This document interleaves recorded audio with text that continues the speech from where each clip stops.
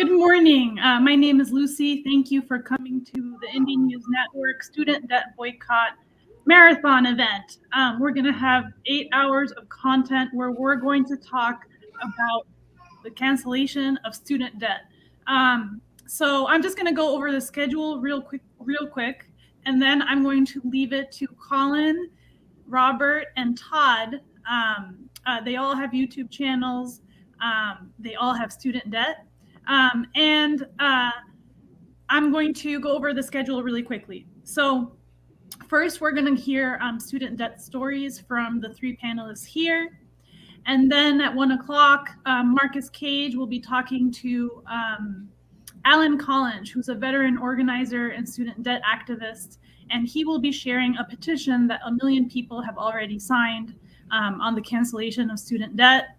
And then at 2 o'clock, we're going to talk about the economics and history of student debt with Caleb Maupin, journalist and political analyst, and Steve Grumbine, Real Progressives and Real Progress in Action. He is an MMT advocate. And then at 3 o'clock, we're going to talk about how to join a debt union with 2 debt union members, including one who's going to do a little guitar segment. And at 4 o'clock, we're going to talk about how debt affects minorities and educators with INN member Elias Cepeda. He's a journalist. And panelist Sabrina Salvati, host of Sabby Sabs podcast, and Colin Radix-Carter, who's also on this panel. And then at 5, we're going to talk about how student debt affects women with Tatami from Tatami's Diary, Tara Reid, and Bess from Millennial Splain. And then at 6 o'clock, we're going to talk about political tactics for debt cancellation with 3 political candidates and 1 former political candidate. And at 7, we're going to talk about, is college worth the debt? With Angel Rivera, Carl, and Nikki from Radical Leftist Agenda. And also, we're going to have an admissions person from a school abroad to talk about Cuba School of Medicine. And then at 8 o'clock, we're going to talk about the legalities of a student debt boycott. You should always know what you're getting into should you decide to boycott. You should not deliberately default on your loan without knowing the risks. Don't do it without consulting a lawyer. Luckily, we have a lawyer coming. We have Josh Cohen, a student debt lawyer, coming on to talk about the risks of boycotting and whether that's the best pressure tactic to use or not.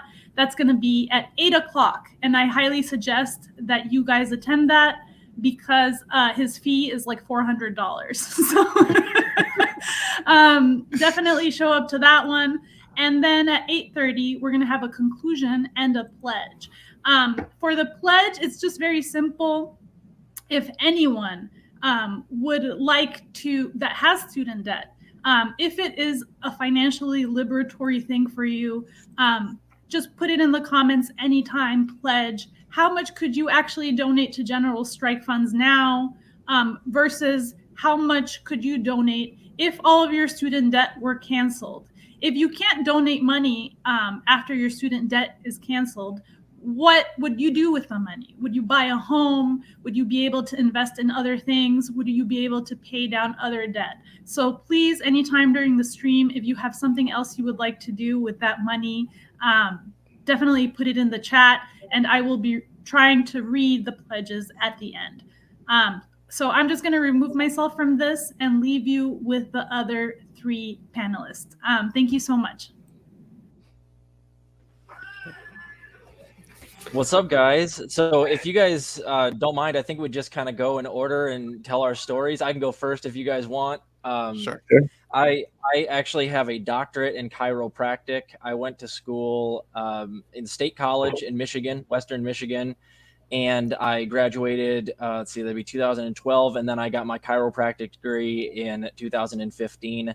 They work in trimesters. So you get your chiropractic degree in about 3 1/3 years. And when I graduated in 2015, I had about $232,000 worth of debt. So nowadays, since a lot of those are private loans, I got them out at 5% interest a lot of the time. So it's very high interest rates on private loans like that. And I never retook a class. I never had to retake any board exams, anything like that. And since then, I've been working up until I quit my job in September of 2020. I had never even been able to afford my interest. So I fell into like despair, and I could see the writing on the wall. And I had once done a calculation on how long it was going to take me to pay off my loans, even if my salary doubled. And I was like 30 at the time. I'm 33 now, and it was going to take me till I was like in my 80s to pay everything off if everything went really well. So I don't expect that I'll ever be able to pay that off. I've never made enough to pay off my interest, and now I'm just under 300,000. So what I do is I pay off my loans from State College, my bachelor's degree, because they're reasonable. They're like $50 a month or something like that. But my original bill, like the first bill I got from my grad school loans right out of grad school, was about $6,000 a month, which is, I don't know what kind of job they think I was going to get, but I was making like a third of that. So it's ridiculous. It's, an inordinate amount of money for somebody even that has a doctorate. So I was never able to pay those off. So I just constantly defer is what I do on my grad school loans. And I just tell them, listen, I don't know what to tell you. There aren't jobs out there for chiropractors that are paying $200,000 a year, not even $100,000 a year. I've never made more than 45 really is the highest I've ever made. So it's like, dude, I don't know what you guys expect. So that's kind of my story. I pay up until recently, I had paid all of my state college stuff and my bachelor's because it wasn't unreasonable. But $6,000 a month is just, I don't know what kind of job they think I was going to get. So the floor is yours, fellas. Wow. Yeah, that's insane. Like $6,000 a month. Yeah. Who could afford that? No working class person could, right? That's an insane amount of money. Yeah, and then it's interesting. You calculate it off. You wouldn't be able to pay it off till it's what kind of country you have student loan debt as like an elderly person? Right. It's just like a real indictment of the system.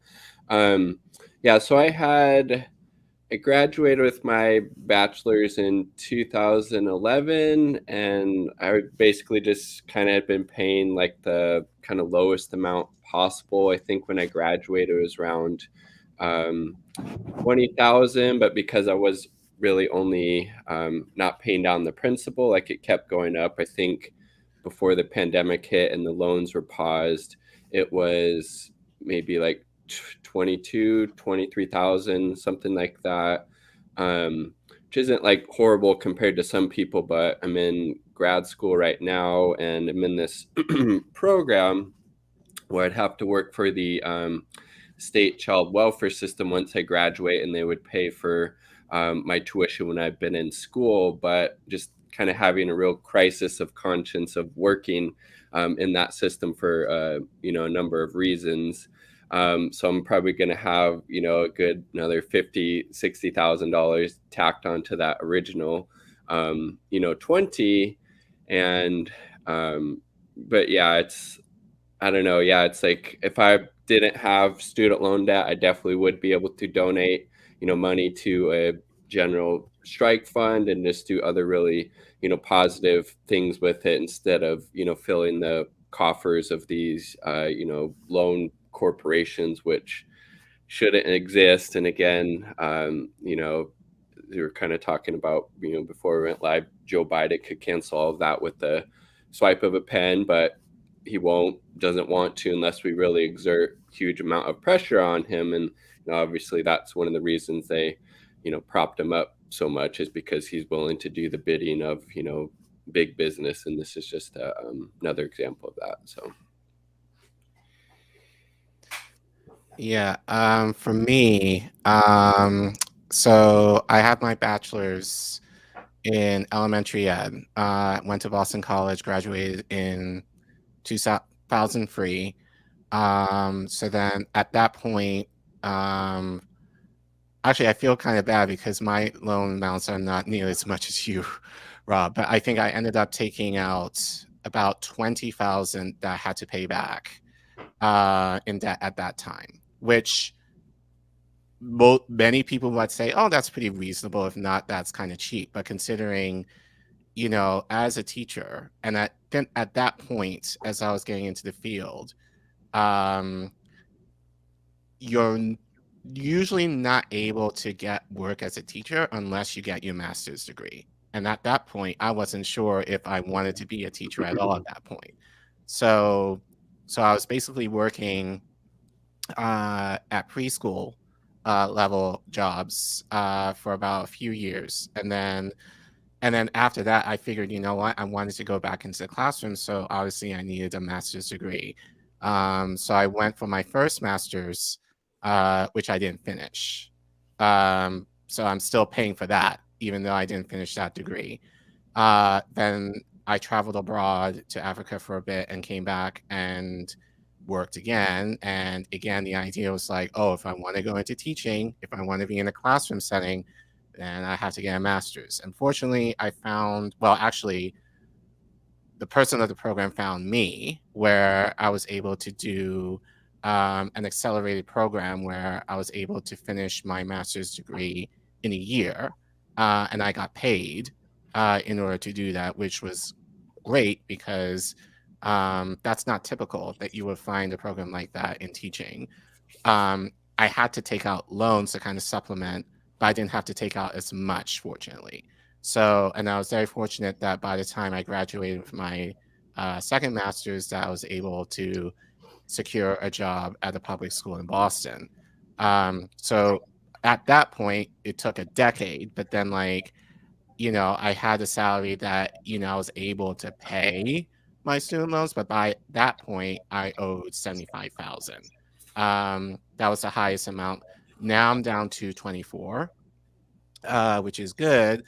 I had to consolidate my undergraduate loans because I wasn't making the salary where I was able to pay. I think it was, at that time was like maybe $400 a month. I wasn't making that amount of money at that time.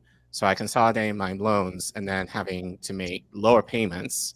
And then with my master's, like I'm having to pay for the federal government.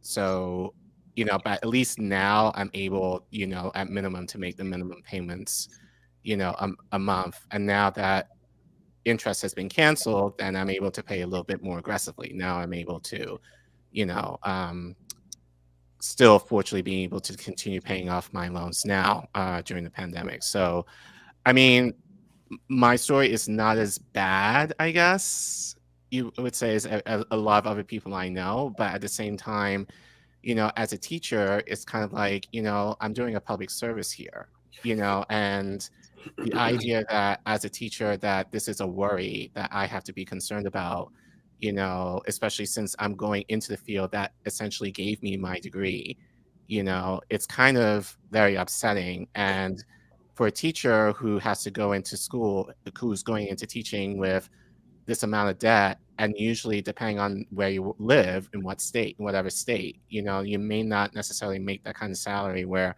you're able to kind of pay them back at a decent clip.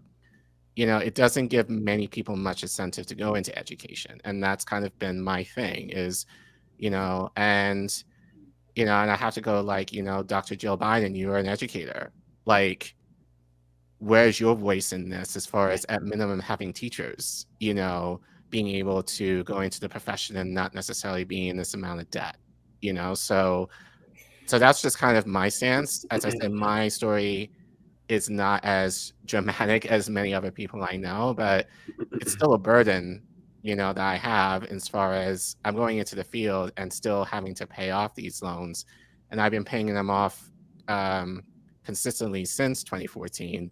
But the fact that it's kind of allowed me not to, you know, do the things that, you know, people say you should do, you know, like buy a house or anything like that. So, yeah. And that you bring up a great point. I do think that there is like a huge de-incentivization nowadays to become educated in the United States. I mean, not just for teachers, but that's one of the real bad ones where you're going to get in a lot of debt and you know you're going to make peanuts after you get your education. And like you said, now they're requiring more and more education, like a master's, to even teach. So, you know, at what point do we get to in America where people don't want to become doctors, or in my case, chiropractors or teachers or what have you, because it just doesn't make fiscal sense to get that education anymore?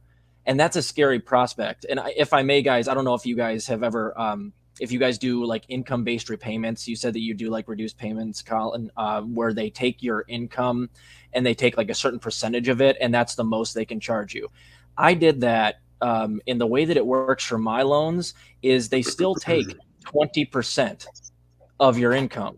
So they take that as, and there is another one I believe that you can file for. It's harder to get, where it's 10% of your income. But even so, like if I'm coming out of chiropractic school to a job that I make about like, you know, $38,000 a year, 20% of that is still an enormous amount for me. And then of course I have to, you know, you take out taxes and stuff like that. So I was working like 50 hours a week and doing the income-based repayments and just barely scraping by.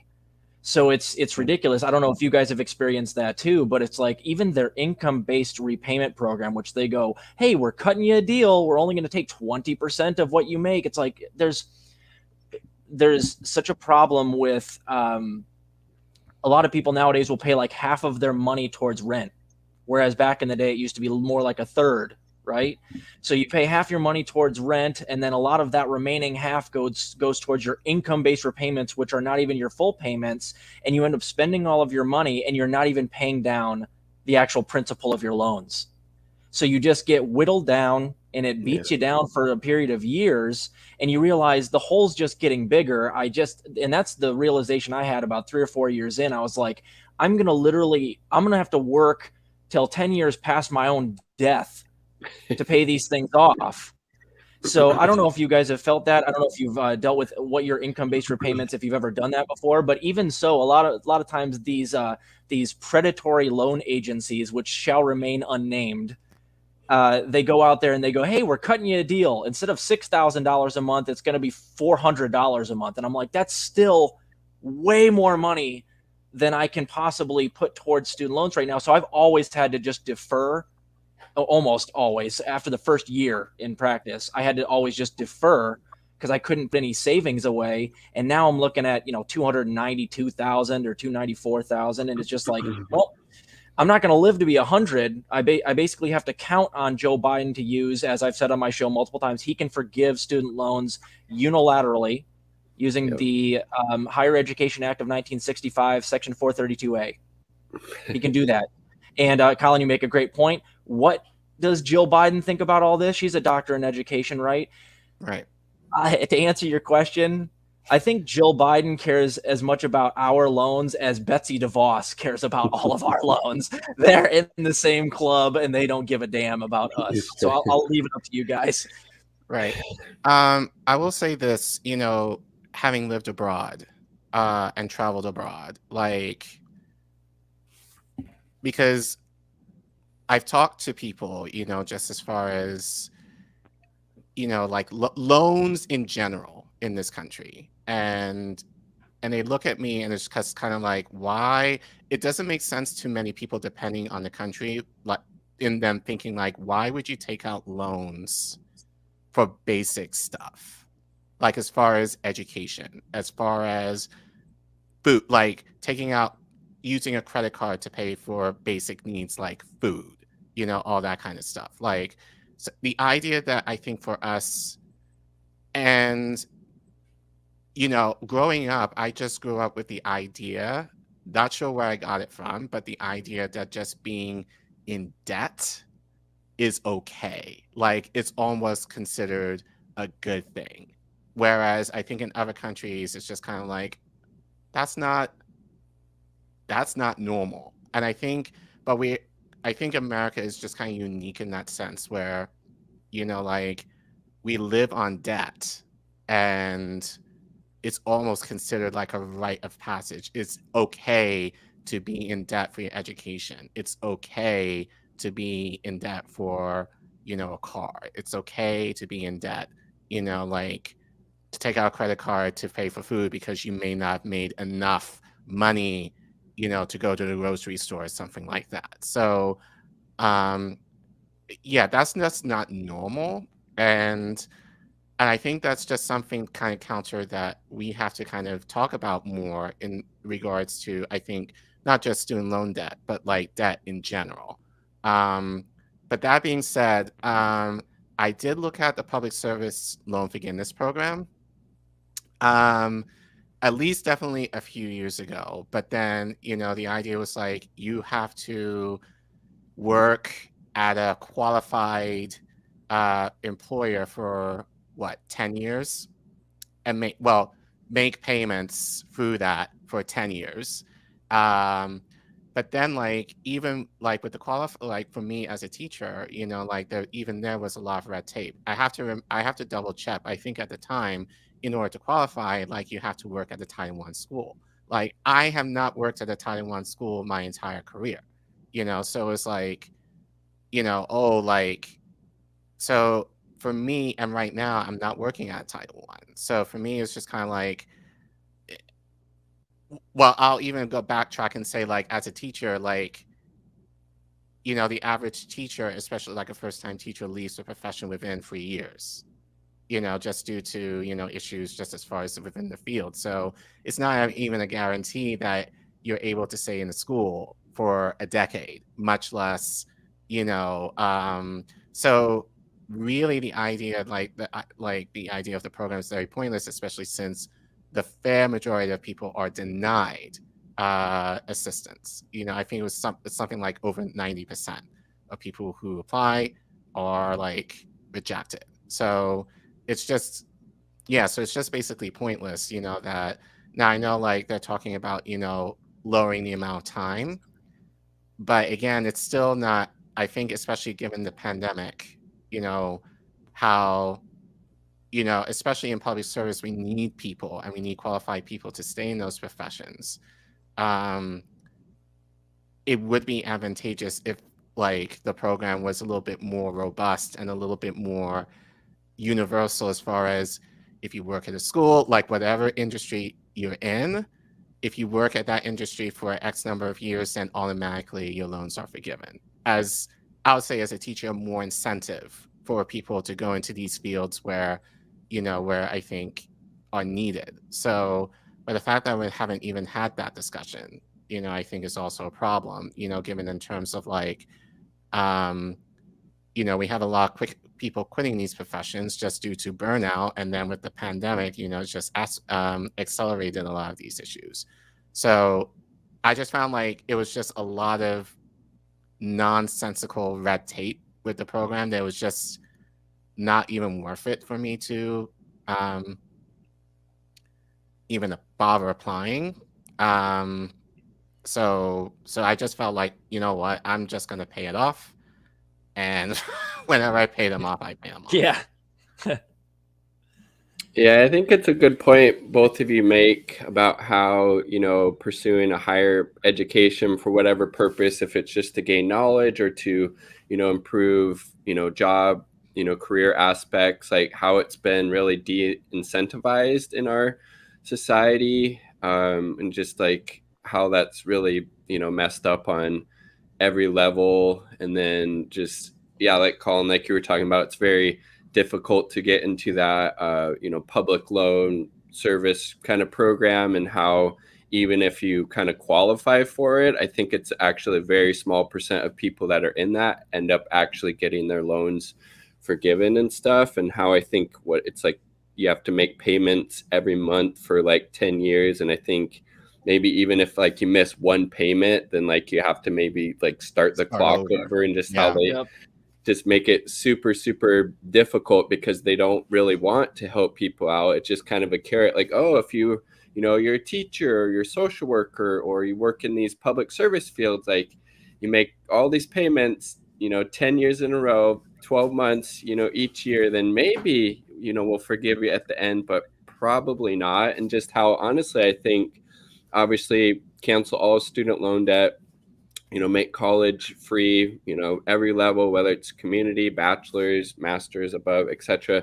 Honestly think you should get paid, to pursue an education, because I think it's really important to have an educated populace. And I think other countries, these social kind of democratic countries and these Nordic countries, I think some of them actually will pay you. You get a little stipend to go to school. I was actually, before I started my master's program, I was looking at like schools in Germany. It actually would have been cheaper for me to move to Germany, get a master's degree there, than it was to stay in the United States and get my master's in social work. And I think that's just such an indictment of the system. And again, like, the United States is the richest country, in the history of the world. So there's definitely no reason that we couldn't provide that to everybody.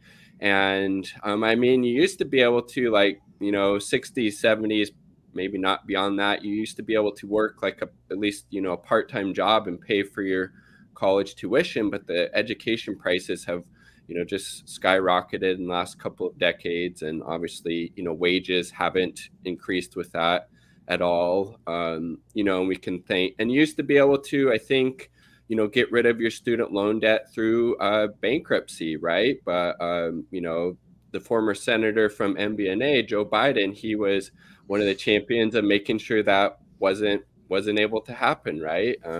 So yeah, he was the architect of the bankruptcy bill. Yeah, you can thank Joe Biden for that. Yep, and that makes me very reticent to think that he will actually use his executive powers to get rid of it, because my man does not care about young people at all. In fact, what was it he said? I have no tolerance, or I have no empathy for young people. I think we know what we're getting with Joe Biden. Yeah. Collin, I think you said, I agree with you guys 100%. I love this discussion. I learn something new every time I talk to you wonderful people. But Collin, you said something really interesting earlier, which kind of sparked this idea. You said that it's basically been normalized to be in debt in America. Mm-hmm. And I think a lot of that has to do with, I can never go an hour without bashing capitalism, but in a highly capitalist system like we have right now, the elites and the oligarchs that own everything, it pays for them to keep us all in some sort of servitude. And with, people that work for minimum wage, a lot of it is just like the day-to-day gathering money so they can put food on the table. But I think that there's also a scheme in the way that they do loans in this country for let's talk about student loans. It's a good way for them to keep people that get educated and maybe will get jobs that are slightly better paying, but it still keeps them as indentured servants because they're constantly giving so much of their extra earnings away to pay off these draconian and enormous student loans. So in a way, it acts as a mechanism that helps even keep people that just go to state college but are pretty educated people downtrodden, and make sure that they never really climb the ladder. And if they do, it just keeps them working 40, 50 hours a week constantly to be able to actually pay their loans off. We see a lot of these people, and you see like memes and stuff where it's like, today I just paid off $70,000 of my loan. I owed $23,000 when I got out. I paid $70,000 and now I'm like at $20,000 that I owe. So it's like, it feels like you never really get out of that. And I feel like a lot of that with the skyrocketing tuition prices and all of these predatory student loans nowadays is just a way to further turn you into servants of the elite class, even if you happen to go get a 2 or a 4 or a 6 or an 8-year degree. So I'll let you guys decide if that makes sense or not. But I don't think that things are going to change unless we really, really start getting mouthy with this administration. And even then, I think it's a long shot. Like you guys said, he wrote the bankruptcy bill. I don't think he has any indication or any empathy for us. Yeah. I mean, I definitely agree. And like, you just remind me, like, I've been seeing online on Twitter, especially where, a lot of people would say, like, there's a lot of pushback, as far as, the government providing canceling student debt, because some people say, oh well, I paid off my debt, so and what do I get back and all this kind of stuff, or like I had to work 3 jobs in order to you know, in order to make do in college or my master's degree or whatever, and having to, you know, pay off my debt. Like, so why can't you do that and all that kind of stuff? And I just kind of say, like, even with that, why is working 3 jobs in college, in school, okay? You know, like, you shouldn't have to do that, you know, in order to try and make ends meet.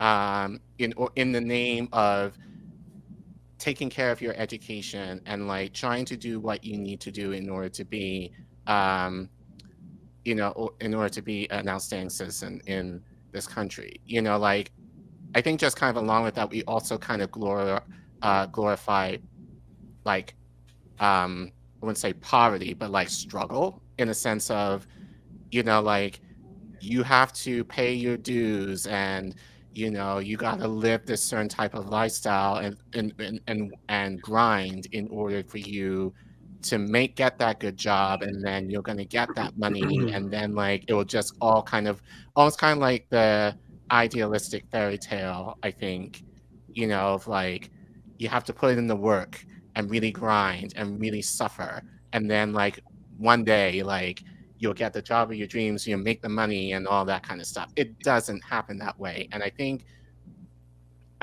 especially given like your career path, you know, like, I worked in college and I couldn't handle it just due to the requirements of my degree, where I had to go into school, which I wasn't paid for.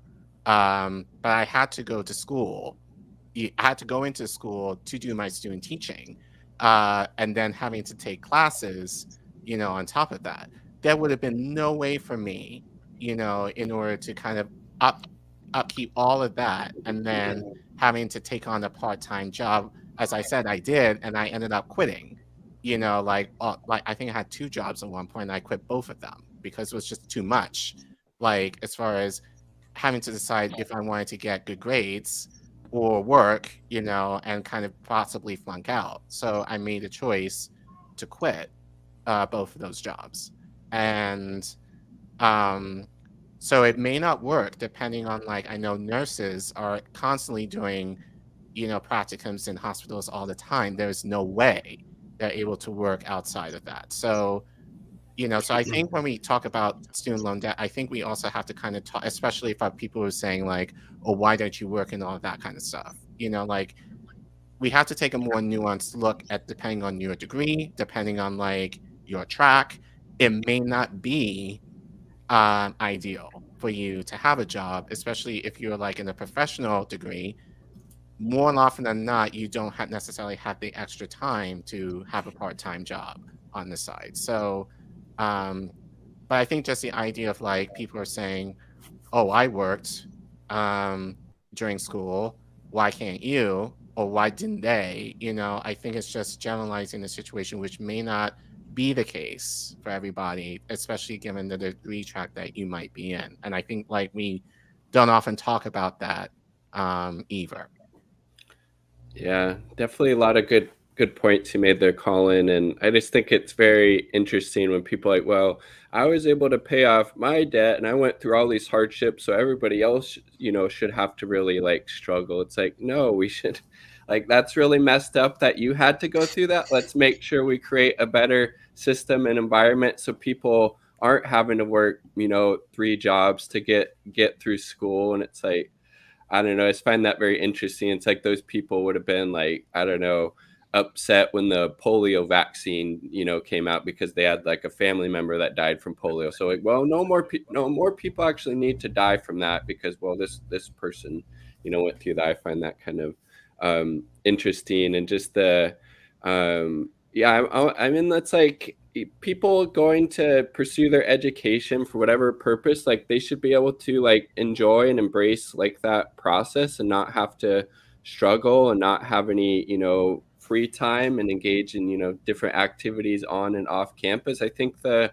you know, college experience should be an enjoyable thing and not something that's just full of you know, struggle and hardships. But I think you know, often can be, really, stressful for a lot of people just because of the, financial situations and backgrounds that they come from. And it doesn't need to be, like that. And again, this is just another kind of crises created by capitalism where the most, vulnerable and marginalized are impacted by, student loan debt, the most. And, obviously, canceling all of it would disproportionately benefit the, people who, need that type of help and support the most. I just wonder, what type of pressure, we'd be able to exert on the system by having some type of mass, student debt boycott. If enough people, did that. I'd just be curious, do you guys think you could push the Biden administration to cancel, part of it or all of it? Because I know when he was campaigning, he obviously, went back and, pretty much hasn't fulfilled even all the mild, meek campaign promises he talked about. Do you think if enough people just start defaulting on it, would he cancel some of it? Or is he, one of you mentioned he got into office, I think, to make sure everybody ends up paying him, right? Yeah, I think that's the only chance we have. I don't know if we have a good chance of ever moving Joe Biden on this, but that's the only leverage we have. I'm going to try to figure out the legalities, and I'm sure we'll learn a lot during this summit on the legalities of like not paying back. I'm probably going to still try to pay back my state college loans because I can, but the other ones are so absurd, and I'm so tired of doing the paperwork where I'm just kind of throwing everything they give me in the mail now in the garbage. So I'm already kind of boycotting. I've been doing that since I lost my job, September 2020. I really haven't even been opening any of their mail because it's so absurd to get those bills. It's like they don't understand that no one makes enough to pay $72,000 a year in loans in chiropractic. That job doesn't exist. So I don't know if it has a high chance of working, but I think we have to exert leverage wherever we have it. So a boycott would do that. And just briefly, Collin, to your point, I also worked when I went to school at Palmer College of Chiropractic, which is the fountainhead for chiropractic schools in the world. It's in Davenport, Iowa. For my preceptorship and for my last 2 trimesters there, I was employed by their clinics, which you have to have good enough grades and you have to be recommended by a certain number of teachers to even be given that job. So they only had a handful of kids doing it. And I was one of the teaching assistants. I taught physical diagnosis, like actually teaching in the classroom. And then I also ran one of the clinics. And you know what they paid me? $11 an hour. Yeah. It cost $22,000 a trimester to go there, but they're paying their top students $11 an hour to teach other chiropractic students and to do all this stuff. So like I had no time whatsoever between all of my classes, which generally in chiropractic school is from 8 till about 8 in the morning until about 3 or 4 in the afternoon, unless you have a lab, and then you might even go till like 6 or 7. So sometimes even 12-hour days. And I was also teaching on the side, but making less than what really the minimum wage should be in America by quite a bit, actually. And this wasn't that long ago. This is in 2014 and 2015. So that's the experience I had. I worked nonstop. I was super stressed out through all of my grad school, but I was never making enough money to get even 1/50th of what it would cost to pay off my tuition and, room and board and stuff. So, I do appreciate what those people had to go through. I'm not saying that they didn't work hard to get their education, but the system is different now. Back then, tuition was like, $300 a semester. Nowadays, it's got to be 5, 6, 7, 10 times that much.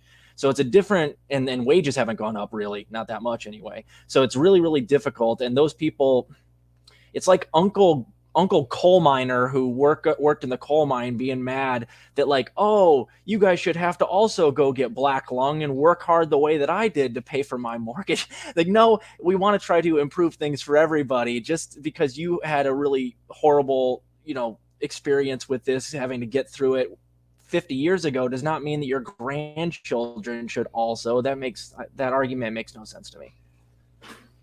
All right, I gotta jump off, guys. I'll listen on the phone, but keep up the great work. Appreciate both of you. Cool. Thank you, man. Hey, thanks for being here. Appreciate you. Cool, man. But yeah, I feel you 100%, and I I don't see how those people don't understand that like tuition has gone up exponentially. We've really gotten out of control as a capitalist society nowadays. So a lot of that has to do with just greedy people jacking up the price of tuition, and also predatory loan agencies coming into existence that didn't exist 40 years ago. But back in the day, you used to be able to, like they said, you could work a part-time job or a summer job and really cover like your tuition. That doesn't happen even at the cheapest state colleges nowadays. So I'm fortunate in that I did not actually, I got into Michigan State, but I went to a school that's Division II called Grand Valley State in Western Michigan because it was much cheaper to go there. And thank goodness I did, because I'm actually putting a minor dent in those loans, but I will never pay off my grad loans even with the best job I've ever been offered. It's just not in the cards for me. The mathematics doesn't work out. Right. And then I think just along with that, just the idea of, which you hate thinking about, but I think, again, depending on your career, the ideal school is usually going to a private college, where they have the name brand recognition that you're able to put on your resume in order for these employers to kind of say, oh, he went to this school, or oh, they went to that school. Like, as a former administrator, and even within teaching, I know of administrators. I've known of at least two who, when they've looked at a resume, and if you have not gone to a school that they kind of deem as legit, quote unquote, they will not even look at you, so they'll just throw that resume, away. They wouldn't even call you, they wouldn't call you back. So I think a lot of the pressure too also kind of stems with the idea of like feeling, and I think as a person of color, like I definitely felt this, like I had to go to a good name school in order, for people to kind of take me seriously. Now, do I regret? As I said, I went to Boston College for undergrad. Now, do I regret going? Well, no, because I definitely feel like it has opened doors for me, just as far as, at least getting my foot in the door, and especially where I'm at now, like I don't regret the experience. But, having to even think that, but then not consider, and to be fair, like my mom did warn me, like you will have to take out loans and you'll have to pay them back. But I was 18, 19 years old. I didn't have an idea of what that meant. Like, I just figured, okay, I'll just get a job and I'll just pay them back, whatever. But then obviously not thinking in terms of like, oh, I would need a master's degree in order to ensure that I get a job, meaning I have to go back to school and take out more money, and having to ultimately pay more loans back, after all is said and done. So I know for me, I didn't necessarily consider all of that, at 18, 19 years old. And if I were to do it again, and I think especially now as a teacher, like I would tell, high school students, like just, and it's hard because, there's still a point, like as far as our society, that having a minimum bachelor's degree is important. I generally will say to students, like, if your degree requires you to have a license, like doctor, lawyer, maybe some engineers, teaching, really weigh out the options as far as what you want to do versus the salary, and make the justification, like, if you have to take out loans, will it be worth it at the end of the day? If you feel that is, go for it. If not, then you would have to work out, you have to maybe reconsider, which even in that I hate kind of saying, because like, as you said, you may be paying your loans basically till death, that really shouldn't happen. But I think it's just the idea that people, need to know, like, you could be paying these loans for the rest of your life. And depending, like, within your class bracket, like, you may not be in the means where you ever pay them off. So, yeah, so it's just the idea of, like, having to really think and consider, as a friend says to me, is the juice worth the squeeze? And depending on your career track, it may not make sense. But I mean, as I said, every person has to make that decision for themselves to see if it's worth it. But for me, given the track that I'm in, and then like having to kind of do an alternate route, in sense of I kind of prioritize getting a job and make less versus trying to get the job and make more, which wasn't necessarily a guarantee. Like I felt I made the better choice, but I made less money, at least initially. I'm making decent money now, but really I should be making a lot more money at this point, that I should be able to do a lot more. But that was something I didn't necessarily consider, like, and you wouldn't think you would have to do that, especially if you went to college, but that was kind of the track that I had to, unfortunately, that I had to kind of take in, like after I graduated, and then, having to work at jobs where, like I was making like, like 11, 12, $13 an hour, not even less, with a bachelor's degree at that point, which is kind of ridiculous. Yeah, it really is.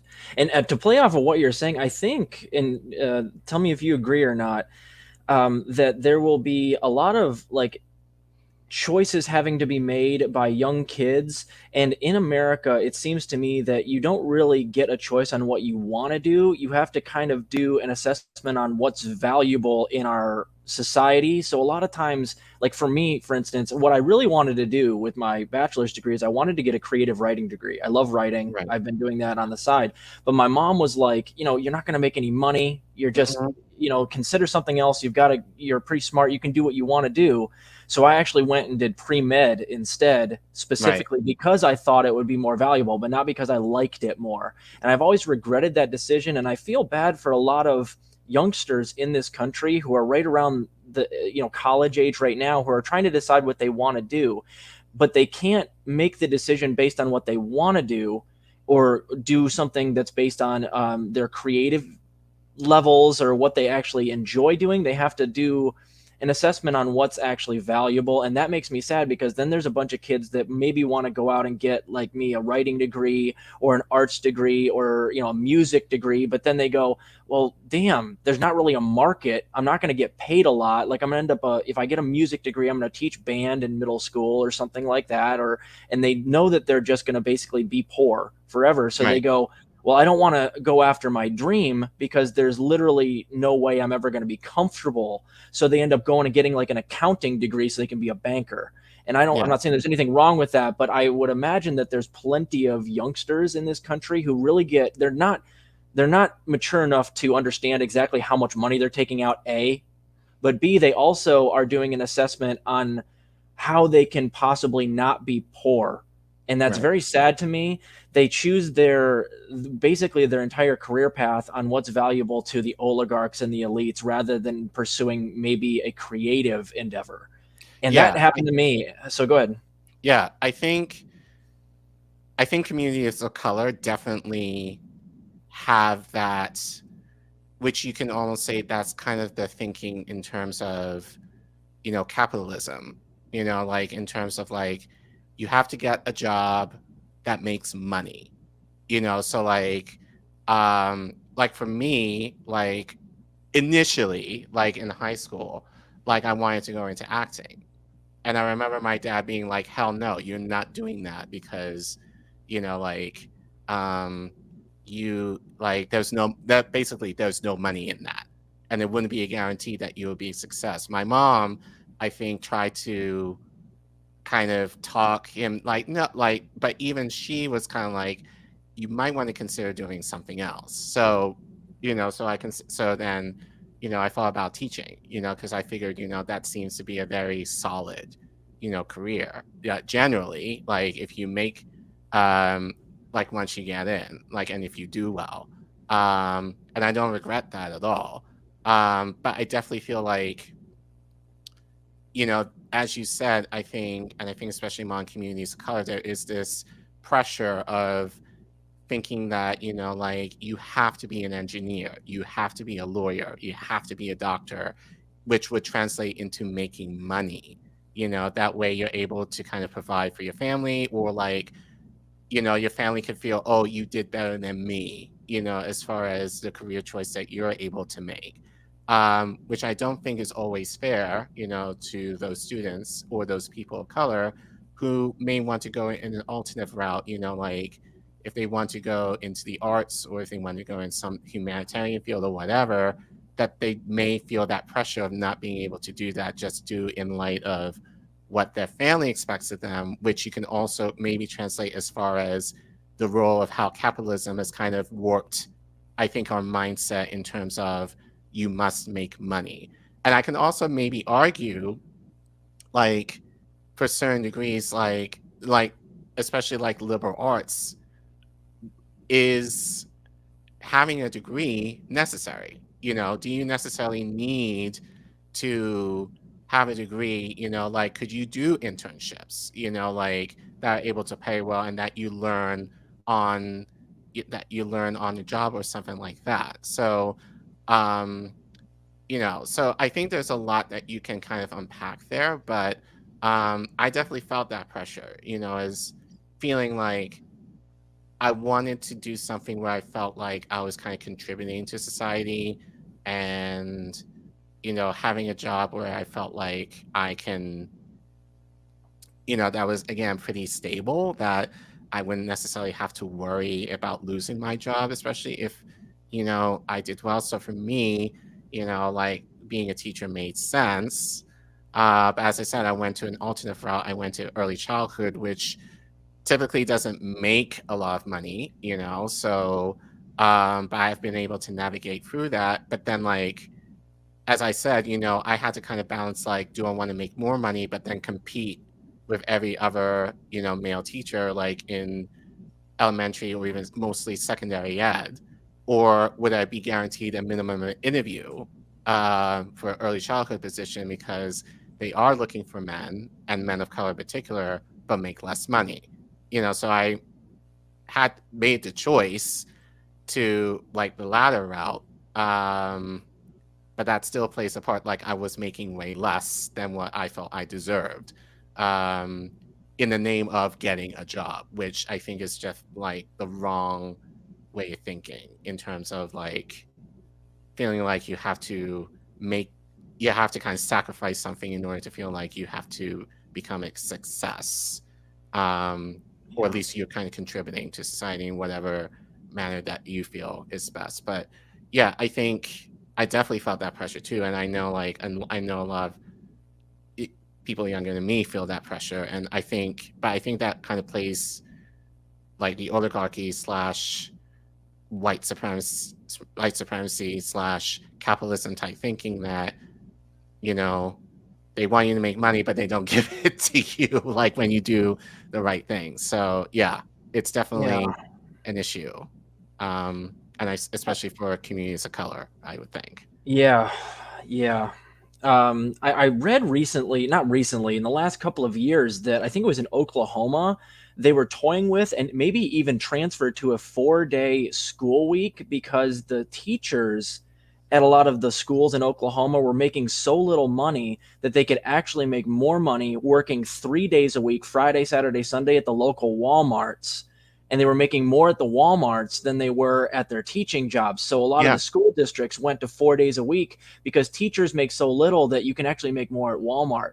And what does that show people that are nurturing people that like educating in this country? They grow up with the want and the drive to actually teach our youth. It shows them that we don't give a damn about you. You're going to be poor as hell. You see all these horror stories about teachers having to buy their own supplies, Mhm. and they go sometimes work in schools that have mold, and the horrible conditions for the children. That's a very, very traumatic existence. So what incentives do we have in America to give people to educate our youth? In America, we don't graduate a lot of scientists. You know what we Right. do graduate a lot of? Lawyers and bankers, lawyers and Right. accountants. So our society, in a way, because it is capitalist, like you said, is really, really oppressive on these certain types of jobs that you are required to get an education for.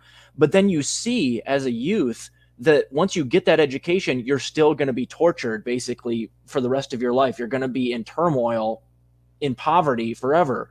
So, I mean, I forget if it was Bernie Sanders or who it was that was talking about how all teachers should start making $60,000 a year right out of school. And then the whole rest, I think it was Bernie, and then the whole rest of the establishment is like, he's fucking crazy. No, not at all. No. But in our like, And I will topsy-turvy add to that, society, like, regardless of what state, because regardless of what state, because people are like, for me, it's just kind of like, oh, why don't you move here and there? If I leave, if I move to, let's say, Florida, I wouldn't keep my salary that I have in DC. If that would be quality of life, it's cheaper depending where in Florida, but I will not keep the current salary that I make in DC. So that would be a massive pay cut for me, which economically speaking doesn't make much sense. So for me, it's kind of stuck, especially now that we're in the pandemic. Like, I can't even go in certain places of the country, if I wanted to teach somewhere else, because I'm not going to get the same salary as what I'm making now versus, like, if I went, like, let's say in the Midwest, even like down south. Like, that's not an option for me, like, in my field. So, but yeah, I struggle with that, and, like, to the point now I have been considering, leaving the profession, which I don't want to do because I love being in the classroom. But, like, right now my health is being affected, just due to the stress, and I think which has been exacerbated just given, the pandemic. I'm making, like, this calculation now, is it really worth all of that? And for me right now, the answer is no. Which, again, I hate saying that because I've been in the field now for close to 20 years. And I love what I do. I love the interactions I have with my students every single day, for the most part. But, but the upper bureaucracy / oligarchical, instances of why things the way they are is something that I cannot deal with anymore. And as I said, to me, it doesn't I don't feel valued in the sense that I am in a field that we're supposed to kind of elevate, our humanity, in terms of having them be better than we are. And I don't feel like I have I don't feel respected or valued in that, just due to how education is viewed, which is very sad and very discouraging. I feel you. I don't know if I can do the chiropractic thing anymore. I'll leave it at that too. I'm also having second thoughts. I don't know if I could ever go back to it. I don't see the value in it. I'll never get out of the debt anyway. And a lot of times when you work at one of these mills, like I used to work at a place where I adjust 100 people a day, and it just beats you up. You don't get paid a lot. So it's like, is it really worth it? Or should I just, accept that I'm going to be in debt forever and do what I want to do? Right. Thanks so much, Robert and Collin. We have to switch panels right now because we have a tight schedule. So I'd like to thank you so much for coming on. And everyone, if you please check out their channels. Please introduce your channel, Robert and Collin.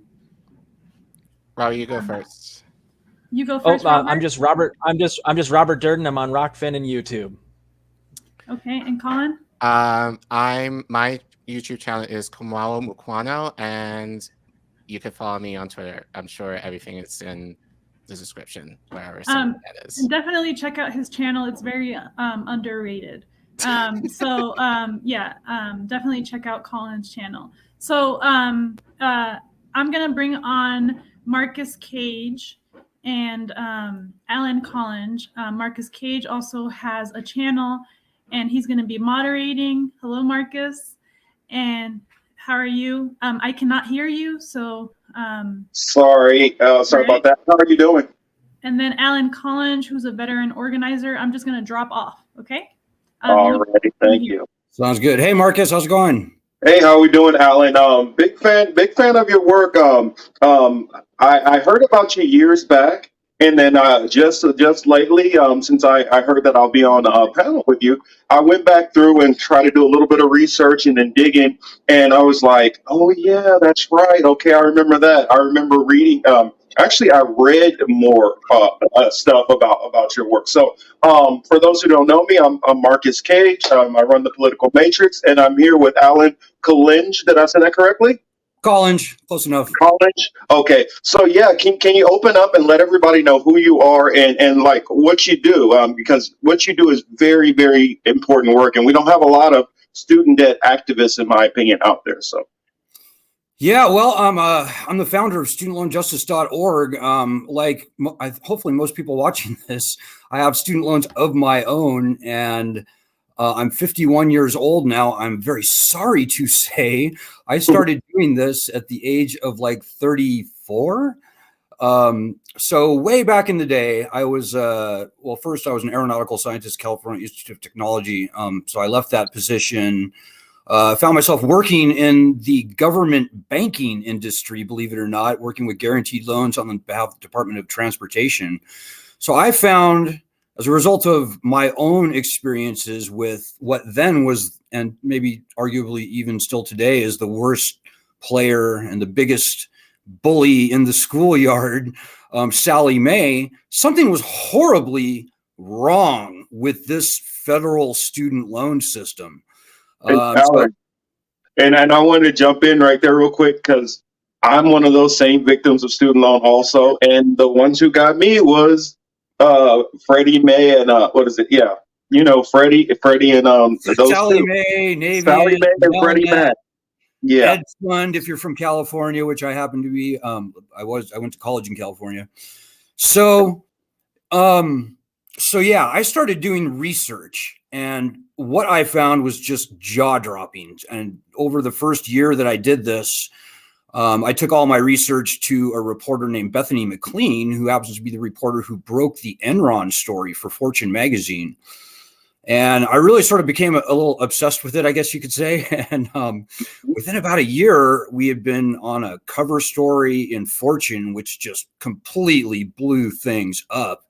And then very shortly thereafter, it got featured top story on 60 Minutes. And that was in May 2006, by the way. That was like so long ago. So I'm very sorry to say that I'm still here 16 years later. And unfortunately, this battle is only getting hotter. And you know, it's a very tough problem we're in. But I think we're pretty lucky to be in it right now, because this maybe the most important thing I'll say today, this lending system is done. It's toast. It's finished by all rational metrics. You know, I was fighting for years and decades for the very moderate solution of simply returning bankruptcy protections to student loans.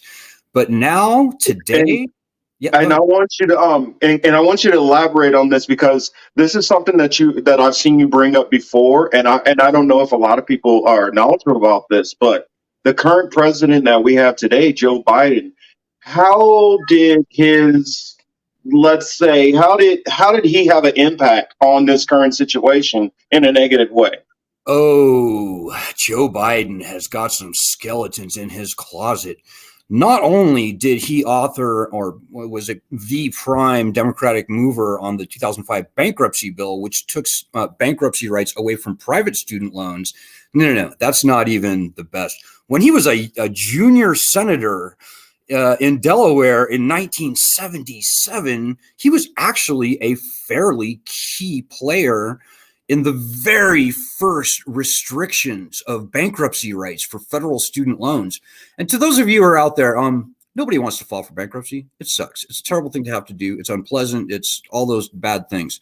But the founding fathers knew that bankruptcy, the right of bankruptcy, was so important to our republic, our country. They called for it in the Constitution, like ahead of the power to declare war, ahead of the power to raise an army and build a navy.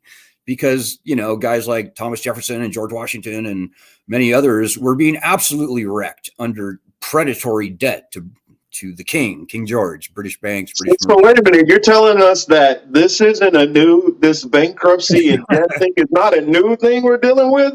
You know, and people should take some heart. Lending systems fail. Predatory lending has been with us for thousands of years. You know, there's an entry from a Pilgrim's Journal from like the 1600s or something.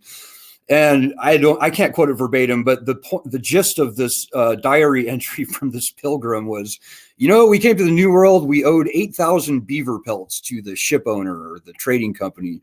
We have paid these people like 13,000 beaver pelts, and they say that we still owe like 18,000 beaver pelts. And so, you know, that is a very close analog to some of the student debt numbers that I'm seeing today. You know, we have people who borrowed, you know, $35,000. They have repaid like $70-something thousand, and they owe over $100,000 on their student loan debt, and sometimes far worse. I'm just picking those numbers out of the air. Yeah, but can you explain to people why that is? Why are we paying so much? Like, let's say that, you know what, hey, I got that job that I wanted to get out of college, and they told me I'm going to make good money, and now I'm going to make this money, and I'm going to be able to, you know, pay this off, and I'm paying my monthly payments. I'm doing whatever they ask. Why are so many people paying so much more than what they agreed to initially pay, and why are they still not getting close to getting out of this debt trap? Great question, and it's very simple. In the absence of constitutional bankruptcy protections, not only that, but also the absence of statutes of limitations, which all other loans have, with restricted fair debt collection practices, with zero truth in lending laws governing federal student loans, the industry has been given a license to steal. They can turn a $20,000 note into an $80,000 monstrosity pretty easily, with penalties and fees and the draconian, collection regime, the mafia, worse than mafia-like collection powers that have been afforded the industry. They've essentially given the student loan industry unchecked power. And unfortunately, or maybe fortunately, the king of this lending system today, here as I'm talking to you, it's not Sallie Mae anymore. It's not Nelnet, or it's not any of these servicers.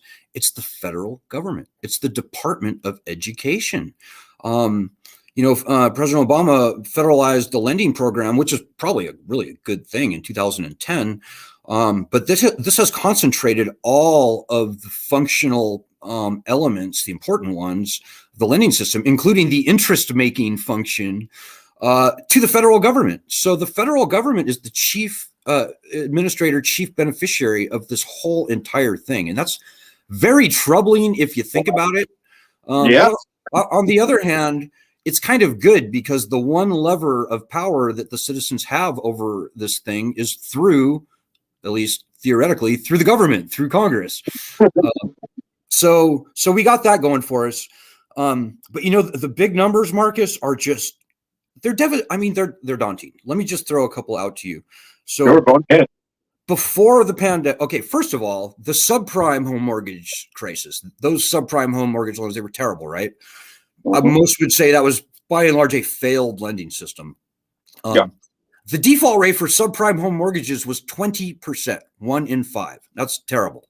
Yeah, that's pretty bad.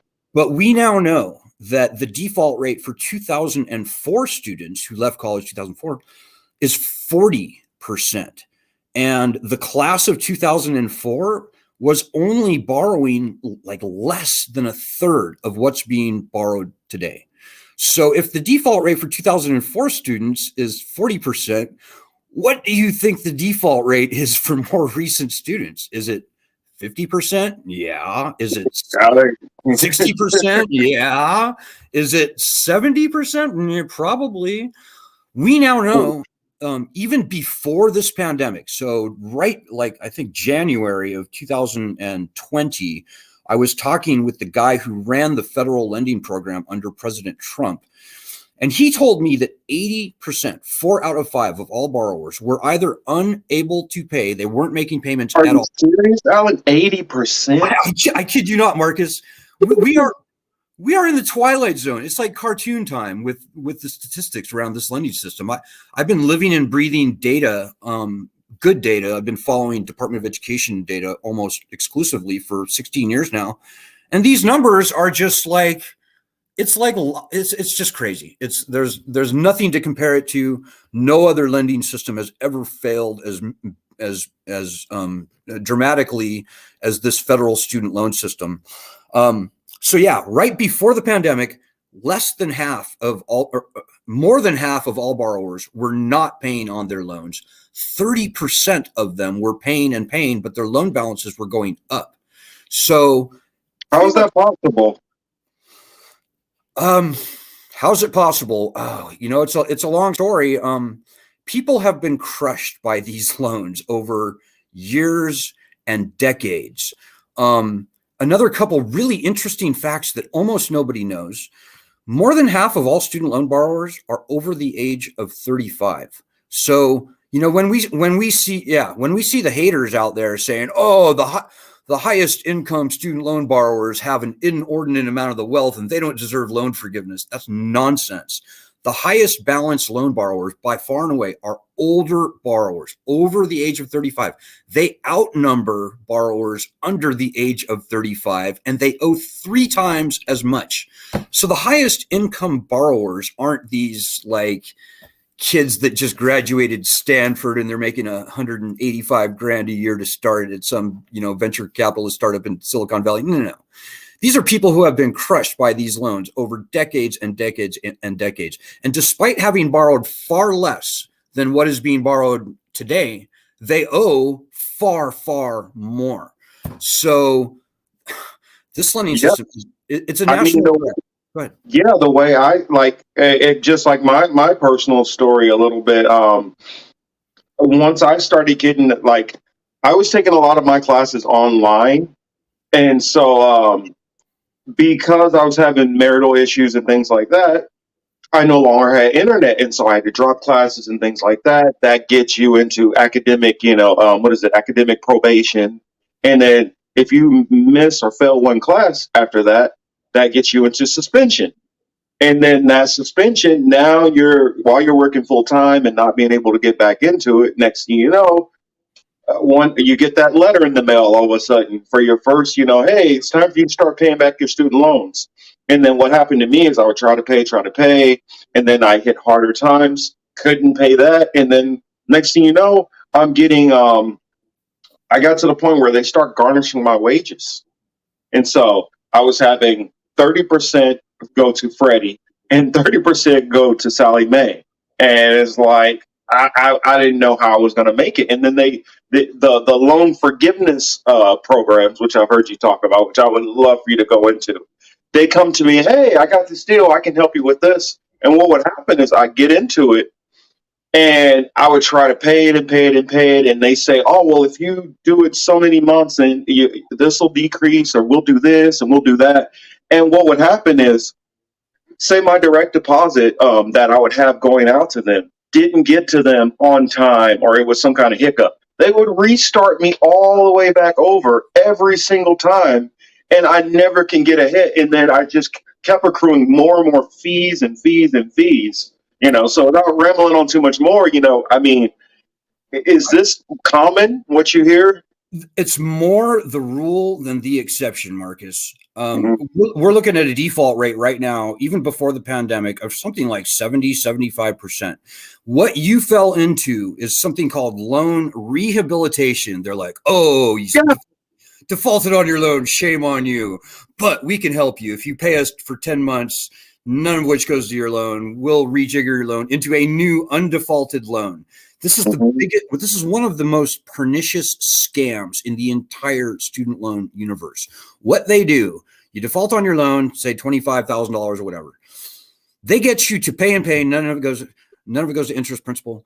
They make you sign for a new, much larger loan, probably $40,000, $45,000 with all the penalties, the fees, all the new stuff baked into it.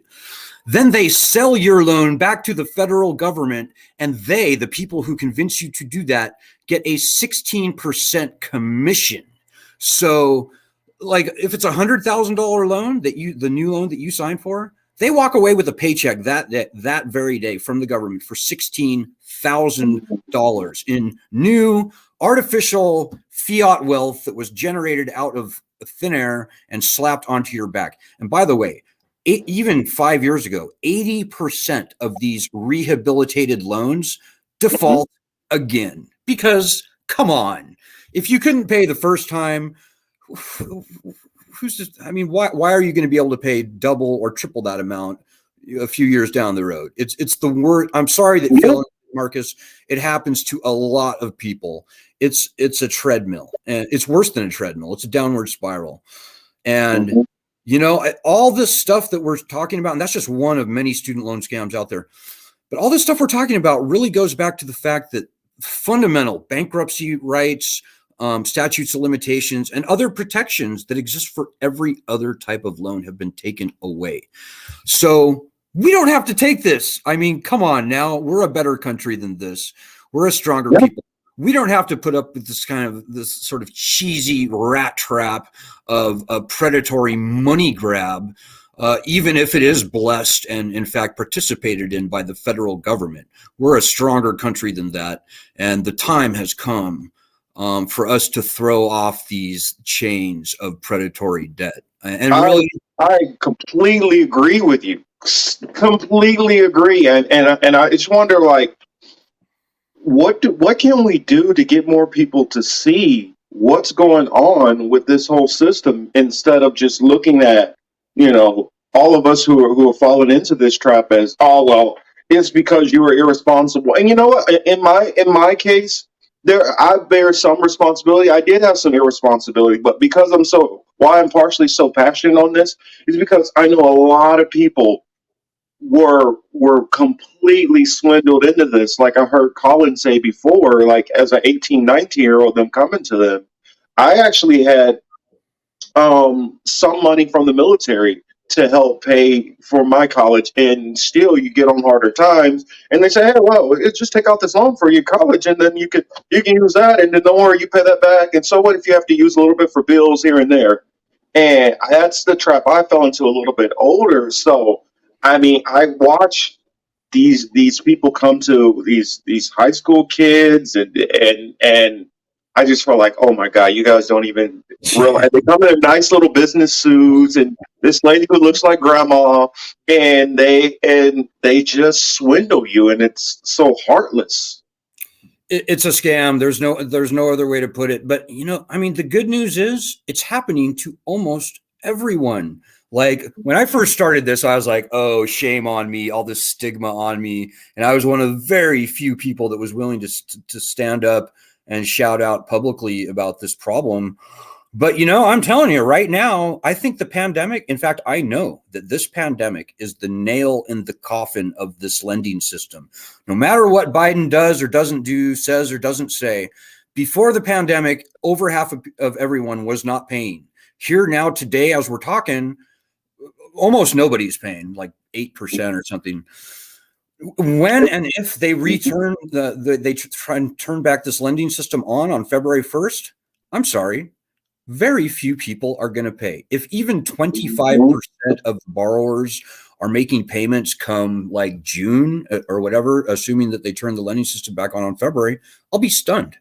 I think I think it'll be less than that, quite frankly. I think it'll be closer to 20%. And this is not a bad borrower problem, Marcus. You and me, we're normal human beings. the citizens have not changed dramatically since the 1970s. It's not like they were super responsible then, and now all of a sudden we're not responsible. I think we're probably a little more responsible maybe than the kids in the 70s were, quite frankly. No. The people haven't changed. What's changed is the lending system. I thought of something right now. I'm sorry to keep interrupting, but some of the stuff that you I've seen you talk about, I was like, oh, I want to make sure he brings this up. Biden during the because you asked him this question during the primaries, and then all of a sudden, like, he kind of mocked it. Now, I mean, well, after like all those people start dropping out and he start like really needing the votes or whatever, then he started saying, well, I could, we can do this forgiveness of debt and start talking about getting rid of student loan debt. And then all of a sudden, like, it's kind of crickets on that front. So I was like, wondering, like, what's some of your thoughts on all of that stuff with Biden from the initial confrontation and trying to, get him to acknowledge it and all the way up until now? Yeah, I followed all the candidates around Iowa for a year and a half. I talked to Joe at least a couple times, his granddaughter. Nice guy. But he laughed me out of the room when I asked him very moderately about returning bankruptcy protections to student loans. He's like, oh, no, he cut me off. I was like, oh, we don't need bankruptcy because my repayment plan is going to be so great. Pay X amount for 10 years and blah, blah, blah, blah, blah. Just like all the nonsense repayment programs we already have, just rejiggered a little bit. And I was pretty put off. I think Jen Psaki came and tried to mellow me out a little bit, whatever. But, that was pretty early in the campaign. But by the time the votes were cast, November 3rd, 2020, Joe Biden and the one good thing about Joe Biden is he's a politician. So he will go which way the wind blows. We convinced Elizabeth Warren to bring bankruptcy pretty strongly into her campaign about midway through. And then as the pandemic hit, we started the petition calling on the president Trump at the time, to cancel student loans by executive order. And I did a Google search, so I'm bragging. Other people have probably claimed some credit for this, but the very first media news report about the possibility of the president being able to cancel student loans by executive order started with a Vice interview that we did back in August 2019. So we started this petition in 2020, and by summertime, it had grown to over 500,000 signatures calling on the president to cancel not up to $10,000, not up to $50,000, cancel all federally owned student loans by executive order. We started just kicking ass. And then Elizabeth Warren and Chuck Schumer, to their great credit, embraced that concept. And by the time the election rolled around, Joe Biden was like saying, oh, yeah, no, I'm doing bankruptcy for sure. And, oh, yeah, I will eliminate your student loan debt. And this is almost verbatim. I will eliminate your student loan debt if you earn less than $125,000 a year, you went to public college, or an HBCU, historically Black college university. Biden said that. Like, we didn't ask him to say that. He went out of his way to say that. And he won the election based on that, no doubt. That was such a close race. Maybe you can say other things as well, but certainly there's no way he would have won Georgia had he not been promising that sort of student loan forgiveness, because Georgia, by the way, is one of the very worst hit states in the entire country. So Joe Biden is a politician. He will go which way the wind blows. And just everybody out there, you've got to have some confidence in this movement. Be very confident. And I am supremely confident that this lending system is done. It's toast. It's finished. There's no saving it. And in my humble opinion, nobody should ever pay another dime into this beast. Don't feed this beast. And I understand that some people are like, oh, I don't want to get my wages garnished. I don't want to, I don't want to go into default. I work for the government. I can't afford to fall into default. I get that. People are going to make their own decisions, but people need to be way less scared of this lending system, because I'm telling you, the people in Washington, D.C., they have no idea what they're going to do. They have no clue. No lending system. I think, like you said, if it's this many people, it's kind of like one of those situations where you have 5 cops and 1,000 people like running through the stores. How do you stop everybody? No, it ain't going to happen. It's not going to happen. I lived through the Los Angeles riots. I'm sort of dating myself here, but I can tell you that the cops were relevant to that situation for about 5 seconds. And after that, they were like fleas on a dog. You can't stop the people. You cannot. And so too with the federal lending program. They're not going to go and sue or garnish or come after 39 of the 45 million federal student loan borrowers. Their heart's not in it, number one, because they know that they are beating a dead horse. They know that everybody on the other side knows that this lending system has failed. Everyone. The people in Washington, D.C. don't know what to do. They have no clue. So people need to get with that fact. Now, there are some things that people can do, by the way, and I was going to maybe mention a few tips and tricks. Sure, go ahead. Sort of how to live off the grid. It's not perfect advice, but it's certainly helpful. If you're a 1099 contractor, your wages can't be garnished. So if you have an employee that you know and like, that might be something you want to think about. Instead of being an employee, you can be a contractor. And that way, if they want a wage garnishment, they have to ask you, and you can go tell them to pound sand. Another thing in general, when a collection company calls your boss and says, you have to garnish wages or federal law, we have penalties and send you to jail, that's all nonsense. The people talking to your boss are a bunch of 2-bit collection goons sitting in a boiler call room somewhere. These people do not carry the weight of the law with them. These people are not the federal government. They're a bunch of collection hacks. So wow. I did not know that, Alan. Wow. They try and scare employers with all this scary talk, and they send these letters that look like it's from the federal government with these like official looking seals on them. Mm-hmm. And I'm telling you, it's just nonsense. If your employer says, hey, buddy, what you said doesn't sound right to me, send me a court order if you want a wage garnishment. 9 times out of 10, these collection people are going to go away. They're going to move down the list, look for easier prey. And, we don't give advice to anybody. I don't run out and tell everybody to default on their loans. There's ways that you can actually stay out of default without paying any money into this failed beast. You can defer, you can forbear. At least on paper, you can pay a nominal amount every, say, 269 days so that you can at least stay out of default. And we have people in our group that do that successfully for many years. Something you might want to think about. It's not the worst thing in the world to be in default on your loans, but at the same time, it's certainly not pleasant. So, anybody who does decide to stop paying based on their own personal, whatever their situation is, first of all, I salute you, and we're in the majority because, as I said, before the pandemic, over half of everybody was not paying. So don't even trip, man. It's just kind of the way it is. Lending systems fail from time to time. It's not our fault. It's the lending system's fault. But don't be scared of this lending system. And regardless of what happens, we still need to fight. Not paying is great, but it's not a substitute for fighting for justice. So there's two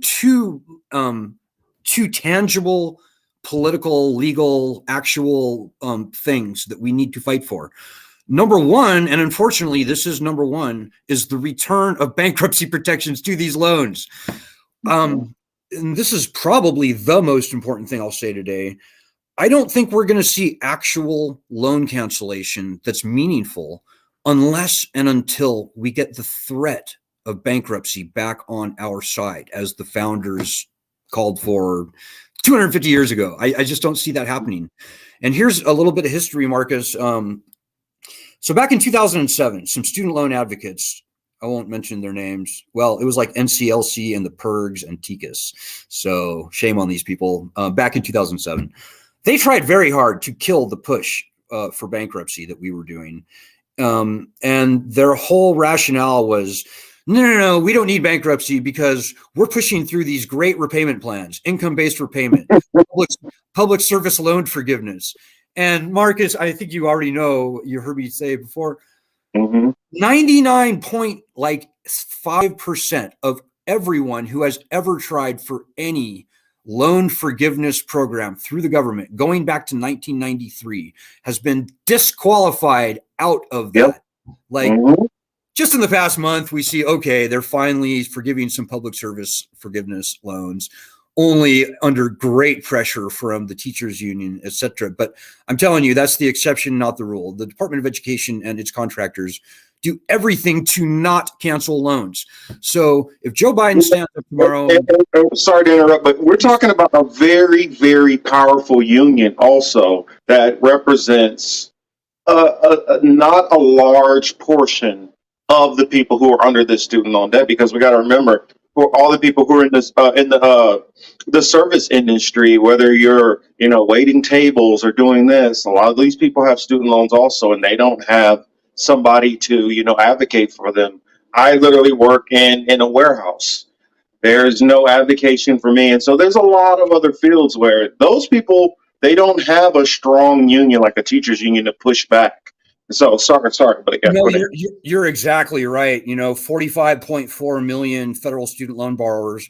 The people affected by this public service thing that we just heard about, it's like 500,000 people. So there's still 44.9 million people like you and me, normal people, don't have that sort of muscle. And I know for teachers, for instance, like my mom is a teacher. My aunt, she's an administrator, and so through their school district, USD 500 in Kansas City, Kansas, it pays for a lot of tuition assistance and things like that. So it covers them, so they're not having to go in and borrow a lot of this money in the first place. But those who borrow that money to get into the teaching field, those are the ones which these programs would protect. So a lot of these teachers who might go for these higher levels of education in certain school districts are being helped by that teachers union and by that school district, not going into the traditional student loan sense, which most of us are going through. Yeah, that's right. And I love teachers, don't get me wrong, but they're in a pretty good position. There's some other there's other programs out there that school districts offer and so forth that the vast majority of just normal people don't have access to. But even still, all these forgiveness programs that we hear about are just nonsense. And, even again, so in 2011, kind of the same thing happened. Some student loan activists, I'm not even going to mention their names, they came around and very strongly were advocating against returning bankruptcy protections to student loans and for student loan cancellation. We thought that was kind of weird. We're like, why? Why would you be doing that? I mean, the two are not opposing concepts. They are compatible. They are very they're friends. There's no harmonious. They're harmonious. Yeah, there's no pitting one against the other. So we thought that was strange. We came to find out that some of the people that were doing that had come from something called the war room of a Republican lobbying called the DCI Group. So it's this company, this Washington, D.C., little sneaky little company that takes money from banks, insurance companies, tobacco, big oil, big pharma, and they create these fake, so-called astroturf grassroots movements in order to do. And this company, DCI Group, by the way, they're famous for killing legislation that would have prevented the subprime home mortgage crisis. So anyways, there's a lot of dirty things in the background of this whole issue where some very strong, powerful people really do not want the threat of bankruptcy returned to these loans. And there's a very good reason for that. Because like right now, Joe Biden could stand up and go, okay, guys, I've had a change of heart. I'm going to cancel up to $10,000 or even better, I'm going to cancel up to $50,000 in student loans. And by the time the people in Washington, D.C. bureaucratize whatever he says to death, and they will, there'll be means testing, there'll be this condition, this criteria, this and that, the other thing. Yeah, he said up to 50,000, but Marcus, you're getting about $5,000. That's what you get because X, Y, and Z. And oh, by the way, in the year that it took us to get this thing figured out, we added like $9,000 onto your loan in interest. So I think that's probably the kind of loan cancellation that we're going to see as long as the threat of bankruptcy remains gone from the borrowers. Bankruptcy is just so important, and it's very difficult to fight for, because everybody out there watching me now here today, they're sitting there going, I don't want to file for bankruptcy. Bankruptcy sucks. And that's true, but it's not that everybody's going to run out and file. In fact, very few people should have to file once the right is returned. Just the threat of bankruptcy should be enough to make whatever loan cancellation we ultimately see be meaningful. And the reason for this is maybe a little subtle, but it's not that subtle. So when they return bankruptcy protections, there's about 40 million of the 45 million borrowers who are in deep distress over their loans. If Joe Biden doesn't meaningfully cancel those loans, and by the way, if the Department of Education doesn't meaningfully work with the borrowers, much like every other creditor has to do with the threat of bankruptcy on the table, then we're going to see 20, 25, maybe more people file for bankruptcy. Now, in an average year, Marcus, fewer than 1 million people file for bankruptcy for any reason in the entire country. So, and I was thinking about this, and I feel like, and I'm wondering, because I got a couple of questions that are in the back of my head now, and you're like the perfect person to answer. So it's like, I want to take advantage of it while I have you. But one of them is this stigma that we have about bankruptcy in general. Is this something that our parents have, or is this something that was possibly generated from lobbyists and I guess what we call like ad execs or some? Does this come from somewhere, or is this just our parents put it on us to feel ashamed to go into bankruptcy? Because I know, like me personally, and a lot of people I know, they probably should have went into bankruptcy for certain things, but didn't want to touch it because of the stigma tied to going into bankruptcy. Yeah, I think bankruptcy has always been a very unpleasant, unpopular, stigmatizing thing, going back to when we first started doing bankruptcy laws. In fact, in colonial America, they started trying to do bankruptcy laws, but the king put the kibosh to it. So I think creditors have always tried to increase the shame and humiliation associated with bankruptcy. And maybe that's the way it should be. I don't know. What I do know is that the founding fathers felt that bankruptcy was so important, they called for it ahead of the power to coin currency and ahead of the power to, create a judiciary and build a navy and stuff. But you're right. The lending industry is very dirty. Maybe we should get a hint from that, because the king looks at it as bad. Our the founding fathers of America, thought that it was vitally important. And I think that we're kind of leaning more towards the mentality of the king. So more the mentality of the person who is putting us in the wage debt, not us as the one in the wage debt. You're exactly right. And, the industry tries so hard to reinforce pre-existing cultural stereotypes, right? Like all the time, particularly since we started the petition and started getting traction to cancel student loans, we get these people saying, oh, why you got to pay your loan? Why should my tax dollars pay for your loans? When I was a kid, I did this and that. And, it is just these people are so dangerously misinformed about who the student loan borrowers are. It's become a partisan issue. And, the corporate media, the financial media, they do everything they can to make you, the borrower, feel bad. And they're pretty good at it. I've seen every trick that can be played in the media. Forbes magazine, for example, is just horrendous. They do 80% of the mainstream media that you will see out there does everything they can to fight tooth and nail, subliminally, also whatever, in every way to keep this lending system plowing through the country. And the jig is up, but There's a lot of people out there that no matter what you say to them, they will never agree, because in their mind, they think of student loan borrowers and they're probably conservative. And they go, yeah, student loans. Okay. The first thing they think of is like liberal, elitist, entitled, snowflake, Antifa, maybe the racist ones think BLM or whatever, that, you know, all these things pop into their head of these woke liberals, all that whole thing, communists, socialists, all that stuff. Well, here's the fact of the matter, Marcus. First of all, 40% of all student loan borrowers never graduated. They're working at Walmart. They're working at Starbucks.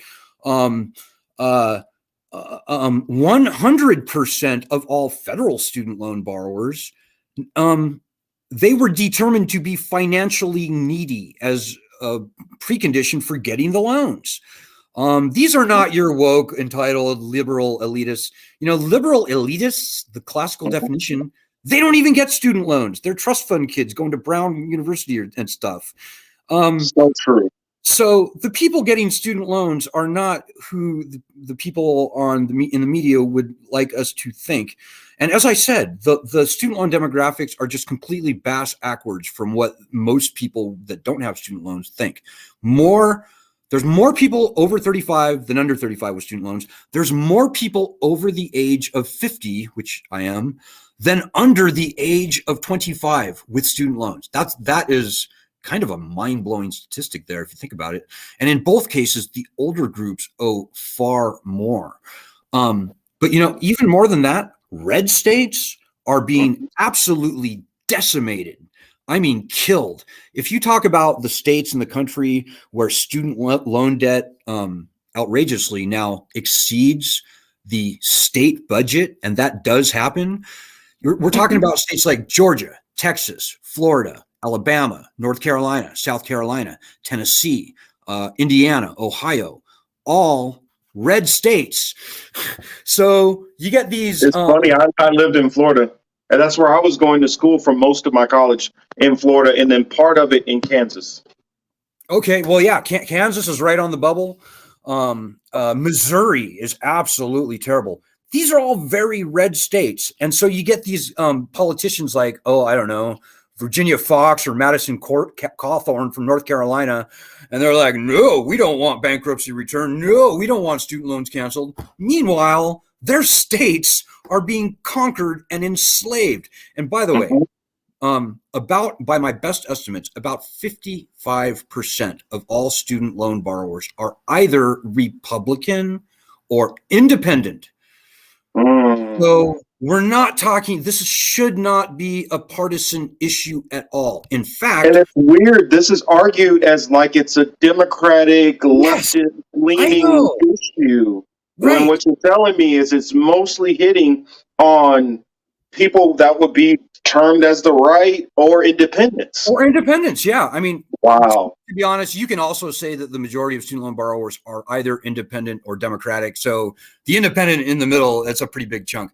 But this is not a partisan problem at all. In fact, I mean, what are we looking at here? We're looking at a big government, college enriching, lending scam. So what are two things that Republicans don't like, or conservatives? They don't like the government. They don't like the government, and they're not particularly fans of the college. Taxes. Right? And this is a form of taxation. Right. So, you know, they're talking about, those colleges are turning our kids into socialists. Meanwhile, they're wagging their finger at the normal people, their friends, family, colleagues, and neighbors who are being wrecked by the lending system that is enriching those very same colleges. So when I'm talking to a hater, I'm like, you ought to be ashamed of yourself. You wag your finger at the people being wrecked by this lending system, but you probably don't even know it because you're an idiot. You are fighting for the colleges and for the government, the two very things that you claim not to like. You ought to be ashamed of yourself. And what I usually say is, and I'm a nonpartisan guy. I don't even have a dog in any political fight. Same here. But for student loans, the only issue I care about. But I just love doing this dig. I say, if this country ever does turn socialist or communist, we're going to have idiots like you to thank you're going to get the useful idiot medal, comrade. Take a bow and turn in your conservative card, partner, because you done lost that. Yeah, people don't understand about like self-fulfilling prophecies. Like you keep on complaining about this issue to the point and fight against this thing to the point you make it a reality. It's two questions I have. I was like, I feel like we definitely gotta put out there. How much of the money that we are paying towards these student loans goes towards the principal? That's a great question. So before the pandemic, 80% of all the borrowers they had negatively amortizing loans. Right now, of the 1.8, it's actually more than that. It's closer to 2 trillion, but at least the official 1.8 trillion of outstanding student loan debt. Nobody knows how much of that is actual unpaid principal versus interest, fees, penalties, other stuff. But I think I have a pretty good estimate, and my estimate is that at most something like maybe 350 billion of that $2 trillion is actual unpaid principal. So the overwhelming majority of that nonsense fake debt is nonsense. It's penalties and fees. We're talking like 15-20% is actually really principal, and the most is just fees. Ouch. Right. And by the way, we could cancel these loans tomorrow. And since Obama federalized the lending program in 2010, it's probably a good thing. The federal government has been booking like $50+ billion a year in profit on this lending system. So it may well be that these loans could be written off tomorrow and the taxpayer would be about breaking even. I mean, theoretically, possibly, they could even be a little bit in the black. I sort of doubt that. Honestly, I think if they were if and when, and they will eventually, but when they do finally write off all this debt, I think the government might be losing maybe a couple $100 billion, but it's nothing. It's nothing. We just came through a pandemic. We threw $5+ trillion out into the country. All of that stuff added to the national debt. It needed money to be drawn from the Treasury. These federal student loans could be canceled tomorrow without needing one dime from the Treasury, without adding one penny to the national debt. So if you're talking about, if you need fiscal stimulus, this is by far and away the cheapest way to stimulate the economy. And, I have to think, I think the Congress of 1958 probably knew this when they first stood up the first commissioner of education. All that language was grandfathered into the Higher Education Act of 1965, where I think the panelists before rightly noted that language gives the Secretary of Education very broad authority to waive, cancel, compromise, release, i.e. cancel student loan debt without really even having to ask the president, although as a practical matter, I think they probably would want to run that by the president before they did so. Okay. These loans could be canceled tomorrow. The national debt would not go up by a penny. We would not have to borrow or take a dime from the Treasury. There's no easier, cheaper way to stimulate the economy. In my humble opinion, as a strictly, fiercely nonpartisan guy, the biggest mistake of Donald Trump's presidency was not canceling these loans. It cost him the election. It absolutely did. So any conservatives out there, you better rethink everything you think you know about student loans, because the chances are your state is being wrecked. And the chances are the Democrats are playing you for a fool because they chased you. I would agree. I would say if he did that, and if he threw out some kind of form of taking care of medical debt and some kind of, I don't care what kind of system, if he worked out some kind of system that's better than the current medical system, things that we're dealing with, that could have got him through the pandemic, that would have helped him also. I got one, because I know we got about 11 minutes left. And so I want to, this last one, I'm going to just throw, it's kind of a statement and a question, and then I want you to just go all ham on this one. If because like how you said before, we're getting to a point where it's so many people that even if they wanted to pay, they're not going to be able to pay, and so the numbers are increasing to like unsustainable levels as far as trying to keep this whole racket going. If I look at like I guess FDR period, the reason why FDR even did some of the good things that he did is because of the external pressures that he could feel coming from the people themselves. And my question would be, do you feel now with all the pressure that we have that if we just do a couple little things, how we could force their hand to have to do and act on these issues? What do you think, Alan? I think you're absolutely right. I think this is the wild west of politics. This is the biggest nuclear bomb domestically in the political universe right now that really neither party has gotten a good handle around. I think the thing that is finally going to crack this nut, and there's a million things that could do it, but I think the most likely thing is going to be when a governor of one of these states that are, like I said, like Georgia, for example. The state budget of Georgia, the entire state budget is $48 billion. The people of Georgia owe $82 billion in student loan debt. That's enough money to buy every farm in the state of Georgia, every tractor, every farmhouse, every cow, I think, every acre of farm twice, and still have $15 billion left over. I mean, come on, man. At what point is the governor, Governor Kemp, or whoever the next governor is, going to stand up and say, Mr. President, enough. I will not have my state conquered and enslaved by this debt. Cancel this nonsense debt. Replace whatever you want. I'm agnostic. I don't care what the next higher education financing system is. I only know that this one's failed. And when a governor like Brian Kemp or Ron DeSantis, Florida is even worse, arguably on the absolute magnitude. Floridians owe $120 billion. The state budget of Florida is $80 billion. This is just nonsense. So when Ron DeSantis and Jack Kemp and maybe the governor of Missouri, Greg Abbott, Texas is terrible. $141 billion in debt, $120 billion state budget. When any of these Republican governors grow a pair, get a spine, stand up and say, enough, Mr. President, cancel the loans. I think that's game over. I mean, right there, that's done. I mean, we're done. When the Republicans come around even a little bit, we're done. So that is something I tell everybody to do, particularly if you live in any of those states that I talked about earlier. Tennessee, North Carolina, if you live in the South, basically, Tennessee, Alabama, North Carolina, South Carolina, Texas, Florida, Missouri, Ohio, Alabama. Yeah, I would add Midwest.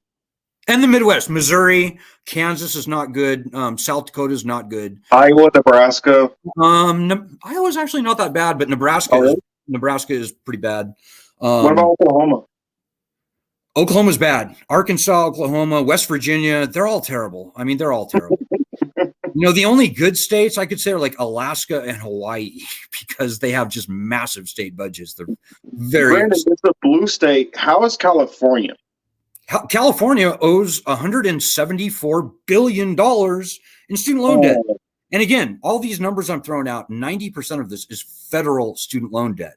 So this is a states' rights issue. I would love for Gavin, but it's because the issue is sort of partisan right now. We got to focus, at least I am focusing on the Republicans. That's where the low-hanging fruit is. The funnest thing. And I agree, because the Democratic side, you have the bases with you for the most part on this. Right. And so all it would take is that push from the right side, because then it leaves the Democrats saying, we're not going to do this. And that optically looks really bad. Right. And so I'm with you. I think that's a good strategy to push it against the Republicans to put that pressure. We're always stronger together, and that includes across the aisles. The Democrats have shown what they're going to do. Elizabeth Warren, Chuck Schumer, others. If left to their own devices, they will do up to $50,000 loan cancellation. And I'm sorry, guys. I love Elizabeth Warren, Chuck Schumer. That's crap. It's a joke. It's a joke. It won't be 50,000 for you. It will be some very small fraction thereof. It'll be almost nothing for almost everyone. if we get the return of bankruptcy rights back, and maybe the most important thing I'll say in the next couple minutes, there's a bill right now in the Senate, S-2598.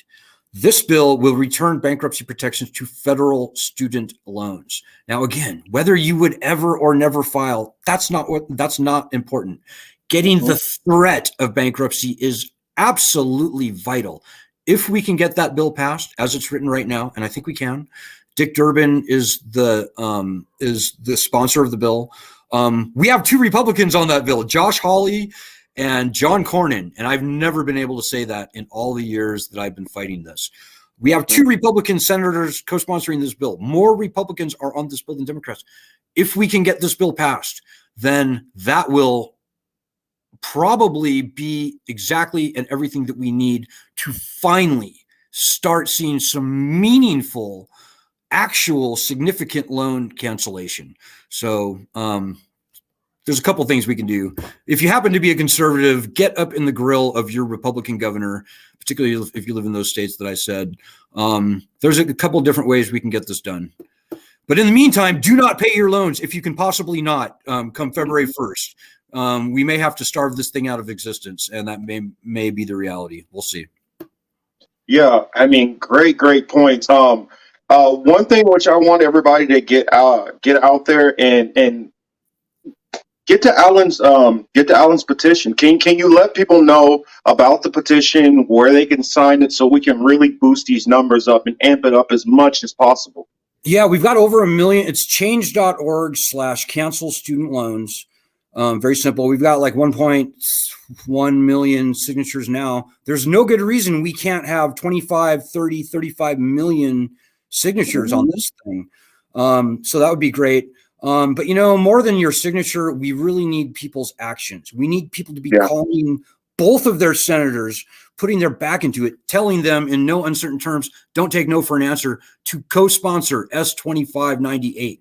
That is probably the most quick way we're going to get to actual meaningful student loan cancellation. So S-2598. Come to our website, studentloanjustice.org. We have state chapters, all 50 states. We need people helping to lead those. Some of them are pretty good, but some not so much.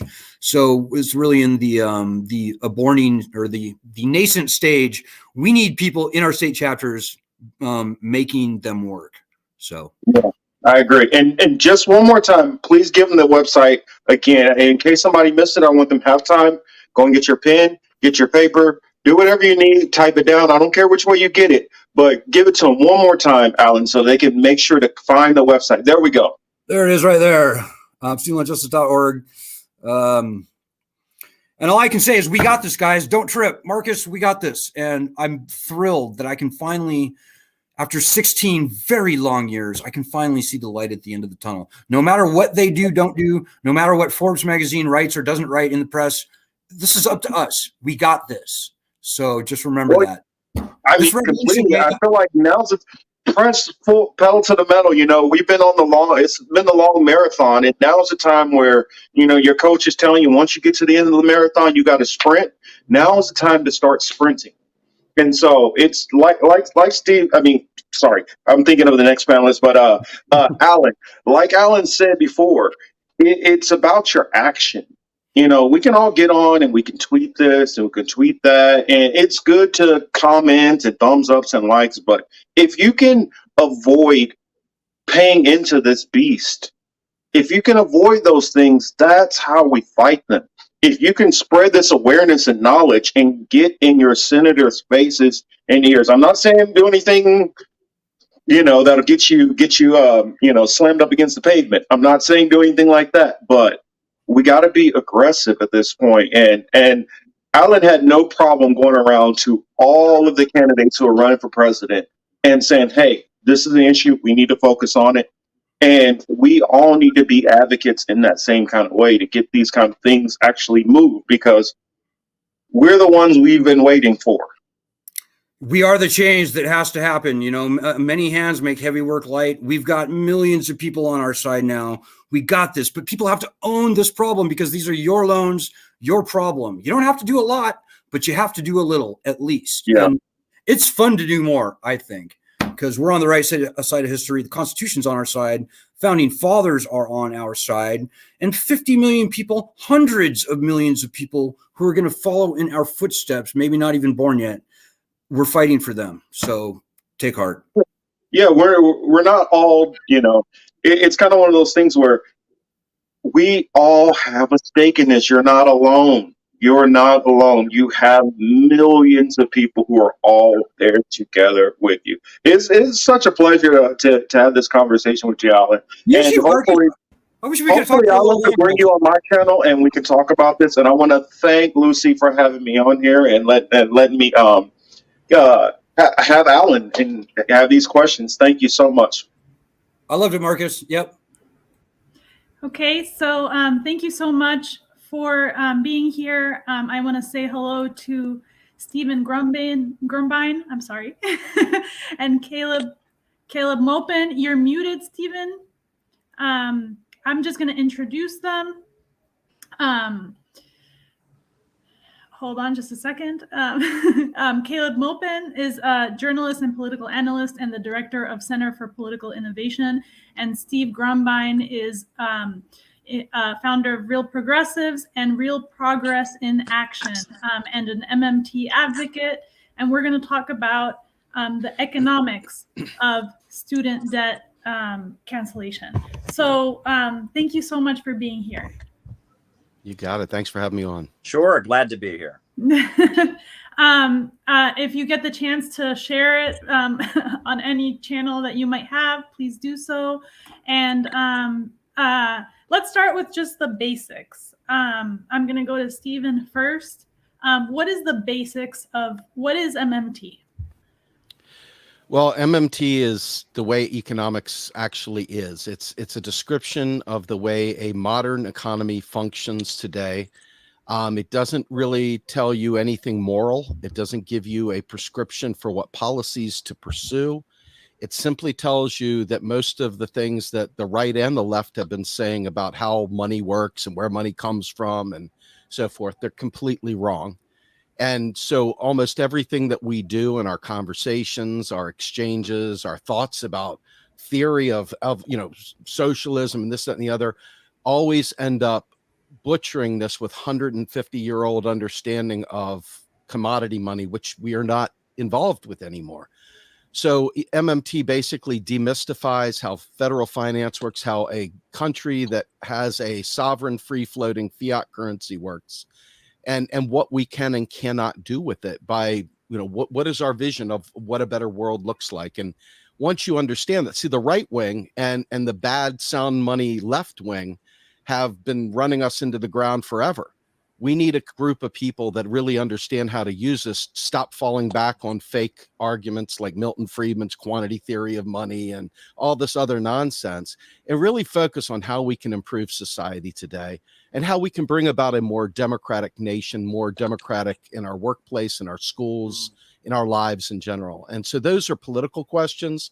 MMT is the playbook on how to use the plumbing of the finance system, and MMTers are the only ones out there that get it right now, unfortunately. So we've got a lot of work to do. So we live in a debt-based economy. Caleb, can you speak to what you think of the debt-based economy, or if you know anything about the history of our current debt-based economy, what your opinion is, like just your general opinion?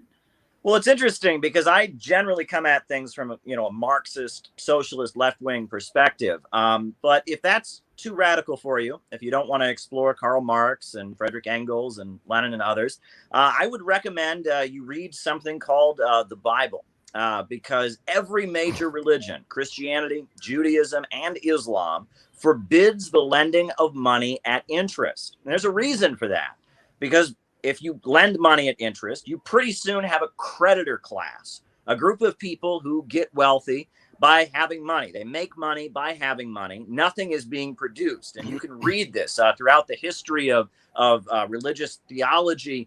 People talk about how money is sterile, and when money is created by means of having money, when money creates other money, no real value, no physical economy is being created. And we're the Center for Political Innovation. We actually just recently published this book, Jesus is a Socialist. And I'll just read to you, what the Bible itself says. It says, if your brother becomes poor and cannot maintain himself with you, you shall support him as though he were a stranger and a sojourner, and he shall live with you. Take no interest from him or profit, but fear your God, that your brother may live beside you. You shall not lend him your money at interest, nor give him food for profit. And then later in the New Testament of the Bible, it says, if you lend to those from whom you expect to receive, what credit is that to you? This is Luke chapter 6, 34 through 35. Even sinners lend to sinners to get back the same amount, but you love your enemies and do good and lend, expecting nothing in return. And your reward will be great, and you will be the sons of the Most High, for he is kind to the ungrateful and the evil. And the notion of lending money at interest and generating revenue through derivative ripoff schemes, this is contrary to the economic principles, not just of socialism and Marxism, but of Alexander Hamilton and the founders of the country. They believed in having a national bank where credit was assigned strategically in the interest of the country overall, not in the interest of private bankers and how they could make profits. And probably the most disturbing thing about this student debt ripoff scheme that has just ensnared millions of people and is destroying the financial future of the country is that it really gets to the essence of how we view education. When we provide someone with an education, when someone gets an education, that's not us giving them a handout, right? That's an investment in the future of the country. You need engineers to have a strong country. You need scientists to have a strong country. You need doctors. You need technicians. You need educated people. And, during the 2016 presidential election, Donald Trump, he made this statement that he was going to force Apple to start making their iPhones in the United States. And Apple came out and they said, well, even if that was the case, we couldn't, even if we wanted to, we couldn't make our iPhones in the United States because there aren't enough engineers here. There aren't enough scientists. There aren't enough people with technical degrees that could do it. We're not investing in the future of the country. Instead, we have this attitude, oh, you want to go to school? Well, that's something you got to take out a loan for. That's, for your own personal aggrandizement. That's a personal endeavor. That's like, going to the beach, or that's like taking a vacation or something. No, we should want people to go and study. We should be encouraging them to do it because that's investing in the future of the country. Right. And that's the whole reality of it. And it's really a disaster. You look at the educational system in the United States, you go to the doctor's office. Often you're going to have a doctor from India. You're going to have a doctor from Russia. You're going to have a doctor from another country. And why is that? Well, you can talk about brain drain, right? Whereas, we tend to strip developing countries of their professionals, right? All these countries around the world that are trying to raise themselves up out of poverty, they invest in their population. And then we lure those folks to the United States. And then on top of that, we don't invest in educating our own population. I'm not against immigration, but we have to talk about this situation. It started really during the Cold War. It was a strategy for hurting the communist countries during the Cold War. These communist countries provide free education. Cuba has the best medical school in the world, according to Ban Ki-moon. So these countries invest in their populations, and then the United States lures those folks away, and then we don't invest in our own population, so the developing countries don't have the professionals they need, and we don't educate our own population, and everyone loses. It's a lose-lose strategy. So we're actually going to have a recruiter from Cuba School of Medicine come on at 7 p.m. if anyone would like to watch that session. And there's also going to be someone that went to school in Thailand for anyone that wants to avoid debt by going to school abroad. And we're also going to be talking about like trade school and community college options. Steve, continuing this conversation, what are some of the biases that people have about our current economic system, and how can understanding MMT confront some of these biases? Well, so first off, I'd like to just echo everything Caleb said, minus a few things. They're just technical things that I would quibble over, but I'm not going to I agree with literally everything he said just now. I'm a socialist, but I also understand how money works. And that's, I think, the challenge for our movement as a whole. You saw how paralyzed we were in 2016 when Hillary laughed at Bernie and said, how are you going to pay for it, Bernie? Pie in the sky, right? And every leftist under the sun broke out Bernie's website. Here's how he said he's going to pay for it. He's going to do a Wall Street speculation tax. He's going to do this. But taxes are functionally deleted. They literally do not get respent.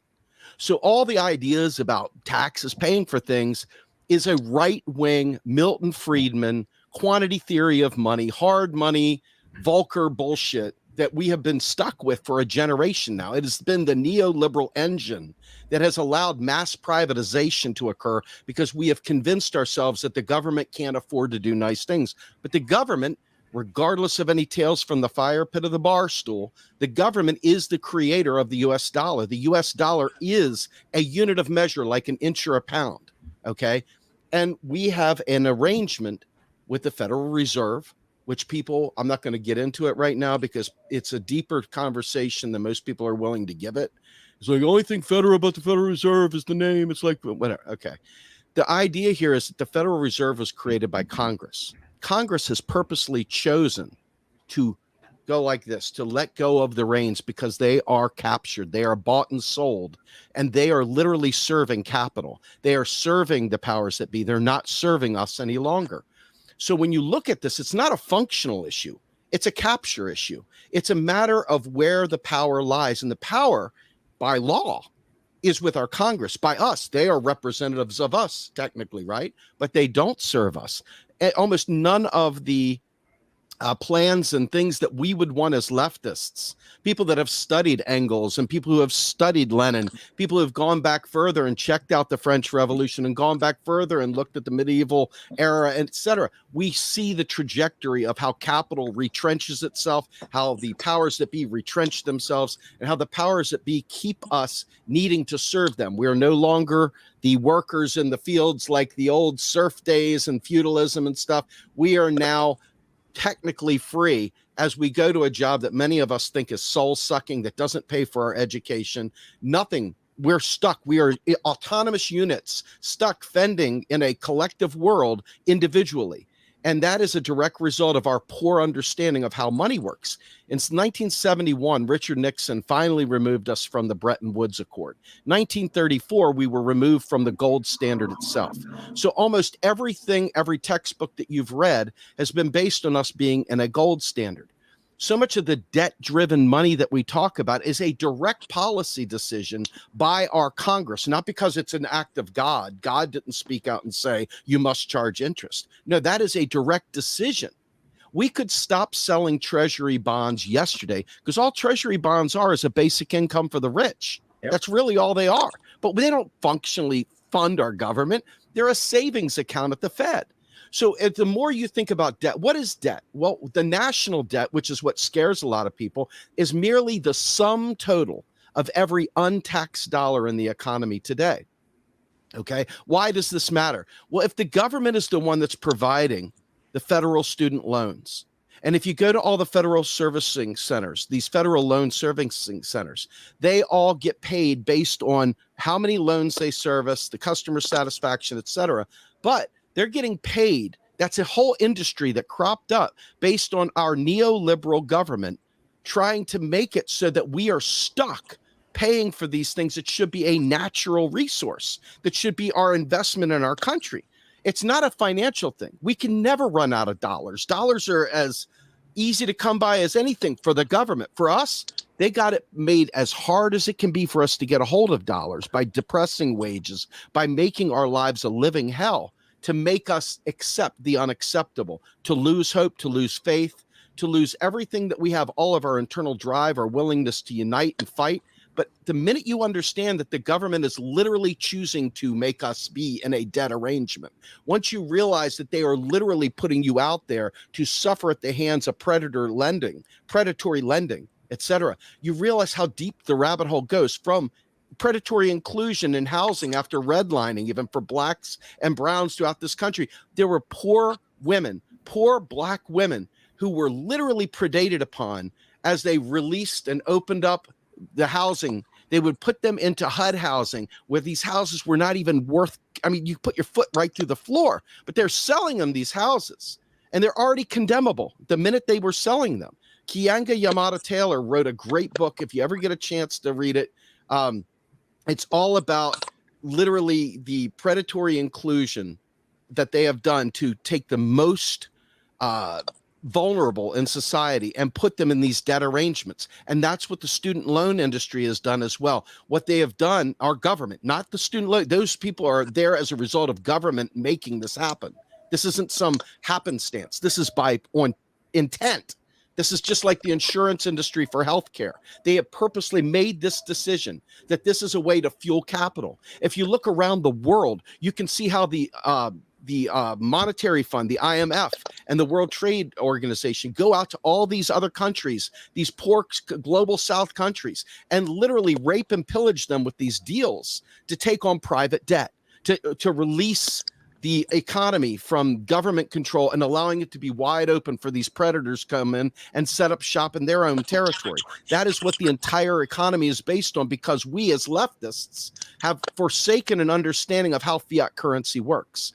And it's just like blockchain. I don't know if you ever listened to the blockchain socialist, but he was on Glenn Greenwald the other day, made a great pitch that even though, yes, blockchain and all this stuff is not going to help us get all these things done, it is absolutely a private thing. Even though there's bad actors leading the way, the left should not forsake it for fear of being like the right. We should use it to embrace, to organize around. Well, the same goes with fiat currency. When we understand how it really works, not the tales from the fire pit, the tales from the bar stool, but the real way it actually works. And there are experts out there. It's not hard to find them. So don't ask a non-expert like Richard Wolff or someone else that doesn't know MMT, what do they think about MMT? Because they don't know. It's like asking a man what it's like to ovulate. Don't ask them. They don't know. So the idea here is to make sure that you put your attention where the problem is. And where the problem is neoliberalism, the privatization of our education, the privatization of our communities, the privatization of our national parks and treasures. I mean, think about what's happened in Detroit, for example. Detroit has been stripped bare of all of its natural resources, of all its treasures, its museums, you name it, all in the name of privatization. These vulture capitalists come in, steal everything out, and then sell it off at a profit. So that's what's happening across the board. So I'm glad you're bringing up just how debt works in general, because I think one of the things that people assume when they're talking about college kids, especially people with a more conservative bent that haven't been to college, it's like, well, you have a responsibility, you signed a form, you honor your responsibilities. But this inflation of prices, basically, it's happening everywhere. It's not just student debt. It also happens with housing. It also happens when you get a fine, like a parking fine. And the police department uses that to pump their budget. This debt-based system is something that it happens it happens with small business, with commercial rent. If you're trying to start a small business, how do you think politically we can unite? This question is for Caleb. How do you think that we can maybe try to unite people that think that this is a kind of that student debt relief is some kind of college kid kind of upper crust issue that doesn't really pertain to their lives? Well, it's interesting that you ask that, because it's this time of year. It's actually we're getting toward the holiday season here in the United States, and I think about Christmas and the way we observe the Christmas holiday culturally in the United States. And you can really see the influence, not so much of Christianity, but of Germanic paganism and Odin in particular, right? We have this man who comes around once a year, an old man with a white beard to breathe life back into the earth for the winter solstice. And he flies through the sky with a magical team of reindeer. And this is very much, this is the myth of Odin, right? This is ancient Germanic paganism. You can talk about the wreaths and the pine trees and all of that. And in a lot of ways, you talk about Odin was the god of grit and valor, right? The ancient Norsemen used to, slice themselves with knives as they were dying in their beds, so that Odin would think they had died in battle and that they could then be admitted into the halls of Valhalla. because only those who died on the battlefield were allowed to enter heaven. And you know, you think about free market neoliberal economics that Steve was just talking about, Milton Friedman, Ayn Rand, Friedrich von Hayek. It very much plays into that Odinist mindset. Pull yourself up by your bootstraps, you know, you're on your own. If you want something done, do it yourself, right? And in a lot of ways, you know, that's very prevalent throughout U.S. history. You know, this is supposed to be the land of the American dream, where if you work hard, you can accomplish anything, mind over matter. And the neoliberal economists have tapped into that sentiment and used it to push a bunch of flim-flam, a bunch of utter nonsense, right? I mean, basic mathematics. I think we can all agree on mathematics here. You know, if I have 2 apples, and then I add 2 more apples, I have 4 apples. But then if I take 2 apples away, I am back to 2 apples. And 2 apples is less than 4 apples. Now, we all agree on that, right? Well, if you agree with that, you're not a neoliberal economist. You're not a libertarian, because they believe that somehow we can cut our way into economic growth. We can cut the jobs of government workers. We can cut the you know, the food subsidies to low-income families. We can stop investing in our roads. We can stop investing in our power plants and our water treatment facilities, and we can just cut here, cut there, and somehow we're going to magically have more. Well, in basic mathematics, when you subtract, you generally have less than what you started out with. But they have tapped into this mindset. And when you ask that question, the reason I'm going here, it may seem like a roundabout answer, but the reason I'm going here is because, you know, this Odinist mindset, mind over matter, we're going to work hard. This is how they put down people who talk about the issue, the very important issue we're talking about here today, which is student debt. Because the idea is, you know, we're all just a bunch of sloppy, lazy millennials and Zoomers who don't want to go out and get a job. We want everything handed to us. And you know, honestly, at the end of the day, you know, if we were to start investing in our population, if we were to start, you know, doing what other countries around the world that have had great success, like China, you know, that has really turned itself around, is now at this point, some people say China is the largest economy in the world. It's not telling people to be lazy. It's not telling people to be sloppy. It's the opposite.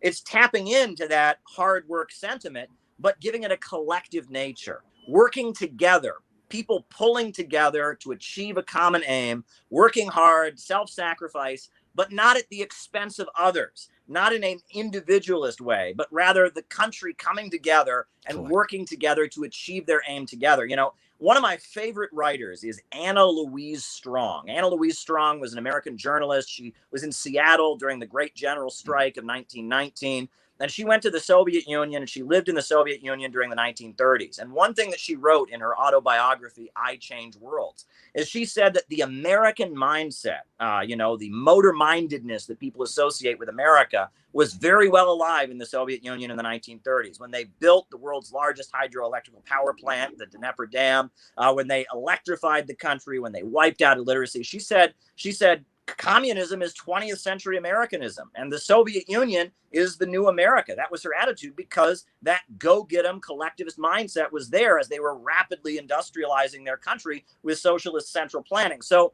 when conservatives make it out like we just want to be, you know, I jokingly say that unfortunately you will occasionally encounter a pessimistic mindset, right? You know, some people, they look at society that we live in and they say, you know, it's really unfair how rich these big bankers are. It's really unfair that you can work hard your whole life and get nothing for it.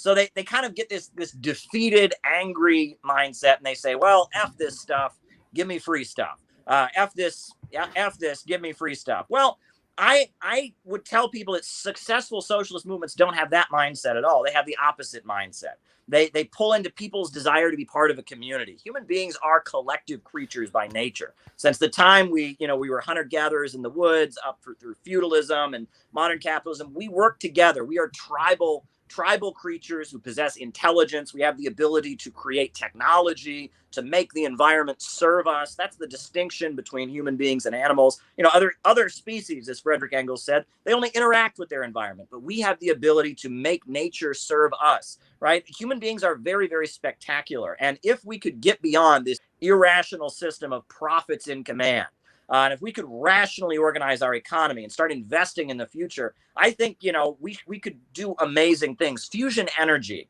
I mean, that's the answer to fossil fuels. You want to talk about the climate crisis? The answer isn't windmills and solar panels. They're great. I'm not opposed to windmills and solar panels, but they're not going to solve the problem. But fusion energy, that's the solution. If you look at what China's doing now with their artificial sun, that's how we could get beyond the nightmare of fossil fuels. So I like when you're talking about, investing. I mean, I think of education as a tool. It doesn't have to be a college education necessarily. It could be trade school or some kind of informal education. Not everyone has to go to college.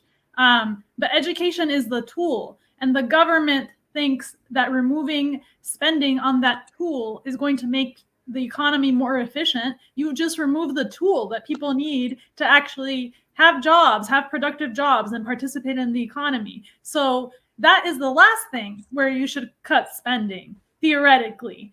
That's how I think about it. I feel like it's logical, but I want to go back. It's great to go back to the time of St. Nicholas and the gold standard, the 1920s. But I want to go back just to the Obama era, because I feel like this was very, very important in terms of people understanding how student loans work.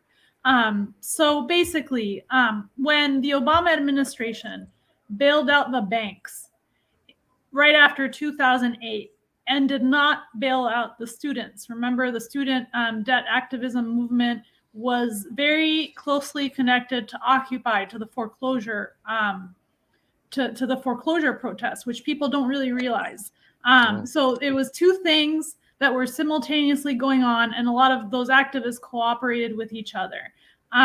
When that happened, Obama removed bankruptcy protections for student loans, and he also, most of what he did basically when he bailed out the banks is that a lot of the loans that were previously owed to private banks, today, that changed drastically, because today over 90% of student loans are owed directly to the federal government.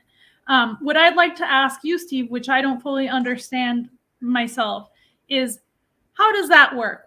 Since we are paying money for our student loans, most of us, directly to the federal government, is that just like an additional tax that we live with for the rest of our lives? Yes. I mean, so this is where if I could bring all my friends on the left together and have a beer with them or smoke a joint with them or do something fun with them and just kick back and talk about how a fiat currency works, right? It's a simple pathway. Congress authorizes a bill. Those instructions are signed off by the president. It's sent to the Federal Reserve, who then keystrokes money into whatever accounts that the government wants to spend from. The government neither has dollars nor doesn't have dollars. It creates them every time it spends. And every time it taxes, it literally deletes them because it completes a circuit. That's how a fiat currency works. Okay. This is not me making it up. This is how it works. This is the playbook, this is the plumbing manual. So if you take that understanding and you realize that the government itself is backstopping these loans, okay, and you're paying it to the government doesn't need cash in its coffers. The government creates it every time it spends. The velocity of a government spent dollar is one. It's spent one time.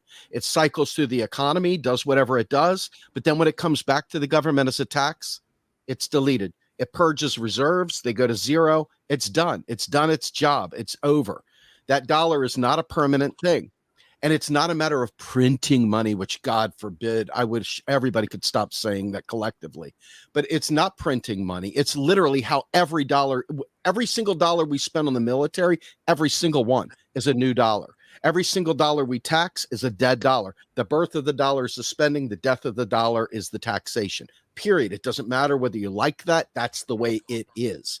So once you understand that and you realize that the government is taking away your ability to write these things off in bankruptcy, this is literally going back as a tax. Now, let me tell you, there are skimmers through this process. These loan servicing companies are making money hand over fist. Now, mind you, it's only a fraction of a percentage that they make, but they have such a huge volume of loan servicing. Every time they touch them, they get a certain amount of money, a little small fragment of money, but that money piles up. And that's how Nelnet and all those other groups out there are making their money to stay afloat.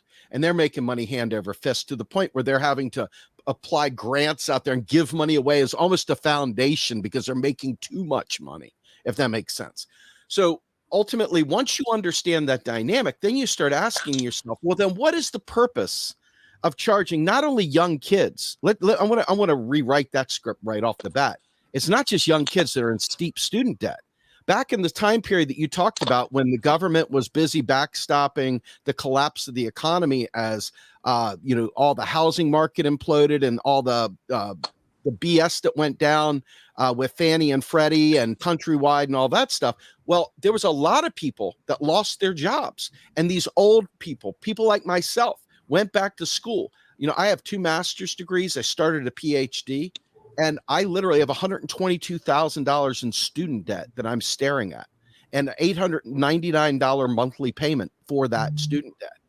So that money, why am I paying that money? I mean, this money should be a thing for my family to enhance its well-being, to enhance the society, to enhance the country, et cetera, et cetera, et cetera. But instead, it's used as a control mechanism. It's a control mechanism to force us to do certain things that maybe we would or would not want to do. Because what is the tax's purpose? The tax's purpose is to control behavior. It's to drive the need for the dollar.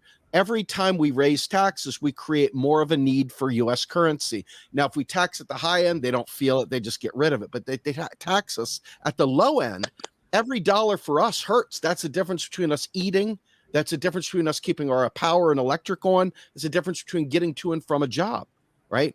So they're trying to control the poor, the worker bees, because back in the day when you were a peasant, you lived in a serf in a feudal farm situation, that you were controlled by that lord. The lord gave you so much land to till, you did so much, then you volunteered and did land. You didn't volunteer. You were part of your deal was you would then in turn do his fields as well. But that was a means of control. And everybody was like, oh, this isn't so horrible. I guess I get food and I get shelter and blah, blah, blah. Well, now we don't even have the food and shelter. We ain't even nearly as good as feudal society in a sense, because we are so precarious. We're all after each other's own thing. And we're literally desperate. We're running from an axe that every one of us is hiding from. And some of us are a little further ahead of the axe. You're like, I only have to be faster than the guy behind me. When the axe hits them, I'm good. But eventually the axe gets to more and more people. And that's what you're seeing with student debt right now. That student debt has crept deeper and deeper and deeper in, because the families, the generational wealth that was there for a lot of people to afford a $5,000 bachelor's degree now have to instead come up with $60,000, $70,000, $80,000 for that same bachelor's degree. And let me just add this before you cut me off, because I think this is super important. There's a gentleman named Davarian Baldwin, and this man teaches at Trinity. He's a brilliant guy. Just interviewed him a few days ago, and he talks about the ivory tower of the university system.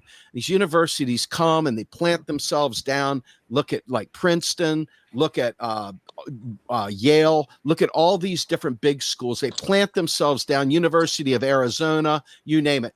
And then they become the city. They literally are not only tax-free nonprofits, but they also serve as the largest landholder in their communities. Then they wall off the community from the black and brown people in the poor sections. They sit there and bring private police in to police the community while simultaneously cracking down in black and brown communities outside the wall, etc. And all this is in the name of building another football stadium, building another amenity so that the rich kids have a reason to come to campus. And it's this environment that keeps jacking the price of education up through the roof. And simultaneously, we're not only paying for it, but they're not paying taxes in their local communities now. And so those local communities are drying up, save for the goodwill of these neoliberal institutions that are there, bought and paid for by big corporations to train people to do the kinds of work they would want them to do if they came to work for them. So once again, training, education, and development for these corporations has been completely subsidized by you and me, not the government, you and me with our student debt. This is messed up. This is horrible. And that, my friend, is why this thing is going to hell in a handbasket and why we got to fight back. So I'm glad you brought up the colleges and how they're expanding land-wise. To what extent do you think, maybe for Caleb, I'll have this question for Caleb. I grew up in New York City, and at the time I lived not that far from Columbia University. And Columbia University essentially took over my neighborhood. They were involved in many scandals where they were connected to evictions. Basically, they encouraged evictions. And Columbia University is one of the largest landowners in New York City. So could you talk a little bit more about how these universities are not just educational institutions, but predatory businesses that aren't just affecting college students, but are also affecting everyone that lives around the college, how they take over, how they get tax cuts while small businesses have to pay for more taxes. And, what do you think about this, Caleb? Well, there's a lot I could say there. It's particularly interesting. Columbia University, and that there was an incident there in 1968, kind of a rebellion that combined, community outrage from the community of Harlem with outrage about U.S. foreign policy and how they kind of walked hand in hand. You can look at the incident that happened 1968, Columbia University, where the students, took over buildings, and it was quite an incident. But a little known fact is that Columbia University is also very, very important to American intelligence. Zbigniew Brzezinski, who was one of the main, strategists of the late Cold War policies of the United States and working to bring down the Soviet Union. He's out of Columbia University. Barack Obama studied there in the department in the institution set up by Columbia University. I understand that there's a fight song at Columbia University. They say, "Who runs New York? Who runs New York? Who runs New York?" The people say, "We run New York. We run New York. COLUMBIA." Hey. Well, apparently, years ago, there used to be protests outside of Columbia University where people would say, "Who runs New York? Who runs New York? Who runs New York?" The people say, "They run New York. They run New York. COLUMCIA." That's what people used to say when they were protesting Columbia University. But one of the wild things is, I went to a school in Ohio. I went to kind of a small school in Ohio. But my whole life, my whole family, everyone said to me, "You're going to love college, Caleb. You're just going to love college. It's going to be so amazing. You're a bookish kind of guy. You read. You're always talking. You're going to love college." I hated college. I'll just tell you the truth. I didn't like it at all. But the reason that my relatives and my parents and my aunts and my uncles were all telling me I was going to love college is because the role of universities has drastically changed in the United States in the past 20 to 30 years. It used to be the universities were a place of dissident thought. Used to be they were kind of the place that was where you would go to be exposed to new ideas, to question things. It was a place for the folks who thought a little bit deeper than average folks. Now it's not like that at all. If you look at the role the universities play, it's the opposite. Average Americans who haven't been to college are sick of these wars. They want the troops home from Afghanistan. They're happy the USA has pulled out. They don't want the USA meddling in the affairs of countries around the world. It's Americans who've been to college and taken international studies and think that they're educated, who've been informed about why it is we have to have troops in Afghanistan and why it is that we need to overthrow the government of Nicaragua and why it is that Russia and China are a threat. And instead of being a place for people to learn to think more broadly and question things, universities are increasingly becoming a place that people are essentially taught the party line of the ruling elite so that they can be a trusted part of this professional managerial class, and it's the opposite of the role that they historically played. And that's what universities are doing. And part of that is creating an infantilizing environment. I'm a leftist, and I'll tell you, I never want to hear anybody ever say, "Now, if you hear me clap once, if you hear me clap twice, if you hear me clap 3 times," I never want to hear that again. And, I talked to, older folks when I was in college. The college librarian was a good friend of mine. He was a guy who spoke Chinese and Vietnamese fluently and had traveled the world. And he said, when I went to college, it was pretty basic. Here's your room in the dorm. Here are your books. Start studying. But this kind of infantilizing environment they create that also comes with kind of the political correctness and all of that It's all about kind of creating an atmosphere where people are afraid to think for themselves. People learn to obey authority, and they learn to be trusted enough to become, architects and engineers of empire, and preside over this decaying international financial system that Wall Street and London sit at the center of. They talk about how there are different models of global trade. There's the the Eurasian model, which is is historically, that's Russia and China and the way that they've worked. And then there's what you call the Atlanticist model. And the Atlanticist model is when you basically have an economy that is centered around control of the trade routes, where you have big cities that are at the center of finance that dominate the trade routes and enrich themselves by controlling global trade, maintaining a monopoly.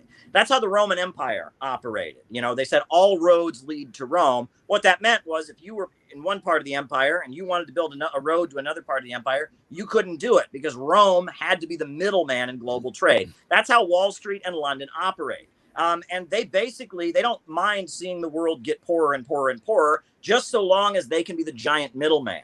But the Eurasian model, where development is essential, and you have kind of the idea of bringing parts of the globe together, right?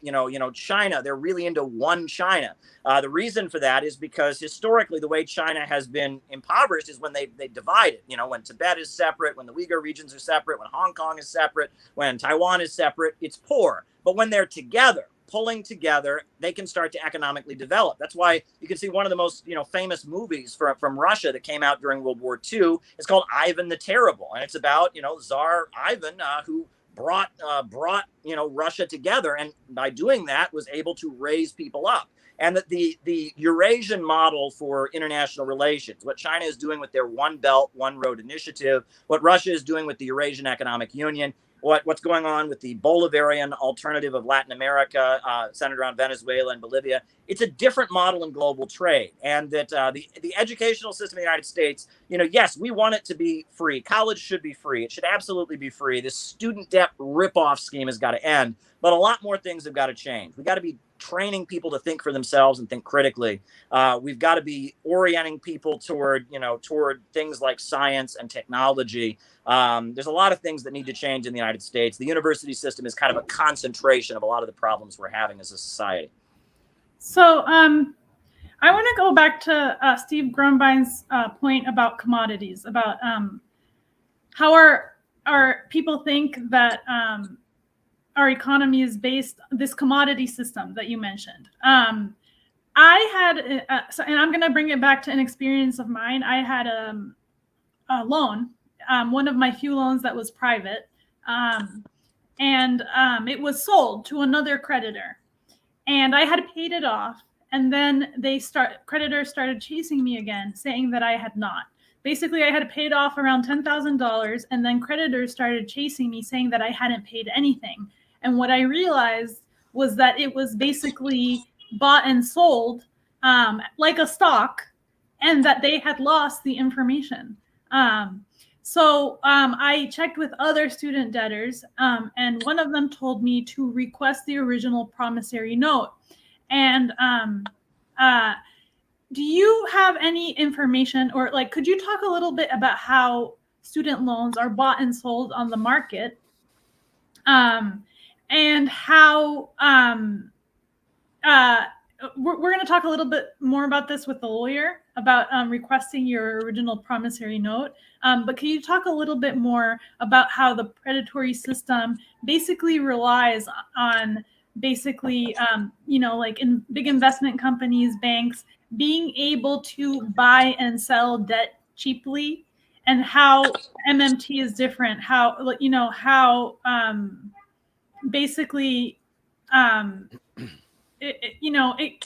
that'll help you understand a little bit more about why these prices are so high.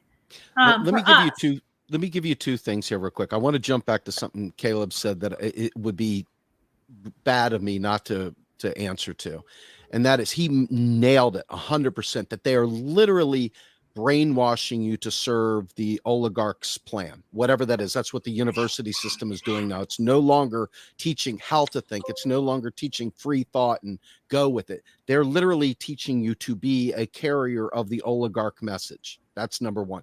But there's a second part to that, and that's the military. So we're sending kids off to school on one hand, teaching them how to be good capitalists, how to be good carers of the oligarchs' world, if you will. On the flip side, we've got the kids going off to the military. So they're knocking it out with two stones. One, they're teaching the people that are white collar how to be good white collar, protectors of capital. And on the other side, they're teaching you how to never question these colors don't run. This flag, man, do it for the flag. And they're teaching you how to be a jackbooted thug over here. You come back to society out of being in the military. And what do you do with that knowledge? Now, all of a sudden, you've got a straight up fascist mindset. You have literally been brainwashed. And for those that can break free from that, it's a huge kudos, but that's a hard thing because the indoctrination is intentional. It's not just for the killing machine. It's to protect it at home. So if you think about how many of those ex-military people that have literally walked in, bright-eyed and bushy-tailed, come out a killing machine, but come out with that drive. Don't you dare say that about the flag. This country, our country. They're prepared. Two sides of the same coin to protect capital. This is a huge, huge, huge propaganda mission that has been highly successful. That said, back to your question about selling debt and so forth. That debt, what happens is this. If you look at normal credit relations, your object is to see, are you credit worthy? Is this something that we feel is beneficial to society to invest this loan into, to provide that loan? Because this loan impacts society. It's not just your loan. It's what are you going to do with it? And so there used to be a time where a smaller amount of loans were given, smaller amount of access to credit was given based on different things. Today now, the idea here is to give everybody as much credit as possible, knowing full well that a certain percentage will absolutely default on that. But by bundling them together, they create those CDOs that they did with the mortgage industry. They do the same thing with the student loan industry. And let's be fair. Bear Stearns thought the most secure thing in the world was housing debt, housing, rent, the mortgages. So that was a safe bet. And the same thing they feel with student debt, because after all, you can't discharge it. Obama and Biden made sure you couldn't discharge it. So now what?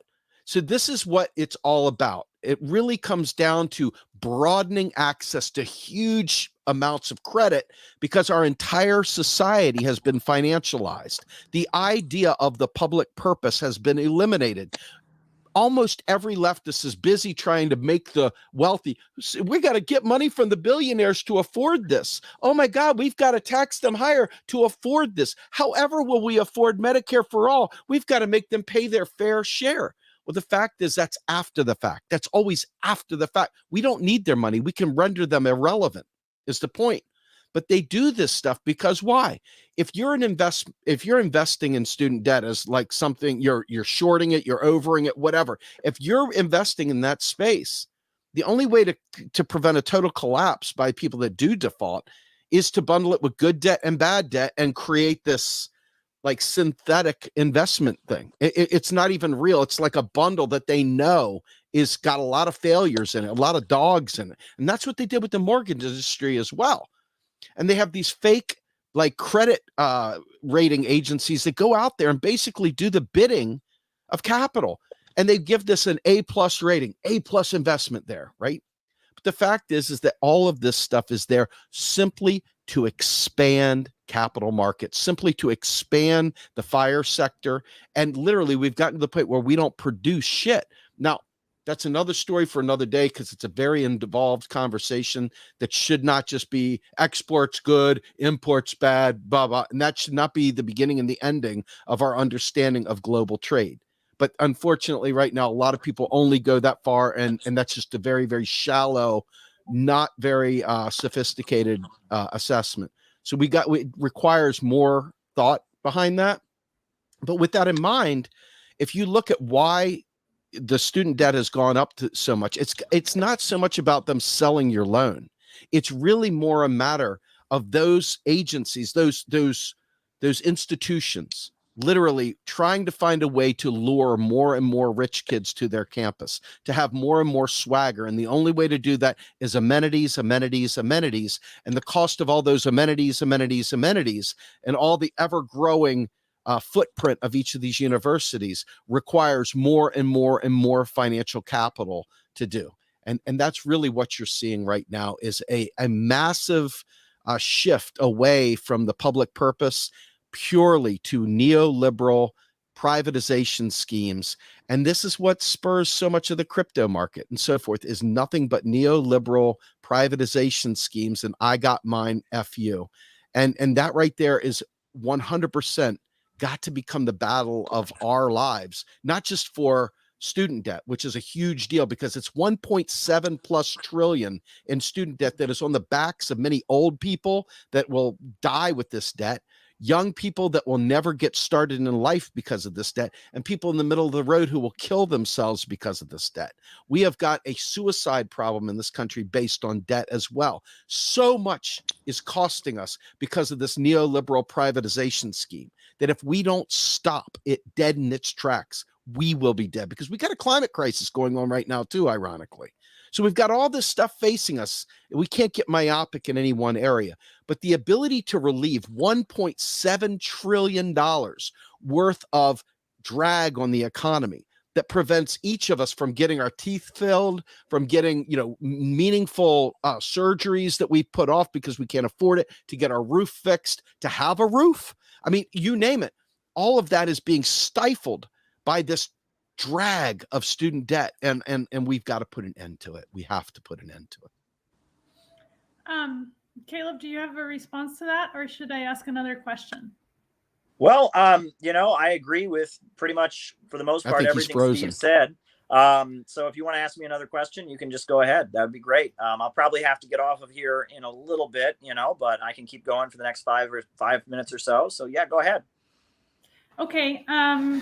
So I don't know if this is relevant, but you seem to be able to connect the dots in very unexpected ways, Caleb. So I'm going to ask to go back to NAFTA, and let's talk a little bit how our dying manufacturing industry, because there aren't as many jobs available with only a high school degree. For those people that can't go into the trades, a lot of people say, oh, you should have gone to trade school. But there's problems with that too. For example, there's less women. Not everyone can go to trade school. Not everyone finds it a great environment for them, whatever. There's less good jobs today that are available with just a high school degree. And this causes more people to want to go to college. It's logical. What do you think about, also since you talk a lot about China, etc., how our dying manufacturing industry, and obviously we still manufacture some things, is related to this student debt crisis, and what we can do, maybe in other parts of the economy to turn that around. And why it is that socially it's become so difficult to find a job, not in every area, without just piles and piles of degrees. How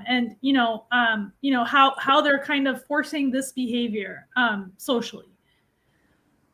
Well, it's interesting because, when you talk about NAFTA, you can talk about the fact that the people of Mexico have been growing their own food for thousands of years, long before Christopher Columbus ever showed up. But now they're largely importing their food from American agribusiness, because the way NAFTA worked was that it opened up their markets. It got rid of subsidies for domestic, Mexican farmers. As a result, American agribusiness went in there and put the Mexican farmers out of business. And now they import their food from the United States, from American agribusiness. A similar thing happened to Haiti. Haiti, they've been farming there since, the time of the slave revolution. But yet NAFTA went in and put them out of business. And, yes, production does take place in a more global way. You can talk about a single laptop computer can be made in 50 different countries, right? And so that is global capitalism. But I will say that, while that is a factor, while globalization is a factor in getting rid of labor, it's not the primary factor. The main thing getting rid of jobs, This technology, the main jobs killer is technology. And this gets back to the basic problem of capitalism, which is the problem of overproduction. The capitalist is constantly driving to produce as many goods as he possibly can and maximize his profits in doing so. Pay as little labor as he possibly can to do it, produce them as cheaply as he possibly can, churn out the most goods as he can, maximize his profits. But the worker is also the consumer. So if you reduce the role of the person in production and fewer people are hired, workers are replaced with machines, eventually people cannot buy the products that are being produced. And the computer revolution has taken that problem of overproduction, the problem that the worker cannot ever buy back what he produces, it has taken it to a far higher level. If you look at, World War I came after some great technological leaps in how production was carried out. World War II came after the Great Depression, which was largely a result of Henry Ford and his assembly line innovations that made it much easier to produce things like radios and cars and such, and made technology much more efficient, made production more efficient, and as a result, eliminated people from the assembly line. And as a result, people couldn't buy back the products, and we had a prolonged capitalist crisis. We're now living in the aftermath of the computer revolution. And a college degree is probably not going to help you that much in dealing with this problem, because it's not only, working the assembly lines that the robots can do. The robots can play chess better than human beings. The robots can trade stocks better than human beings. And that increasingly the role of the worker in production is being decreased. And this is what is behind the global refugee crisis. This is what is behind the dropping living standards and the rise of the low-wage, short-term service sector job economy for millennials and Zoomers. That's what this is all about, is that there is not a role for us at the assembly line. They have produced and they've gotten technology to be so efficient that they don't have a place for us in the global assembly line. And this is the problem of capitalism. And the only way to overcome it is to have an economy that doesn't function according to profit. Have a rationally planned and organized economy so that growth can continue. In a rational economy, self-driving cars would be a great thing, because everyone who has a job driving a truck or a taxi driver or whatever can now do something else. There's less work to be done. But under capitalism, self-driving cars would create, and is going to most likely create, a huge economic problem of millions of people without jobs. That's not rational. That's not rational. That's the rule of profits. That's the capitalist system. As far as what can be done about it, right? If this could be overturned, if we could get beyond profits and command, we could solve this. Now, I have in the past, the Center for Political Innovation, you can visit our website, cpiusa.org. We have a 4-point plan to rescue the economy. Step number 1 would be a mobilization to rebuild the country's infrastructure. Rebuild the bridges, rebuild the highways, high-speed railway, internet access for the whole country, etc. A mass mobilization, something like the Works Progress Administration of Roosevelt. Step number 2 would be public control of our natural resources. America's oil, America's natural gas, America's coal, America's timber, all of our natural resources, the profits from them should belong to every American.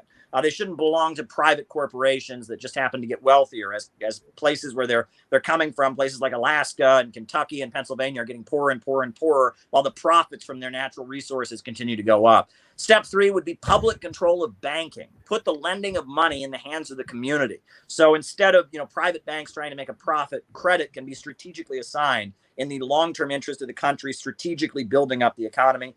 And step 4 would be an economic bill of rights, the right to housing, the right to jobs, and most certainly the right to an education. A 4-point plan. If you were to enact those 4 steps, the U.S. economy would rebound amazingly. We would have a huge amount of economic growth. Things would get much better very quickly. And there are many countries around the world that have similar economic programs and have built themselves up with such success. Rather than trying to get people to agree with an ideology, rather than trying to get people to agree on cultural issues, if we can go to people with a 4-point plan, are you for these 4 things? Are you against them? that's a way we can push forward the conversation. And that's what the Center for Political Innovation is trying to do. I'm very interested to learn more about what Steve is talking about with modern monetary theory. I'm open to it. We need to have more conversations about these kind of things. And I really appreciate being invited on here. Student debt is a curse hanging over this economy. But I believe if the people of this country come together and we mobilize and we don't just march behind the Democrats, but we really make clear demands, I think we can defeat the student debt crisis. I think we can march ahead. So thank you very much for having me on. Thank you, Caleb. Steve, do you have any last comments? I just want to say I really like your 4-point plan. The only thing that I would add to that at all is that because the wagon wheel maker despised the steel radial, okay, I realize ultimately that we have to move as things change, right?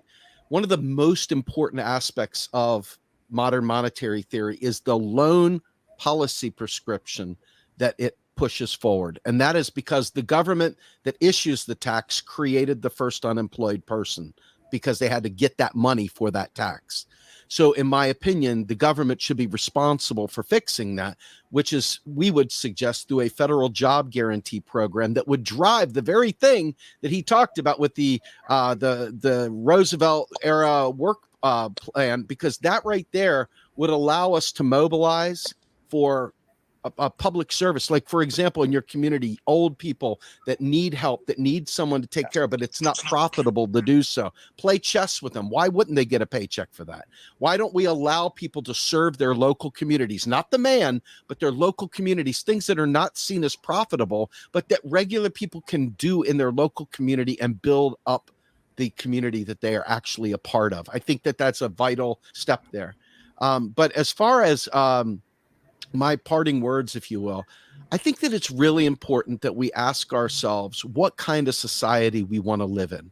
Don't just say something quick and snippy off the cuff. Think about it. Take a step back and really think about how many contradictions we have with our existing world that we're around.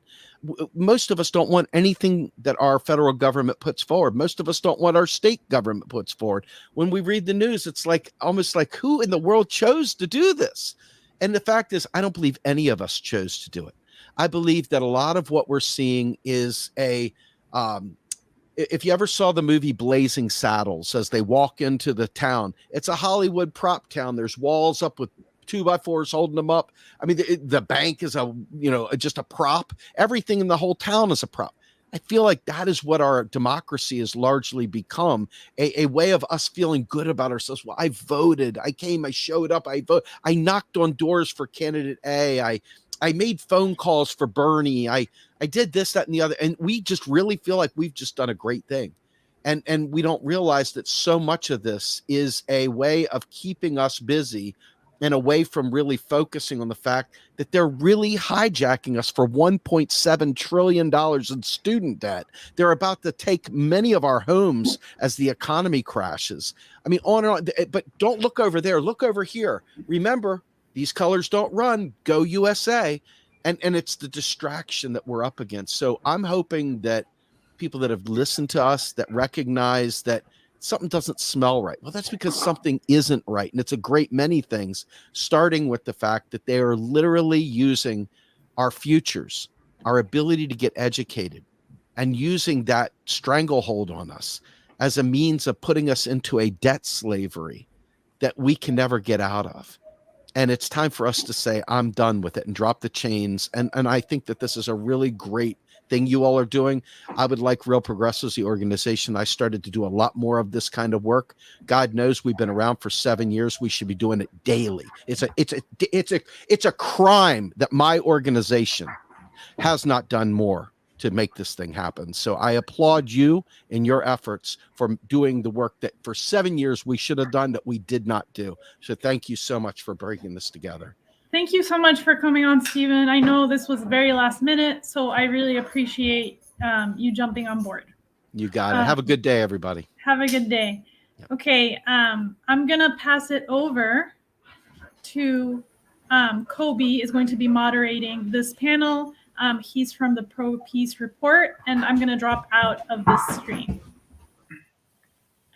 Hi there. I'm Kobi, independent journalist activist, currently studying abroad in Lund, Sweden, actually.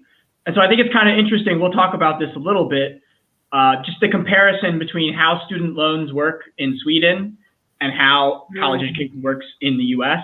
But if you guys both want to just introduce yourselves first, I think that'd be a good idea. Lystra, do you want to go first? Sure. Hi, everyone. My name is Lystra Clouden, and I am from Horsham, Pennsylvania. Perfect. And then Scott? So hi, I'm Scott Rennie. I'm coming to you from Knoxville, Tennessee. And what organizations are you all both with? Are you with an organization? We are both members of the Debt Collective. Perfect. And so what kind of work do you do with the Student Debt Collective? Like, what's the main goal? I've read a little bit of the website. I know the idea is to cancel student debt entirely, but what work are you doing towards that end? And do you have any other goals? I'll take this one. Another question could be, what has the union done? And I think that I'm not sure of the exact number, but hundreds of millions, if not billions of dollars have been, we don't like the word forgiven. We like the word cancel. You ask for forgiveness when you've done something wrong. I have not done anything wrong. I do not need forgiveness. I need cancellation of these loans. The Debt Collective has been instrumental in borrower defense, and several different schools have had loans canceled because of the work of this union. It is a real thing. I might add that student loans are horrible. That's why I'm here today. But the real problem is capitalism and any and all types of debt. This is just one form of debt. I did write a line about this once that seems to fit. And, thank Steve, who was just on for that intro, because I'm here to tell you, please don't pay your loans. I am on strike. Many members of this union are on strike. Exercise what power you have. This is my sentence. A particularly egregious form of predation and grift is the student loan. Undoubtedly one of the most vile types of debt, as this type of loan has successfully infiltrated something sacred, the desire a person has to learn and grow and better themselves in their condition. Yeah. Wow, that was powerful. Yeah, and so, because I've also been considering possibly boycotting my debt. I'm currently studying abroad now. I don't actually have to start paying my debt until I graduate. But from my bachelor's degree, I actually had $30,000 worth of debt. And once I'm done with this degree, I'll have another $40,000 on top of that or so $60,000 or $70,000 of debt. What kind of work does the Student Debt Collective do to reassure people who boycott their loans that they're not alone? What do you do to help people with their credit score? Like, how do you reassure people who want to get started with this type of action? The Debt Collective, they are currently involved in a number of cohesive events, like meetings, informational sessions. There is a source of coming together to know you are not alone in not paying your student debt. When you listen to other people, you realize that they have similar circumstances. You realize that they feel as though they have been trampled on. And somehow you have that unity in knowing that you can push forward and continue to push towards Washington so that they could honor their commitment to at least cancel all student debt. We know that President Biden, by the signing of a document, can waive all student debt. But what is taking so long? There are commitments among commitments, but nobody seems to be coming through with any positive aspirations for deleting student debt. So for us coming together, we hold jubilees, we hold functions, we hold different form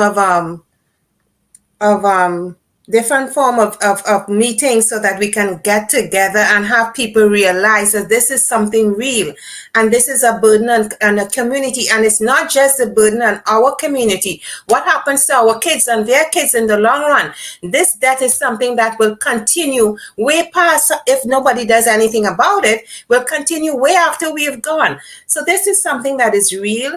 It is not something that we are in it now, but we have to think about the future of students that are coming behind us.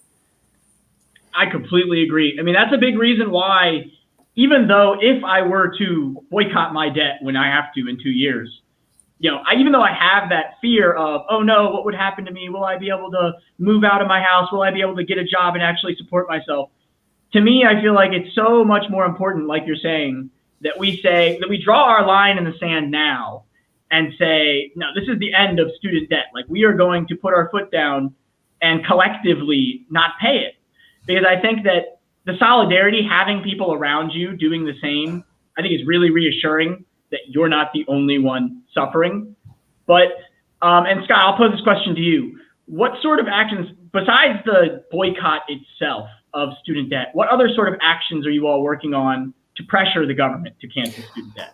The union has planned activities in Washington, I believe January 19th or very closely thereabouts. So, direct action protest is certainly one tool in our toolbook. Here in Knoxville last year, for the last nationwide kind of event we had a debt burning where people write their debt on a piece of flash paper and then throw it in the air and burn it, kind of a symbolic gesture. The benefits are on many levels, but it seems to me the emotional level, where you just connect with other human beings who are experiencing very similar things to you. Abuse thrives in the darkness. And when you open the door and let the light in, and you're not ashamed of these things, you gain power and they lose power. And that seems to be what this is all about. I love that. I mean, that's, to me, it's like education is a virtue. It's not something that should have been for profit in the first place. Sacred. And it's so amazing to me how in Sweden, I have to pay $25,000 for my 2-year program, which is actually much cheaper than it would have been if I had studied in the US. I looked up the average price before this podcast. It's like $60,000 for the average master's degree program in the US. And so it's kind of crazy to me that even as an American, I can fly abroad to Sweden and still get my master's degree program at a top 100 university in the school. Lund University is a good university. I can get it for cheaper than in the US.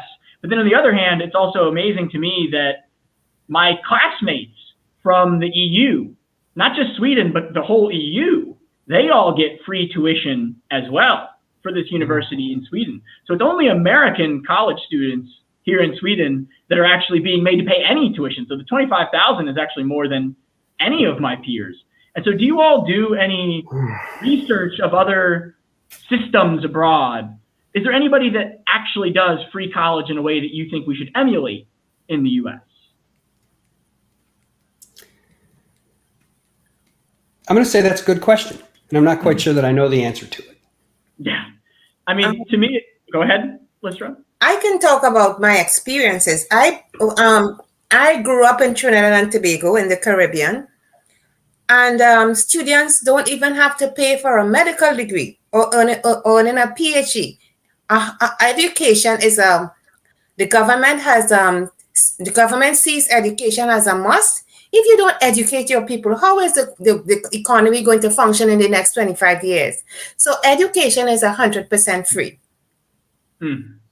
Yeah, I mean, I think that's exactly the type of thing that we need to be doing in the US. And even in Sweden, this is important to note, they have free tuition.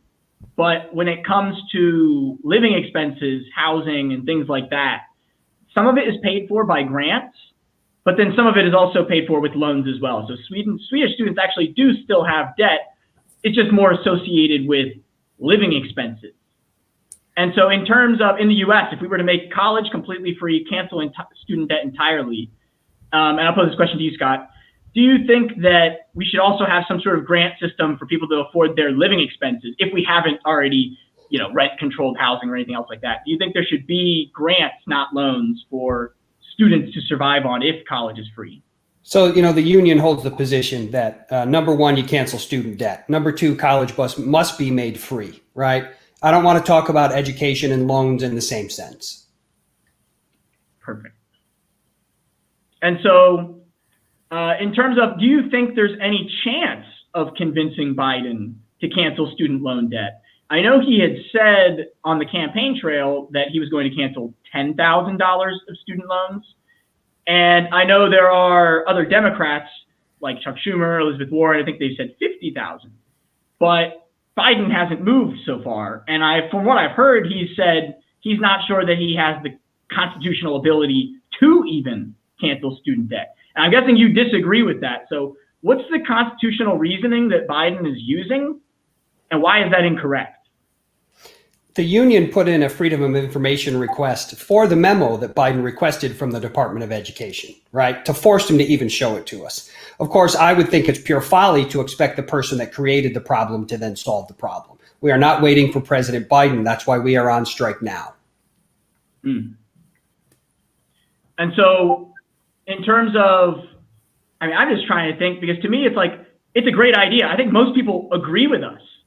But it seems like we have few allies in Congress. So in terms of the two-party system itself, you know, do you think that it's possible to get any action in Congress? So I know canceling student debt can be done by the president, can be done by the executive.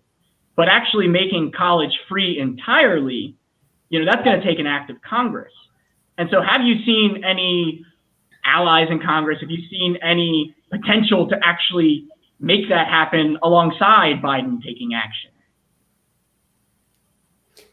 Yeah, I do know that AOC has been in contact with our New York City branch, and you know we have had a history of working with some progressive members of Congress. And of course, you're right; it takes an act of Congress to make college free or to do anything about private loans. Right? The president only has the authority to do the federal loans.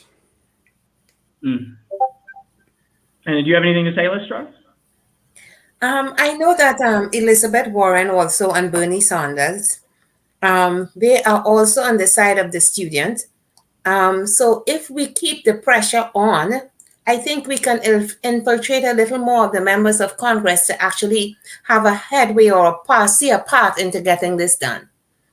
Yeah, I mean, I really hope so, because to me, it's like my big concern when it comes to student loan debt, because I graduated from my bachelor's degree. It was a few years ago, maybe 2017, 2018. And I actually did reach a point where I was starting to have to pay back my loans. And I put it on forbearance because it was going to be, even with income adjusted, it was somewhere around $150 to $250 a month. And, you know, I was barely scraping by. I was making $15 an hour at the time. And even in my state of Maryland, $15 an hour while living at home with my parents, you know, even that was not enough for me to save up any money. If I was to pay my loans at the exact same time that I was trying to save money, I wouldn't have saved any money whatsoever. I would have been constantly running in place. And that's living at home, paying my mom like $200 a month for rent. So I'm getting a special deal. If I was actually living by myself in an apartment or even with a roommate, it would be impossible for me to actually pay it off. And so can you talk about the intersectionality of student loan debt and its impact on the younger generations even just getting started with their lives?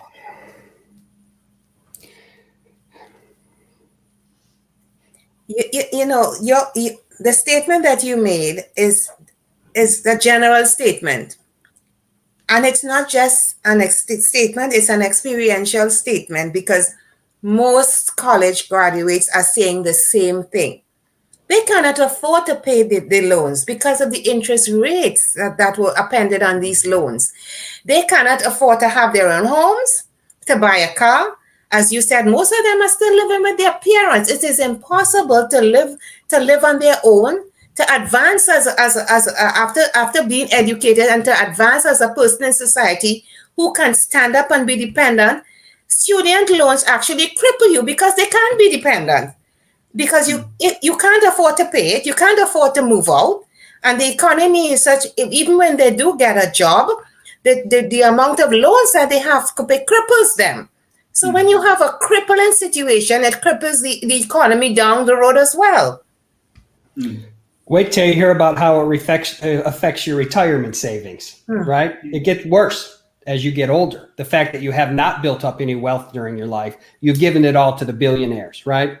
That's why there comes a point when the only answer is to say no. To say no. That's right. Not another penny for me. They can do what they're going to do, but they're not getting any of my money. Yep. And so what kind of consequences do people see when they do make the decision, you know, I am not going to pay my loans anymore, I am done?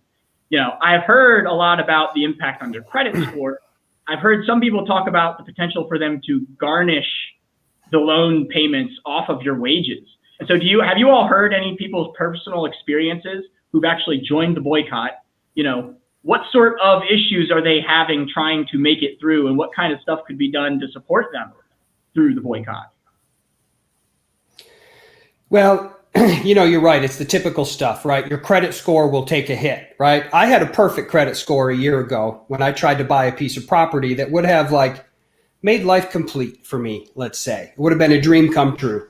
They would not nobody would loan me money because I had too much in student loan debt. What good did my 830 credit score do me when I couldn't get a loan, right? Mm-hmm. So my credit's going to take a hit. So what? What did my good credit do for me? You're right. They can garnish your wages, right? They can get a court order. They will take money out of your paycheck. Everybody's in a different situation. And of course, we encourage eyes wide open when you head into this stuff. If you have co-signers on your loan, your non-payment means your co-signer is responsible. Lystra, other things? I was just thinking about one of the members of the group. She is turning 63. She came down with a bout of illness and was unable to work. She had to discontinue paying her student loan. So she sacrificed all these years to pay her loans, still had over $100 and something thousand in loans to repay, and was sick and could not. So I don't know, when you look around at this situation, who is this economy benefiting? A sick woman who has struggled all her life to pay her loans, now because of a sickness cannot afford to pay the loans, and you further bury her in her sickness and emotional state by making her keep harassing calls, constantly harassing calls. She's not able to actually walk into any financial institution to get any kind of financial help. So she is financially and emotionally crippling for a person. So when we look at student debt, we cannot just look at the student debt itself, but the impact of the student debt of the person in the community, their surroundings, everything that it impacts negatively. Most student loan holders do not have a degree, right? They were either co-signers or they were people that did not graduate. Rich people don't have student loans. Forgiveness isn't benefiting rich people. They don't need loans. The biggest beneficiaries of cancellation would be minorities and females more than anyone else. Yeah, I mean, I hate the argument that people put forward that, oh, we can't make college free. We need to means test it, at $60,000 a year, $70,000 a year. You don't want to pay for that rich person to go to school. And it's like, to me, that argument is just so ridiculous because A, they have the money to pay for it. So it doesn't matter anyway. They're going to school anyway. But then B, a lot of those people are going to private colleges. And so they're already paying extravagantly more expensive prices than a public university. When I went to college for my bachelor's degree, I went to an in-state school because I couldn't even afford to go to an out-of-state school. So if I had it completely for free, I can't even imagine the amount of savings I'd have right now. But so is there a difference? Do you think that even private colleges should be free? Do you think it should extend beyond just public school, or do you think that's beyond our reach? I wouldn't say that a private university should be free, but I think the government should have some type of regulations that these private universities operate under, because my experience have been that I've been to a for-profit school and I have written my story. I was fleeced into paying over $200,000 in student loans because I went for a profit school. Because what they do is they delay and they change the syllabus, and you just keep paying this money, and then you graduate or you don't graduate because you cannot afford to have financial aid anymore. And you have this debt hanging over your head. But when you go to the government, there is no solace for you as a student who attended a for-profit school, So what I am saying is you have for-profit schools supplementing private public education, but there should be some kind of regulation. The government should be able to step in when a student has been wrong and said, okay, this should not be. But we have an association with 55 alumni students, and we've been to all the government agencies, and all they give us is rhetoric. Nobody stood up to say, okay, I am on the student side. Nobody did. I hear that. And I would add that not every private school is for profit, right? Many of them are, but there are nonprofit private schools. Perhaps they could be treated differently. Yeah. I mean, I like that idea because to me, you know, and this just comes down to my fundamental worldview. I just hate the idea of things that are genuinely valuable in society, whether it be education, whether it be healthcare, whether it be housing, things that are a necessity. You know, I hate the profit motive being anywhere near involved in it, because it's like you're almost making it so that, okay, this thing is really important. It's one of the most important values in our society, but the person who's giving it to you is doing it to enrich themselves. And so you almost end up in this situation where it's like, you know that the decisions they're making are not necessarily with the student in mind or with educational values in mind, but, you know, their profit motive in mind. And it was interesting because at my university, I went to Salisbury University for my bachelor's degree, the Eastern Shore of Maryland, and they're a public school, but they're a public school that's given money from a lot of corporations, like Purdue Chicken is the big one on the Eastern Shore of Maryland. And so when it came to asking the university questions about things like, I don't know, fossil fuel divestment, we had a campaign on the university. We wanted to get them to divest entirely from their fossil fuel investments in their university. And I noticed, because I was in the SGA, I was VP of Sustainability, and I would try to broach the issue with the president of the university. And you know that kind of politician spin they give you where it's like, oh, you know, it's a really important issue. I totally hear you. I totally see what you're talking about. But have you heard about this other thing? And they kind of like change the subject. And you almost know that the reason why they're doing it, even a public university, you know that the reason they're doing it is because a big donor for the school is a corporation that's invested in that idea. But I wanted to return to that issue of, you know, women and people of color being disproportionately impacted by student loan debt. So can you all talk about that a little bit, you know, your experience with that and just what you know about the disparities, the racial disparities and the gender disparities? Okay, so let me take this one. I am a 64-year-old woman. Next year I'll be 65. I tried to put 4 kids through college, or including myself. I went to a for-profit school. Concurrently, while I was attending college, I had 2 kids in college. After a couple of years, I was told that I was overextended in my student loans. Now, this prevented my last 2 kids from going to college without having someone to sign loans for them. So you're trying to educate yourself because you want to be a role model for your kids and other kids in the community. You have an education. You struggle to get this education, but you also want to teach your kids and mentor your kids and have a kind of intellectual foundation so that you can teach your kids going forward. So you struggle and you get this degree. You say to your kids, okay, you also have to be an example for your kids. You can't say to your kids, achieve the highest level of education when you yourself did not. So you try to be a perfect example and you have the highest level of education. You encourage your kids. And then while on this journey, you are hit with all these student loan costs. And then you realize that halfway through your journey, you are actually hampering your kids instead of helping them, because my last 2 kids could not continue with their undergraduate because I couldn't afford the loans because I was overextended. So, and then as an African-American woman, and then most of the time you are the adult in the home that is trying to educate yourself, work hard, and still so many roadblocks along the way.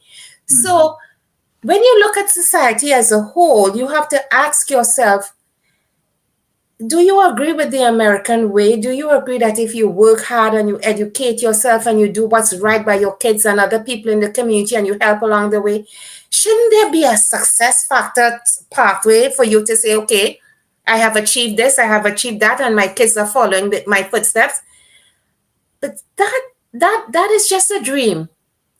I mean, some people have achieved that dream, but some people have not.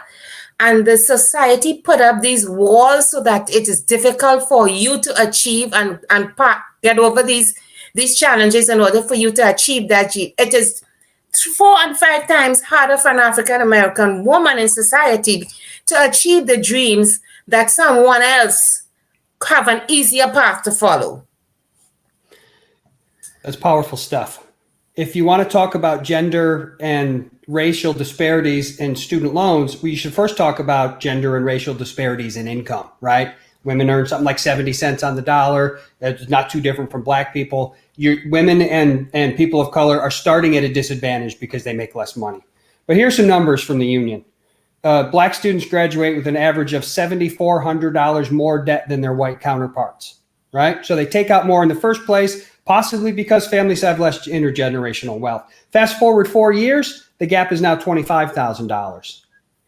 Some people are able to pay off their loans. For some people, the system works. For others, they just get ground to a pulp by the system. It almost sounds like the disparity is getting worse over time, that the racial disparities in terms of student debt, it's not something that's shrinking at all. Systemic racism is making it worse.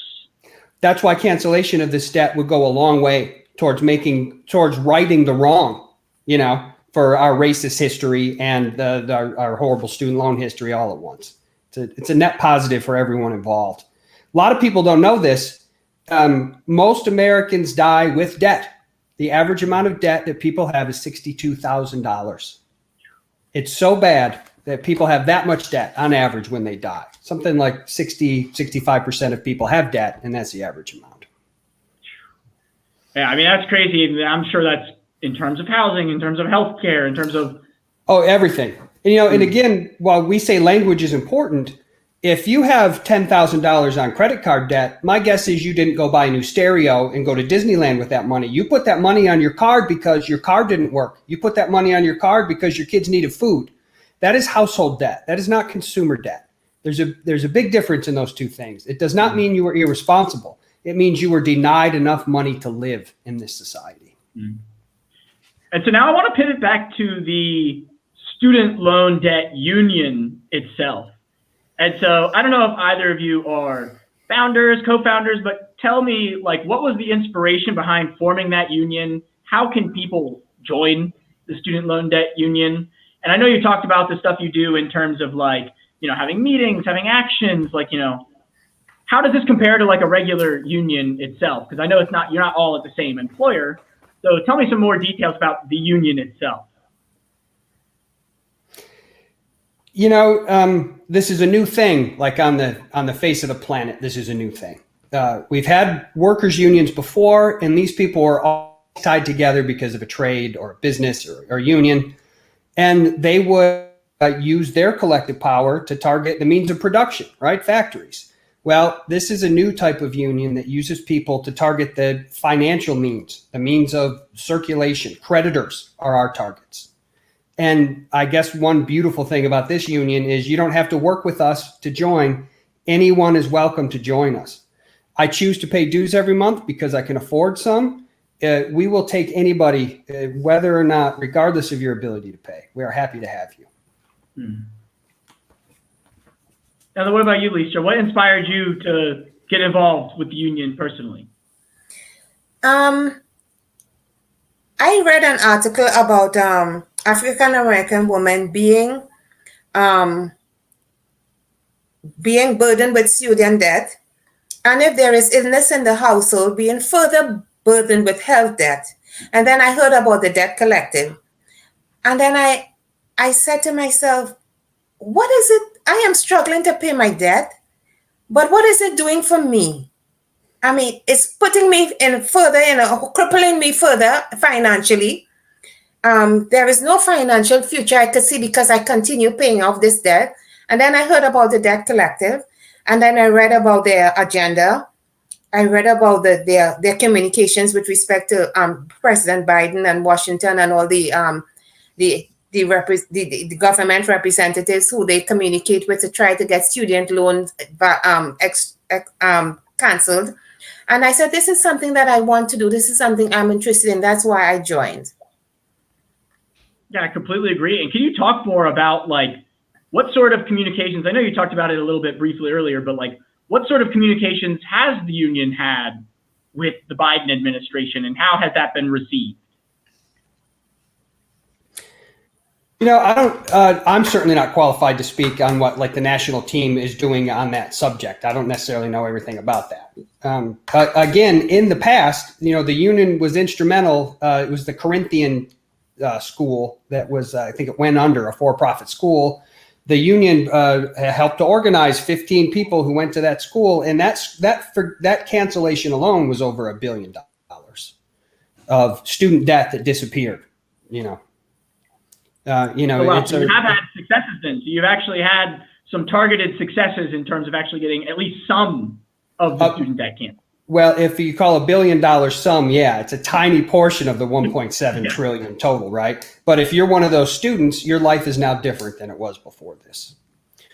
Individually, we have so little power. There's so little. And many of us student debtors are used to paying hundreds of dollars to the billionaires every month. Give $20 to the union and watch that money fight for you instead of make your life worse. Yeah, I mean, I think this is the exact sort of direct action we need on all sorts of fronts. You know, this could be this type of idea. There could even be like a medical debt collective. There could be carceral debt. You name it. Do you know if this exists, or are you just saying it's an idea? Oh no! In fact, the union launched a new tool recently in California. Carceral debt is extra horrible because at least people with student loans at one point thought it would help them. Carceral debt is forced upon you by the state. You have no choice. And what can you do if you don't pay it? If I don't pay my loan, they're not going to send me to prison. You don't pay your carceral debt, they very well may. But student debt is hugely important to me, but it is just one facet of this economy where debt is used as a tool. Somebody earlier used the term indentured servant, and I really like the sound of that. I think it has a lot. It can inform kind of what's happening now. Now, how many days do you get out of bed and go to work just to pay the banks, just to make rich people richer? I was not put on this planet to make rich people comfortable. Yeah, I mean, I've been feeling that feeling of being like an indentured servant during this almost entire first semester of my master's degree, because I didn't know this going in. I should have read the website, the school's website, a little clearer. But when you get your degree abroad, I don't think a lot of people know this because most people don't go abroad to get their degree. There are a few universities in Europe and other places where FAFSA will help give you student loans. So you can qualify for a FAFSA student loan at a few universities abroad. So I was like, great, that's an amazing idea. That's how I'm going to do it. I can afford to go abroad to get my degree.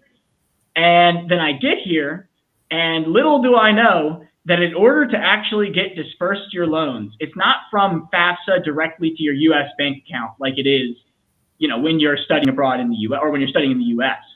I actually had to get, in order to get my loans, I had to get a Swedish personal number, my Swedish residence permit, a Swedish ID. Then I had to open my Swedish bank account, and then weeks later they would finally give it to me. And so we're now December 11th. My semester ends in almost a month, and I only got my student loans last week. So for the entire first 3 months of my degree, I had to rely on my parents because my money for the college or for my work ran out. I was working as a door dasher before I came. So I was basically just scraping by on $100 a week from my parents. And, I actually looked it up. That's below the poverty line in Sweden, like the amount of weekly money that I was actually able to spend. And so it's just kind of crazy to me because I felt that feeling of, choosing between buying a few extra things at the grocery store and, you can't even go hang out with your friends on the weekend because just getting to the bar, buying 2 drinks, all of a sudden your budget for the week is out. And so it's just crazy to me, the type of things, you talk about indentured servitude. When you don't have the capability to do much more than feed yourself afford your housing, and that's it, and just go to school, and that's it. You know, and that's the experience for a lot of students. If I had been, you know, Black or somebody else, I don't have the generational wealth to actually support me, I would have dropped out. Like, if I didn't have my parents there to actually give me that little tiny bit that I needed to make it till my student loans arrived, I would have had to drop out or had to get a private loan, which I don't know if you all want to talk about the difference between a private loan and a public loan, because I don't know all of the details, but I do know that a private loan is much, much, much harder to pay off. So do you guys want to talk a little bit about the differences between private and public loans and the impact it has on students? When my kids, when I was overextended, I tried going to institutions to apply for private loans so that I could assist my kids in just completing their degrees. And the rates of interest were like 17.99, 19.99. Now tell me, why the government should not even allow these institutions to be appending these loans to students? Realistically, how is the student going to repay this loan at the end of their graduation? You need 4 full-time jobs in order to even be comfortable to begin paying a 17.99% interest loan.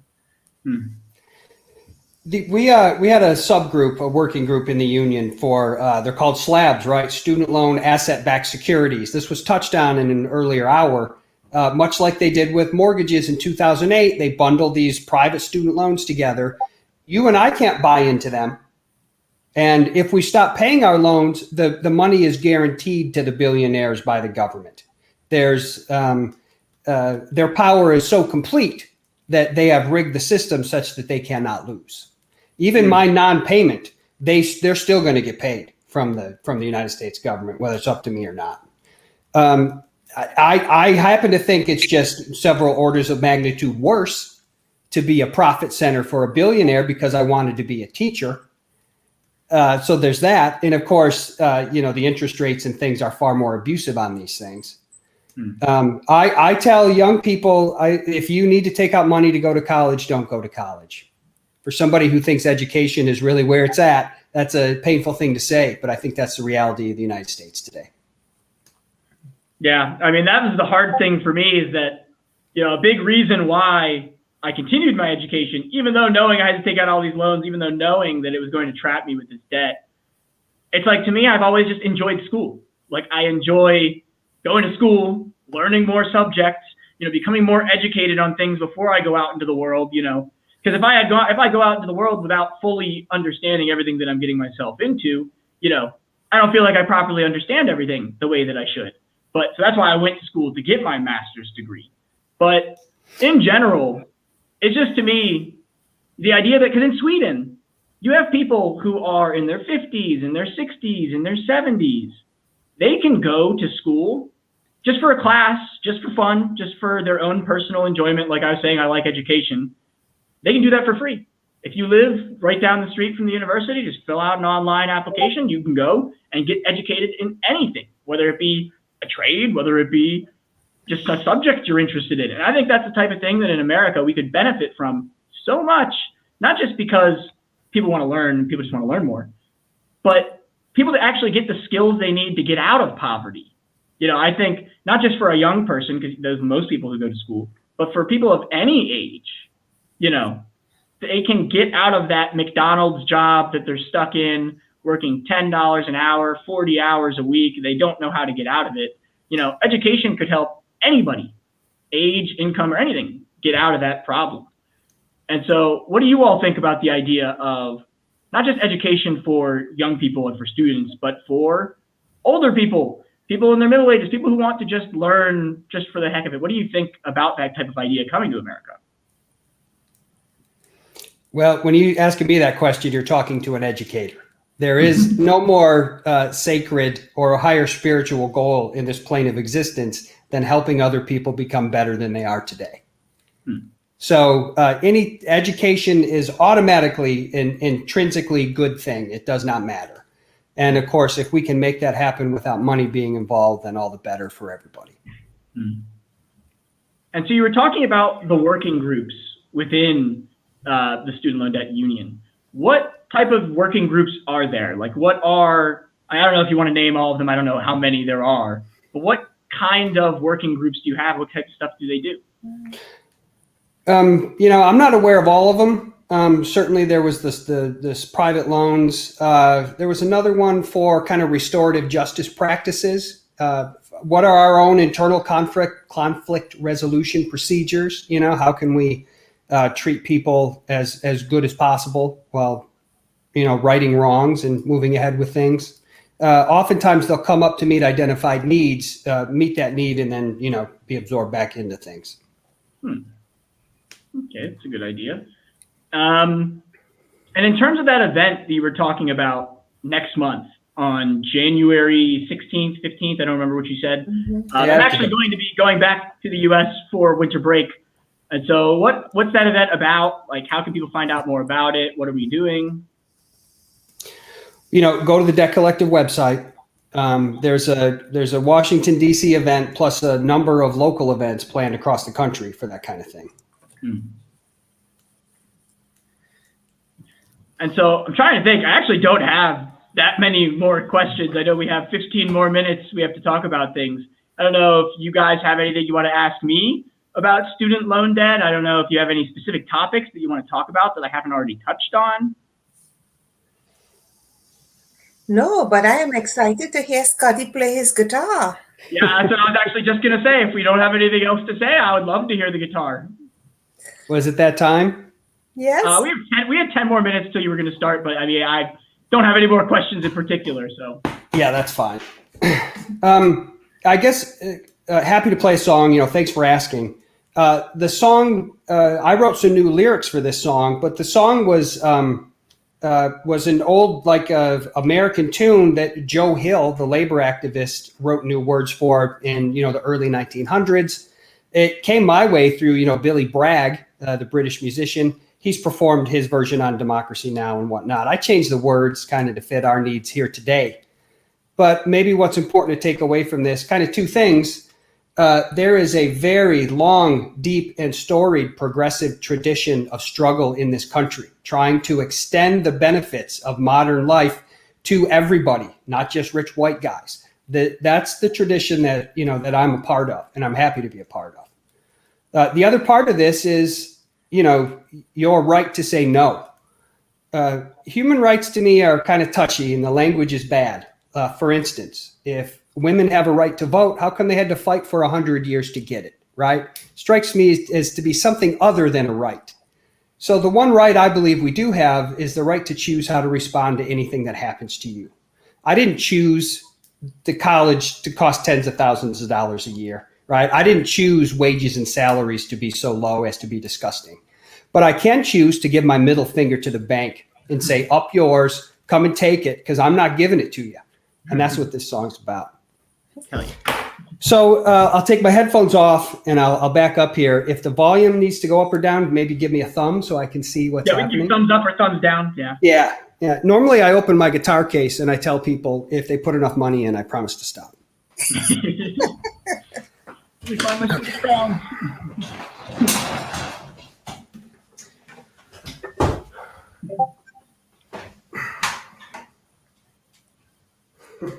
Oh, nice. Some Woody Guthrie. Look at that.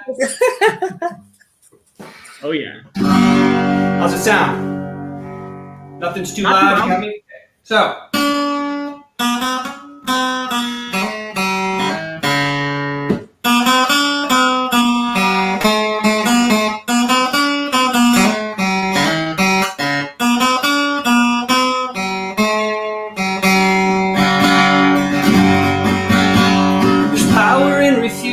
There's power in denial. There's power in the hands of the resistors. Someone should tell the bankers that we got organized, because this is how you stick it to the grifters. Money speaks for money, the devil for his own. We can tell you where to stick your student loan. No longer shall a teacher spend on banks before their child. There is power in the union. I'm overeducated been undercapitalized. I've forgotten what it's like not to be poor. When a deal gets as rotten, you drop it to the floor. Can't pay, won't pay, not anymore. Money speaks for money, the devil for his own. We've come to speak for the skin and the bone. No longer shall a teacher spend on banks before their child. There is power in our union.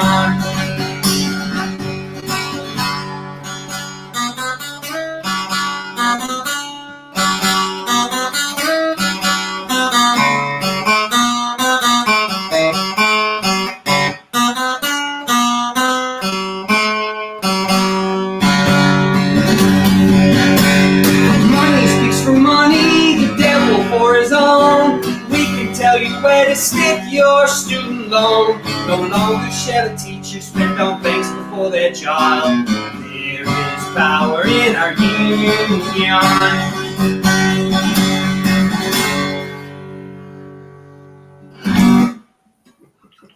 Yeah, that was good.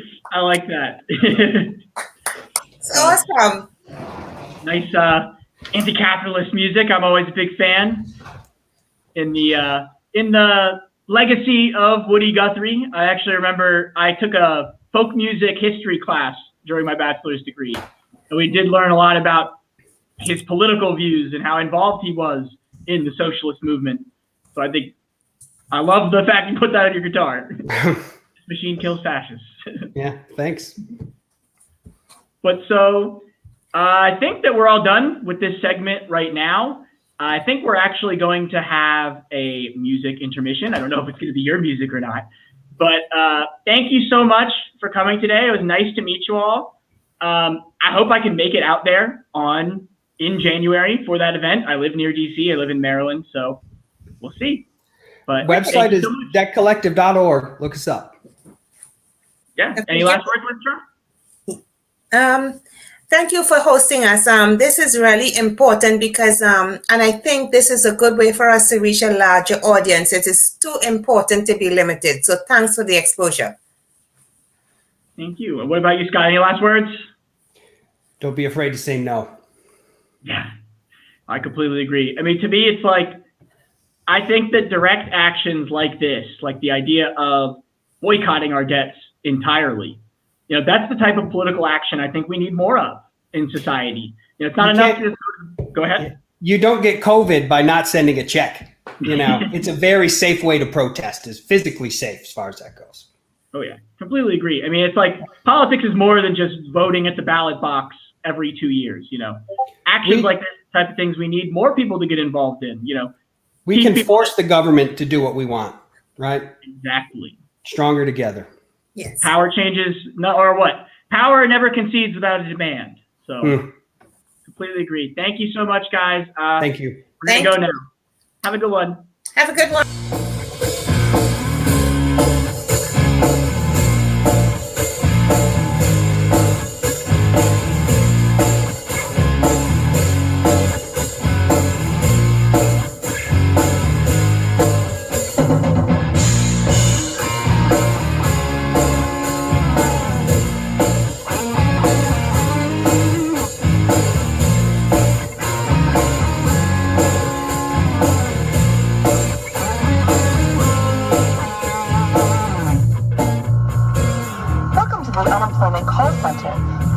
Carefully as our menu has changed. Press 1 to claim benefits. Press 2 to speak to a representative. All representatives are busy right now. The current wait time is 25 minutes.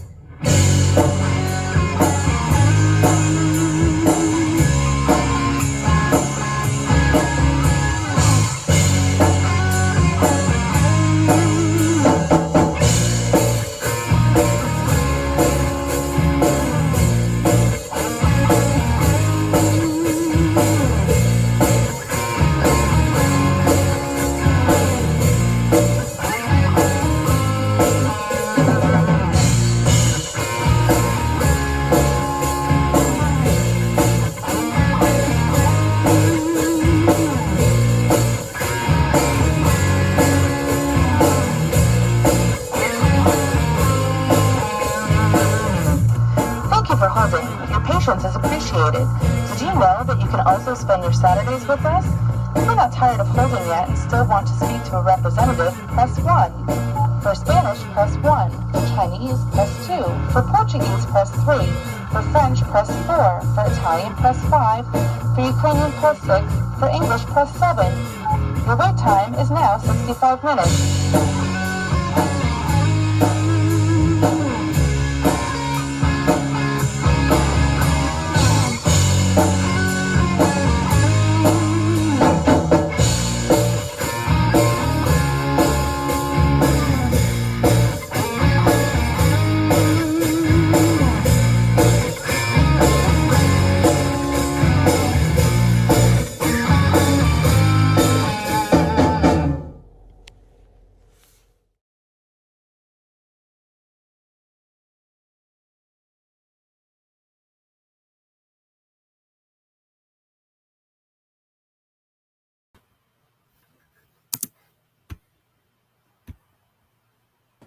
Hello. We're gonna keep going with the intermission. I apologize for that. I'm waiting on Elias, so I'm gonna play the music again.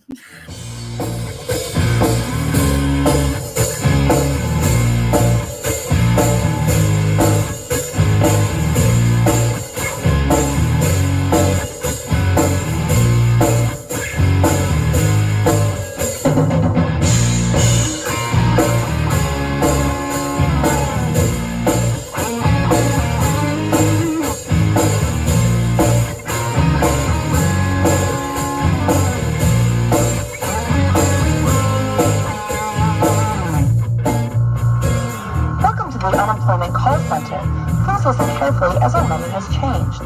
Press 1 to claim benefits. Press 2 to speak to a representative. All representatives are busy right now. The current wait time is 25 minutes.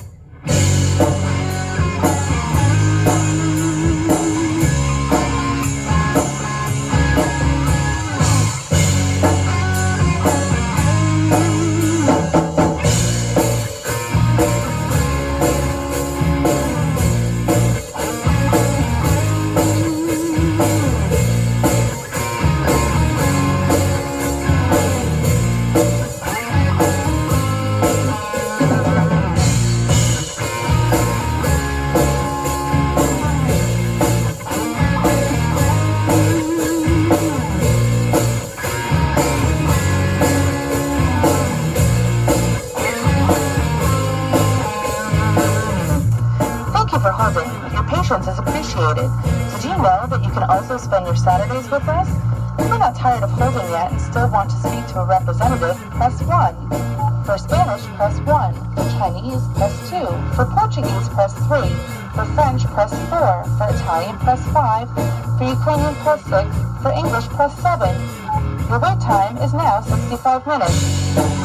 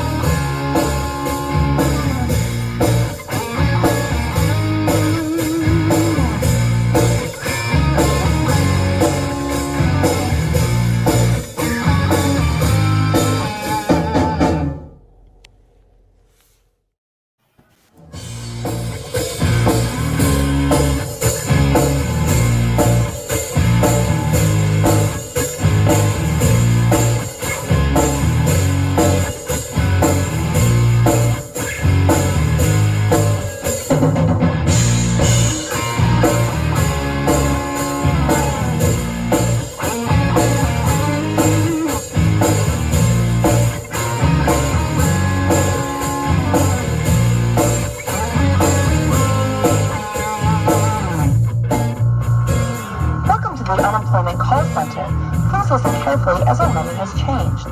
Press 1 to claim benefits. Press 2 to speak to a representative. All representatives are busy right now. The current wait time is 25 minutes.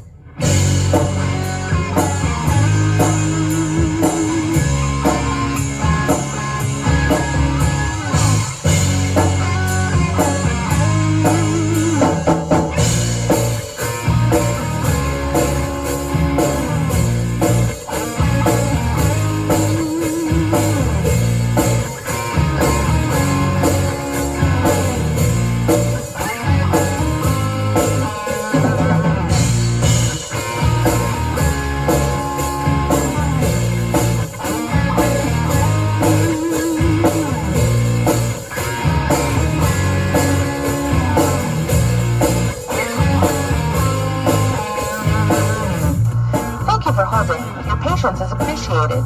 Did you know that you can also spend your Saturdays with us?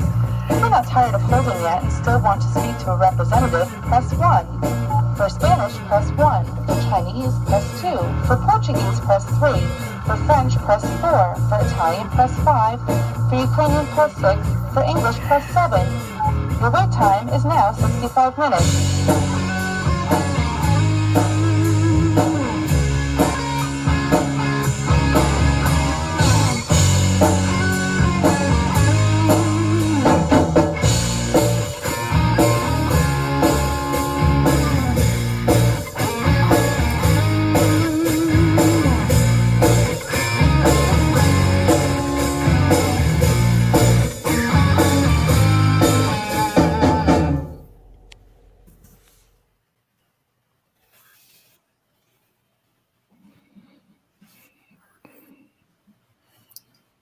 All right. Hello. Hello. Hello. Are we live already? Seems like it, yeah. Excellent. Hi, I'm Elias. Hi, I'm Collin. Let's see you, Colin. Hello, I'm James. Welcome. Well, wonderful. I'm really excited to be here with both of you. I'm gonna do my best to moderate what I know is a really important discussion. We're talking about how debt affects minorities and educators. And so, yeah, I have I'll give a little intro. We'll could introduce ourselves. I'll have an opening question, and then let's just respond. You all respond to one another, jump in, whenever you want. And when I have other questions, I'll certainly pose them to you individually or to the group. A little bit about the context, and I'm sure viewers have. Are no stranger to the context, and the past hours have been discussing this type of stuff. But talking about debt broadly, but zeroing in first on college debt. The context, a little bit of the context is, tuition has been on the rise for colleges. Individual and household incomes aren't keeping up with that. The buying power of the dollar isn't particularly strong. The U.S. economy, in many ways, was rebuilt, such to the extent that it ever was rebuilt, on student debt since the Depression of 2008. So we're in a place where, since 2003, when I was a freshman in college, I read student debt has quintupled. It was $240 billion in 2003. Now it's over $1.3 trillion. And sadly, of course, as expected, students of color and low-income students bear the brunt of this burden. It seems that these days, one of systemic racism's largest toeholds in America is with student debt disparities between white people and students of color, specifically Black students. Families who are been structurally disadvantaged from building as much generational wealth because they're minorities are in the U.S. are now sending their kids off to college in higher numbers than ever before. But because they don't have that family wealth accrued to pay for these rising college costs, their sons and daughters of color and low-income students often need to go into debt more often and at a higher degree than their white counterparts. And this, it seems to me, and certainly it's been written about and talked about, and hopefully we'll talk more about this today, has a big effect on if students of color enroll for college, where they enroll. I know that affected my decisions. The prospect of that affected that. Whether or not they even finish the degree. The university where I teach at, we're the most diverse university in the state of Illinois. We're in Chicago. But we also have, and we admit most students, including mostly students who would be the first in their family to graduate college, but their completion rate of the degree is lower than most places. And I don't think it's because the students are any less bright, and it also affects what people end up doing professionally in the future, as well as, of course, how much financial security they'll have being able to do that. So during this pandemic, student loans have been momentarily paused, like the mandatory payments for repayments for student loans. The Biden administration, which of course has refused to forgive any public student debt so far is forcing the billing to resume early, I think in February, right? Early next year. Yeah. And yeah, right. Yeah. And they're offering no further assistance to those who went into debt to pay for their higher education. Moving beyond student debts, particular, we live in a country where the credit scores are inexorably tied to race. Unfortunately, creating additional barriers for people of color to build generational wealth at a time when service workers who are disproportionately people of color face rising job insecurity. They have lower purchasing power. So they have an increased need for debt to live off of debt, like credit card debt, to depend on credit at a time that cruelly this financialized capitalist system makes it more and more hard for them to actually get debt, becoming what they call the credit invisible. So yeah, people of color are literally still to this day less likely to be given credit to things that actually help us build wealth, like houses. They'll give us credit for they'll throw student debt at us, and but that type of debt only serves as, I feel, as yokes around our necks and follows us even past the grave, literally. But access to things like mortgages, which are things we could pass down and stuff, is still much more elusive. And as a result, right now in 2021, Black families in America have 10 times less the wealth of white families, and that gap is actually growing. So it's a heavy morass and a really gross one. Again, my name is Elias Cepeda. I publish the Deconstructing Consent commentary newsletter on Substack. I also teach English, literature, and writing, and critical journalism through the English department at Northeastern Illinois University.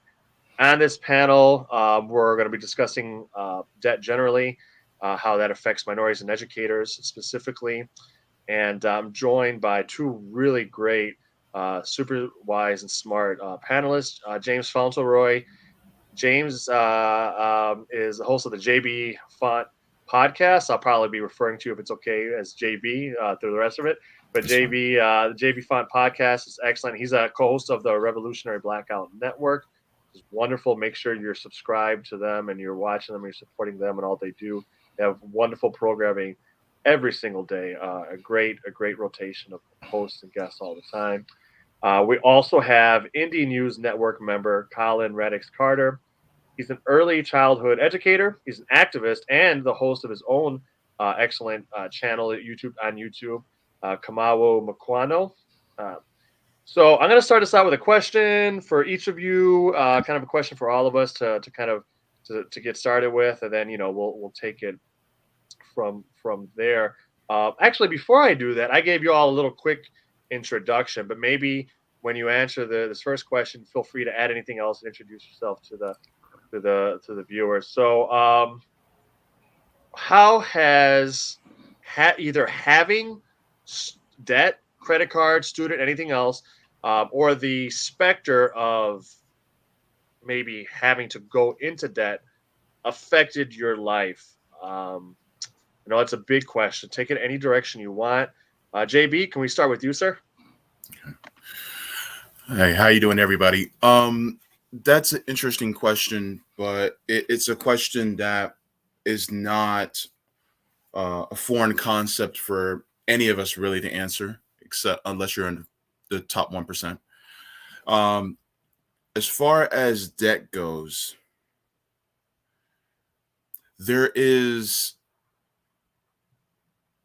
I can put it in an analogy like this.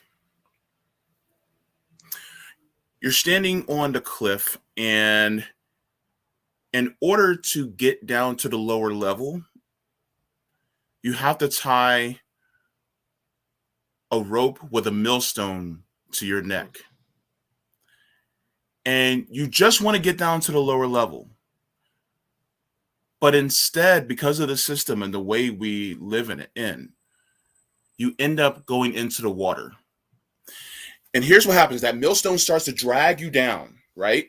Starts to drag you further and further underwater. And you're trying to swim. And you feel like maybe if you start chipping away at that millstone, then maybe it'll make it a little bit lighter.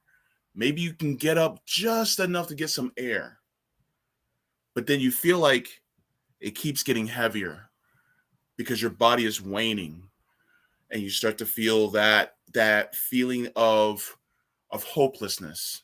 Your muscles start to ache and get tired. And so this is what it feels like to be in debt.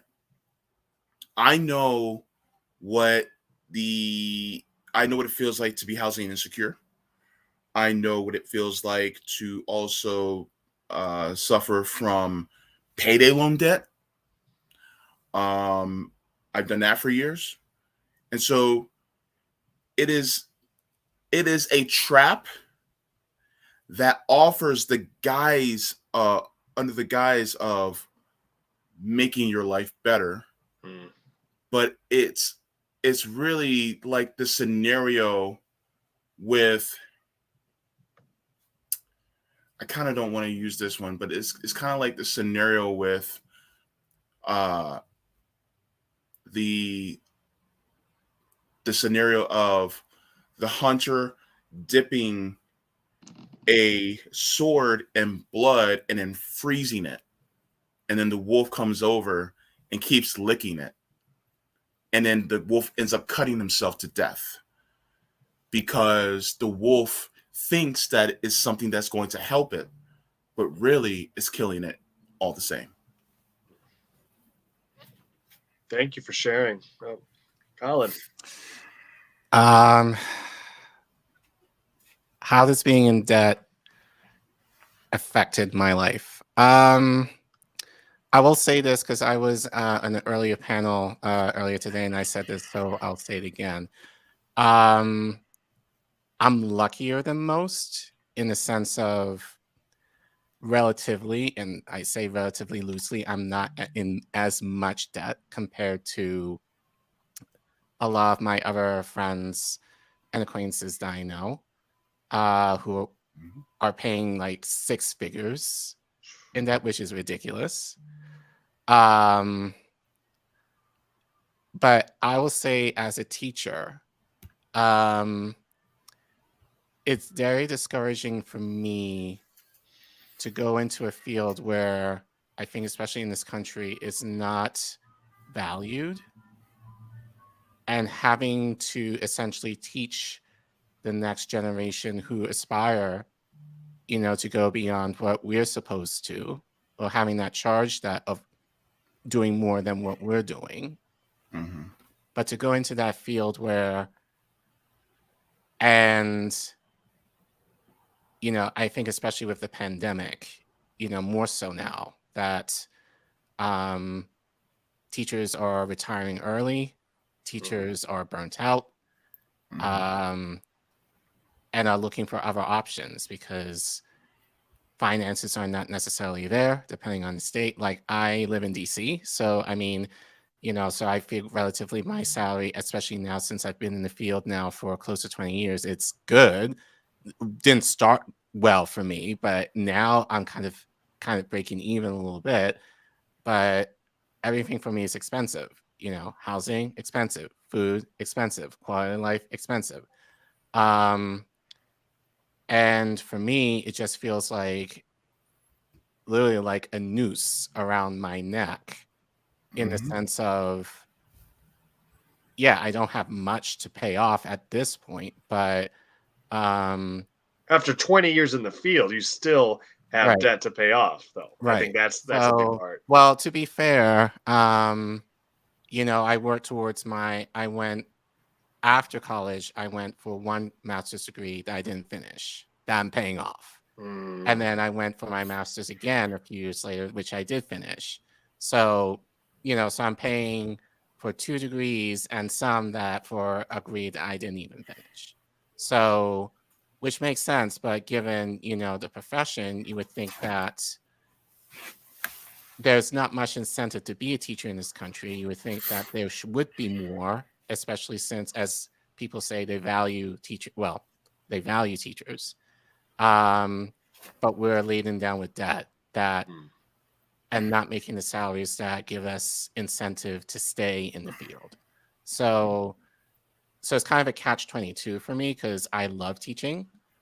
but I don't feel that the value is necessarily there given the salaries that we get, and especially in early childhood, that typically weights way less.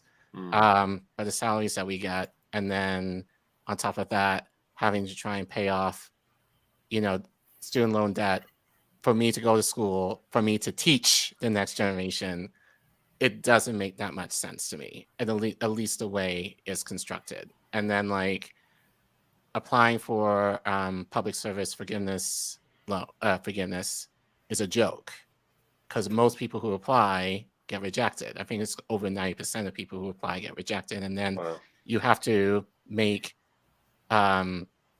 consistent payments for a decade.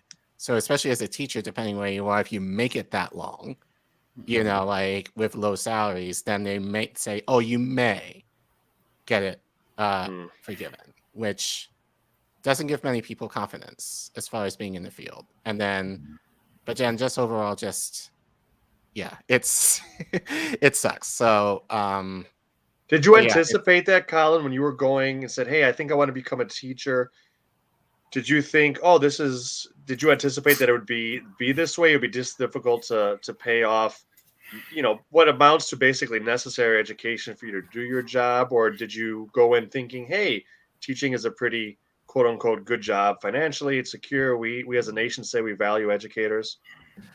Well, for me, to be fair,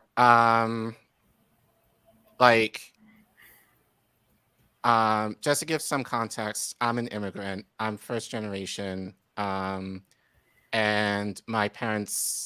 both my parents never went to college, and so basically the idea of college was new, for my mom, especially in this country in particular.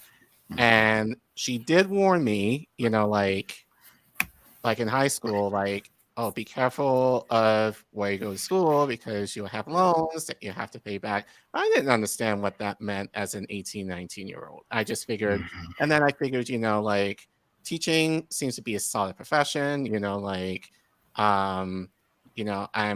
would be a way to kind of give back to the community and all the things that society tells you to do.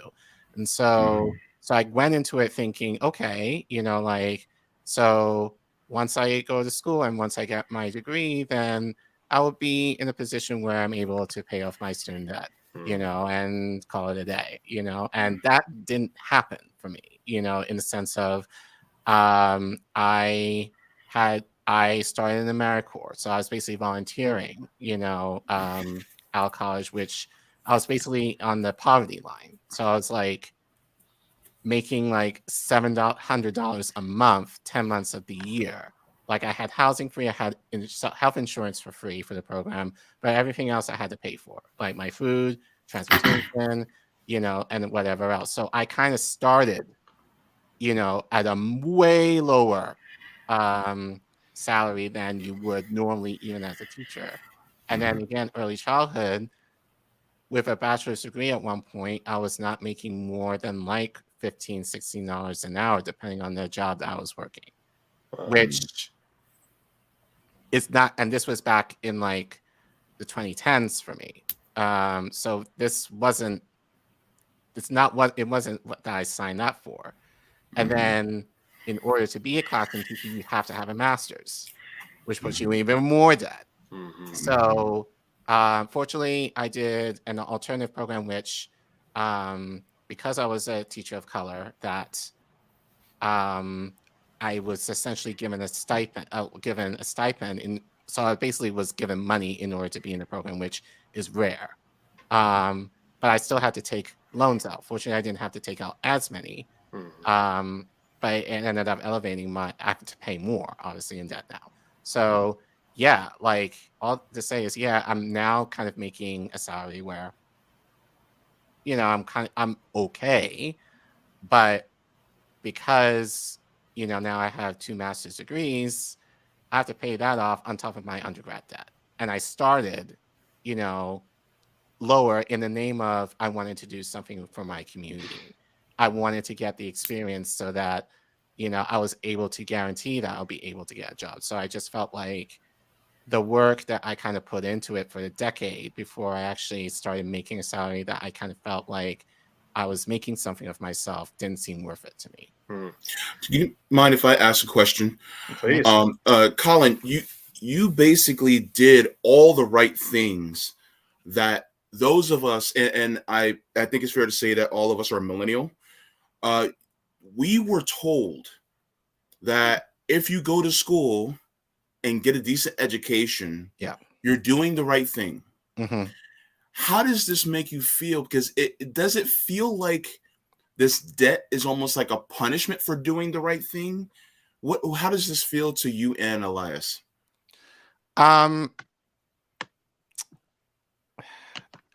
Here's the thing, and I said this on an early panel today.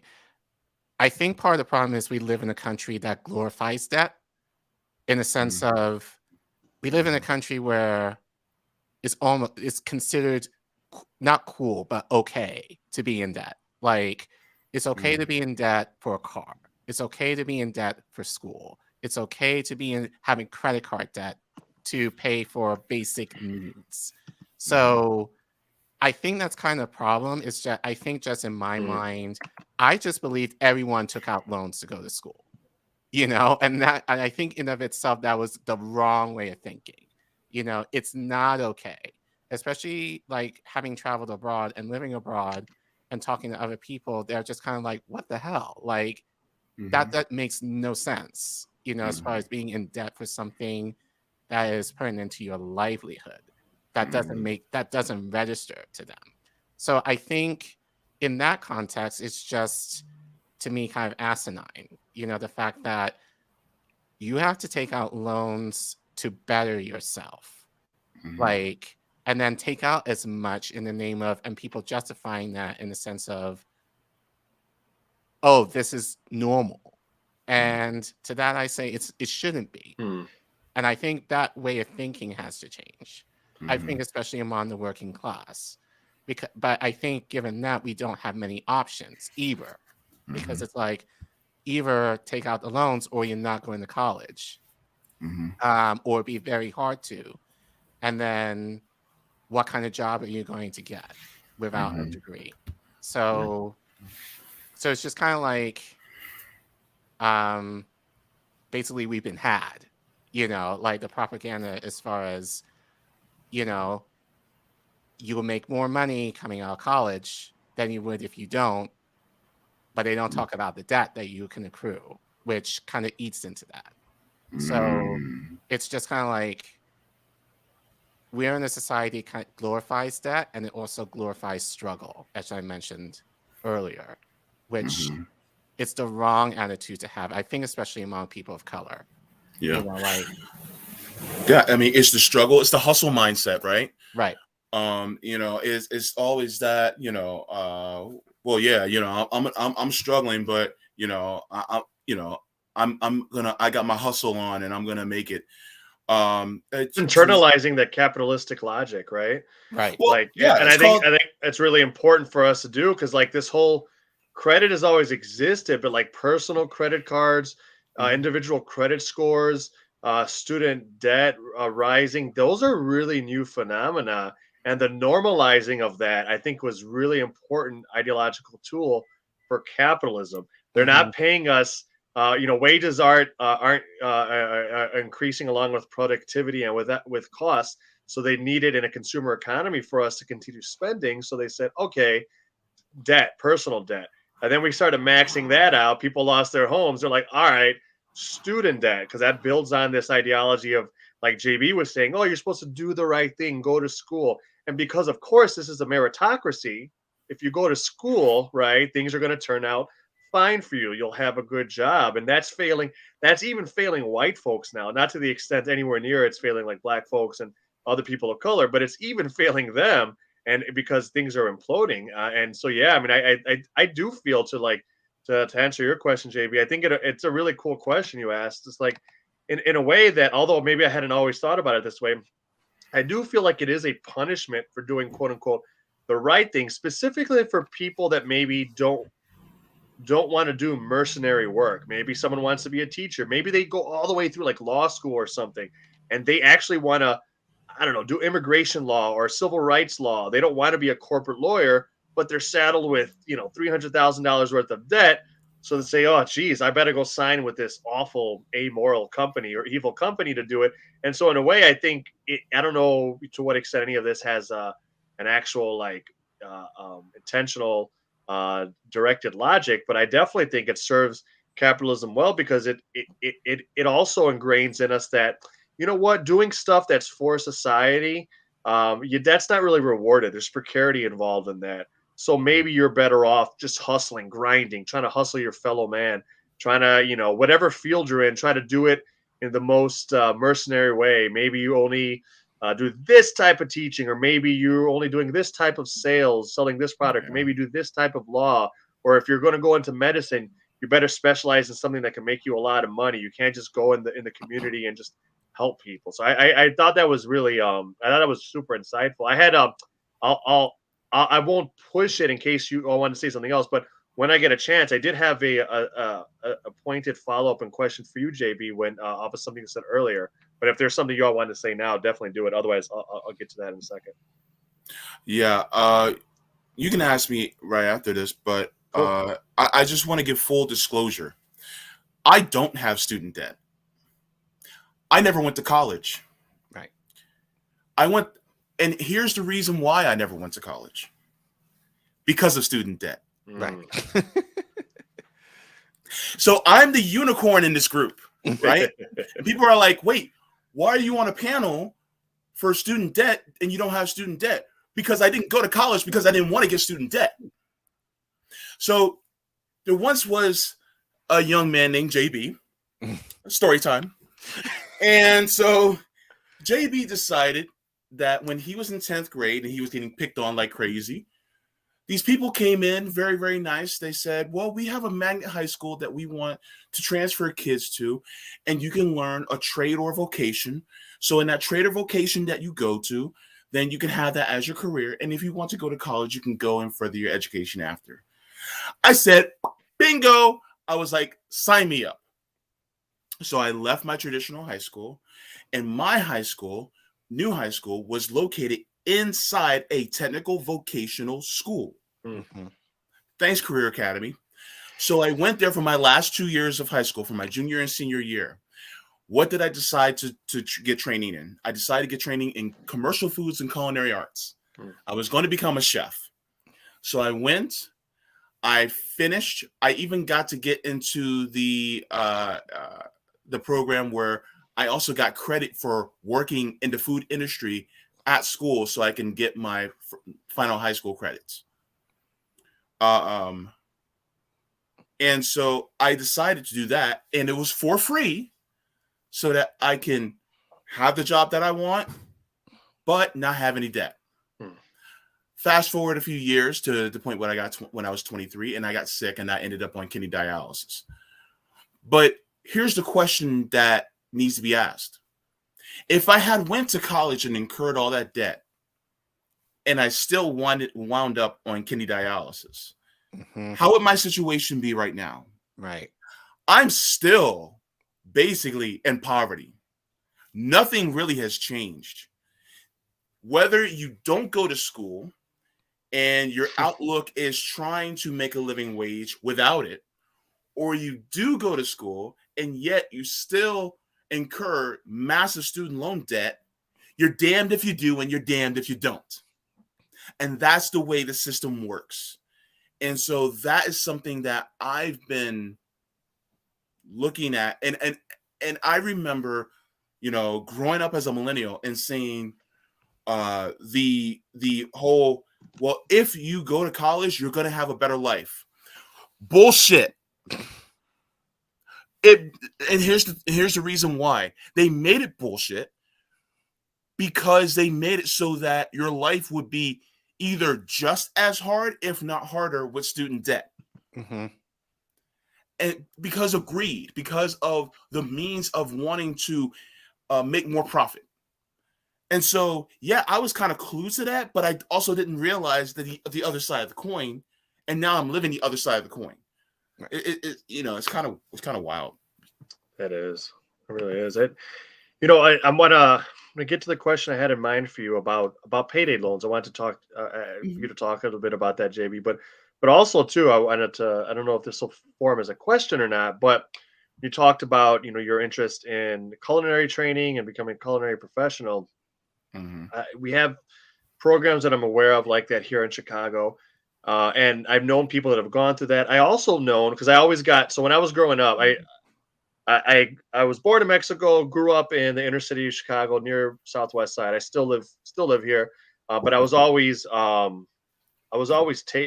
like shipped out to private schools in other neighborhoods, like majority white schools and stuff. And so I always had like different touchstones and stuff. So I know people who gone through programs and like they became chefs, even through programs like that. I also know people who became chefs, very different circumstances. Their families had money, and when they wanted to do this around the age you would have been, JB, in like high school age, they were able to do things like stage at really nice kitchens. It's just like unpaid work you learn in the kitchen, right? Apprenticeship style, internship stuff. And they were able to, and it's great. They worked hard, but they didn't have to worry about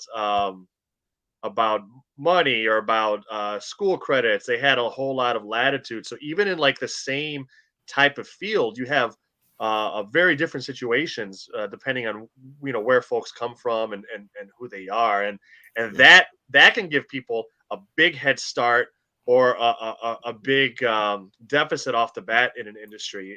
It would seem to me too, right? Like think about. I mean, I'll ask you this: like, what types of how willing is someone who maybe they get in, they go through a great like high school culinary program, but then maybe they go on and they go to like a culinary program after that, like a higher education one, but they have to incur some debt or stuff, and now they get a job and they're in the kitchen and doing whatever, they're doing prep, maybe they become a sous chef.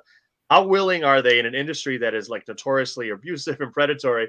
How willing are they to like tell a boss, a manager, or a chef to like shove it if they're in debt and they need this job, versus someone whose family has been supporting them all the way, and they can say, oh, I'm not going to do this anymore. I have this degree from Sarah Lawrence also, and I'm going to fall back on that. Like it affects one's ability, it would seem. Debt, this prospect of debt or economic precarity affects one's ability to even stand up for oneself in the workplace, it would seem to me. Definitely. And it gets to a point where, you have more than just the prospect of not finding a good job anymore. You also have the prospect of not having as good of healthcare, right? Health insurance. You run the risk of, let's say you've been there for a few years. Now you have to build that back up at a new place. And also, the culinary industry, a lot of people tend to know each other.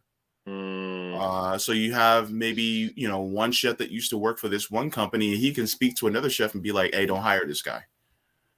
And so it kind of sucks because it is a profession. I mean, look, people are always going to need to eat.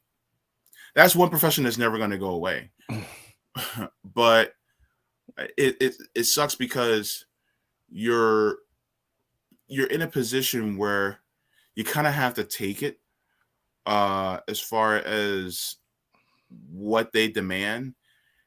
But at the same time, they're always like, you have to be on top of your game. Culinary is mental plus performance based. So,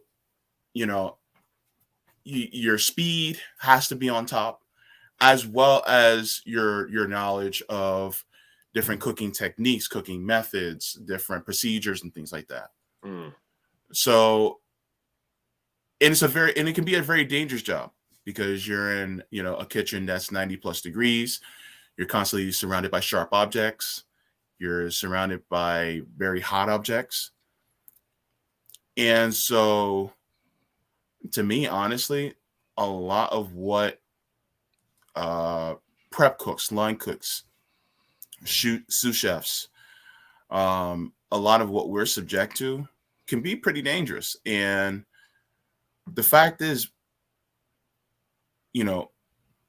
these companies are owned by corporations too, largely, and they don't want to put out as much money for compensation. And then you also in a lot of kitchens, not every person that is cooking in a kitchen started out in school. Some of us are school of the hard knocks cooks. We came in as a dishwasher, then they put us in the prep kitchen, then we moved up to the line. Now we're, a sous chef. And so we don't have any traditional education as far as culinary is concerned. We learned everything in that kitchen. Right. So, and I'm going to put it just like what an executive chef told me one day. He said, culinary school will teach you how to cook. The restaurant will teach you how to work. And so it's great to have both, but some of us don't. And,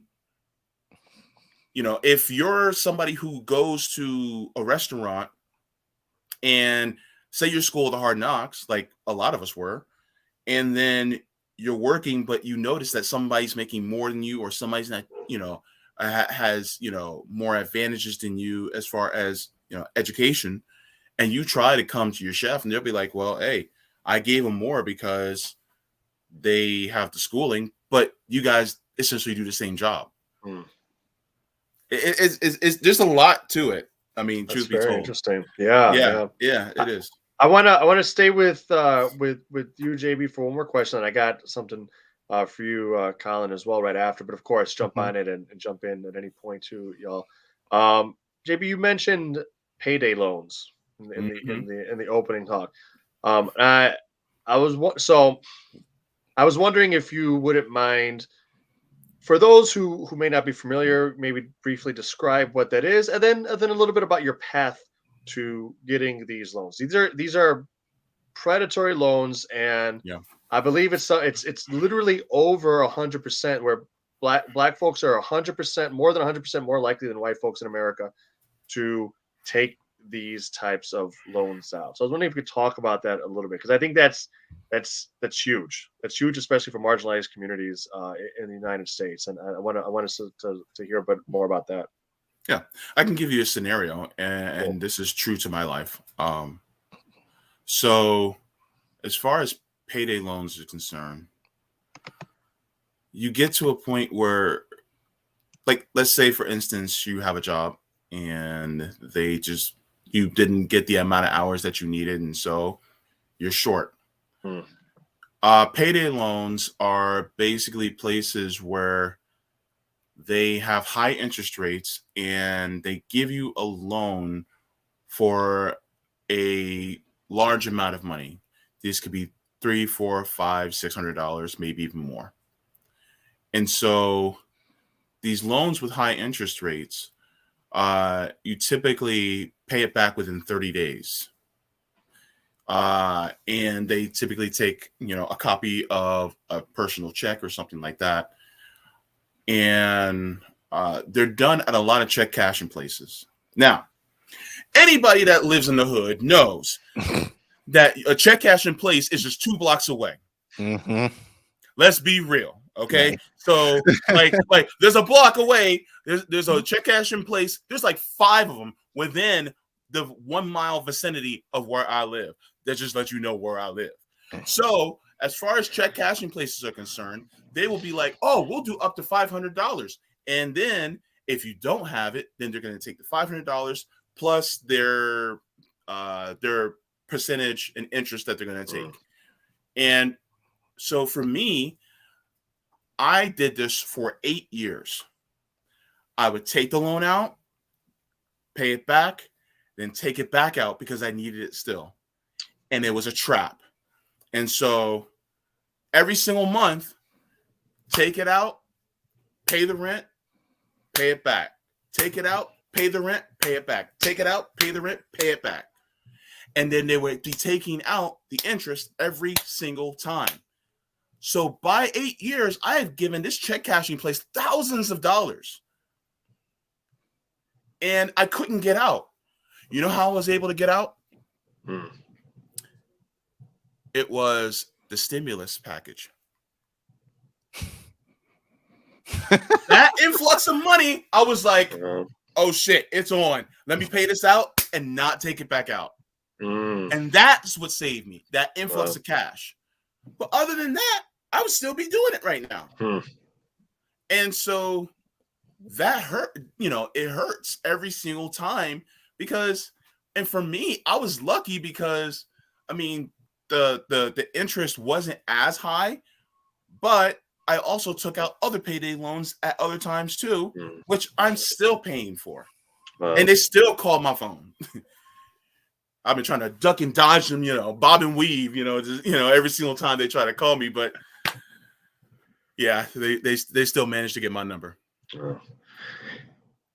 People that lower income people always end up paying more to simply live than the rich, the real rich. People don't have to work, and that the working people, I should say, have to pay more to live than non-working people, right? Like you pay more in taxes probably than all of General Electric last year, and all of us probably do, right? Yeah, that's just one of the core realities, and it keeps us in a state of precarity. Collin, if there's nothing to jump on directly on, thank you for sharing that, JB.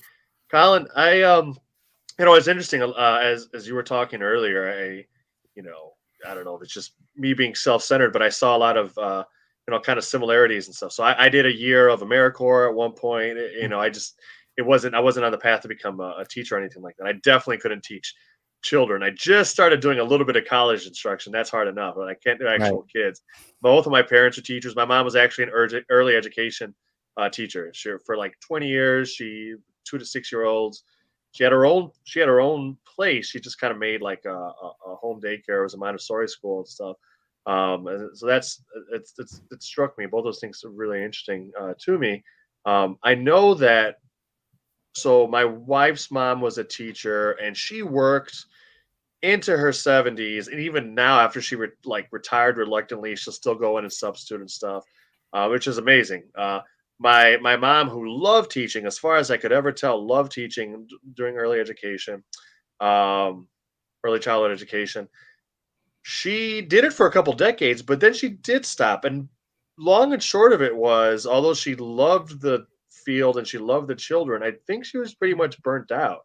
Yeah. And she was still doing it in a context of relative privilege, right? Like we never were wealthy, but it was her own school, like a real small school, so that she didn't have to answer to administrators or things. So she was really privileged. A couple decades in now to your teaching career, all things considered, and anything else you want to elucidate connected to it, when you look towards the future, do you or have you already thought of I'm going to do this until I'm done breathing, or do you think what are the prospects for burnout? Honestly, as a passionate teacher, someone who's gone into debt to do this, someone who works hard to do it, and hasn't, society hasn't made you rich for helping scores and scores of children, but you love it. Well, realistically, what are your chances? What do you think your chances of burning out and maybe not doing this until you're 95? Elias, I will say this: I'm there. I'm there right now. Wow. Not necessarily in light of my profession necessarily. There's just other issues, but my job is a part of it. I think just being a teacher, the reality is, again, I live in DC. And I think especially during the pandemic, a lot of my friends and family moved out of the city. I have a cousin who just moved to Atlanta over a year ago. Was able to keep his DC salary, and then of course living in Atlanta, quality of life.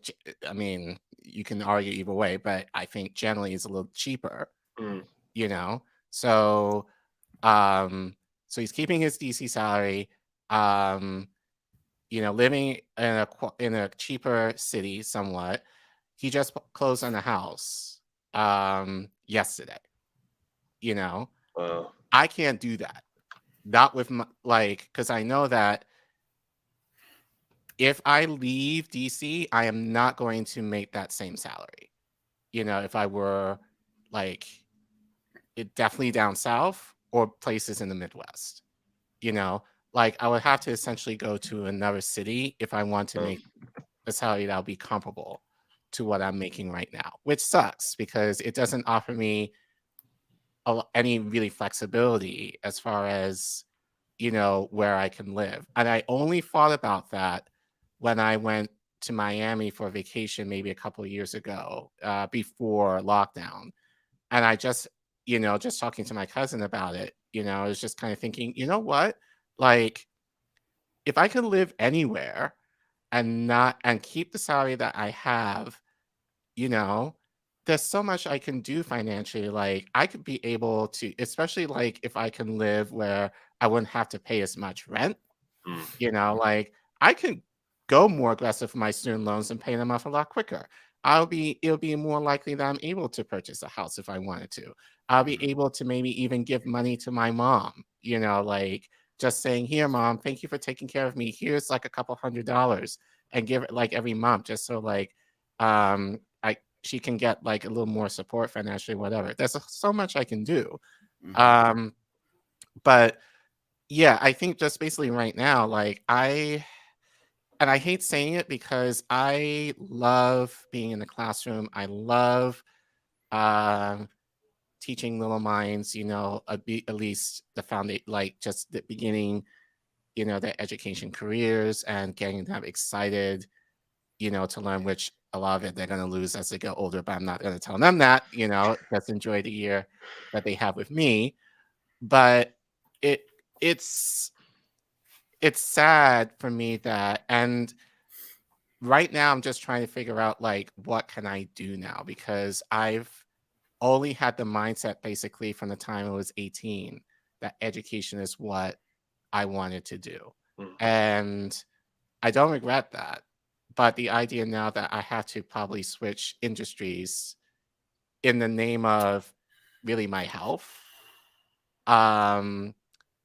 especially my mental health, and then, you know, again, not necessarily feeling the value, you know, of I'm doing all this work and I don't feel at times I have much to show for it, if that makes any sense, which is a sad thing to think of, especially in terms of like right now I teach in an affluent area of DC, which is fine, you know, like, because at least they see, at least especially for white children, they see me as a Black teacher, and I'm able to share with them things that they may not necessarily get, you know, from their white counterparts. But ideally, that's not I want to be teaching among my own, and I want to be teaching among, you know, like, and offering like an example of this is an option for you, you know, as far as a career choice. And again, just given that, you know, like debt doesn't necessarily allow me to do that. And I can say that for other you know, industries as well. You know, like many of us of color will have to usually resort to working in more affluent areas because we're able to make more money. We can't even work in the areas where we want to work to help our communities. It's usually, more often than not, white people who are able to do that. But they have the generational wealth where they're able to kind of make that track. We don't have that. So, I mean, I'm already burnt out.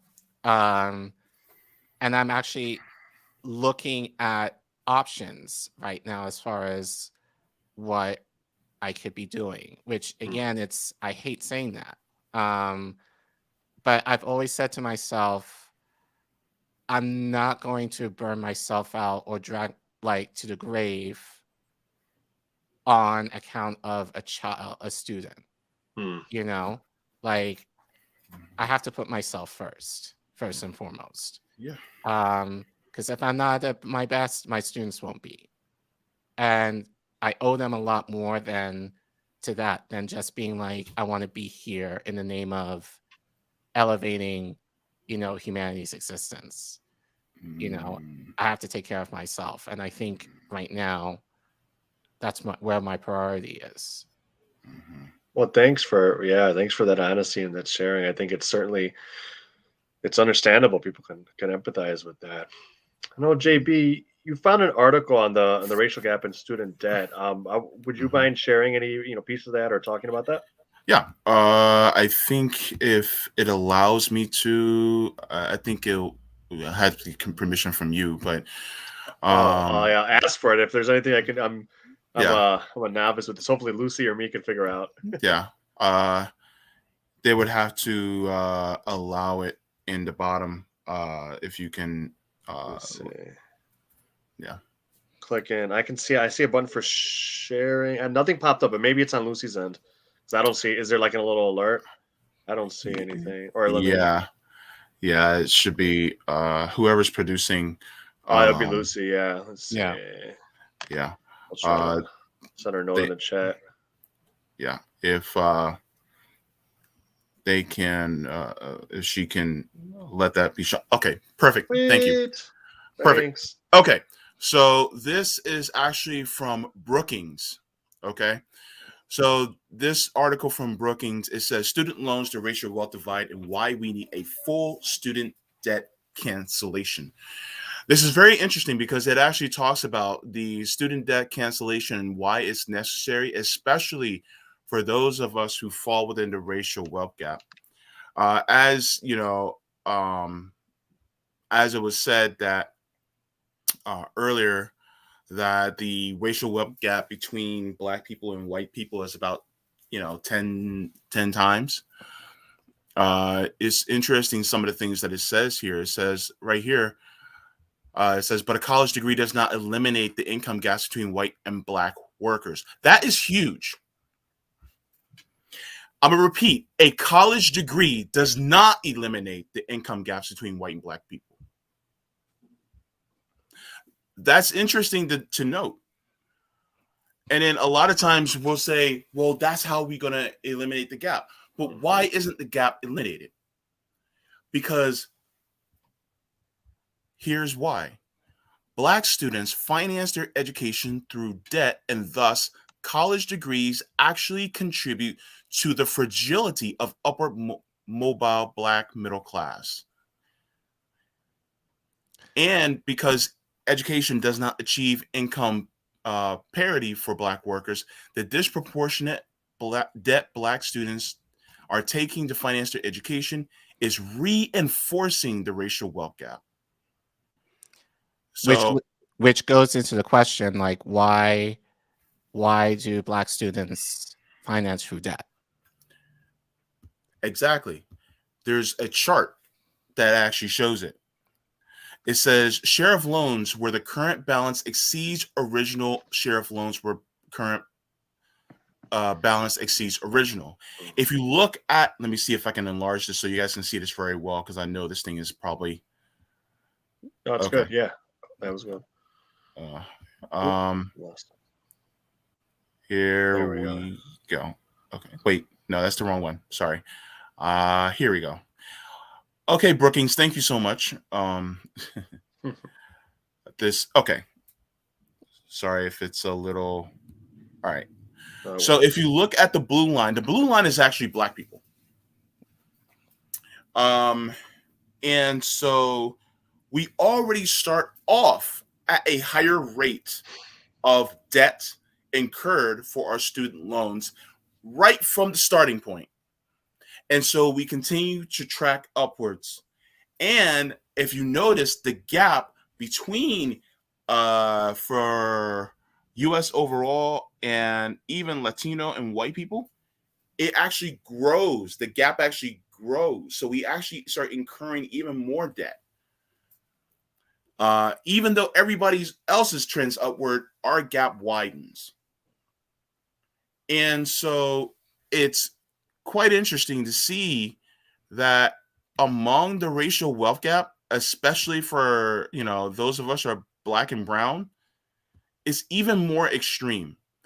And as well, reminder to everybody, one of the biggest populations of college graduates tends to be Black women. Yeah. So this is something that is an absolute necessity. And so there was a great point towards the end that I would like to bring up because I know we don't have that much time left. Okay. So, here it is. I found it. It says to succeed in these endeavors, Biden must first cancel student loan debt for two reasons. First, canceling student debt would grow the economy by boosting GDP and adding jobs. Black workers are still lagging behind the pandemic employment recovery seen by white workers. Canceling student debt would improve the labor market for Black workers. Second, Black Americans would be unable to take advantage of this attention and investment without student debt relief. Student debt can delay or change a household's decisions on a number of issues, there being where to live, what type of work to do, starting a family, purchasing a home, or launching a business. So I can put this article in the private chat so you guys can share it in the chat. But this is actually, it goes even deeper. This is a very comprehensive article. I think that a lot of people will be interested in reading. Yeah, absolutely. Yeah, I read that in preparation for this. I'm really glad you went through that. Thanks for sharing it, JB. And before we wrap it up here, Brookings Institute is not exactly a Trotskyist rag, right? This is a very conservative institution providing this. This is just straight economics.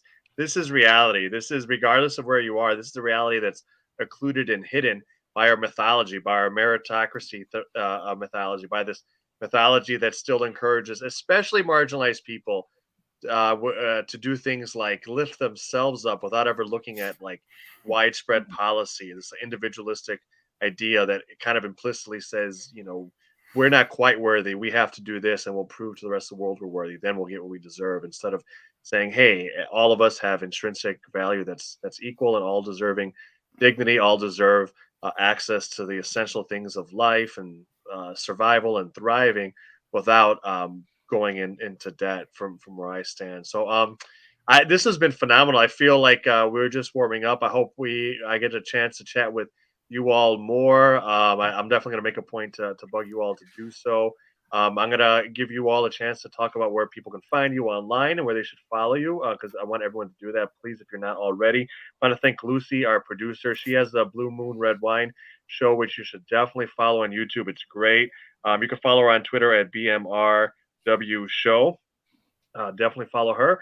Collin, tell folks where they can follow you and find your great stuff, please, on YouTube and other social media. Then JB, please do the same. So you can follow me on Twitter at Obona_Collin. You can find my channel on YouTube on Komawo Muwkano. I'm a baby YouTuber, so I literally launched my channel, I believe, in October. So, and as I said, just due to I have a 9-to-5, so it's hard to do that and put out content. But I'm in a better position now, I think, mentally and otherwise, where where I will plan to put out more content. My content's basically centers around East Africa and how those issues align with our experiences, Black people here in the West. So I'm hoping to do some cool stuff upcoming this upcoming year, depending how this pandemic goes. And then I'm also planning to do some exclusive stuff on the network as well, kind of similar to this. So be on the lookout for that in next year. Nice. Thank you, JB. Yes, you can find me I have the JB Font channel on YouTube. I also am just a itty bitty little baby channel. I have that. You're like, also, I am also on the Revolutionary Blackout Network. So I also do the JB show there. Right now, I'm taking a break on Twitter at this moment. But if you guys, want to follow me on Twitter, you can at JB Font. I also have it listed right next to my name, so you guys can see the proper spelling. But I just want to thank you both for having me, as well as Luci. You guys have, a deep, empathetic, empathetic tone to your ideology that I think a lot of people should try to emulate. And it's so great to see that you guys are doing a summit like this, because there are so many people that are hurting that try to do the right thing, and it feels as if they're being punished for it. And so I just think that you guys are doing a phenomenal job. And if you guys haven't liked this show and liked this summit, please be sure to give it a like, and also get your friends to subscribe. Get your grandma to subscribe, your granddaddy, your auntie, and your uncle, and all that too, because this is what education is all about, and I appreciate it. Yeah, I think especially given this is a topic that affects a lot of us, especially if you're a millennial below. Definitely share out the stream, and I'm sure we're going to clip parts of it, because we definitely need to continue talking about this, especially coming into New Year, when they're going to restart. So we got to make plans as far as how the Democratic Party follow through on their promise, and hopefully maybe do more than what they say. But this is a discussion that we need to continue to have, but how it relates to education overall, which I think would be beneficial. Definitely. Well, thank you both, gentlemen. I really appreciate you both so much. Thank you again, Luci. If you're watching, stay tuned. We've got more great panels coming up next. Thank you all.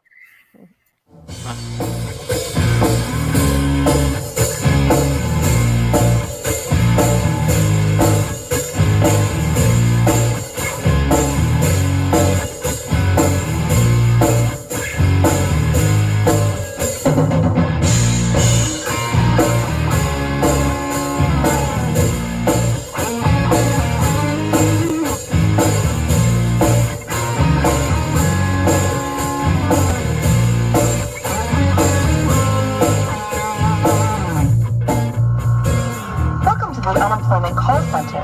Please listen carefully as our menu has changed. Press 1 to claim benefits. Press 2 to speak to a representative. All representatives are busy right now. The current wait time is 25 minutes.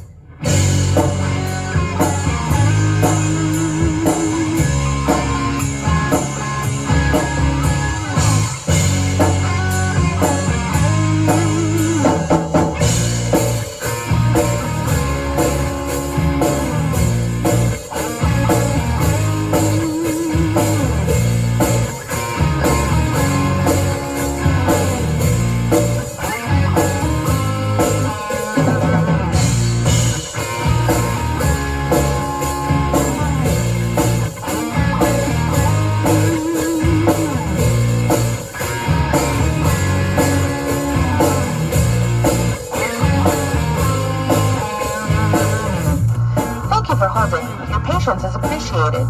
Did you know that you can also spend your Saturdays with us? If you're not tired of holding yet and still want to speak to a representative, press 1. For Spanish, press 1. For Chinese, press 2. For Portuguese, press 3. For French, press 4. For Italian, press 5. For Ukrainian, press 6. For English, press 7. Your wait time is now 65 minutes.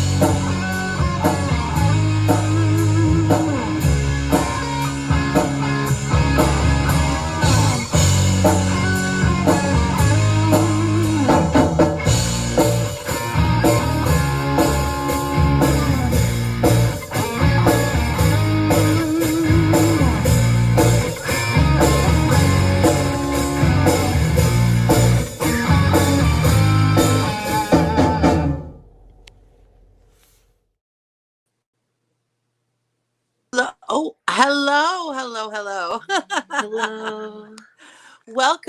Welcome to the Student Debt Women's Edition boycott panel.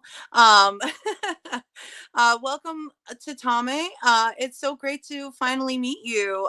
We are sisters on the channel, but I watch your content all the time, but I have never officially met you, so I'm really excited about that.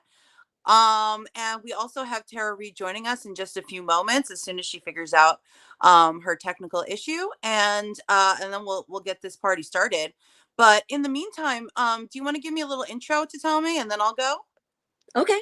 So I'm Tatami, and I am the person who runs Tatami's Diary, which is basically just me speaking just as one of the people, you know, just as somebody who's trying to navigate this world that we're all living in from my leftist perspective, and from a perspective that's, you know, Black American, Indigenous, and spiritual on at other levels as well. I'm an advocate for African traditional religions, and trying to make sure that we don't have to continue with oppression and misinformation for doing indigenous religions, for practicing indigenous religions. And that's basically what I'm about and what I do. I'm just really happy to be here. I'm so excited that you and I are doing something together. Me too. Me too. This is excellent. And I heartily recommend everybody check out her channel.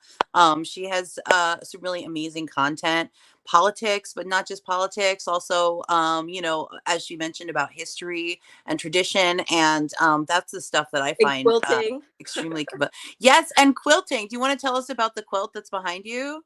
This is actually an Underground Railroad quilt. This is not one that I made. This is one that my adoptive mother, she was somebody who quilted a lot. And she just, one day she said she wanted to make all of her kids a quilt. And I knew that this is what I wanted. And she happened to be making this for her own bed. And so she already had it, and she was really excited to send it off to me. And then later on, I learned about the tradition of quilting in the Black American community, and story quilting in particular, because this didn't appeal to me. All these little pieces did not appeal to me. But when I saw story quilts and how you could like cut out people and animals and plants and put them together into a big picture, that's when I really hopped into quilting. So I'm really excited. I just got into a museum, the Santa Cruz Museum of Art and History, like last month. So I'm so excited that my quilting. Thank you. That's amazing. Awesome. Tara, I'm so happy you made it. Hi, I was having a little linkage issue, but I'm here. Thank you to Blue Moon who got me in. Yay. So do you want to give yourself a little intro and then I'll go and then we'll jump into it? Mm-hmm. Beautiful quilt, by the way. And I used to live in Santa Cruz. I lived in Aptos. Oh, nice. Yes. That's basically Santa Cruz. Yeah. Beach. Yeah. Quieter, much quieter, and a little foggier too. So, are we recording? Are we live? Oh, we're live. Okay, hello. Well, hello. So yeah, just give us a little intro, Tara. Sure. I'm Tara Reed, and I was in the media a bit. Well, they pretty much suppressed the story, but when I was in, it was definitely anyway interesting. But I came forward about Joe Biden in 2019. Got called a Russian agent for coming forward about the sexual assault, because that's what Democrats do now when you don't agree with them, or it's their preferred candidate they're trying to protect with the elites. They call you a Russian agent. So that's par for the course now, as many of us know. And then in 2020, I was able to come forward with the rest of the history with Joe Biden, which included sexual assault. And I actually wrote a book called Left Out When the Truth Doesn't Come In. And I have started a podcast.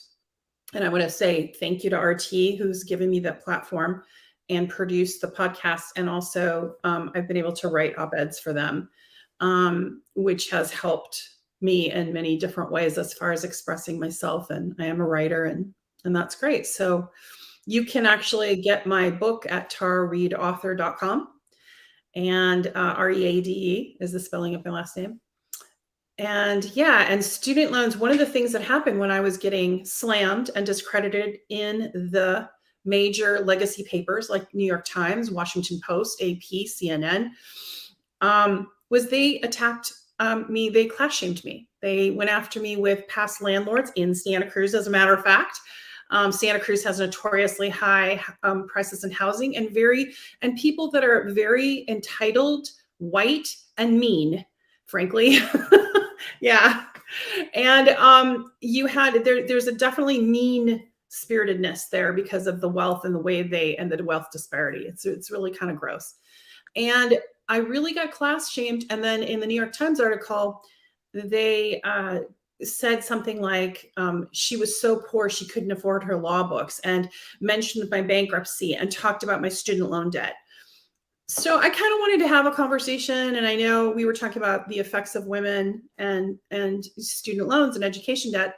I now have a grown daughter who went to, as a matter of fact, in Santa Cruz, into the community college, and finally found her way out of it because they were trying to catch her by moving the goalpost every year. These requirements to go on to your 4-year, and more loans, right? Finally, she graduated college, and she was able to get out of that cycle, and she's in her master's program, but she has debt. So we now have Americans with generational educational debt, and I'm close to 60 years old, and I am literally going to probably retire with student loan debt.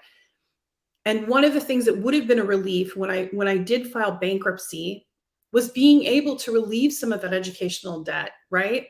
But Joe Biden, as a matter of fact, was one of the architects of making sure student loan debt was exempt from bankruptcies. So we have millions of Americans that are suffering, and now multi-generations, who are not able to realize their dreams because they're drowning in debt. And that means you can't buy a car, you can't buy a house.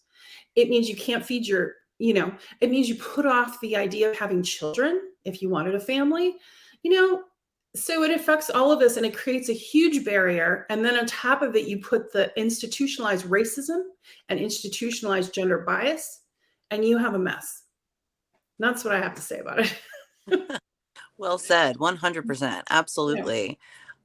So yeah, just so everybody knows, I'm Bess. I have a podcast called Millennial Splaining, and I dive into a bunch of different issues about my generation, how we really came into of age into for us it was technically a depression, and because of that our culture and our voices have been stymied.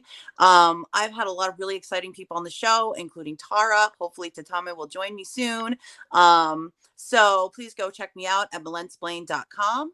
And my debt story is normal because I was a little bit lucky at my first BA, because lucky unlucky, because my parents passed away, and then I paid off my debts with their inheritance, so that's not lucky, but I didn't have any debt from that. But I did go for my master's, and I still have all the debt from that. I went for my master's in 2012. I went to Pratt Institute in New York, so that was extremely expensive, and that was dumb on my part. But I did it. And fun story that I went for my master's to be a children's librarian. And it was the year that they were closing all of the school libraries down and all of the extras programs, and Forbes magazine actually came out and said that my master's degree was the worst, Oh no. return that you could possibly invest in for a master's degree. So that was really exciting, and he wasn't wrong, because when I finally got out, I was looking at jobs that were going to pay me 30 grand a year or less. And that, and again, I have 100 grand in student loan debt. I haven't touched it since 2012. I haven't been able to afford to live completely on my own on the jobs that I've had pretty much since. And there's just no, I'm already on a student debt boycott because I don't have a choice. I just don't have money. I just don't have money for it. So I feel like a lot of us are in that situation. And it's worse. It's worse for women. It is. I actually was looking a little bit into the numbers, and fun story, women hold 2/3 of this country's student loan debt, 2/3, but we only make up slightly less than half of the workforce. So that alone tells you how you The know, patriarchy works. women were sold a lie. Yes, exactly. Women were sold a lie, right? We were all sold this lie, a lie of upward mobility, that if we invested in our education, that we would automatically be able to attain the higher ranks or whatever. But when it comes down to it, there's not enough room in the 1%. Right? The 1% doesn't come because the 2%, the 5%, the 10%, because more people get college degrees, right? So, you know, that was a hard lesson. I think a lot of us found out, and unfortunately, a lot of us were women. We were told that lie. And I know, Tatami, you didn't mention your student debt story, but if you want to tell it, you're welcome to. All right, yeah, I can do that. So my story is, it's a little odd, I guess. I first, in my early 20s, I was a Montessori teacher. So that was what my adoptive mother did. So I grew up Montessori. I always, anytime we had field trips, that's where I was. So that's kind of just naturally where I ended up. And then right after my mother-in-law passed away, my husband and I decided to go to Santa Cruz. We were like, if we're already going to be paying all this, we might as well live somewhere beautiful. But as Tara mentioned, the people who live there, you can find some of the best people in the world there, but the rich people there are incredibly entitled. They're incredibly cruel. We ended up being van dwellers for a little while because we had no other options. So it wasn't just like, oh, let's all live in our van. It was like the van is what we have. And so eventually I got pregnant with twins.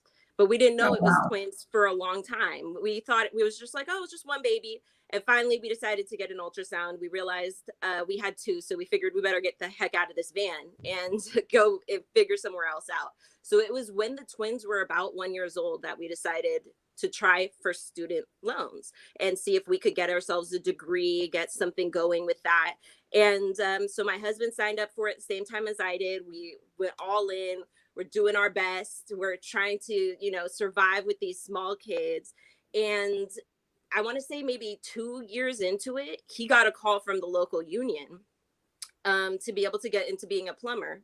So we just were like, just go in and do that. That's exactly what you should be doing.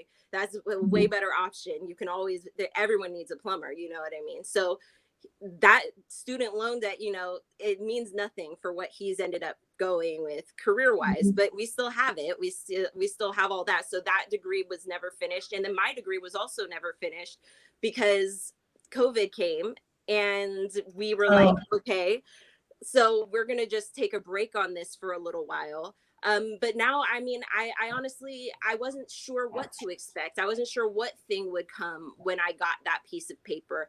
I wasn't sure where I would take it or what would happen. But I did think that there was something that could happen that would, you know, help us with our independence, with our financial situation. And it wasn't even like we were hoping to get to the 1%. We were like, shit, 2% up from where we are right now would be really, really great. So, you know, we're kind of just still in the middle. We're still at that point where we realize that between the two of us, we have just an incredible amount of debt.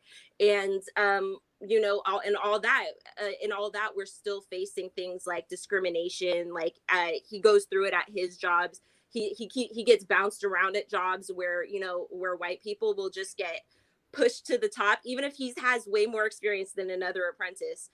He will be often the first to be let go. He'll be often the first one to be given harder jobs or put into, you know, harder positions. And so his work that was supposed to be more lucrative there, it can't go to paying anything. It keeps us afloat. It keeps us afloat. So we're just kind of at that point where we just have it, and we're like, we have nothing to show for it, and we're, you know, just at this loss where it just doesn't even really make sense. You know, there's a lot of me that just feels like it's this huge grift to make money off of these generations, but then, you know, it just doesn't logically. I just don't understand what's the end game here, because like Tara was saying, she's got it now, her daughter's got it, nobody's really paying it off. It's just like a constant extortion fee that we're all just trying to keep at bay. And, you know, what's the end game here? What's the government really trying to do with this? And what's the point? And the fact that none of us have paid for 2 years now, and it's nothing has gone to complete crap. It's still all going as normal. I just don't see the reason for us to be continuing with this student loan debt. It helps nothing if teachers have to go into complete debt and destitution, or librarians, or any other type of work. It just makes no sense that we're all going into destitution.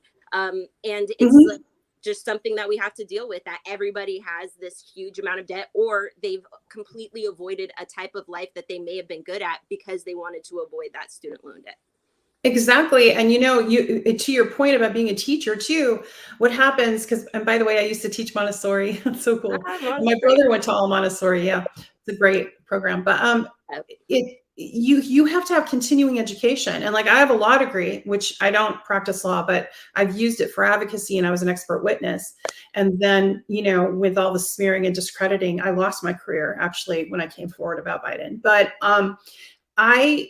what I have noticed is that they don't even take into account of how much you have to spend once you get your degree, because you still have to keep up with a lot of different professions with paying for that.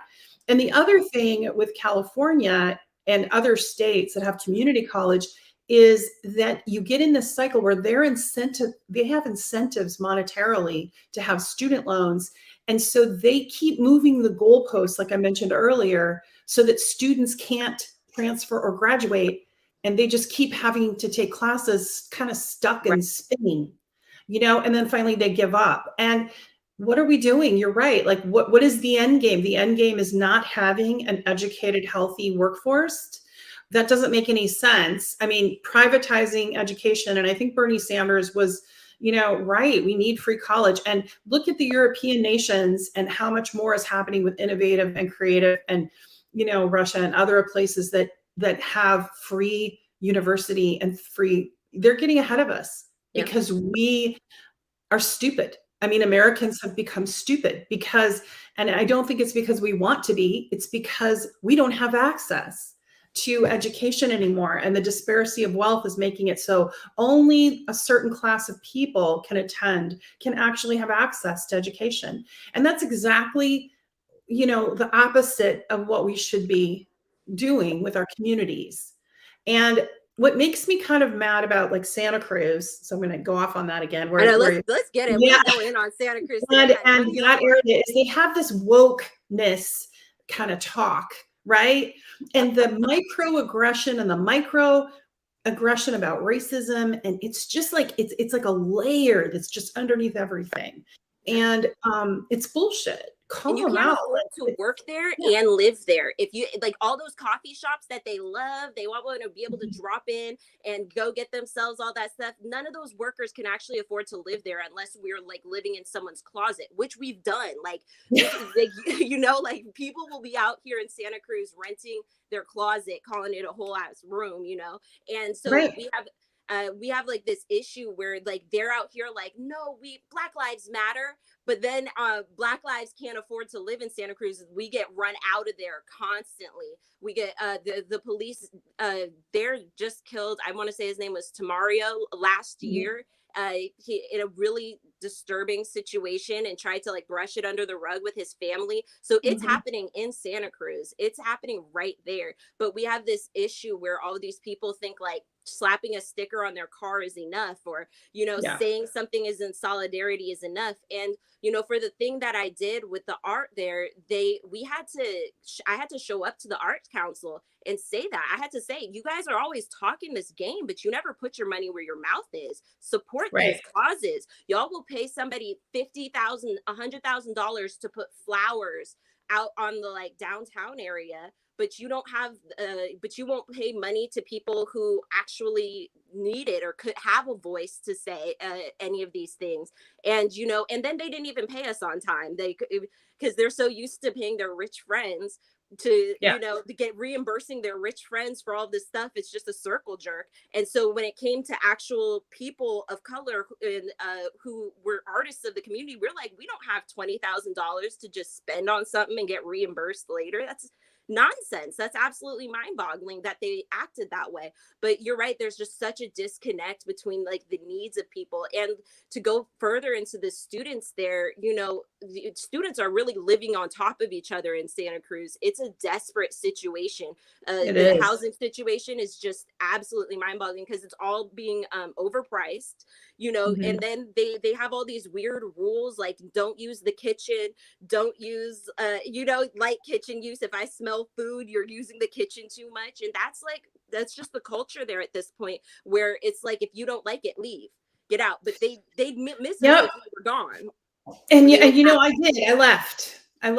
I couldn't afford it. I mean, and I was going through what I was going through. I had death threats too in Northern California, but I kept moving north above the Bay Area, trying to get away from, you know, those prices that were, you know, where people were paying $1,000 or $22,000, I think, to live in a yard. One time I lived in a yurt, you know, and they're charging you an absorbent amount of money to live off grid. And and what I've learned is when someone says off grid, damn, they need help.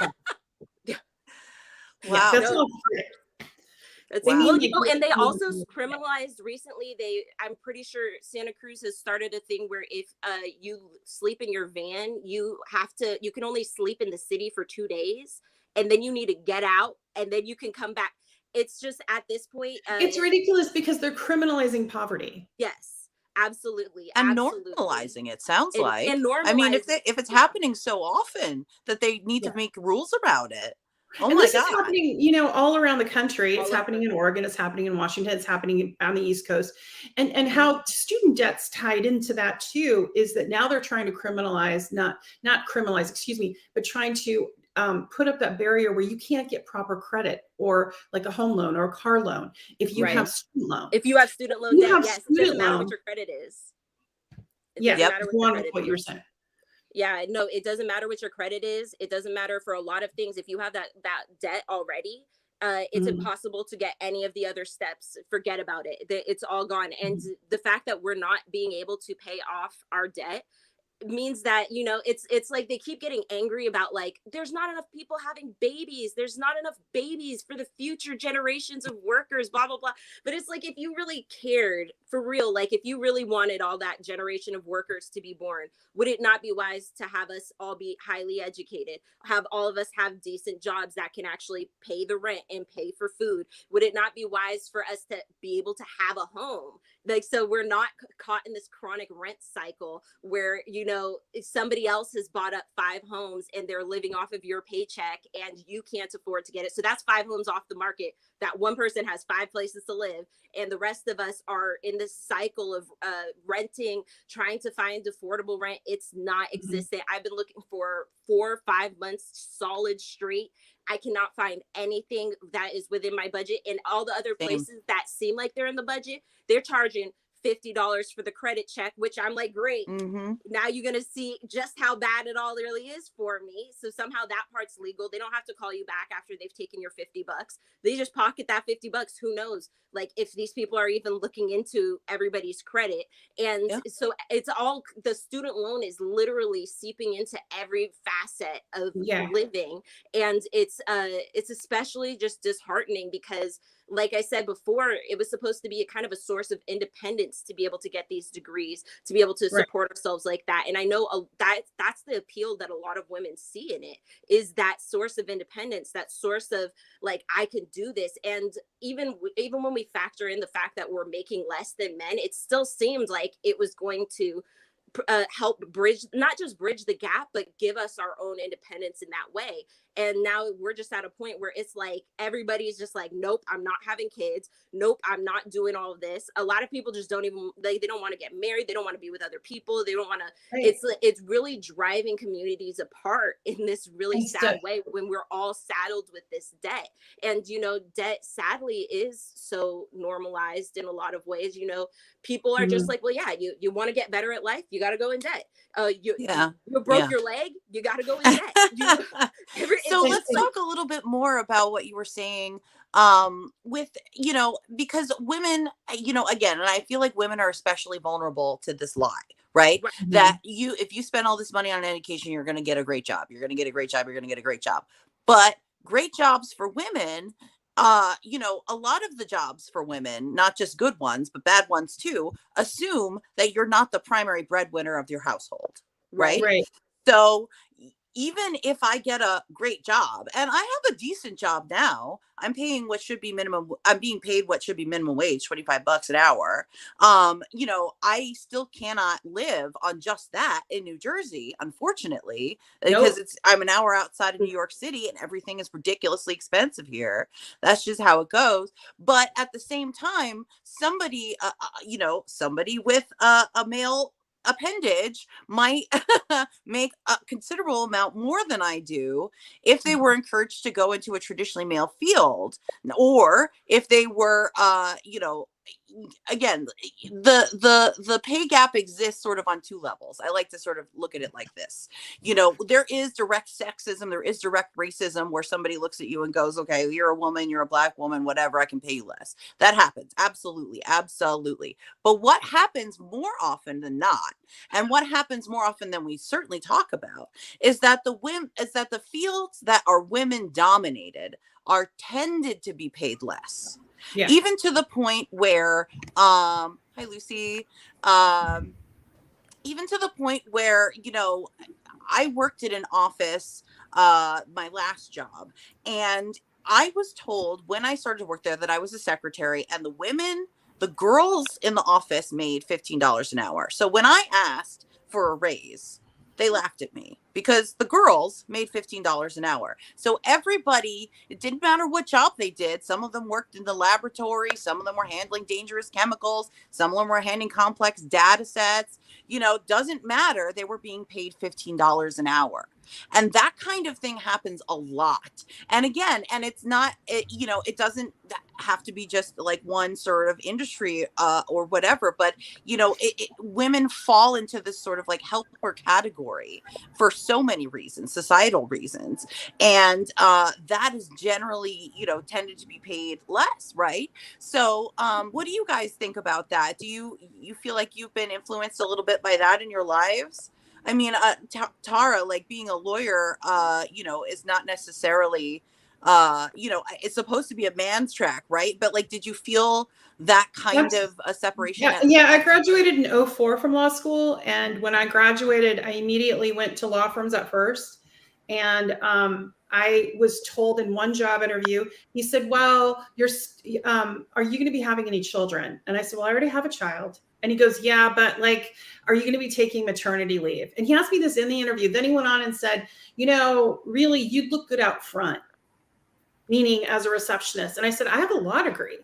And he said, and I said, I'm going to be taking the bar exam. I wanted you, you know, like sometimes what law firms will do is mentor you and then they'll go on. And finally, I ended up working for Snohomish County Center for Battered Women, and I was a legal services director. And so I went into, you know, advocating for domestic violence victims. But yeah, I this was a corporate law firm, and they wouldn't let me in. I wasn't the type. And you know, I just decided to forego practicing law and went a different direction. But for other people that I went to law school with, yeah, they had a lot of difficult times just trying to get in. But then once they got in, there's the goal of having a partner, and then there's the goal of running a firm, right?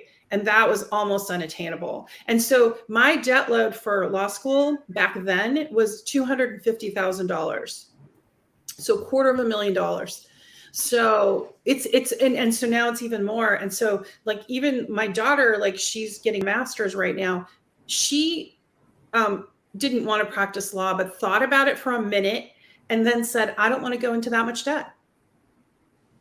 And I mean, that's what's happening to young people. They're literally foregoing careers, not based on what they want to do, but just not wanting to go into debt. And what I want to know is, where are these progressive candidates that promised us if they voted blue, like blue no matter who, like, right? They wanted it. Their main promise was to eliminate student debt. So what the fuck happened? No. Yep. So absolutely. Yeah. You know, and it's and you're reinforcing the fact that it's not just a generational thing. It's not just kids. It's adults. It's people over 50 having this issue generationally.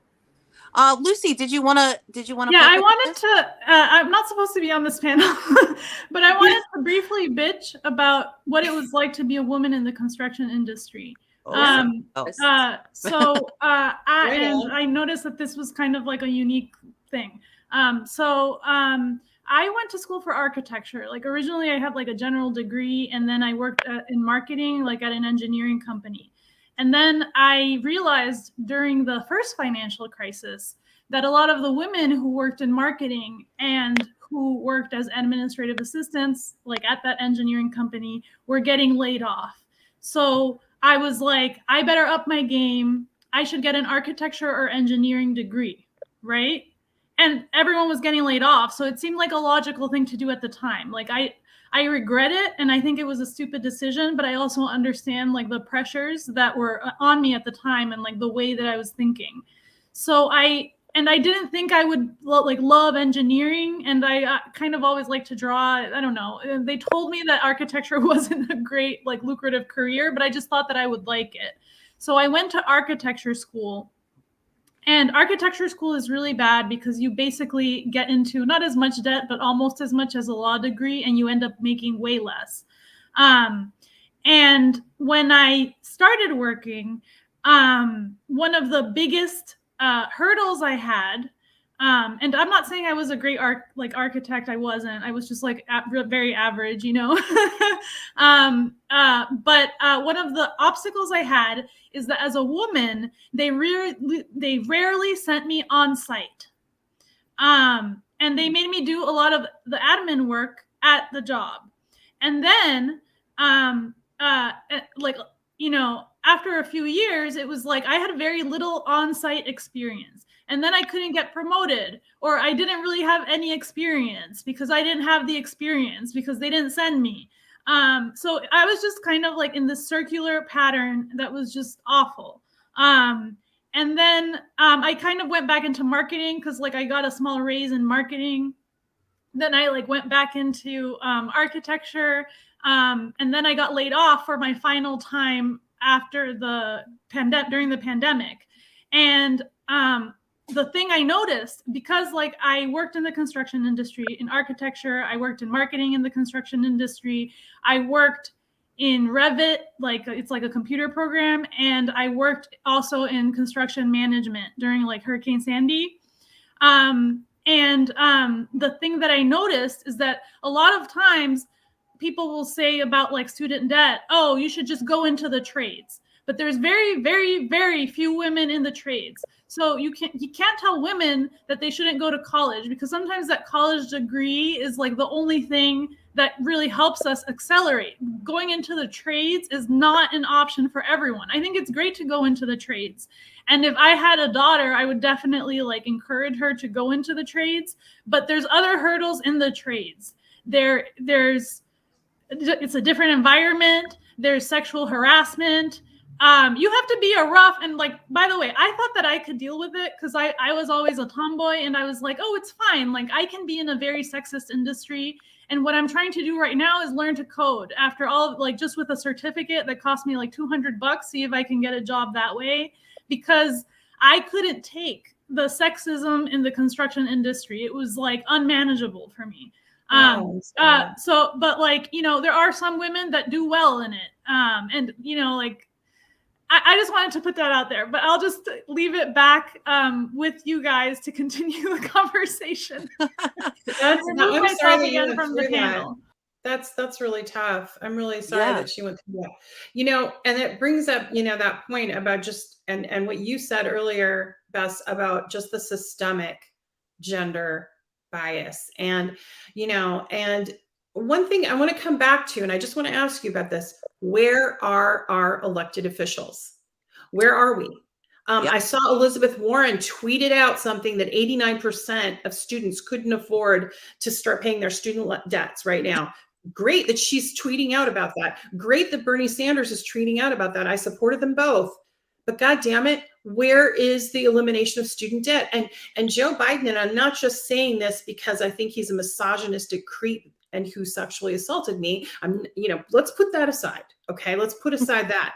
He promised people that voted for him that he was going to eliminate the debt. Then he lowered the amount, right? Moved the goalposts and said it was like $2,000 or no, $50,000 of student debt for each student, which is a significant amount for some for getting a BA. What happened? Yep. Nothing. I mean, where are we? Didn't he lower it down again to like 10,000? I swear that it got down to 10,000 at one point. Got down to 10,000. It did, yeah. And then it did, and then nothing happened. And then nothing. And then nothing. He never had any. I feel like that's been the case with everything that's come on the Democrats' plate since Biden got into office. They've just go, oh yeah, well, we got a bar, and then all of a sudden nothing happens. Nothing happens, right? So to boycott, this is the disclaimer. You don't want to go into default, because default will destroy your credit, and you cannot count student loans as bankruptcy, right? Right. So you can't even do the same kind of protests you can with other things, where you can ban it or boycott it or whatever. To boycott, actually, or to stop paying your student loans, to stop paying your student loans in protest, right, would mean you'd go into default and you're just harmed and no one would notice. So what is the alternative, and how can activists move this or change this? Because of the way it's so set up for, the loan processors and the financial companies and banks that are running this. That's an excellent question.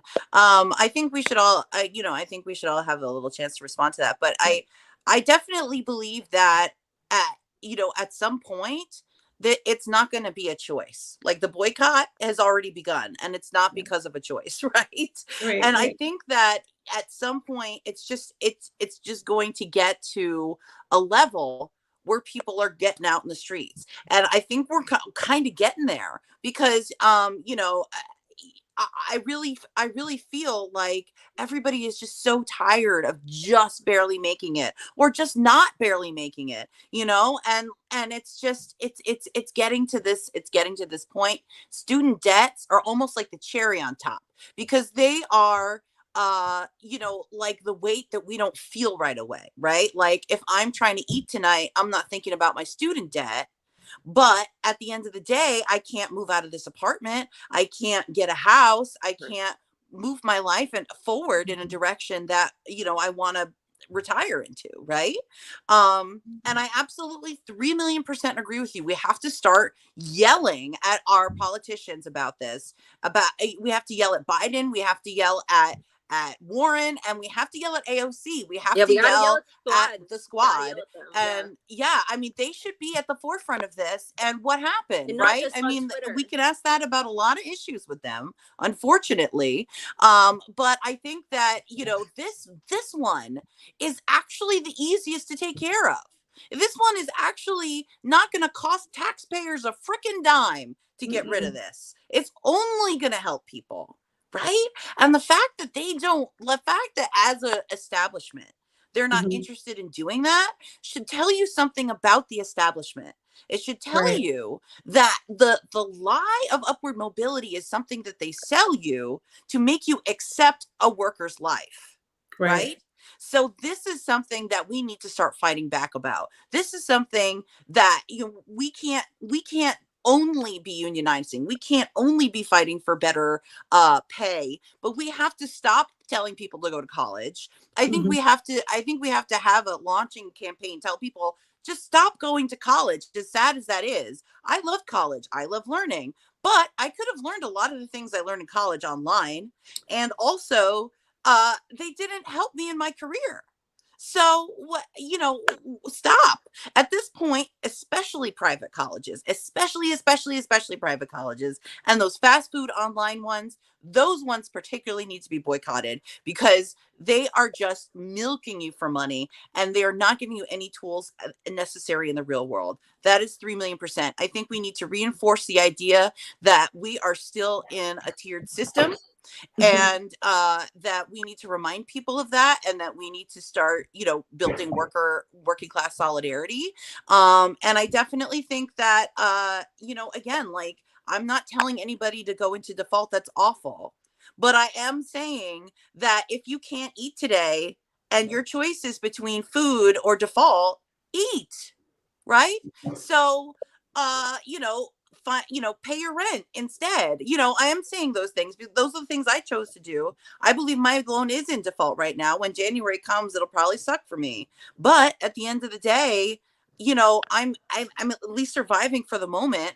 So, that's a choice that a lot of us are dealing with. And, I encourage you to do as much as you can for yourself in the moment, because at someday, like, all of a credit card debt, all of our credit statements, and all of this imaginary debt that we owe people, right, is just going to become like a theory.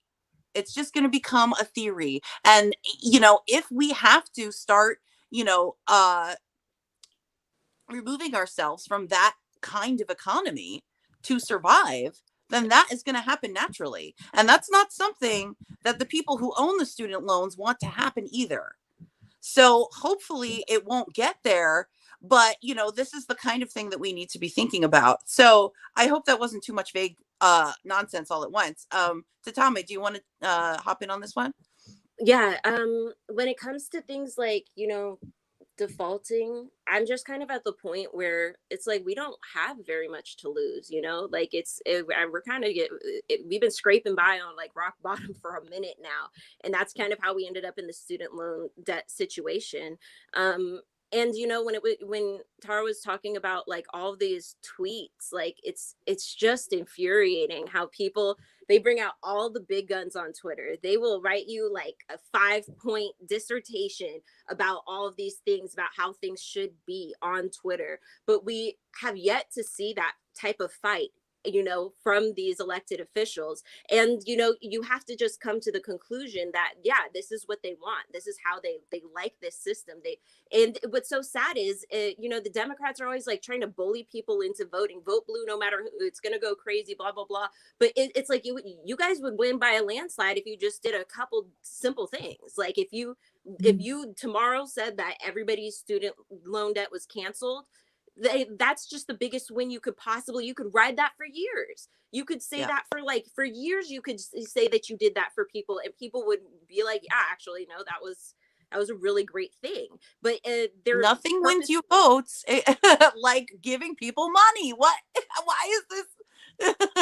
Like it's so simple, it's so easy. And so because it's so easy, like you have to come to the conclusion that it's by design. There is a purpose to keeping us down like this. But like we were saying earlier, there's only so far this can go. There's only so poor people can be. There's only so desperate people can be before people start just like, it's like you said, it's not even like, oh yeah, well, like I'm going to stick it to the system. It's like, no, I have to choose where this money is going. There ain't infinite amounts of it. There's no extra. There's no other thing. So I'm going to just have to make this decision in the moment. This is just what it is. And the day by day process of it is that the loans are not getting paid.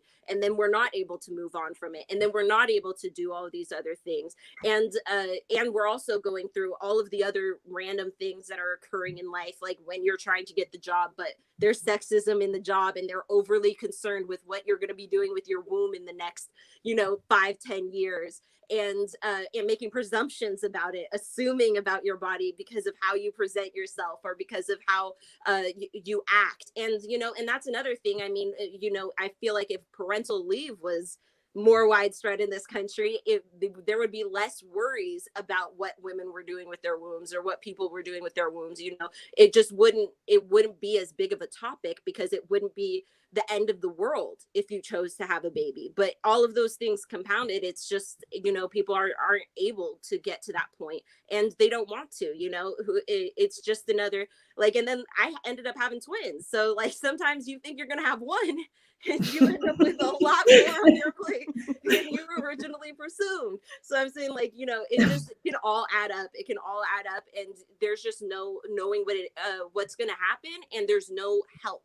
There's no support system. There is no community. There is nothing. It's just all rugged individualism. Do it by yourself. If you're not doing it by yourself, you're lazy, you're trying to like mooch off of people, you're trying to find the easy way out. And it's like, why the fuck not? Nothing about this is logical. This isn't the most effective way. It's not the most efficient way. It's not using the resources the best way it could.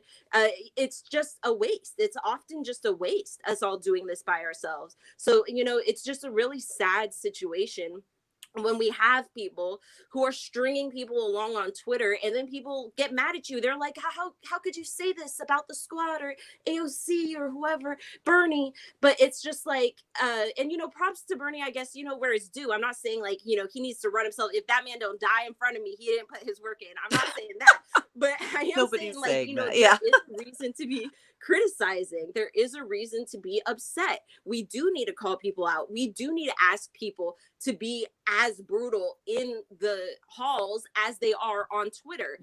Where is all that energy? Where are you guys not coming together? I'm pretty sure it was it Corey who came in and was like, the squad isn't a squad. We don't talk. We don't know. Nobody knows what the other person's doing. This isn't, y'all thought this was like a whole game. We were all working. No, there's nobody's in charge of this. It's been going on for 2 years. I don't see what's going on. So it's just like, we're at a point where you have to call a spade a spade. You have to be serious about what you're seeing and understand what it means, for us in our real lives, which is nothing's going to fundamentally change. To, quote the man I didn't vote for, nothing is going to change. And he made good on that promise. That's the one promise that he has absolutely kept. And when I first heard him say it, I was like, that's the first honest thing I've heard this man say in a long time. He is a habitual liar. So, you do it. Like I people always trying to call out Trump, but it's like Biden's a habitual liar, like a habitual, like, dude has lied about marching with MLK like that isn't easily verified. Like, he will lie about the weirdest, just dumbest things, and that's what's running all of this. So when he says something like, oh yeah, like campaign promise, like I'm going to help you guys with student loan debt, like he'll say anything. This man literally will say anything. And then when you call him out on it a few months later, oh yeah, I'll do like half of that. Oh yeah, I'll do like 10,000. That's like, people then paid like $80,000 and they still owe $80,000 because of how the whole thing is set up. They still owe the interest they accrues. Yeah, right. they still owe the exact same amount after paying for like 20, 30 years straight. That's why I'm like, at this point, when it comes to something like, oh, like what will happen if I don't pay it? I'm like, what happens if I do pay it? Like, nothing. Well, what happens if you don't pay it with default? And just so you know, that can be difficult. They'll go into your bank account. They'll seize the money in there. In California, they can do that online. They'll just take it. Yep. If you own anything, a car, a house, lien, all your property could be liened. They could take away things. So it's pretty, it's pretty dire, and it stays on your credit because there's no way to eliminate it in bankruptcy. Right. So when you make a decision to default, it has huge consequences. It can also present an obstacle from keeping you to get a job. If an employer sees a default to student loans, you won't get hired in like city or county jobs or law enforcement or even teaching and even some unions. So it's a big decision to go into default, and some people don't have a choice. And that's why it's so enraging that this is where we are, because the interest on top of your student loan debt, so you have your debt, but then that interest accrues. And then they say, oh, well, we cap it off. Well, no, they don't. They kind of bounce between 7 and 10%. And then sometimes raise it. And that's a significant amount if you're a working class person. You know, maybe upper middle class or upper class person can afford that. But if you're in a profession like teaching, you can't sustain that hit. You're going to spend 5 years. And there's one other thing about teaching, because you brought that up. There was a promise that you could, if you worked for a nonprofit or you taught at a school that needed teachers, for so many years, 3 years, I think, you could get some of your student loan debt relieved. And then if you remember a couple of years ago, they exposed it was a scam. 85% of the people that applied for that program were rejected. I worked for nonprofits and in nonprofits and other things. It never applied to me. I know so many people that applied. I know people that were in the same job, never left, did everything they were supposed to do, dotted all the I's. never got their student loan debt relief. It was a scam. Yeah. And there's no accountability for this. So like you were saying before, it's like built into the system to make it so that we stay. So to me, the solution is coming 2022, vote all these motherfuckers out, like all of them, all the Democrats, like vote them out. Yeah. What's the difference? The Republicans are going to do the same. I mean, they're all the same. Difference. They're all fighting Get in for the the Green same Party, get in a third party. Green Party, People's Party, Yep. Independent, I don't care. But like these elites, they're never going to change. Yeah, we In need both somebody parties. who's going to raise hell. Well, Like, we need somebody who, like, Yeah. because, you know, at this point, they've labeled AOC as, like, the radical. And her radical opinion is we shouldn't have climate change. Like, that's as radical. She's like, there's nothing radical about her, but she's taken up all the space. That's who they're funneling money from grassroots into her because she's appeared as like this far leftist radical who's gonna like take the bull by the horns and show them what's what. But she's incredibly centrist, and she's incredibly mild, and she's become a megalomaniac. She's really hypocritical about women, about gender violence, about whatever. I reached out to her before I went public, and silence. She came and did a word salad about supporting me, but then backed off of it. There's not been a word. I have had 3 times trying to get people to reach out to her so that I could have a conversation and tell her what happened to me. I was a Senate employee. I was a congressional intern. I worked for Democrats my entire adult life. She won't even have a conversation with me.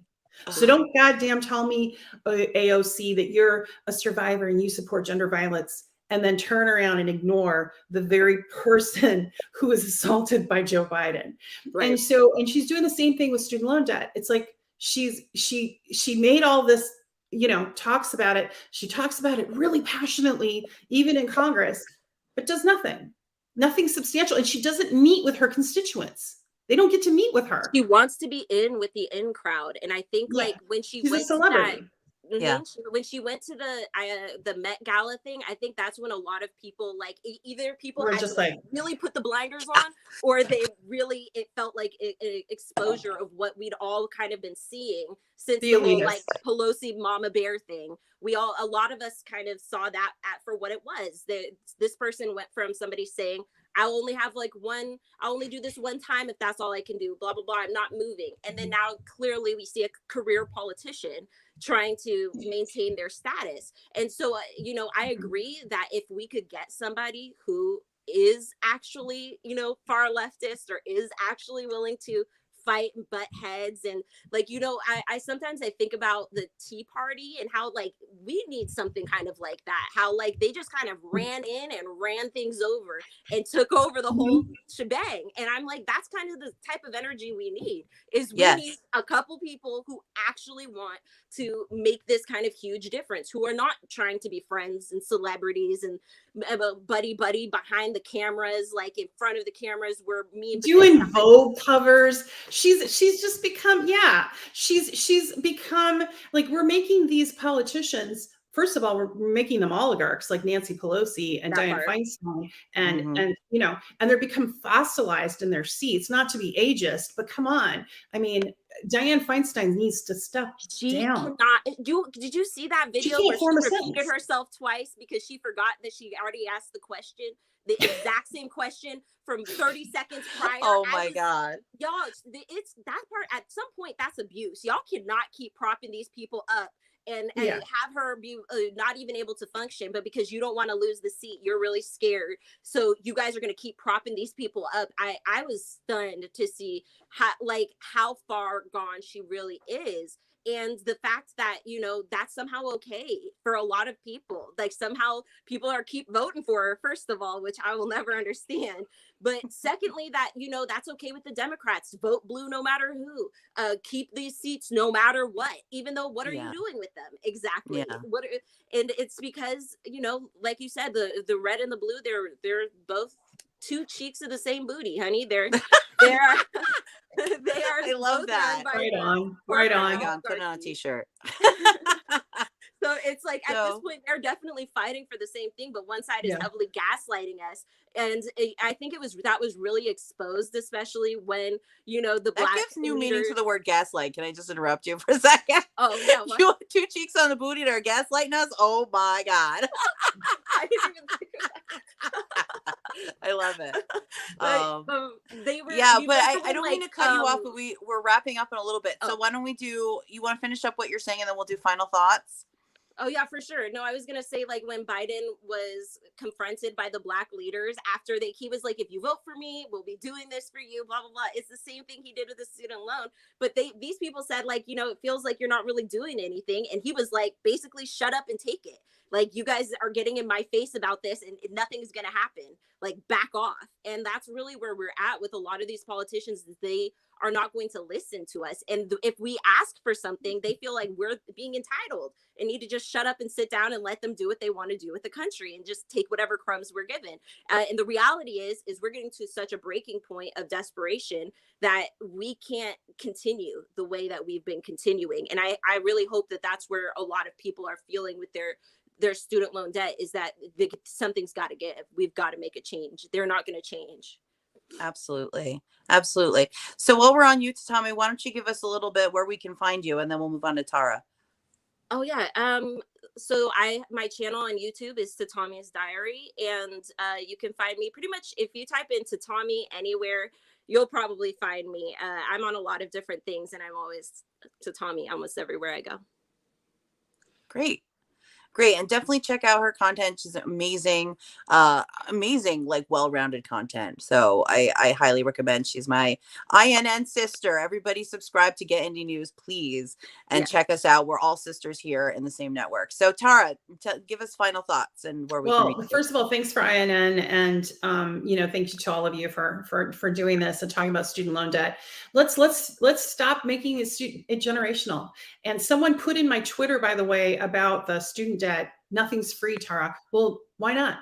Why shouldn't it be free? We pay enough taxes to where we don't have to spend $789 billion on defense and spend 20 times more than any other country in the world on defense. We could use some of that. One oligarch actually could pay off all the student debt. One oligarch could use some money to pay off all student loan debt in the United States of America. So why not be free? Why not have an educated workforce? Why not achieve dreams and prosper and be the nation everybody talks about that we're supposed to be, that we've never been? And move away from systemic racism, systemic gender violence. So when you have 90%, in closing, 90% of people in January, they're paying student loans and they're not ready. And we're in the middle of a pandemic with another variant. Yeah, we've got to do something. And one of those things is hold those politicians accountable, vote these people out that are in now, turn it over and start again. And please, more young progressives, let's get a third party. Let's get the corporate interests out of it and get them out. So Absolutely. That's what I have to say. And thank you for having me. Thank you. Everybody check out Tara Reid on Twitter, tarareidauthor.com. Go find her anywhere that she is, because she is a guiding light for women everywhere, I think.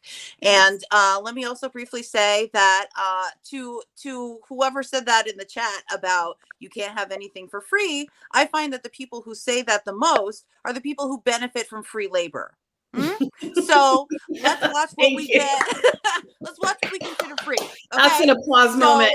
Please find my content at milensplain.com or at milensplain on Twitter. And thank you all so much for joining me. This has been a really awesome discussion. Johnny, I'm going to pass it off to you because I know we're encroaching on your hour here. So thank you so much, everyone. Bye. All right. Well, that was a pretty good panel. I appreciate that. We are here with our new panelists. They are also candidates for Congress. As they come on, I will, let's see, I'm getting some feedback. Okay, that sounds good. I'm here with Madeline Hoffman, Terrence Cudney. Is that right, Cudney? Cudney, yeah. Cudney. And Delilah, what is your last name? Because Barrios. Okay, there you go. You go by Delilah for Texas, right? Yeah. I know so many people by Twitter that it's hard to start putting their real names with people, Yeah. I go by my name everywhere. I started doing it when I started working online years ago. So we're here to talk about the student debt boycott, and more importantly, your role in what would hopefully be your role in student debt cancellation. So what we'll do is let's go around the room. Delilah, I believe that you might be on a tight schedule, I was told. So if you have, yeah, I have kids and I volunteer to watch other people's kids a lot, so it could just change very quickly. But yeah, I didn't. I'm actually a candidate for governor in Texas. Okay, and, so if you want to go ahead and start, introduce yourself and explain what you're doing, what you're running for, and how this agenda item fits into your campaign, and then we'll go to Madeline and then Terrence. Okay, great, thank you. So yeah, I'm Delilah Barrios, running for governor of Texas. I also have student loan debt, and when I heard that this was being organized, I volunteered to be of use if I could. And just I think the way it ties into my campaign is that most of the people that are excited and energized about me running are young people, the same people who are going to be, saddled with debt for most of their adult lives, if not forever. Because at this rate, that what hope do they have? They have nothing to look forward to, and the interest rates are crazy. And I'm fully supportive of whatever actions people want to make sure that the things that the Biden administration ran on, they have to answer for those. They told people they had to vote for them because they were going to erase student loan debt, and then they are not even coming close to doing that for people. And I think that they really do need to be held accountable. And so I'm just here to offer my support. All right, good. Yeah, well, that's definitely been a general topic that we will get to a little bit later about some resolution that's up and Biden's inaction. Madeline, you want to go ahead? Yes, thank you, Johnny. And hello, Delilah. It's good to see you online after we've spoken quite a few times this week via Twitter. I just recently finished the third of 3 statewide races in 4 years as a Green Party candidate in New Jersey. I ran for U.S. Senate twice. In 2018 and then 2020. And then I just finished one of only 2 gubernatorial races in the country in 2021. And I'm proud to say that for the first time in New Jersey history, a Green Party candidate for governor came in third. I'm not going to tell you how many votes behind I was, you can imagine. But we got more votes than any of the other third-party candidates or independents in the race.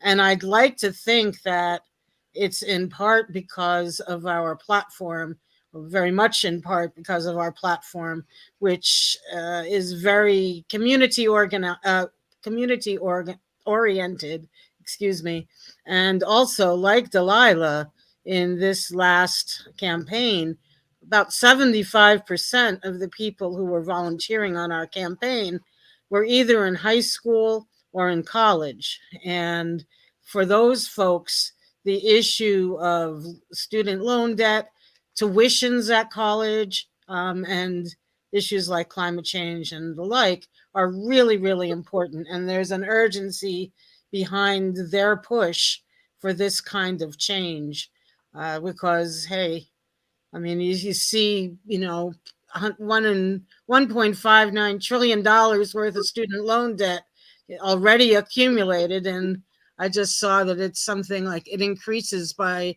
several million, $5.6 million, or is that 56 million? $5.6 million, I believe, every month. So, I mean, this is not something that's decreasing or diminishing. It's not something that's going to go away, even with the moratorium on the payment of student debt, even with some of the tuition-free college programs, pilot programs that have been put in place for certain people with certain levels of achievement and certain income levels going to college. It's still the mountain of debt keeps growing.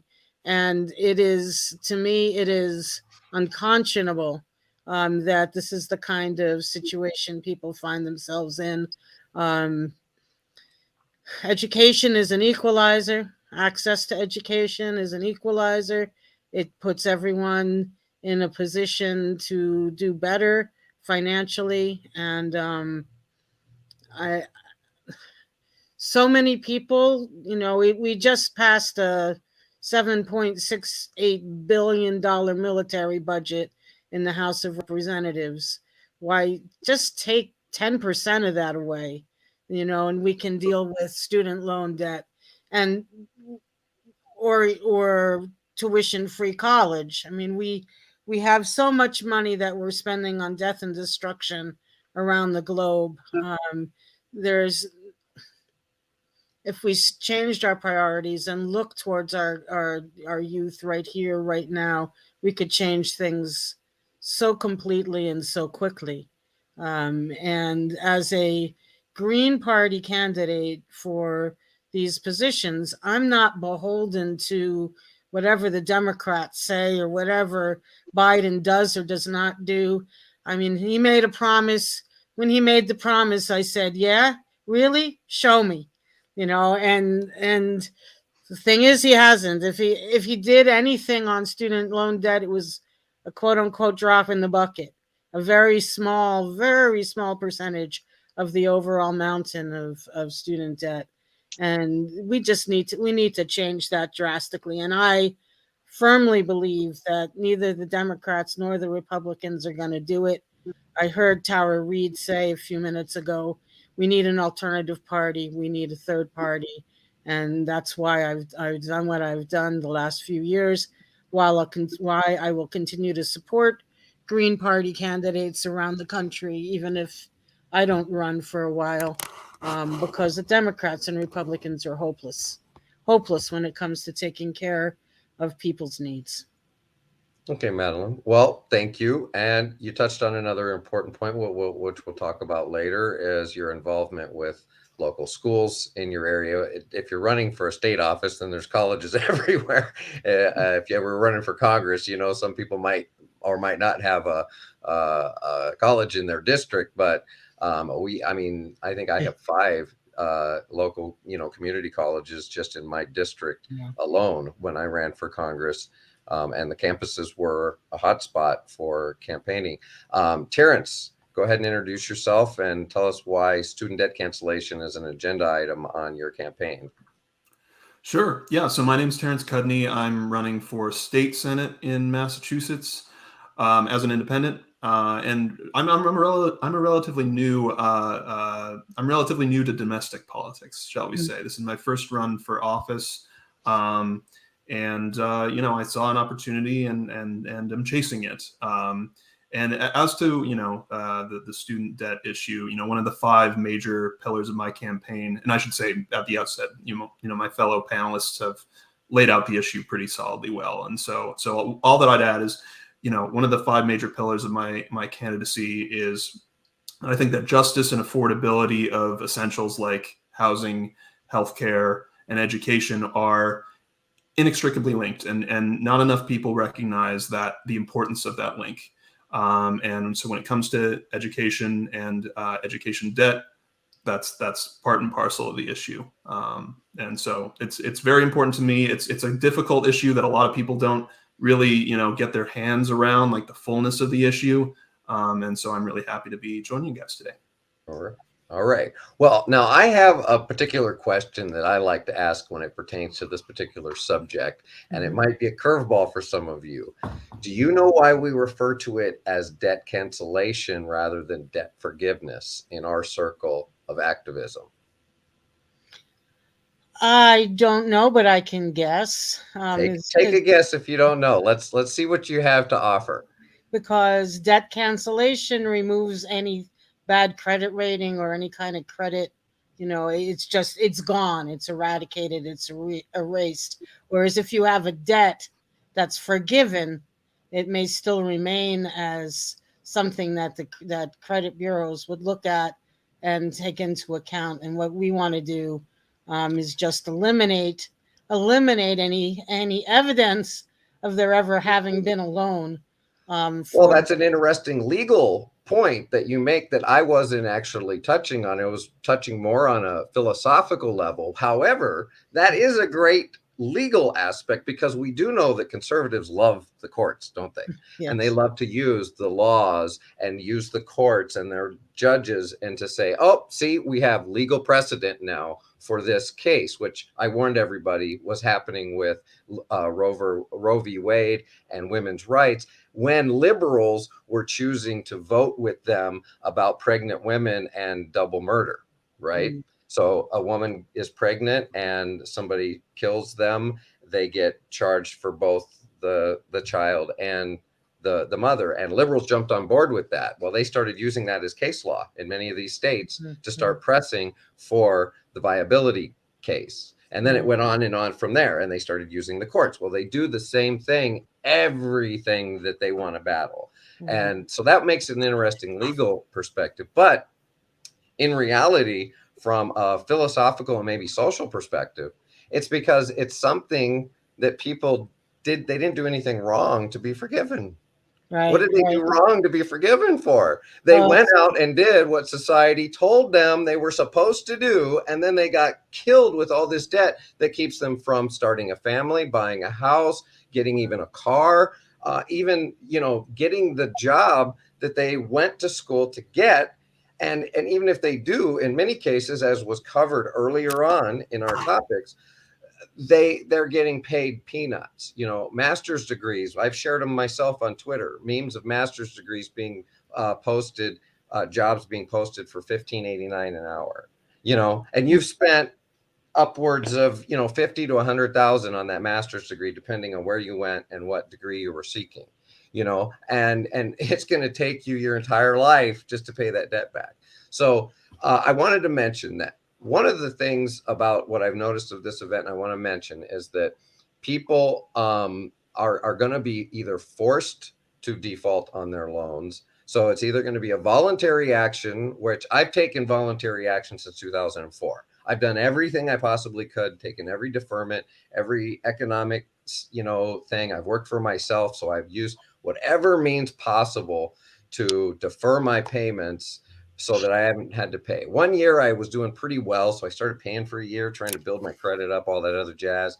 And then I just said, forget it. Once I got involved in politics and I realized that it isn't even a matter of us having to choose between those tanks and bombs and education, because we know that we can create the funding at will. We already know that in our circles. We understand where money is created, and we can fund anything we want. We don't have to have that fight over choice as to whether we should do this. We just have to decide whether or not we believe education is a primary core soul part of any society. How do we move forward as a species if we don't educate those little ones before us, right? So to punish people with debt moving forward seems to be kind of counterproductive to the idea of asking people to get an education and better themselves. Now, this kind of leads to the next question I was going to ask. It looks like Delilah had something to say. Go ahead, Delilah, if you want to comment. comment. What you were Yeah, saying, thank Connie. you. I'm sorry, I was listening. reading my You're great. note off to the side. I'm sorry. I'm on my phone, so I don't have I can't chat. So anyway, I wanted to just make people keep bringing up the military budget and how we have so much for defense, but it's a vicious cycle that we prefer our classes to be less educated and more ready for battle and more ready, to learn these skills, and they're almost discouraged to learn independently. With our systems, our oppressive systems that we all operate under. And so when I think about the military budget versus, you have to consider a lot of people join the military just to decrease their burden for education. And that's I mean, and so it's just, it just kind of highlights how vicious the cycle is. But yeah, please go on. Thank you for letting me comment. Well, and let me add to that, because every year on tax day for many years, when I was the director of a nonprofit peace organization, we used to put a penny poll out, where you'd have tubes, one for defense, one for one for education, one for, I've forgotten what all the other tubes were, and we'd ask people on tax day to take 10 pennies and put them on, into whatever chute, whatever tube they wanted. And inevitably, education came out ahead of everything else, more pennies in that chute. And in our budget, as Johnny was asking, I mean, our budget, you could have 5.7 cents, you have 57 cents, 57 cents to 60 cents on every dollar of our taxes go to the military, and 6 cents on every dollar of our taxes go to education. It's exactly the opposite. Our federal government's priorities are exactly the opposite of what the people want. And so that, yes, that, Johnny, that does present a challenge for us to talk to our politicians, to get them to shift their priorities. But that's why, again, I come back to, I'm tired. You see the brick wall behind me? I'm tired of banging my head against the brick wall, trying to get the Democrats and Republicans to recognize that, and instead, feel like we need to build an independent movement to do it. Did you have anything to add to that, Terrence? So it's actually kind of funny. So I heard Caleb a couple of panels ago talking about international relations, and it goes to this sort of military conversation as well. And I from an academic standpoint, I kind of used to resemble that problem a little bit, which was that my undergraduate degree was in international relations, and so I was involved in that sort of Eurocentric kind of notion of international policy and how we're supposed to approach the rest of the world. And just the more that I heard about it, the more I found myself, just wondering, what this doesn't make much sense to me. And my sort of political evolution began, kind of when I saw the Twin Towers, go down. And so at that point I was, angry, and wanted to support, our country and getting, I guess, like, coming back from that and figuring out what's next for us. But as I saw the drone, strikes kind of increase, and as I started to read the history of Afghanistan and Iraq, I just found myself becoming more and more anti-imperialist. And I actually wrote my thesis on kind of returning to pre-colonial, systems of governance in the African continent, basically. And my paper was panned by my department. It was too, it rocked the boat too much on that sort of imperialist, notion of, what we should be spending our money on and how we should approach the rest of the world. And I don't know. I just thought it was sort of an interesting anecdote in the context of what we're talking about with where our money is going. And so, yeah. And I should note that for people running as governor and state office, you will be constrained to your state budgets. However, the federal government is not constrained by a budget or by tax money, and they don't divvy up our taxes. We've talked about this before. Our taxes are destroyed upon receipt, and they issue new money every time they have a new appropriations bill. The problem is they're not giving states enough money for education, so that the burden on states is nothing. You shouldn't be burdened to tax people locally so that wealthy neighborhoods have better schools than poor neighborhoods. There should be a standard that's given to all schools across the board from K to 16 at least.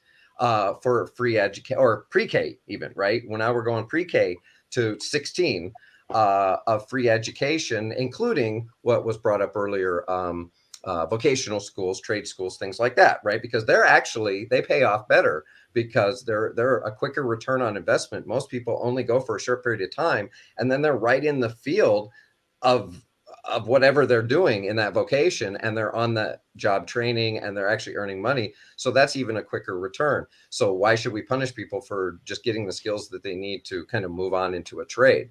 So all of those things are included now, because you're all kind of state located, or because you're running for governor, right, Delilah? And then Madeline, you're governor too, right? I did, but I also ran for U.S. Senate, and when I ran for governor, I'm sure Delilah and Terrence, you've thought of this, or if you haven't, a little piece of advice, and that is, even though some of these are federal issues, as a leader of a state, you have every right to push for what you think would be best for that state, to influence the congressional delegation, to influence the senators, and to influence the federal government, and to say, no, we're not going to do this anymore. We're not going to, like, we had an issue years ago, and I think it's still an issue, where National Guards of states were deployed to Iraq or Afghanistan, and the temporary, quote unquote, temporary nature of that never stopped. It became temporarily permanent, if you know what I mean. And governors or state senators, but especially governors, have a right and a platform to use to try to change that around. And because we're trying to build a movement, when we run for office, we're not looking out for only for us, for ourselves. We're trying to build a movement. So speaking out on these issues and letting people know there's an alternative and somebody willing to go to bat for that with them, not for them, but with them, makes a big difference. Okay, now that actually leads to my next question. I have a short handful of questions. Okay. And Terrence, I'm curious, do you have a college in your district? No, I don't believe we do. Well, actually, I have to look into it. I'm not. Yeah, you're running for a state house or a state senate. State senate. Okay. Yeah. So it's not all of the state districts have.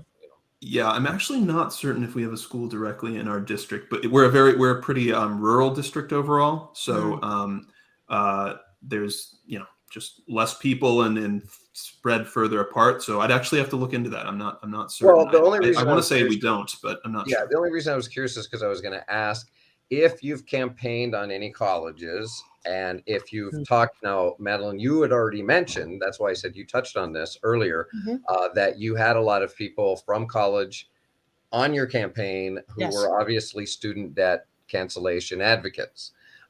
So that was going to be the question. Delilah, you want to touch on that? Have you been working with anybody from colleges? Have you been to colleges campaigning on this issue in particular?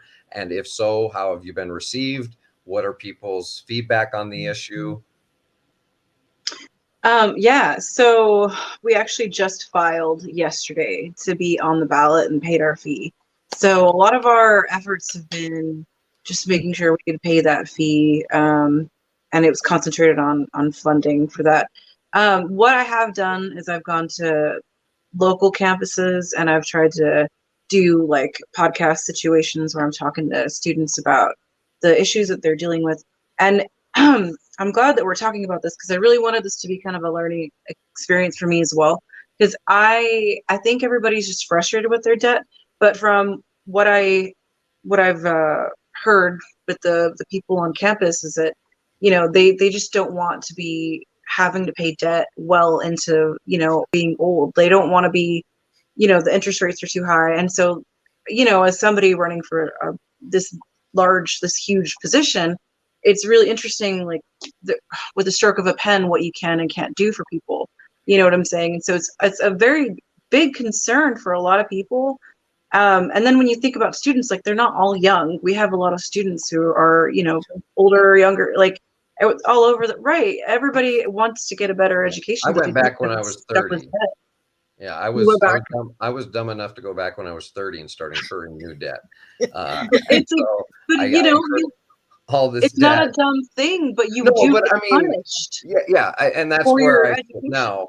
But still, 20 years later, okay, here I am. I'm 49, and I'm sitting on this new understanding of where this debt sits and what it's from. I mean, the people who own the debt, quote unquote, who are the underwriters of the debt, went off and celebrated in Hawaii, boasting about their profits. $100 million in profits, and people are strapped with this never and the earlier panels discussed how it hits people of poverty, people of color the most, because the rich kids, their college is paid for one way or another. Their family was able to invest. They're going off to a private school. All we're asking for is that people be able to go to a public school and get any education that they want, any knowledge that they want, and not have to pay for it. Just like if you're sick, you should be able to go to the doctor and not have to pay for it. Why is that so hard? Where we know money is just made up. It's just made up. We've covered this in earlier discussions. Well, and if you're concerned about national security, quote unquote, one of the best definitions, in my opinion, of national security is a well-educated population who understands what's going on. No, but they don't want that. I'm just saying that's not what they want. You're right. Let me finish my sentence. Don't want that. Go ahead. Go ahead. And I don't disagree with you, but I was,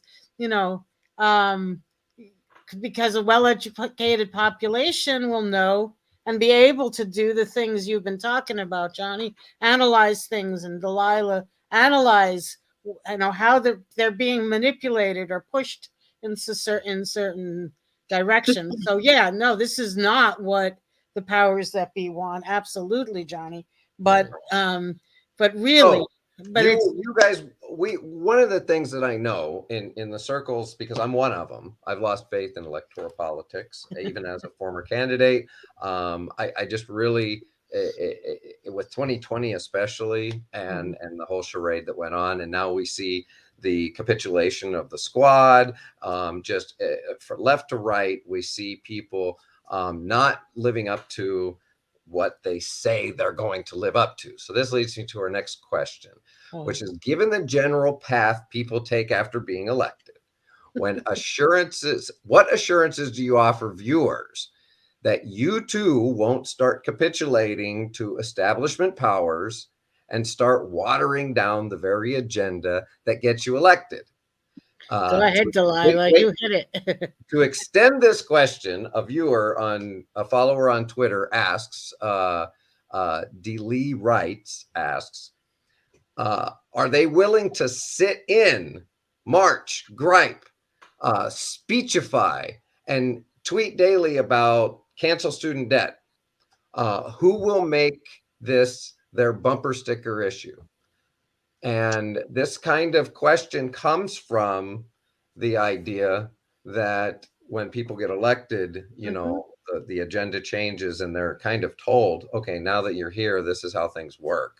And what are you going to do to be different from that and uphold any agenda that you say you're going to say? And my example was, instead of wearing a tax the rich dress into the gala, you should have been standing outside the gala with the protesters. Absolutely. That's just Lila. I know you want to answer that question. Go. I just, for me, I was like, this is an easy question. I got this. The reason why I'm different is I came into this completely different without an agenda, because I don't have anything to gain from this. I have only more debt to accrue myself. You know what I'm saying? Because it's not about me. It's about what the people need. And it's about people feeling hopeless that they spend their time and energy into people and they are not rewarded with even them an honesty, them keeping their word. So I don't have anything on my platform page right now regarding debt, because I don't know what the students are feeling. You know what I'm saying? And I'm trying to be considerate, because obviously with budgets concerned, I don't see why, and I have children, right? And I've lived in this state my whole life, and I don't want to leave. Like, why should I have to leave the state? I want my state to get better. So I'm already invested here, because this is my lifeline. This is where I grew up, and this is where I want my family to grow up. So I'm very dedicated to making wise decisions for the future just on that principle, because I'm a mother and I love my family and I want them to do well and I want them to be safe.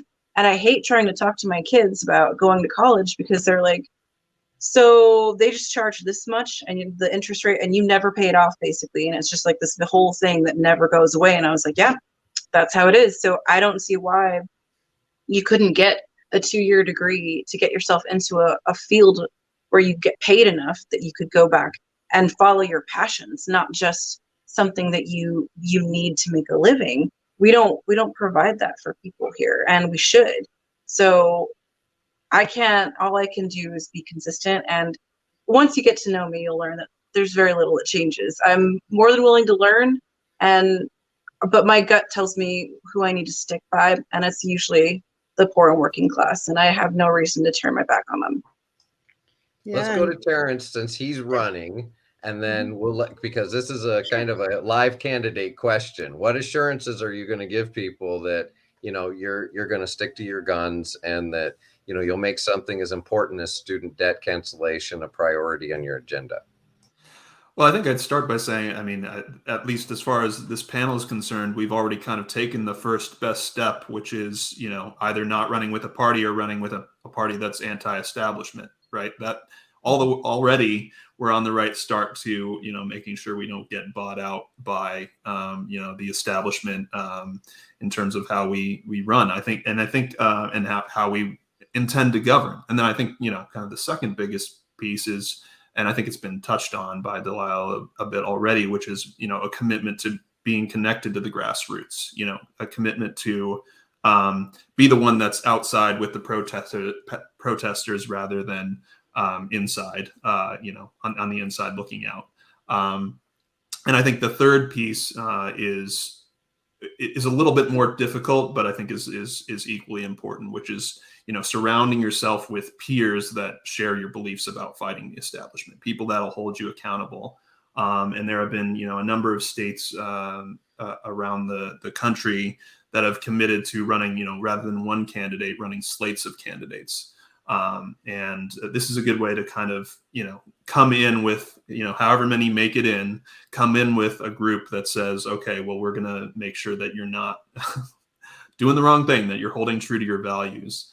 And that piece is a little bit trickier, but there are states that are doing that. And I've been talking with other candidates in my area that I know would hold me accountable, but also groups that are interested in, kind of creating that kind of that solidarity, that group solidarity that says, okay, we're going to hold your feet to the fire if you, stray.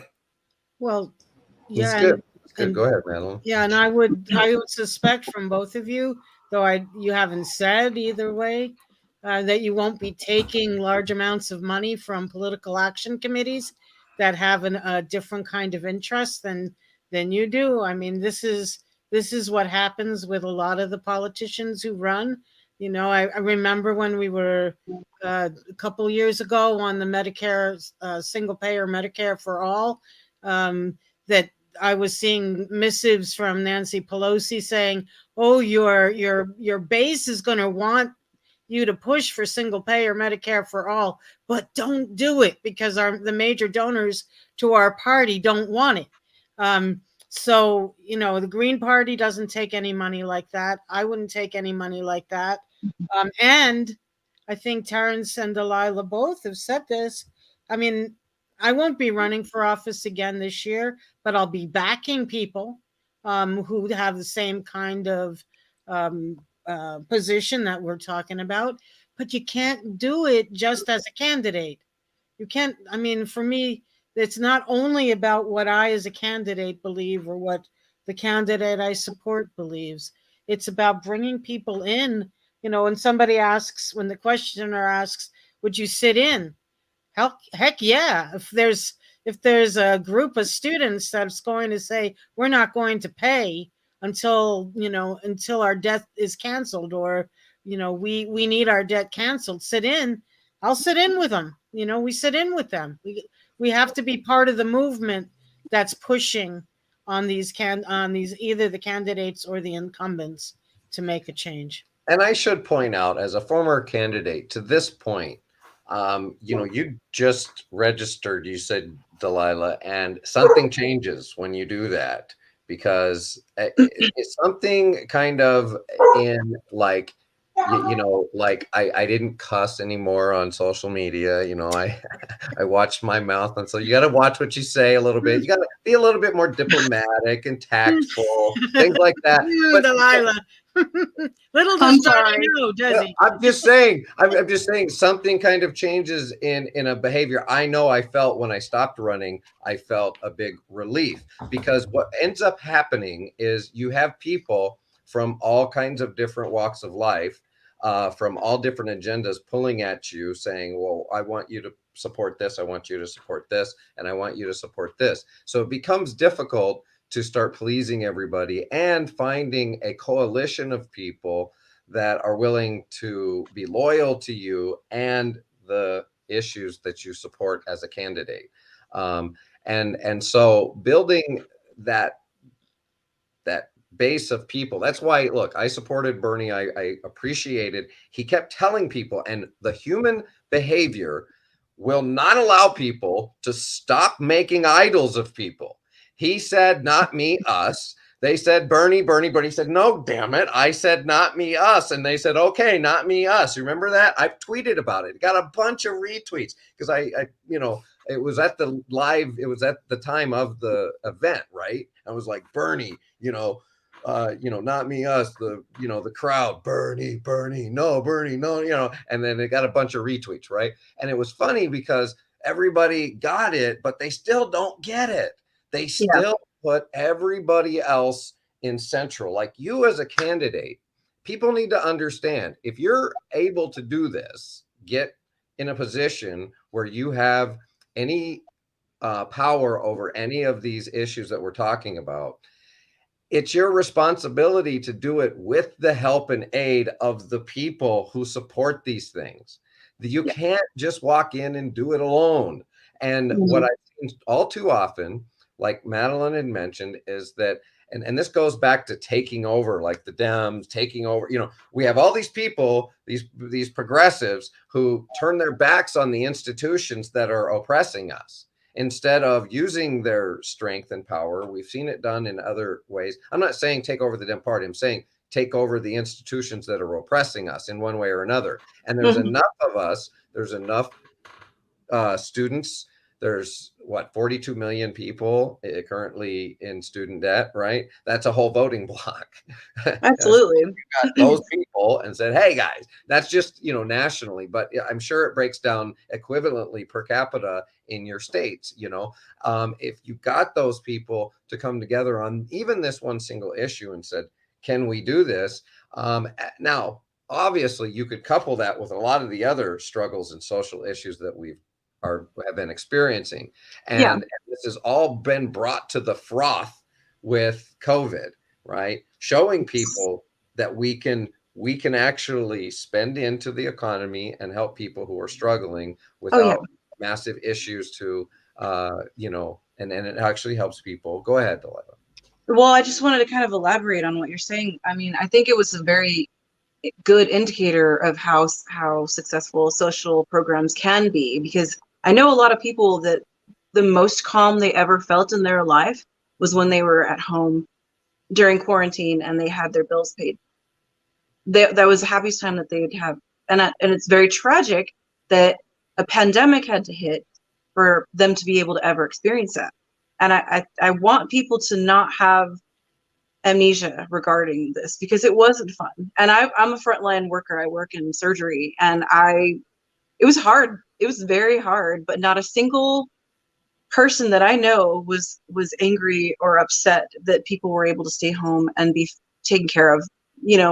Like, that's what we all want. If you're a humanitarian, you want everybody to do well. You want everybody to be happy and healthy. And so I wanted to just bring up, because I would be happy. Direct action is one of my favorite things. And my activism is what led me to be running for governor, because I know that when people get behind issues, we can make things happen. And that seems to be our only our only ability is to use our labor and to use our collective organizing power against the structures that oppress us. And so one of the biggest things that I love is that we're doing general strike conversations. And on my website is actually a link to another group of organizers that I've worked with in the past and currently in regards to general strike to force not just student debt, but, you know, socialized medicine, and to force, you know, decent wages and all of those things.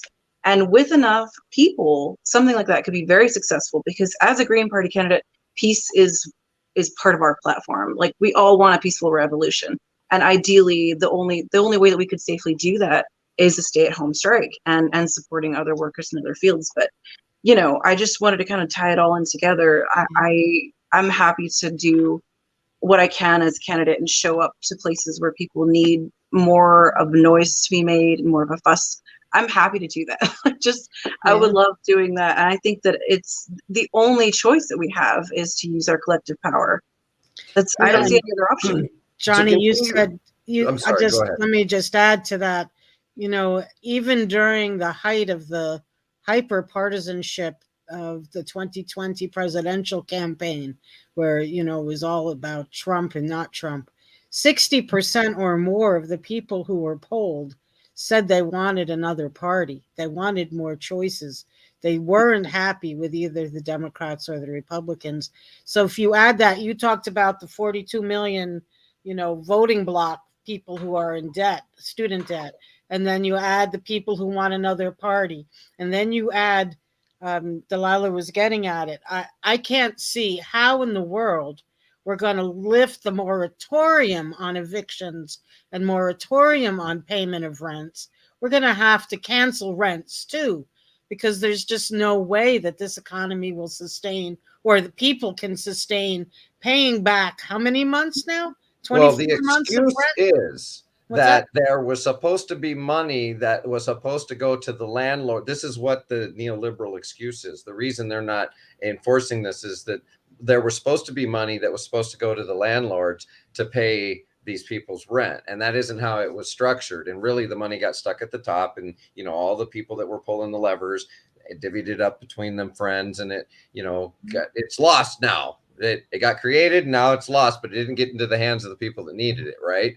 And that's the main problem, is that we if we were going to freeze rent, I mean, look, there are legitimate, you know, small business owners that own properties that rent at a reasonable rate, that aren't these massive, you know, multi-conglomerate renters that are looking at losing now their property. And that's part of the scheme, right? These little guy suffers. They don't, because the rich people, they have the billions in the bank to let the properties float for the months and months. If the people don't pay their rent, they get evicted, whatever, they get new people in, they mark it off as a write-off, whatever. The small person ends up losing the property, and then BlackRock gets to gobble it up, right? So it's all part of the same game that's being played. They create the mechanisms by which to rip off and exploit the people who have nothing. It's the monopoly game in real time.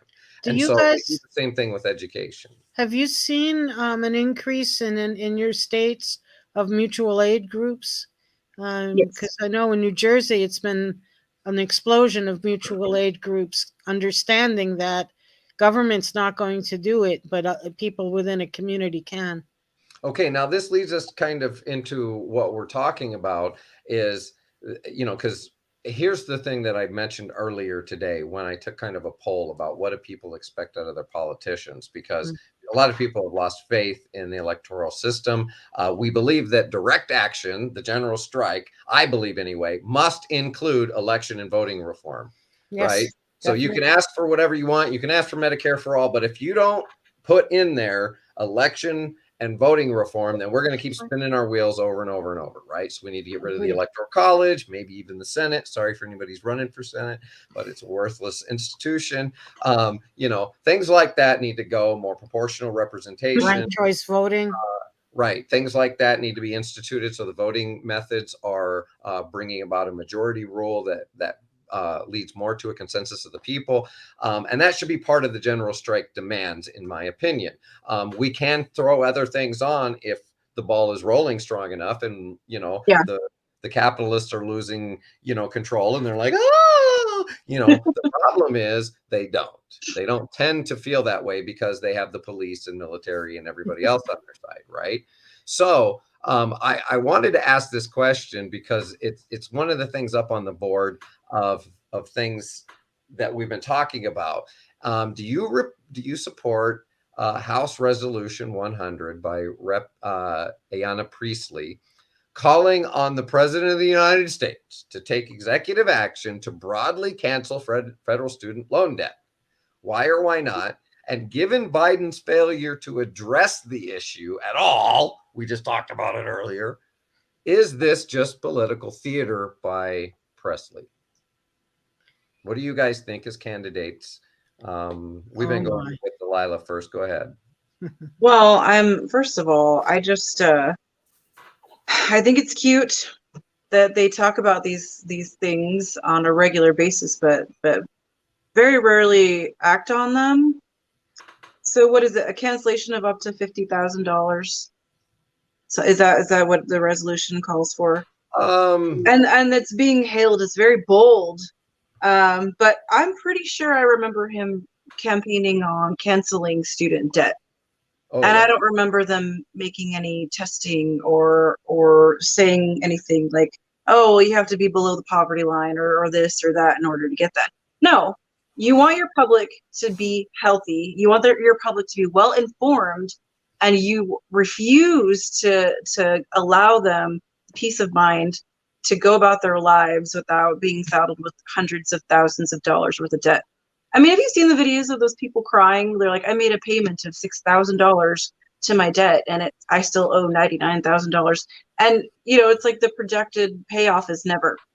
So we're not even addressing that in any of this literature, any of these bills that I see. And even if they write these resolutions, who's going to have the balls to actually vote on them in office right now? I don't know anybody that would. That is in and of itself the question. That's what we're here to ask candidates.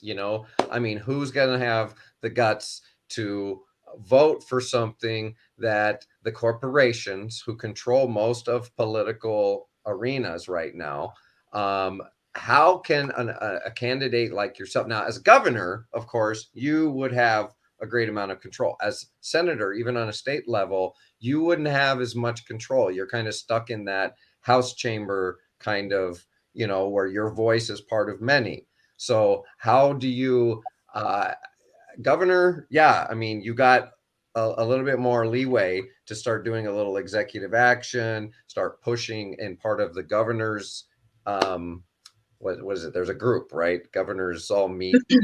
Governors Association. Yeah. Just sorry, I'm not trying to cut you off, but no, go ahead. This is your guys' panel. So one of the reasons why debt is so bad right now is that they made it so that you cannot file for bankruptcy for student loan debt. That's why we find ourselves in this predicament. So I think if anybody wants to address it, they need to consider that too. What was sorry? I said thanks to who? Joe Biden, of course. He wrote the bankruptcy. The man with the plan. Mr. Delaware himself. 3%, 1%. Yeah. Anyway, go ahead, Terrence. Sorry. Well, okay, and I'll go in after Terrence. I have an idea as well.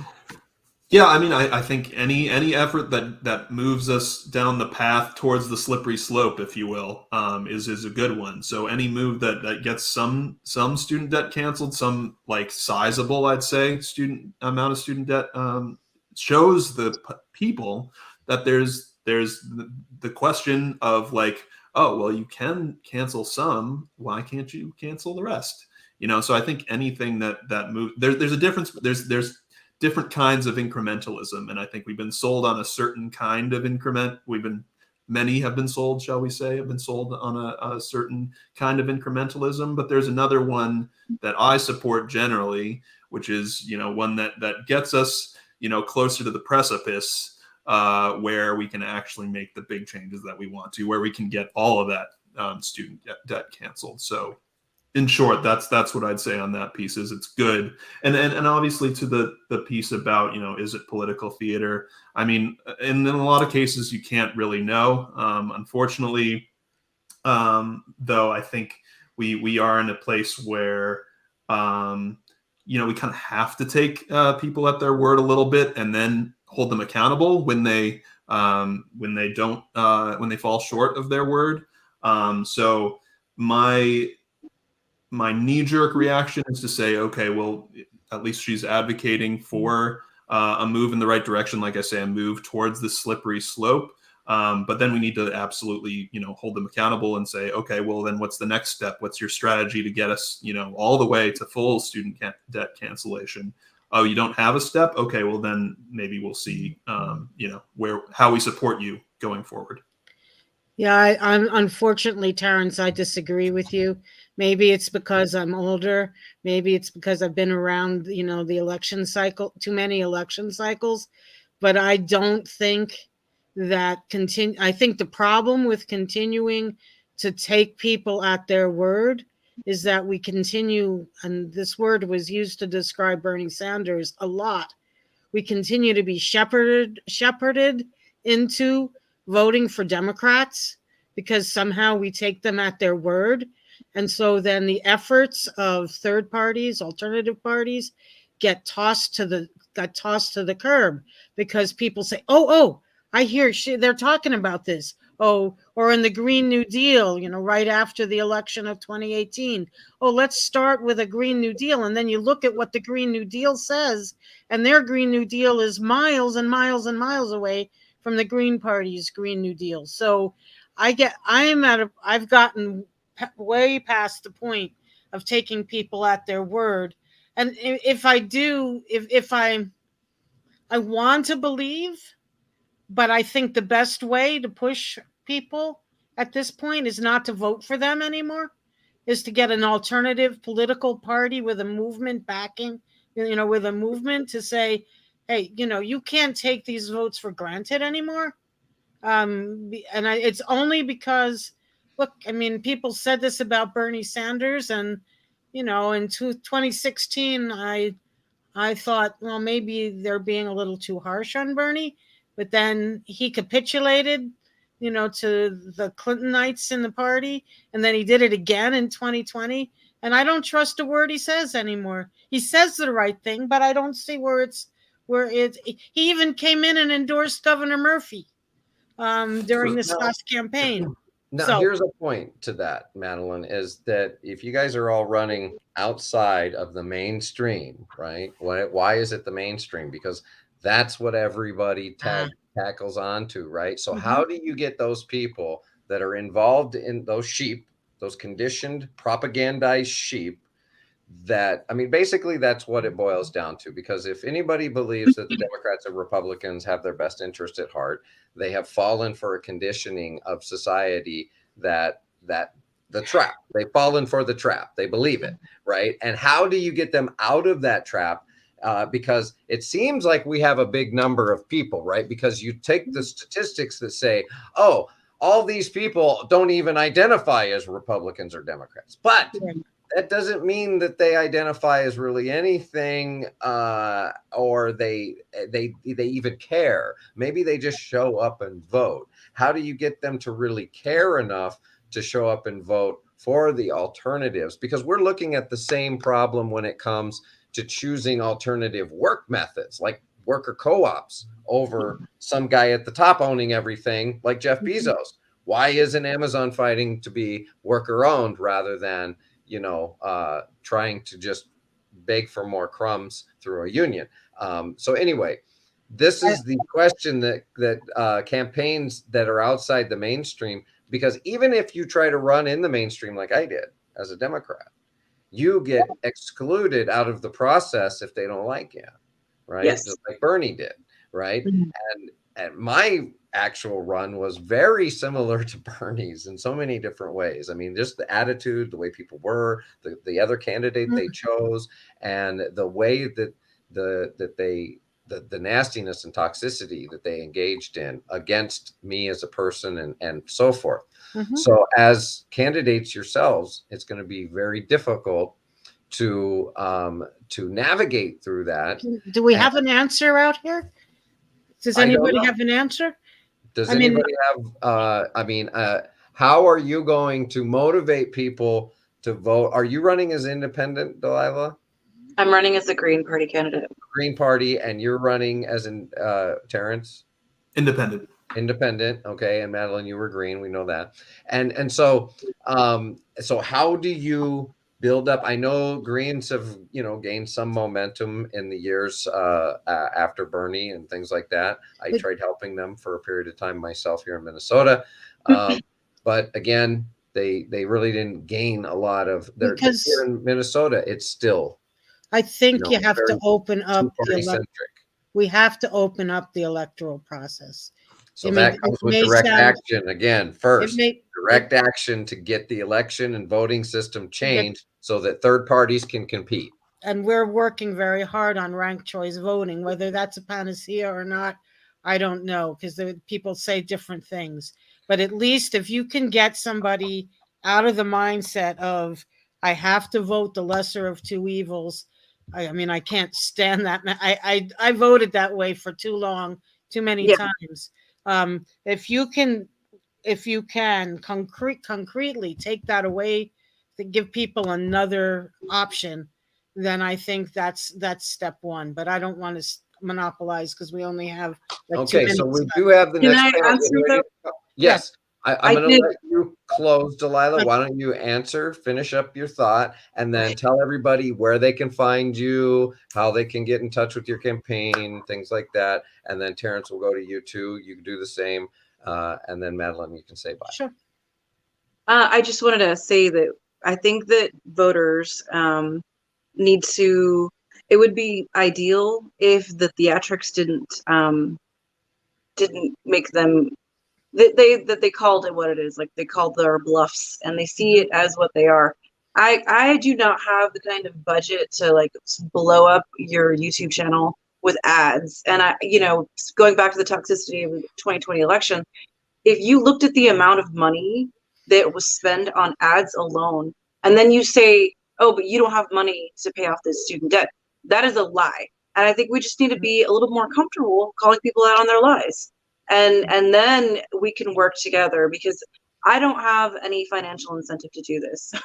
I you know what I'm saying? Like, I just really want to see some good things happen. And I know that we have the ability to do that, but we got to get off the wheel, and we got to start to, you know what I'm saying? Like, don't be afraid to work with people that you may not agree with on everything, at least to find some common ground, and we're stronger together, all of us. So I've taken like junior high students to like rallies, for abortion rights. And I've like talked to them about, the whole system. Like my son told his friend today, he's like, America's not a great country. Like we're propagandized. And I was like, I feel so proud that like, you know what I'm saying? Yeah. So I was just like, I'm so happy because like the way that I've raised them, they're aware. And so we gotta help our friends, you know what I'm saying? Like to get out of that propaganda gridlock. It's and my website Terrence. is Delilah, where can we find you?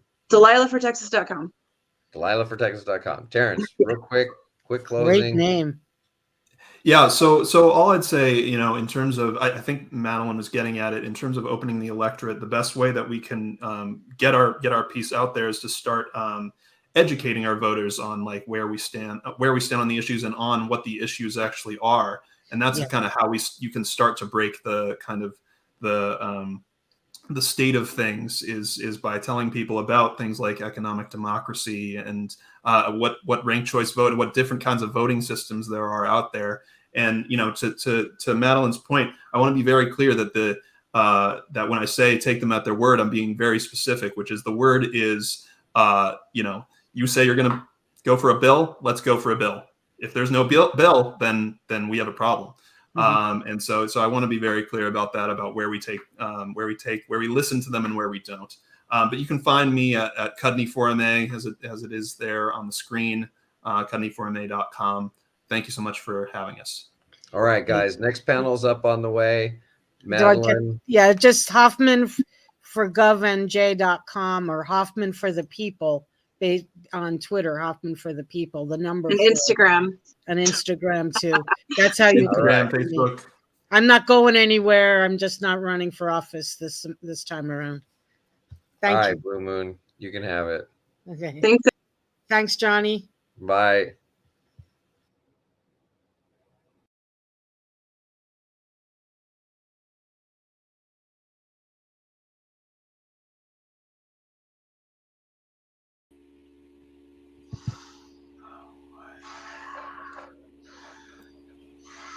Hello.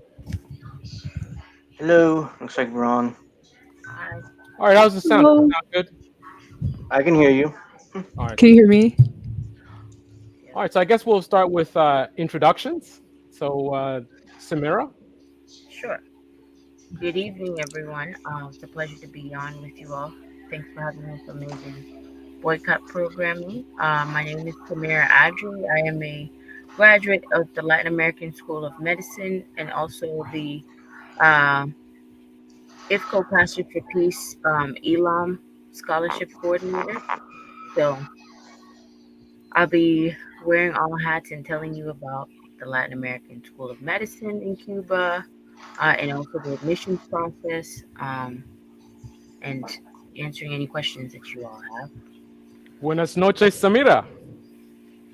That's all I got. That's all I got, guys. Nikki, could you introduce yourself? Yes, my name is Nikki. Can you hear me okay? Yeah, you sound great. I Sounds hear good. like an echo on my side of myself. It's kind of weird. I don't know how to fix it. Do you have the YouTube video playing by any chance? No, I have the Twitch playing, but it's muted, so I don't know. Oh. But if you hear me okay, then that's okay. Indy kind of asked me last minute if I want to speak on the panel, and I went to school in Thailand, so I was gonna try to talk about that a little bit and why I went in the first place, and also I have a Twitch stream. It's Radical Leftist Agenda, twitch.tv/Radical Leftist Agenda. If you want to come hang out with us sometimes. Outstanding. Thank you. And Angel Rivera. Well, obviously, my name is Angel Rivera. I live in New Jersey. I went to college but never finished for reasons we can discuss here later. But yeah, I have a YouTube channel and I'm on Odyssey and I'm on Rumble. So yeah, I'm a content creator, make videos basically. Outstanding. That's me. All right, so and I am the Carl from the Debate Me channel. So it's a nonpartisan commentary channel. The underlying theme is basically to pull people out of their echo chambers. I'm an anti-partisan. I really don't like the way that people group up, with people that share your same ideology, and then you're getting the same kind of information. You are very aware of the issues with the other side, and not so much self-aware of the issues on your side. So my thing, what I try to do on my channel is to bring people together. I've got everywhere from people on, far left, socialists, communists, whatever it is, centrists, liberals. I have conservatives. I even have some Trump supporters that watch as well. All are welcome. It's not really about trying to keep people in an echo chamber. It's about uniting people, because united we stand, divided we fall. That really does mean something. So, Samira, I wanted you to start with telling us a little bit more about your story and begin this exciting panel. Sure. Well, I think it's definitely a different option outside of many in order to attend school, to become a professional outside of the United States, and to be able to contribute back here without the large sum of debt that many of my colleagues have. Because as you all know, medical school here and in many parts of the world is a very expensive venture. And unfortunately, while we commit many years of our lives to studying, because it's not just during the medical school years, it's our entire lives of studying, taking board exams, licensed exams every some odd years. It's a heavy debt that comes with that decision to continue that lifestyle. And I was blessed with the opportunity to apply for the scholarship to study at the Latin American School of Cuba through IFCO Pastors for Peace. Now, IFCO stands for the Interreligious Foundation for Community Organization, and it's based in New York City. And it's a small grassroots nonprofit that has been entrusted with this process of recruiting U.S. citizens to study in Cuba for free, study medicine. It's a 7-year program. And so that is how the journey started for me in 2012. And luckily, I was done after taking a year off, a leave of absence for a year. I finally finished in 2020 in the middle of the pandemic. But it Congratulations.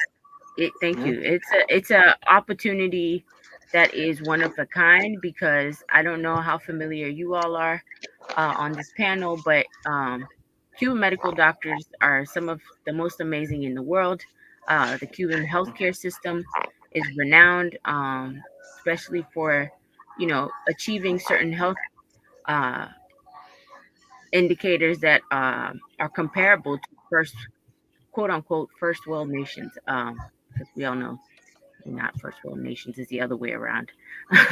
But yeah, so the Latin American School of Medicine is in Cuba. It is a huge school. Usually the student population is about 2,000 to 2,500 students just in the beginning years at the campus. But in spanning the whole 7 years, we'll just say it's about 2,500 per year. So that's roughly 10,000 students on the island studying medicine from all over the world. That's over 120 countries that are represented at our school.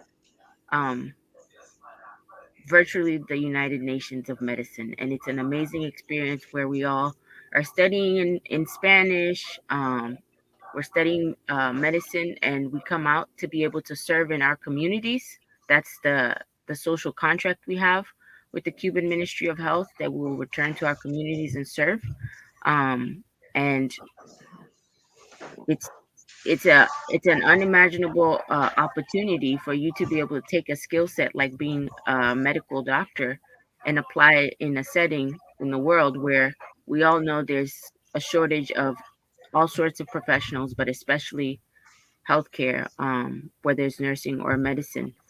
Especially now that we've been confronted with this pandemic, we know that we can't have enough of these professionals, but not only any type of medical professional, but one that is trained in Cuba in the spirit of understanding that healthcare is a human right, and that we should not turn down people because of their inability to pay for a procedure or treatment. That's not the basis of having healthcare be accessible. So we are blessed to be able to train in that system. Unfortunately, our reinsertion into the rest of the world is a rude awakening, because it is a profit driven industry elsewhere. So in my line of work right now, I have the honor of recruiting and vetting students who are between the ages, but the criteria is pretty simple. You should be between the ages of 18 to 25 if you're interested in studying. I'm too old. There are some exceptions made for people who are over 25.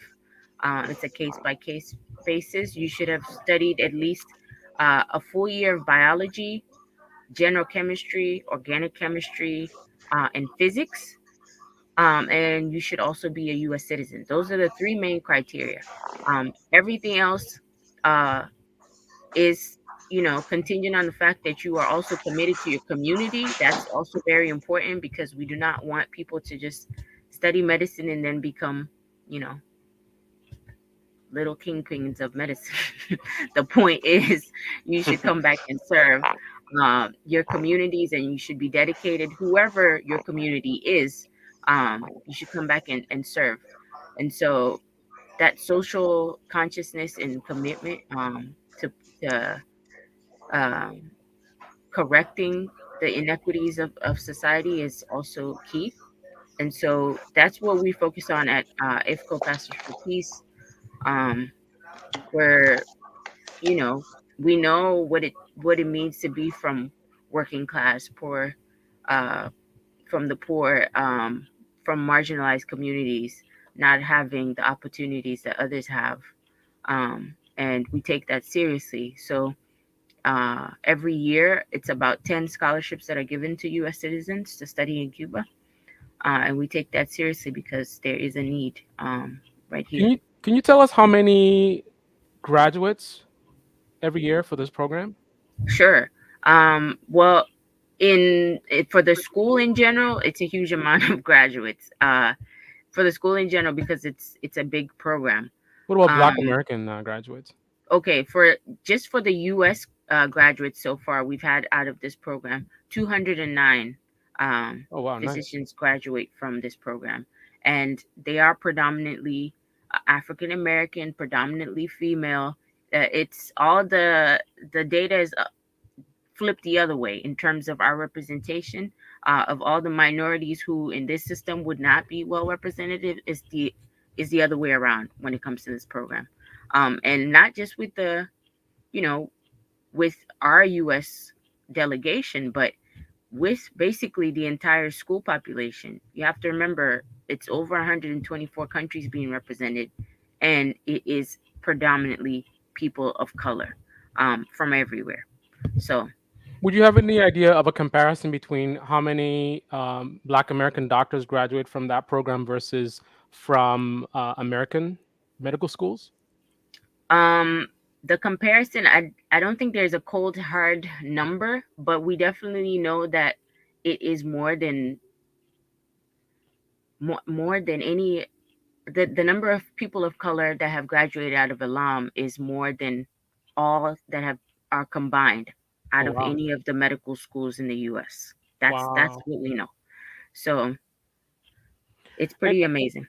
And let me ask you. So, what are your thoughts? One of the interesting values of me having such a people across the ideological spectrum, as an audience, I get to hear a lot of different perspectives. I know there is a segment of the population that have these ideas of, they talk about college being free, and then they say, what about people who just paid off their loans, right? They had it's an unfairness thing, right? And what are your comments on people who talk about stuff like that? People who talk about those who just paid their loans and compared to they're saying okay, so like I just paid off, not me personally, I'm saying like someone who just spent years and years paying off $100,000 worth of college debt, right? And then you have someone who actively has debt and just has it forgiven. So they're looking at it as unfair, like my debt wasn't forgiven, like how is that fair to me? What's your response to people that make comments like that? Well, I think that's really counterproductive, and definitely think that it's not about what an individual has gone through. It's about the collective strengths and gains that we can make. A system that's incorrect doesn't mean that we should keep perpetuating the same mistake forever, simply because one person fought to or worked hard to pay off their school debt. That's an unfortunate circumstance, and if anything else can be done within our collective power to make sure that person who had to go through that work of paying back such loans can be compensated in any other way, that would be an option, but not to put the brakes on such an important movement simply because unfortunately some of us have to pay back our loans. It's not in the spirit of change. See, I think a question like that comes from a lack of community in this country. It's a lot of, I'll be honest, I mean, it's really selfishness. It's kind of like, well, I have to pay it, so why should you get yours forgiven? As opposed to looking at community, right? In terms of, something like if we were to forgive a lot of college debt, right? That would be so much improvement in the lives of so many of our fellow Americans, right? And there would also be a very strong potential of benefit to even the economy, because the people that are stuck in debt, they're frozen a lot of their plans to buy a home, to have children. So if you release some of this burden, they'll be free to spend more, which is great for the economy. But people don't think like that. They just think, well, I have to pay my, and it's very, very self-centered. Like, I have to pay it, so you should pay your thing. Like, no, we don't live on an island. We live in a community. This is a nation, and we should all want everyone to, or as many people as possible, to do better and be better. And I think the other question that I hear people talk about is they say, oh, well, I guess that's actually a different topic. It's comments about free healthcare, but we're talking about student debt. So let's leave that for a future panel. So I guess what in terms of what my perspective is, so, and I think Angel is also going to share his perspective as well. So we're coming from a perspective of not, I don't want to speak for you, Angel, but not having debt or having alternative paths to success. So just to give you my brief history, born in Jamaica, third world country. We didn't have running water when I was a kid. My father's mother used to go down to the market and make hats and stuff like that, hustling, trying to make money. That's where I'm coming from. When I was later on my childhood, we moved to the Virgin Islands. And we used to live in this little house next to a lagoon, and cows used to come in the yard, and they kept stealing our TV. There were like people that would live in the bushes, and they'd come. So I go to school, I come home, and the TV's gone. Our one little TV. We didn't have cable or anything. So that's where like my roots come from. And then get into high school, I started goofing around, hanging around with the wrong crowd, wasn't taking school seriously. Things were very violent in the schools that I went to. I mean, we've had schools shut down because of fighting. We had students fighting police officers. Gun violence. I mean, it was pretty insane. And at 16 years old, I realized that I need to start looking seriously about my future, because I'm butting heads with my father, and I'm like, I gotta be able to take care of myself. I'm not trying to stay here with my father. I love him and all, but I need to take care of myself. So I started working hard in school. And my first experience with college was in high school. I was the little nerd who used to go after high school to my physics teacher used to teach in college, and she said I could come, and I would go there and sit in for free in a college physics class, like a little nerd, But that kind of ended it in terms of college for me, because once I graduated from high school, the first plan was I wanted to be an engineer, and I actually thinking about this debt. I didn't want debt, right? My sister was in college; she was paying off the loans, and so I had concerns about that. So I looked at the military. Military was talking about how they will pay for college. There was this program about I forgot what it's called. It's like CLEP test or something like that, where you, instead of doing a full 4-year whatever, if they just give you a test and you pass it, you get it. But that was for really, really low level stuff. Now, you can't do a mechanical engineering degree. I mean, I was just a 19-year-old. I don't know. I was like, I thought I could do it. I think just before I joined, I realized that plan wouldn't work.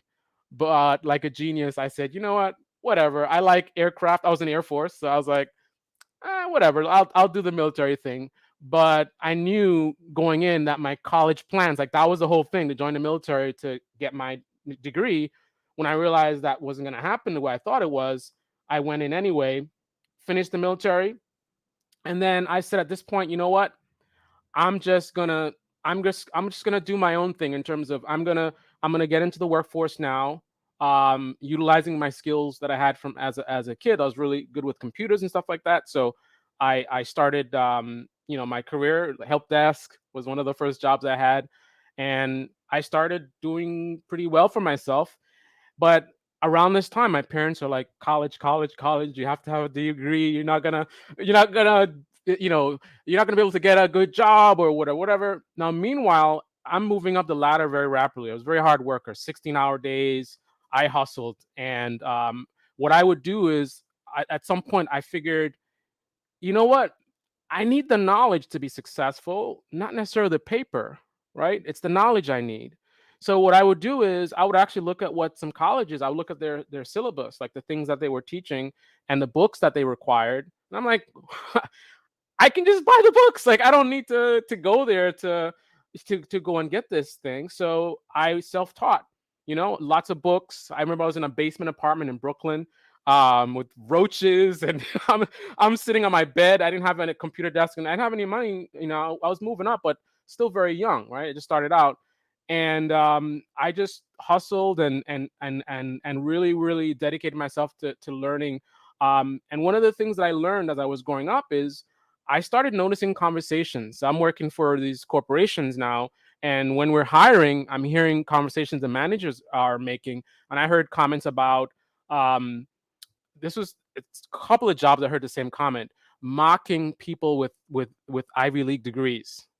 Because and it's the same thing that I always heard. They would say that we hire these people from these top schools, Harvard or whatever, and they're useless. Like all they know is the book stuff. The knowledge they have is from back in the day or whatever, and they're not really adding value. So some point in time around, I don't know, this is probably 99, 2000, I guess companies started realizing that they need to focus more on the individual. Like, what do you bring to the table in terms of your mindset, your creativity, your leadership abilities and ambition and those types of things.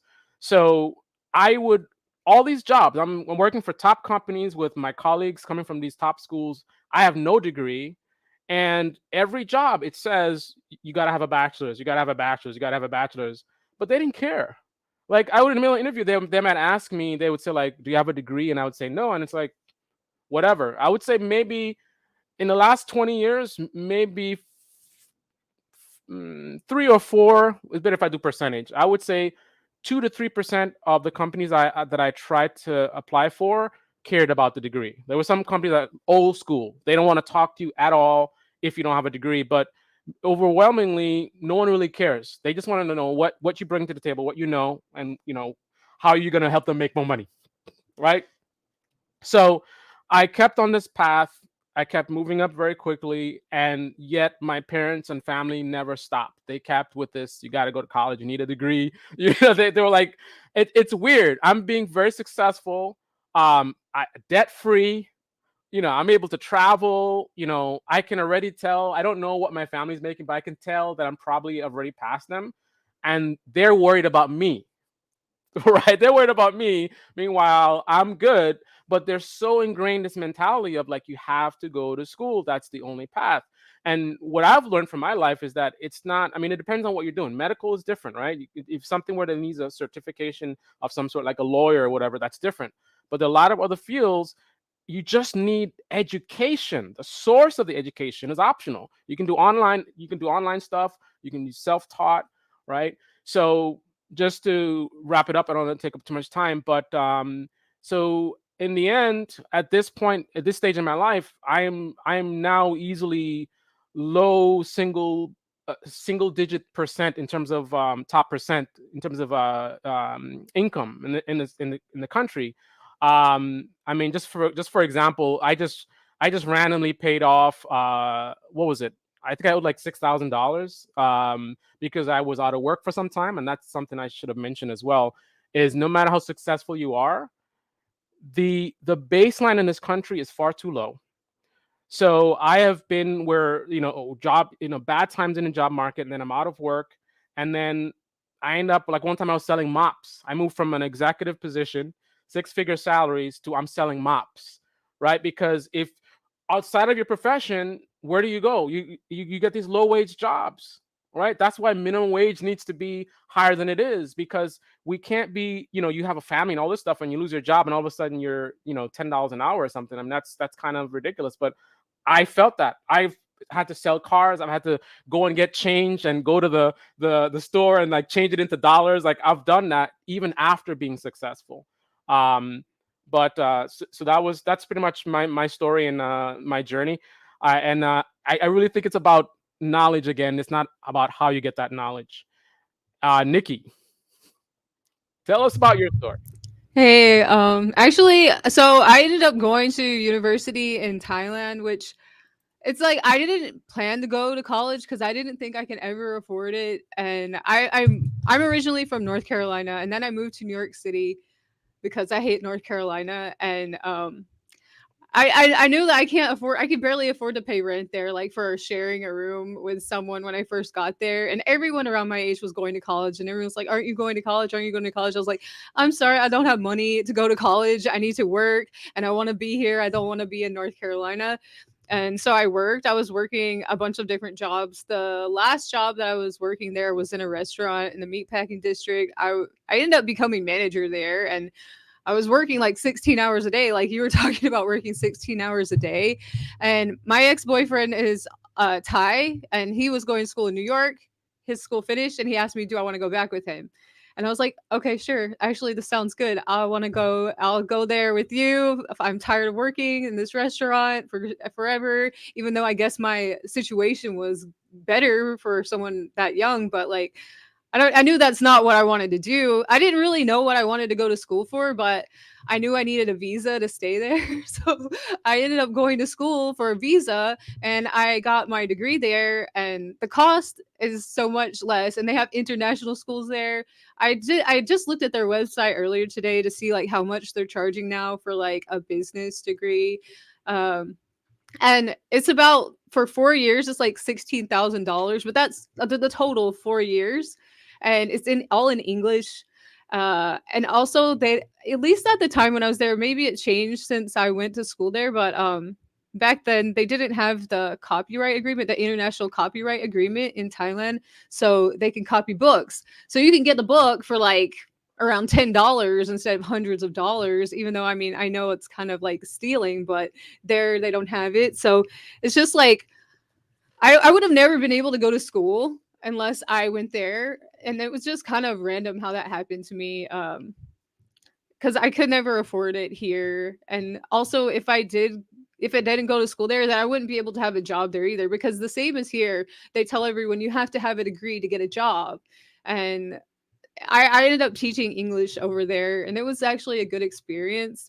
But when I came back, they tried to say that, oh, this is not from an accredited university. And so I went, and I was applying for jobs, trying to get a job, and they're like, your university is not accredited. They told me there it is accredited, and come to find out that they want you to get like a piece of paper to say it's accredited. It's just like more and more and more. Everywhere you go, they want to charge you more and more money just to prove that you're okay enough to work somewhere. And I just think it's bullshit. And I think this whole student debt thing is bullshit. And I'm really glad that Luci's doing this, because I support the student loan debt boycott, even though I don't actually have student loan debt, because it's gonna help everyone if we get rid of this. It's just like weighing down on so much of society.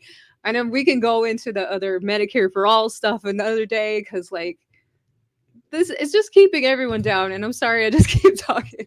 I think this even cuts it into I'll go left field here, but I think this even affects marriages and relationships. What's one of the big reasons for divorce in this country? Financial. Yep. What's a big source of financial issues in this country? Student loans, right? Yes. So how many people? I mean, that's not going to be the only thing, of course, but how many people part of the reason why they're divorced is because of student loan debt? Yeah. Right. And it's insane. And again, that selfish way of thinking, like we were talking with Samira earlier, where it's kind of like, why are you guys getting your loans forgiven and we aren't? We all benefit from this as a society, right? People want. Oh, sorry. Yeah, go ahead. No, go ahead. No, I was just gonna say people want like you to start having more kids and growing the community, but how are you gonna grow the community? You can't even afford to get married or anything like that. It's just like I don't get it. And who's gonna take care of us in the future? No one's gonna be there to work and run the society if people stop having kids.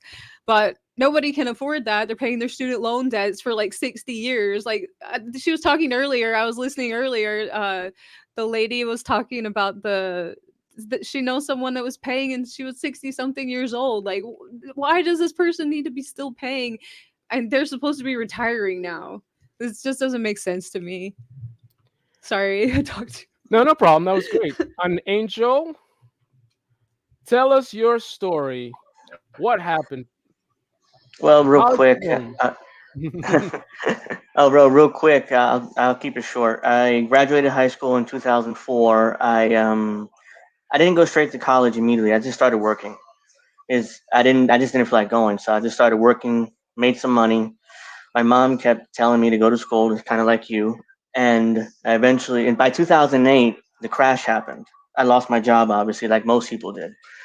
So Obama became president in 2009. He started the talking point about, oh, everybody needs to go to college in order to get a good job. I bought into that, so I went to school, and I started in 2010. By 2012 or 13, excuse me, I don't remember exactly.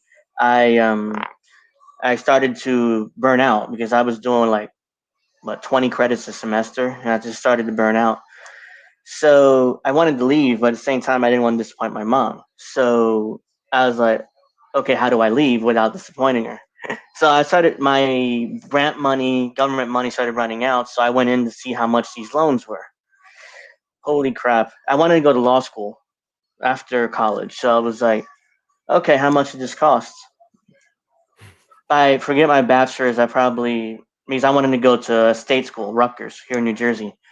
So it would cost, this is 10 years ago, so the price went up now, but to finish my bachelor's would cost around 20,000. And then to go to law school would probably be 60,000. I don't remember the exact numbers, but it's very expensive.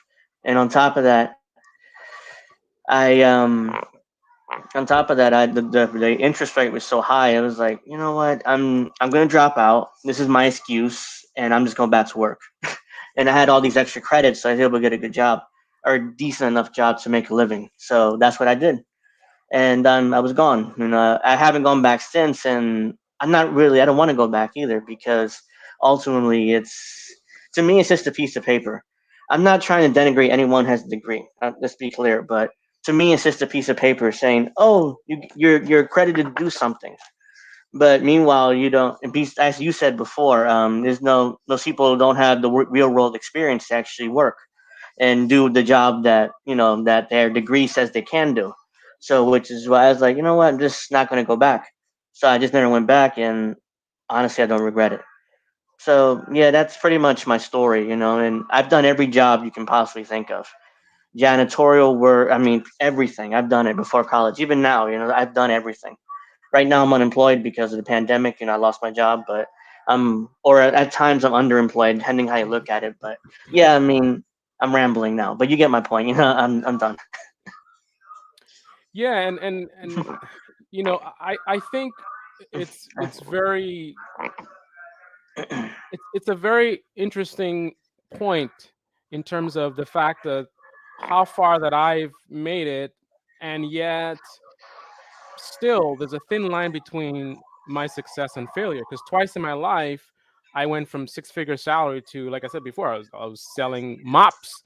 And I remember, just to give an example, so I remember a day when my manager, we're doing like we do like this. I was one of those guys in the supermarket that does those presentations. In 5 minutes, we're gonna be whatever presentation. We're gonna get a free gift, right? So these guys have all these like techniques and in the words that we use, word choice. It's really manipulation to get you to buy the stuff. So he was trying to coach me, and I got really frustrated. And I'm usually very, very like, it takes a lot to get me like aggravated, right? I can take a lot of stress, a lot of pressure. I had to step outside. That's very rare. I got so frustrated, I had to step outside because, I go from one store to one store, and it's like I may have a bad day where I don't sell that much. And then I'm looking at how am I going to pay my rent? How am I going to pay my bills? Right. So I know what that's like, where it's like you're strangled, where, you look at stuff, now I don't care about like my laptop breaks or whatever. I take that for granted. But in those situations, nothing can break, right? Nothing can break. My laptop breaks. It's like, where am I gonna find $500 to like buy a laptop or something, or the tire gets flat or something, or I park somewhere I'm not supposed to, and then I get a ticket and I can't pay the ticket. Then they tow the car, and then and actually I ended up in a situation where they had a warrant out for me. Like that's the country we live in. I've actually been to jail many, many times as a person who's not a criminal, who's never robbed anyone, never done any fraud or scammed anyone, nothing violent, no drugs. But I've been in and out of jail for a lot of time in my life because of stupid stuff like that. In my downtime, money's low. I let these tickets pile up. They put warrants out, right? And then you get pulled over and they take you to jail. I remember one time I was riding in my neighborhood, low crime neighborhood, whatever. I'm riding my bicycle. I'm in my slippers and a t-shirt. And a neighbor calls the cops and says, somebody's suspicious. I don't know what's suspicious about me. I look very gangster, but whatever. Cop shows up. He sees there's no crime committed. Right? No crime committed. Everything's fine. I'm being respectful. I'm answering questions. I showed them what I was doing. Next thing you know, they're not supposed to, but he required me to show ID, which in my state you're not supposed to do that because there was no crime or whatever. Anyway, they ran me, and I guess there was some tickets or whatever. So my door's open. I told the cops this. My door's open. I'm in slippers. I got no wallet, no nothing, because I'm just a few blocks from the house, and I end up in jail over parking tickets. Right? And that's as a single person. Imagine someone who you're a father, you have a wife, you have kids, right? And they'll take your car away. They will lock you up. What if you don't have money for bail? Then you could sit in jail for months for like a $50 ticket. I even got assaulted one time off. It was for a $50 ticket. I had a cop throw me down on the ground over a ticket because I wanted a supervisor and he didn't appreciate that. So I called 911. I'm on the phone with dispatch. And he's upset with me because he's like, no. Like, I can't call 911. And next thing you know, I'm on the ground. This big guy's on me. My wrist was in pain for that. It wasn't, because considering what some other people have been through, that was nothing. But it's just the fact that why should I have any marks on my wrist from a $50 thing where all I was doing is calling for a supervisor? Like, what? And I'm not being aggressive. Like, that is, it's insane. Nikki, can you tell us what are your thoughts in terms of what do you think is the biggest sort of what's the biggest danger or damage that this whole student loan debt brings in terms of to people? What's the biggest damage that it causes other than stress? Oh, stress is probably the biggest one though. You know, like you said, I agree with you about the relationships. It's going to hurt relationships, or it's also going to make like the future generations, maybe to say I have a kid, right? And I'm still paying my student loan debt. For example, if I have it, like when they want to go to college, like it's just hurting your future generations over and over and over again. So it's no growth. It's only pushing everyone who's down. I don't see it getting better for more and more people as I just see it now. Like it's getting worse for more and more people, education and all of the things that come with that. And now I'm kind of glad to see a lot of people saying, fuck going to college, don't go, because no one can afford it, right? So I think it's just the greatest threat is our future, like the ruining of our future. And I want to make it clear. I'm glad that Angel brought this up. He talked about, that we're not knocking anyone who went to college or having a college degree. I am not against college. What I am, and just for perspective, my father was a college professor and he taught in high school as well. My mother was also a teacher as well. So I'm a product of two very educated parents who very much involved in college and high school as well. My mother was elementary. So my thing is not anti-college, it's pro-education, right? I'm just about, depending, everyone has a different experience, right? Everyone has different, what you're good at, what you're not good at, right? So it's the path. The path is optional. This whole thing about this is the only way, you gotta call it, that's what I'm against. It's case by case basis. Not everyone can do what I did in terms of being self-taught, right? That takes a level of discipline. I mean, some people, they do need a little extra, sort of hand holding or whatever it is. But even in that, in this digital age, I don't know, because you have these online courses that you can take, and you could be part of sort of like a classroom type of thing where you can interact, and you have students, and you can ask questions, you can do, and there's different formats of that, right, that are available. So I really think we need to sort of change our thinking. But as far as for those who choose the path of college, it really should be affordable. right? It's this upside down loan scenario where you have a mortgage on a home and the home is worth less than you owe, right?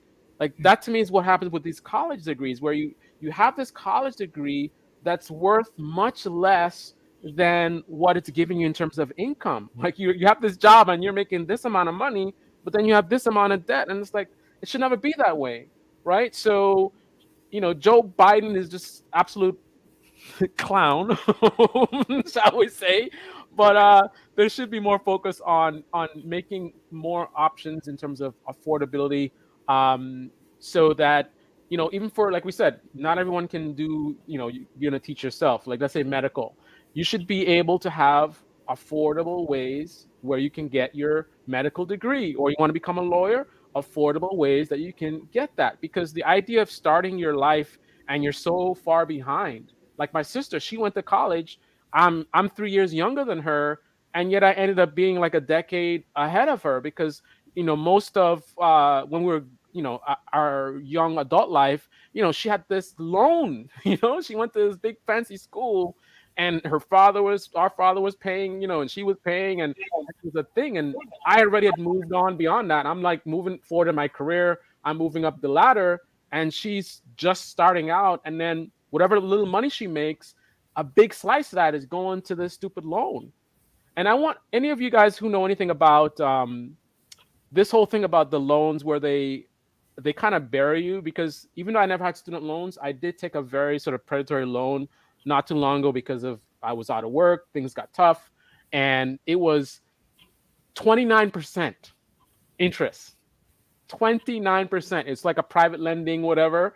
And think about it. What kind of person goes to a place like that? Obviously, you don't have a lot of other options, because me personally, I'm the one who, again, talk about the old school train of thought, right? You're supposed to go to school and have a degree or whatever, and then no debt.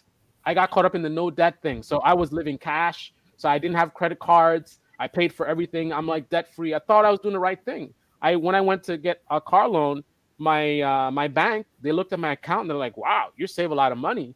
That was strange to them, right? Because people, everything's on credit or whatever. I thought I was doing the right thing. Now I know better. Now you look at my credit file, the average age of my accounts is like 2 to 3 years. So they treat me like a teenager, right? So it's kind of tough when I was trying to get loans. I got this 30% loan, but why I brought that up is because I see how they bury you, where I got approved for the loan, and then I got the money and I'm making my payments, and then they send you this email. They're like, hey, do you want more money? Right? And I see, like, I have the means, like, once I got back in my career, because I make good money, I can fast forward like really fast. Like I can do 5 to 10 years in a few months for me. But what if I didn't? I could be stuck with this one loan. It was $17,000 or something like that. If I did the full length of the loan, 5 years, I would have paid $30,000 for a $17,000 loan, right? But because of my career, I was able to, once I got back on my feet, I just pretty much wiped it out. So I ended up paying half of that. So I didn't really get a lot of the interest, but a lot of people, they can't do that. And at a 30% loan, when are you going to pay that off? It's only $17,000. Man, that $17,000 could, well, like I said, $30,000 if you take it for 5. And then, like I said, they ask you, they offer you more money. So the initial thing is 5 years, and then the 2 years later, like, hey, you want more money? Now it's another 5 years, and before you know it, you're 50 years old or whatever, and that $17,000 loan is now 40, 50. And I'm thinking that's what happens with college. I heard earlier they're talking about how some kind of refinancing thing, and we'll help you out, and then you end up where you're making payments, but then it's like you're owing more over time. It's a trap. It's a trap. Don't do it. Do you know about this stuff? Have you heard about this? Yeah, I mean, I've had like loans myself that's tried to do like that too, but it's even worse. Like it's similar to the payday loans because they also do that and they charge a huge interest rate. It's everywhere. It doesn't matter whichever way. If you're poor or if you don't have enough money for the things that you need, they're gonna screw you over, and that's the shit that I can't fucking stand. It makes me so mad, and I don't know why more people aren't mad about it. It's vultures, right? And people are used to it. And it starts from when you're in high school, right? You don't even graduate from high school, and they're ready with like these credit card companies. They're ready for you. As soon as you get in college, like, hey, and they get you. It's like debt slavery. Give you a little taste. Oh, you don't make that much money? Don't worry about it. We'll give you this credit card, and you charge it or whatever. Just make your minimum payments, and then before you know it, like 20 years later, and what happened? You have a big problem. Yeah. Even maybe a few months later, depends on who you are. You're gonna have a problem. I definitely think that is an issue that we need to address as a society. It's just it's a trap. It's not just student debt that keeps people poor and trapped. It's just a cycle of debt that follows in every aspect of life, whether it's a car you want, house, you just need a loan to do something progressive with your life. And it's a perpetual cycle, and it's also built on a very consumerist society that we live in. They're selling you something all the time that you don't need. You keep buying into all of that, and things you don't need, you end up buying and piling up, and you're in debt because of those things. And I think it's a lot of unlearning that we have to do, our generations, because it's been going on for decades. The advertising agencies, the businesses, they only get better at tapping into our minds and feeding us all this nonsense so we can keep buying literally Yes. into everything, and putting ourselves in debt forever. And it takes a certain amount of grit for us to say, no, we're not going to do that. But definitely this kind of boycott is a major step, because it's like you just showed, it's much more than just student debt. It's a whole lot of debt that is circulating in the air in terms of everybody's lives out here. And I'm with you all, Angel and Carl. It's not about being anti-education. I'm definitely not anti-education. But I think it goes back to a certain quote that I love from W.E.B. Du Bois, that education is not just about work. It should not just teach work. It should teach life. And that is the core, element, the core necessity that we need from the type of education that we receive. And back in the day, so many people were autodidacts like you, Carl. They self-taught because they were kept out of the system for being people of color, for Had no being choice. poor, X, Yeah. Y, and Z. So you had to teach yourself a lot of things. And they excelled in not only one field, but so many different fields, because they kept learning perpetually all these different things. And so it's not just about getting a degree and becoming a robot and sticking to one thing. It's contributing to society in all ways that you can do that possibly. And I think that for me, it gives me a great segue to talk about why I entered medicine. I didn't Yeah, I was enter gonna medicine. ask you. Perfect. I didn't enter medicine because, I wanted to be a rich person, to dictate to the rest of my community and whoever else about what they should and should not do when they're sick. No, I entered into medicine mainly because of the social aspect, helping those who need the help, especially in the poor and the marginalized communities here, because we make medicine so far out of reach for people. And it should not be that. And it's our people. I mean, I'm from a working class family. My parents worked 2-3 jobs, each of them, to keep everything running smoothly, for me and my siblings, for us not to worry about the lights getting cut off or the internet getting cut off. We had all our tools to excel because they worked hard and they broke their backs. They continue to do so because that was what was required of them. But not only that, it is, if you didn't do that, what was going to happen to your family? What was going to happen to your family? And so they did that to sustain us. And most of the time, for example, my mom worked in the healthcare industry, and she wasn't making enough to even pay for her health insurance, because that would take such a large chunk of her paycheck that she was like, no, okay, I'm just not going to do it because it's just too much money and I have too many other things to take care of. And we're immigrants, Ghanaian immigrants from Ghana. So we have extended family that are depending on us, and you know how that plays out. It's got to send money for this or that, and it's lots of responsibilities that you can't just throw off and say, okay, maybe later. So everything is adding up, and it's like if you are stuck in this system where you're trying to find a way out, and it keeps pushing you into this indebtedness, how are you going to be able to really fulfill the responsibilities that you have?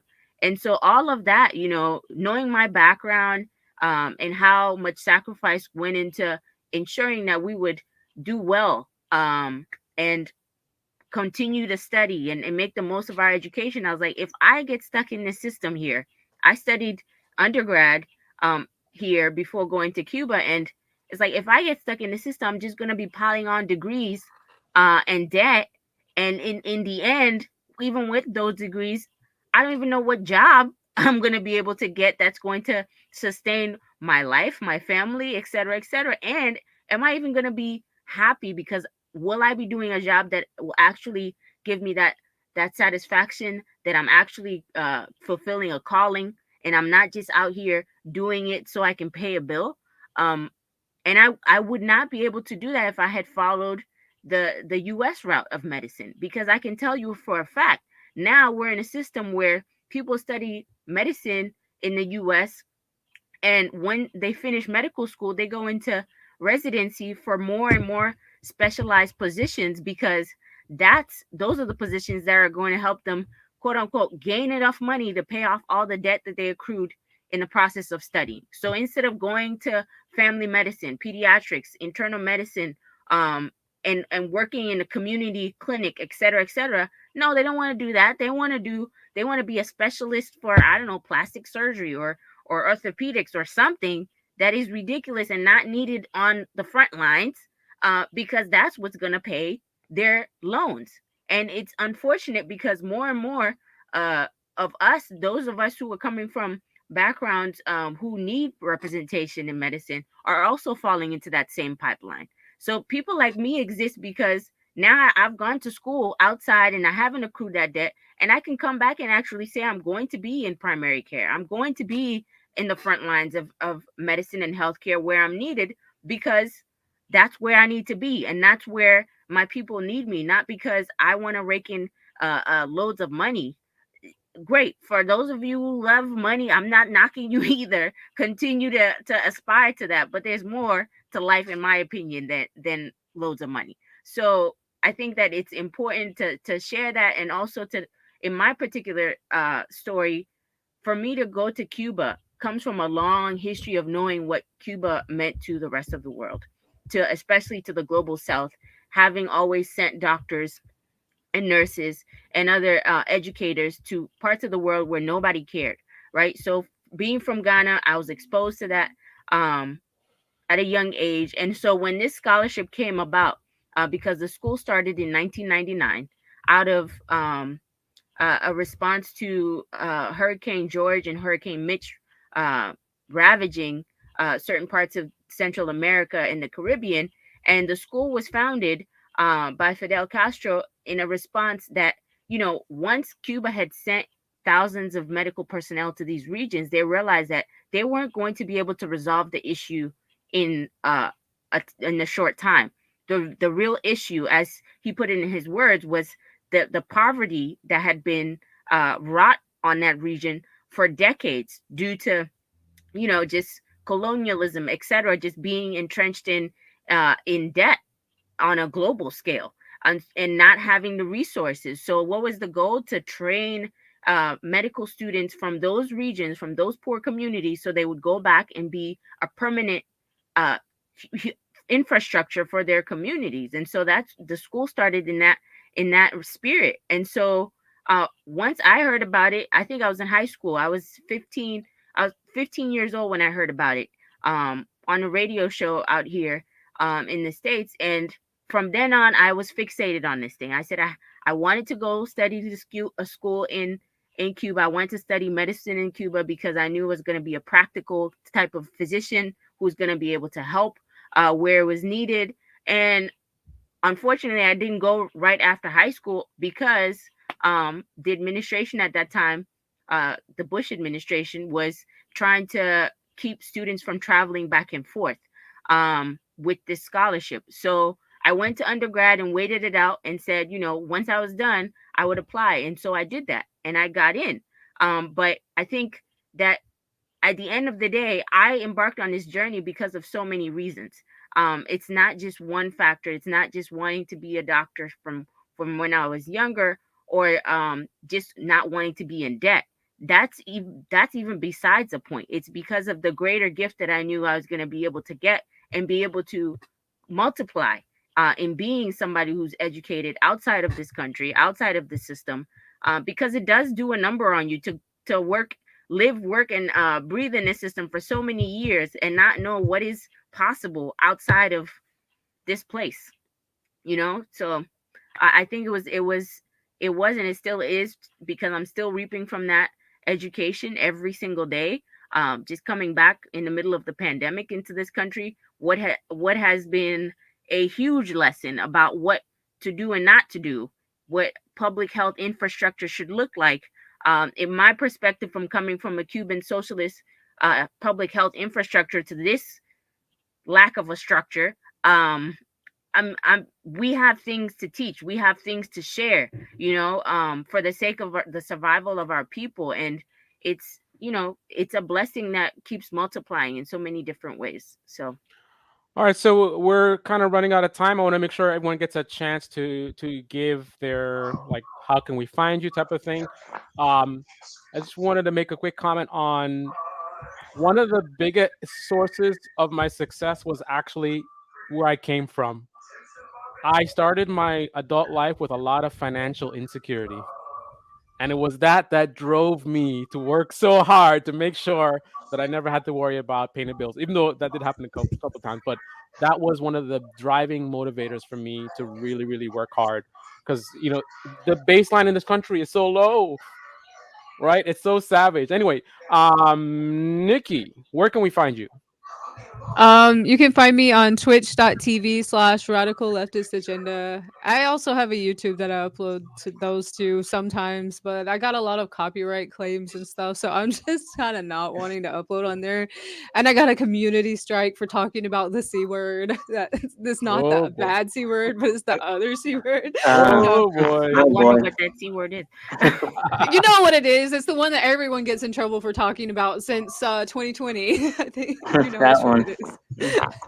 Thank you for everything. Thank you for having me on, by the way. Just saying. Outstanding. And Angel Rivera, how can we find you? You can find me on Twitter at AngelJRivera08. As my link tree is there, all my social medias are there: YouTube, Odyssey, and Rumble, and my others too. And yeah, that's where you can find me. Outstanding. Thanks for joining. And Samira, where can we find you? Yeah, you can find me on Twitter. I don't know my handle off the top of my head, but I think it is at Adri_M. I just opened it in 2020, so I'm still getting a hang of the whole Twitter life.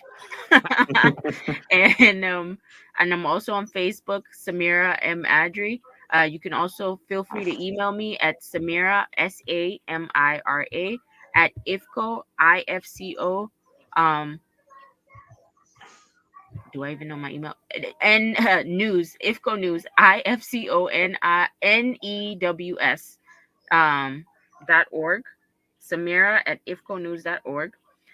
Email me if you need more information about the medical school scholarship. You have people who are interested, and you want to hear more about my experience. Anything I can do to help, please feel free to reach out. Outstanding. Really appreciate that. And of course, you can find me on the Debate Me channel on YouTube. I'm also my handle for Twitter is the same thing. And again, nonpartisan commentary channel, pretty much critiquing both sides of the aisle. So I critique conservatives, I critique liberals, and basically left versus right type of thing. If that is of interest to you, I welcome you to join and subscribe. So who is on the next panel?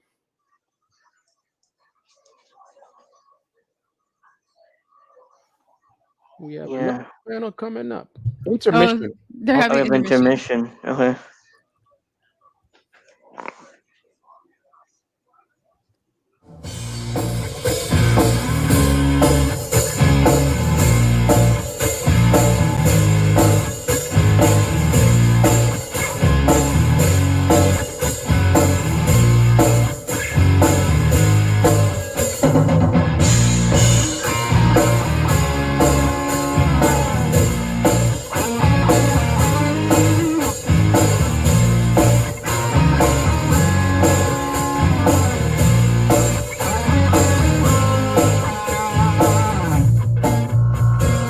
Welcome to the Unemployment Call Center. Please listen carefully as our menu has changed. Press 1 to claim benefits. Press 2 to speak to a representative. All representatives are busy right now. The current wait time is 25 minutes.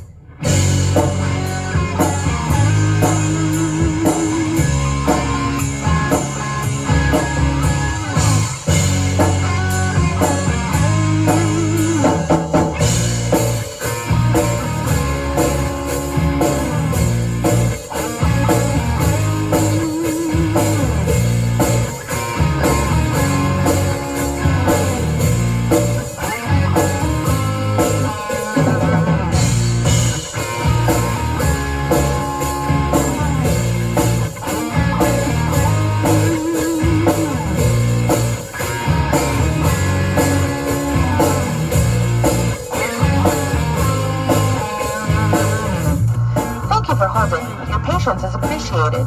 Did you know that you can also spend your Saturdays with us? If you're not tired of holding yet and still want to speak to a representative, press 1. For Spanish, press 1. For Chinese, press 2. For Portuguese, press 3. For French, press 4. For Italian, press 5. For Ukrainian, press 6. For English, press 7. Your wait time is now 65 minutes.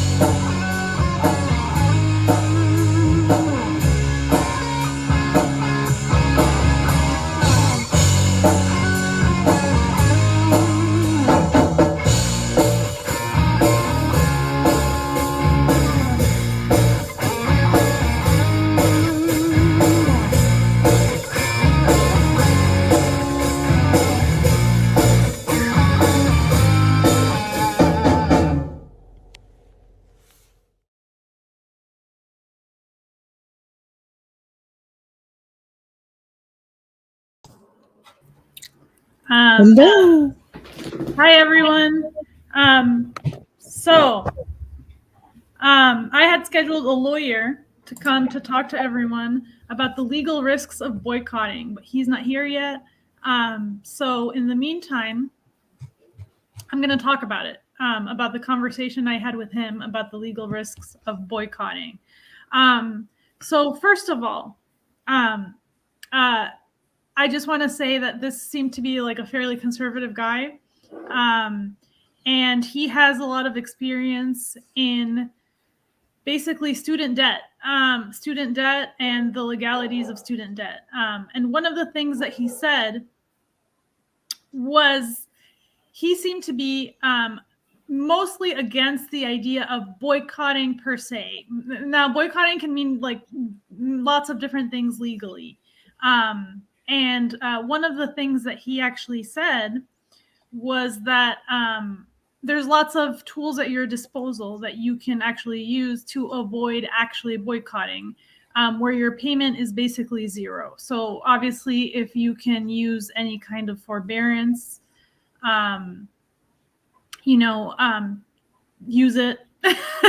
Anything that you can use legally while still boycotting, you should use. Now, the people that actually should boycott or, could boycott, if you have a job, you don't qualify for any kind of forbearance, you can boycott for 269 days. Because after 269 days, when you hit 270 days, you can go into default. And he definitely recommends not going into default.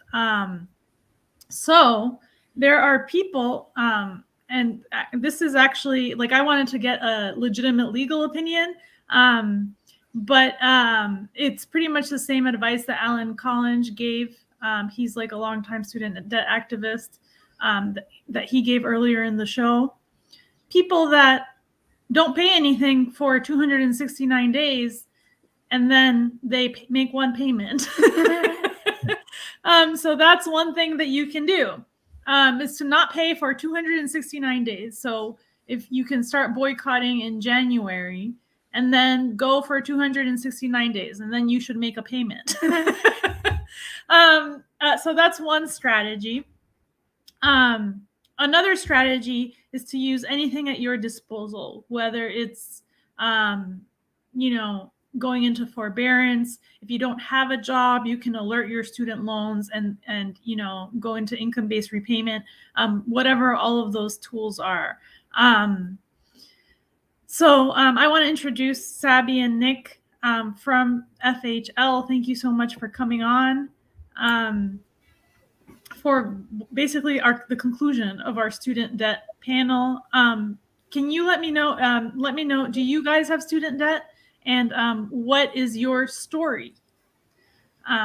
Start with Sabby and then Nick. Yeah, I just want to let everyone know it's RBN.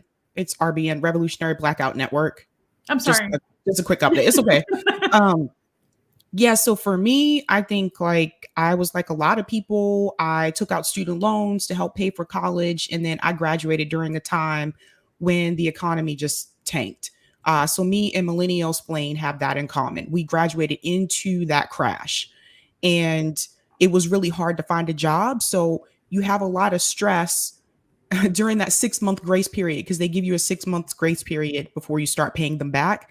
So there was just a lot of stress of finding a job and finding a job that was going to pay enough for me to be able to pay for my rent and pay for the student loans. And I did not find a job that paid that. And I didn't find a job that had benefits either. So I actually ended up doing a forbearance, what Luci was just telling you about. I ended up doing that for a little bit until I was able to find a job that would help me pay towards my student loans. But then the problem that I ran into was that by that time, because see, the interest does increase. It continues to add up, even though you're under that restriction. So then my student loans were more than they were supposed to be before. And it's been like this constant thing where it's like a cloud, like looming over my head. It's like, yeah, I graduated with this degree, but because I graduated during a time where the economy was terrible, the housing crash, there were no good jobs where I lived. It just took a long time to financially get on track to be where I should have been at that time.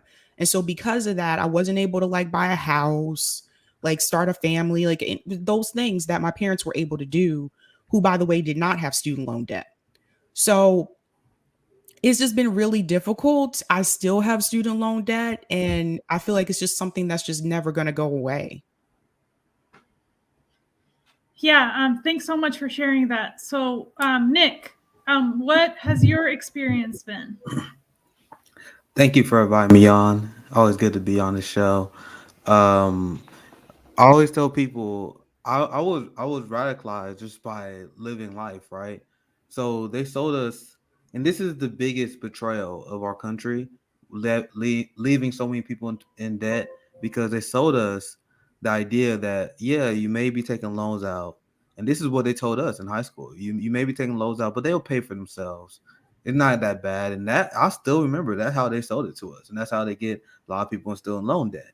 Now, there are a lot of people who are right-wing minded, who care about protecting institutions for some reason, who would say, well, if you didn't want to get in debt, why don't take out the loans? Don't go to college. But once again, this is our institution, the institution that we were taught to trust. Like I had advisors that were telling me, like, yeah, this is a good idea. It's usually a pay for yourself. So what do you tell do you see the conflicting messages? They say you got to go to college in order to make yourself better, but now they want to punish us because we had the audacity to go in college and try to make life better for ourselves. So like everyone else has student loan debt as well. And I always want to highlight the fact that, and Sabby does a good job of this as well, that student loan debt crushes Black America. I think Black women have the highest amount of student loan debt. And this is part of the class war, which I cover, because if you had generational wealth, you don't have to take out these loans. That's why that the talking point of, oh, we cancel student loan debt is going to help rich people. No, the rich people, they don't get into loan debt because they don't have generational wealth. So if you look at disenfranchised communities like myself, we was part of the scheme, thinking that we're going to make a better life for ourselves. And now we're being punished just to make a very small handful of people wealthy. And to expand on my story even more, because I always speak out about against the credit system. People can call me extreme all you want, but I think it should be abolished straight up. A lot of people don't realize the credit system, I think it started in 1989. Like, it's literally 1 year older than me, 2 years older than me. So people think this is an institution that deserves to be protected, but I sold cars. Once again, you asked me about my perspective. This is my perspective. I sold cars, and I try my best for people. And that's where a lot of people was radicalized, because you realize the system was rigged. I talked to people who did literally nothing wrong. Literally, in fact, they did everything right. They went to college, they got a job, but they had the insane interest rates on their car loans, or they wouldn't get approved because student loans. And I see this over and over and over again. And you know who's not being affected by this? The CEO of the company that I sold a Forerunner to that cost $70,000, right? That customer, those rich people, they're not suffering for this. It's the proletariat. It's the everyday working class people. Yeah, I agree with you. And I just want to, I went to great difficulties, by the way, to call lawyers and try to recruit them to come on. And they were seemed very much opposed to this. I did get some legal advice from them, while I was bugging them. But I just want to share my screen a little bit because I have something to talk about. I wrote here on my Twitter, the law office of Simon Goldberg debt relief lawyers just refused to participate in the student debt boycott event. So these are basically debt relief lawyers. And I can say the same for Josh Cohen. I called him several times. I asked him to come on. He gave me good advice in terms of the 270-day maximum. But again, these are also people that benefit from our debt system. Because what would the life of a debt lawyer be like without debt?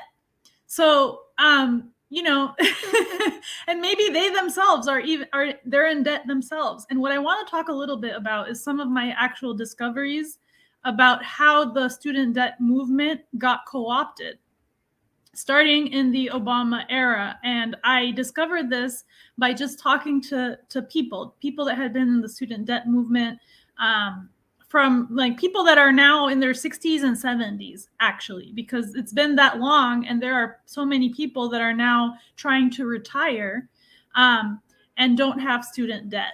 And they have so much student debt that, it's they need to retire. They need to be thinking about their golden years, and instead they're thinking about their student debt, right?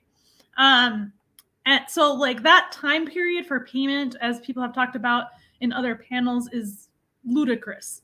But basically what happened, and I will show you a few websites. There's a group on Facebook called Forgive Student Debt. And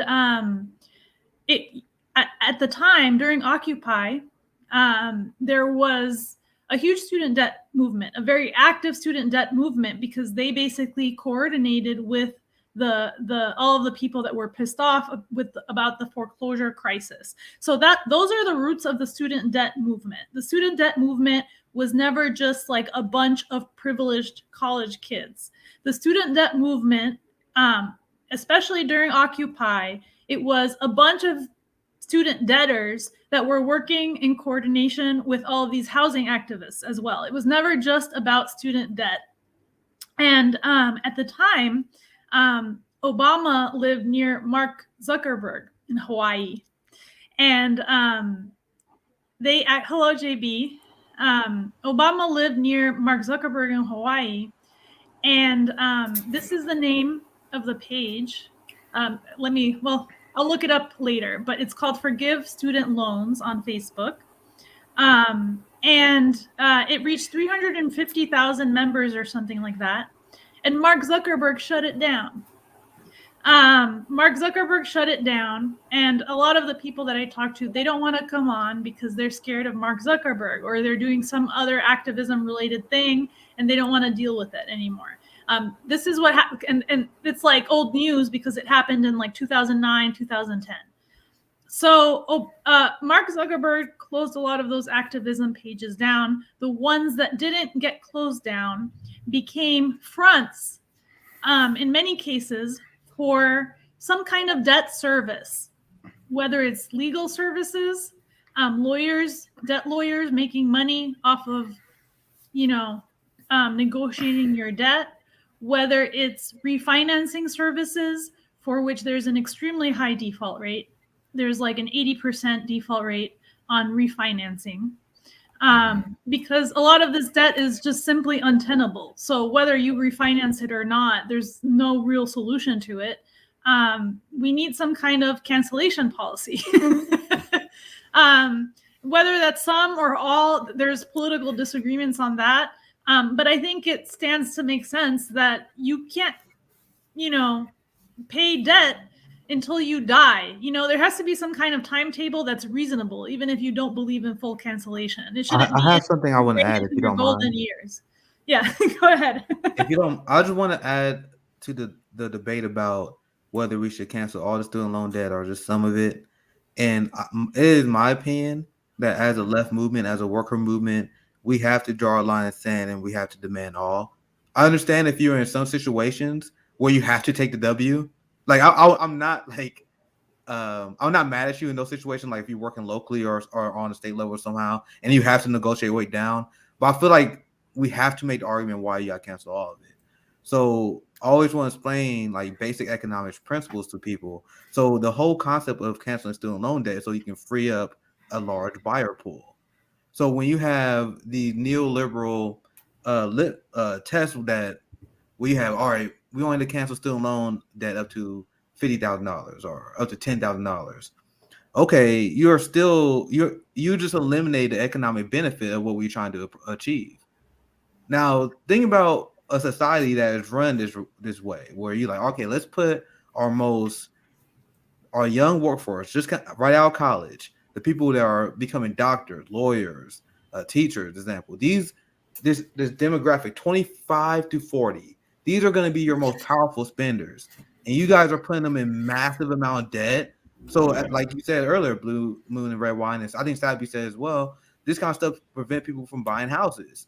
So, like as an economic principle, advocating for student debt in any sense does not make sense. So, okay, you say you cancel up to 10,000. Okay, that's still 10,000 that this family is not spending. So you just eliminate the entire purpose, because there's studies after study that show if you cancel student loan debt, it will actually boost the economy. The concept is that people have more money to spend. But if you keep people in debt, you just eliminate that part, right? So I just want to add that part to what you mentioned. And that reason, that is exactly why I think we should advocate for a hard. And once again, I'm not going to shame people if they take their victory, but I think we got to start there and hold firm as much as we can, because it just doesn't make sense to keep a large spending block in debt. That ruins the whole point of what we're trying to accomplish, in my opinion. Obviously, you help a lot of people, but you lose the economic benefit from it. So I want to hear from you guys. So Yeah. I want to, sorry. Oh, sorry. I was just going to say, like, with the lawyers and with the politicians who don't want to cancel student loan debt, and I've talked about this before, what people have to understand is those student loan companies donate to Republicans and to Democrats. And you can look this up on Open Secrets yourself. At the end of the day, they're going to look out for the best interests of the business, not the best interests of the people. And then you also have to think about the banks. And we talked about the banks last night. Like, at the banks, when we talk about people who control the wealth in this country, we're not just talking about Jeff Bezos, Bill Gates. We're talking about the bankers as well. And the bankers are above those people. Jeff Bezos and Bill Gates, they're just considered part of that corporate elite class. But when you look at the banks, I'm talking JP Morgan, I'm talking the Federal Reserve, they are above those people. So at the end of the day, when I say it's all about money and you need to follow the money, that's what I want you to do, because This is why they're not doing this. This is why they don't want to cancel student loan debt, because they know that would be a loss for the student loan companies and a loss for the banks. So I want to share on my screen really quickly, because ever since I started to look into this a little more deeply than I had before, I got a lot of like information basically from people that had looked at this, you know, been with this for years. And this is one of the groups, Student Debt Crisis, that basically the leader of it ended up just kind of wanting to work for the Warren campaign. And Warren was basically instrumental in lowering, in like introducing the idea of a cap for student debt forgiveness. And what she did when she did that was she basically separated people that had a little bit of debt from people that had a lot of debt. So the people with a little bit of debt are like, okay, you know, I like her, I'm going to vote for her. And this is how you create like a split. You divide. You can divide with many things. You can divide, usually, you know, in American politics, it's along race, but Warren managed to divide basically between essentially like grad students or people that had a little bit less debt, that were a little bit more affluent, and people that were really in the hole. And that's how she managed it, like created a fissure in this progressive movement. And the leader of this website, Student Debt Crisis, was a Warren supporter.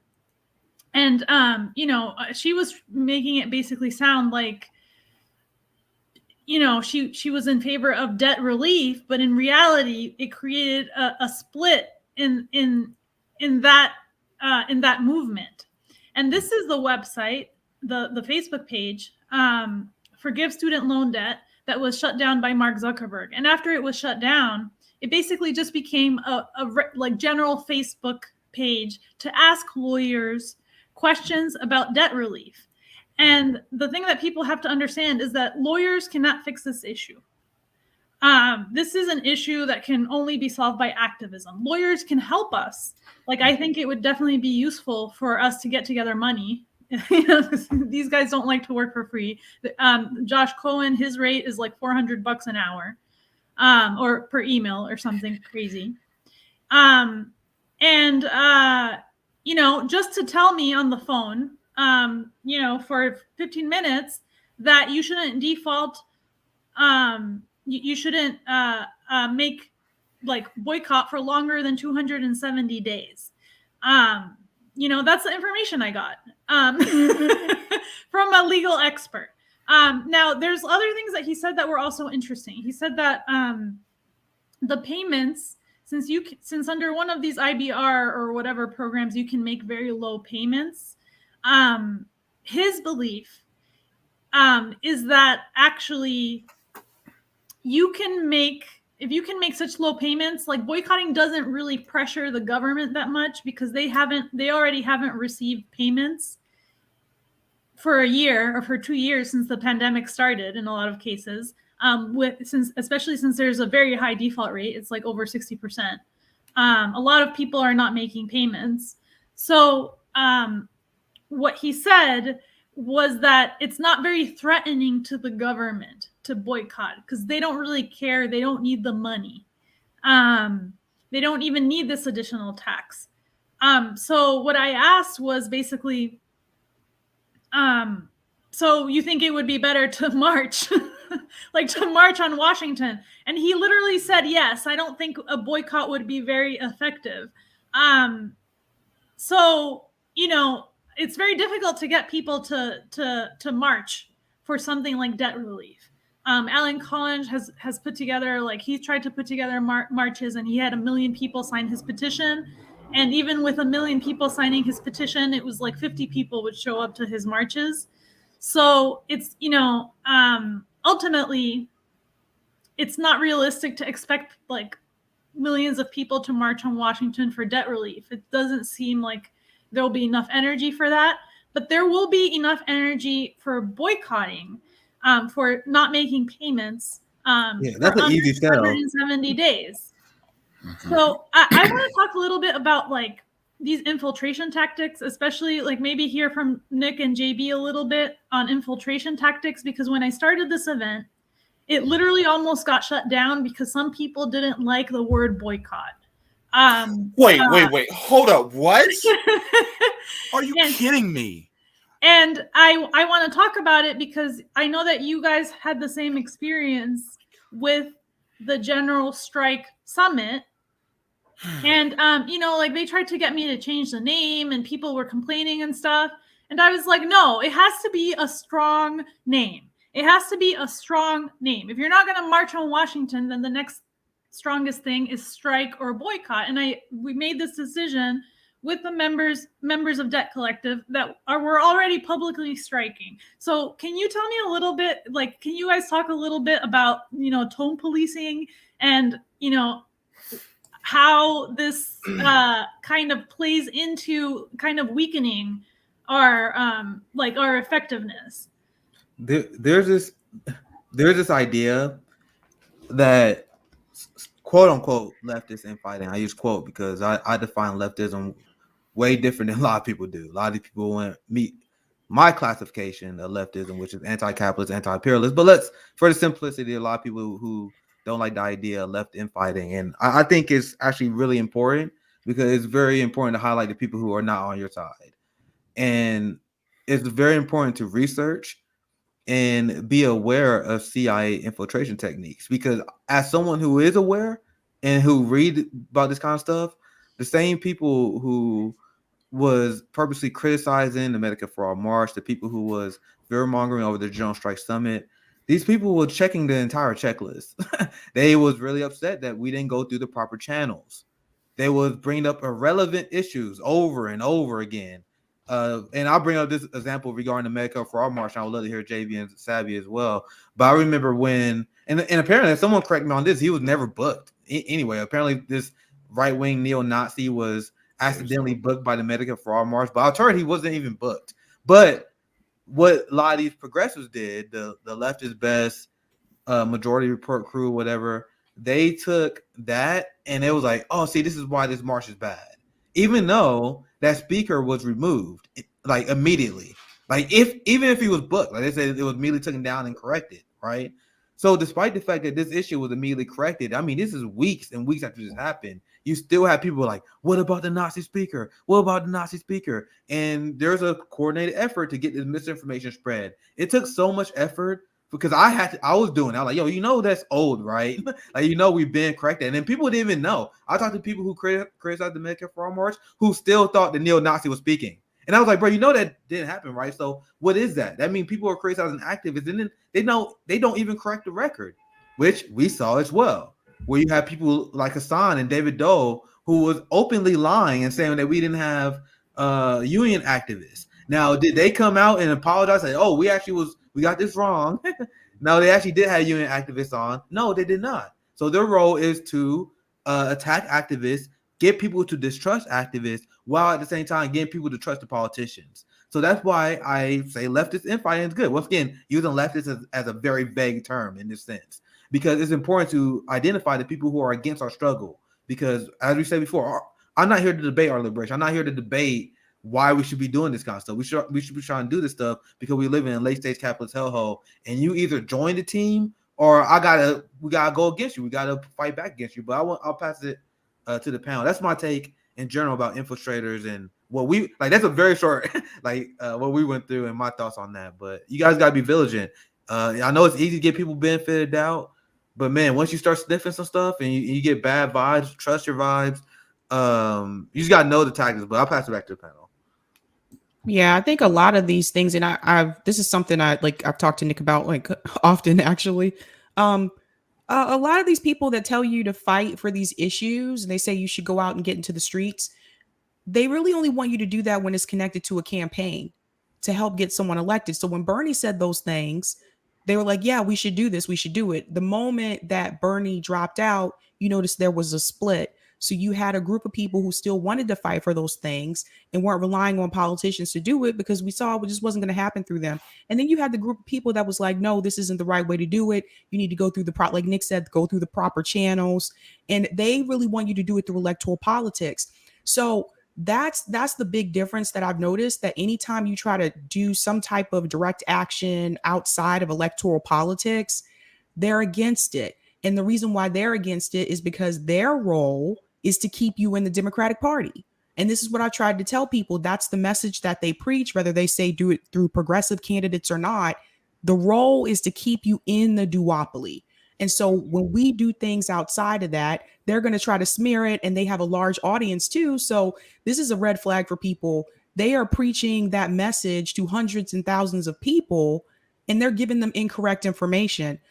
The thing that Nick was saying about David Dole at the beginning of that video, David Dole said he didn't even watch the General Strike Summit, but he was commenting on it, and he was saying what we didn't do. And so I just, again, like, they're not honest actors. Some of these people are paid. They were bought off a long time ago. And you notice, you see their message has changed. There's a reason for that. So my advice to you is just that expect that going into it. There's always going to be those people. There are whole DM groups on Twitter that their sole purpose of that group is just to attack activists. I'm not kidding. I've seen some of these spaces. It is absolutely ridiculous. So if you feel like people are coming at you in strong numbers like that, 9 times out of 10, that's one of those DM groups. And to add to Sabby's point, it means you're doing something right. So a lot of the people who are hand-wringing about, the tone policing about this summit, that means that you would have done the exact same thing to the Montgomery the bus boycott. Because that's what it was called. So basically, you guys will be saying that Martin Luther King Jr. himself was too extreme. You're showing your whole ass right now. That's basically what you're doing. That's what we say in the Black community. You're showing your whole ass. And the thing is that when people say, and they try to hand-wring about these things, it's just like what Sabby and Nick were saying about trying to go through the proper channels.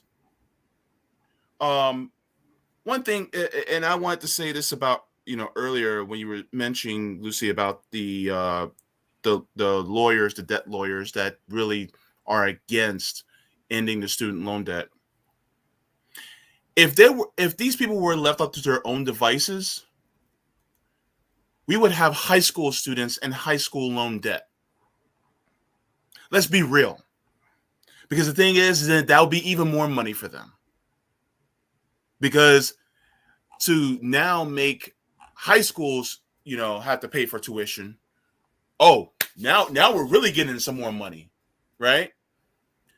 And so the whole, mishigas of, oh, well, we should call it this or we should call it that. It's like, if you're not willing to call it something strong to get something that's much needed done, then it's just going to fall flat.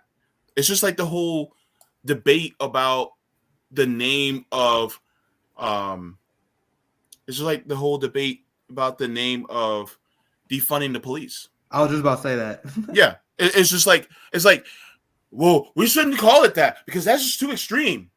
And it's like, good.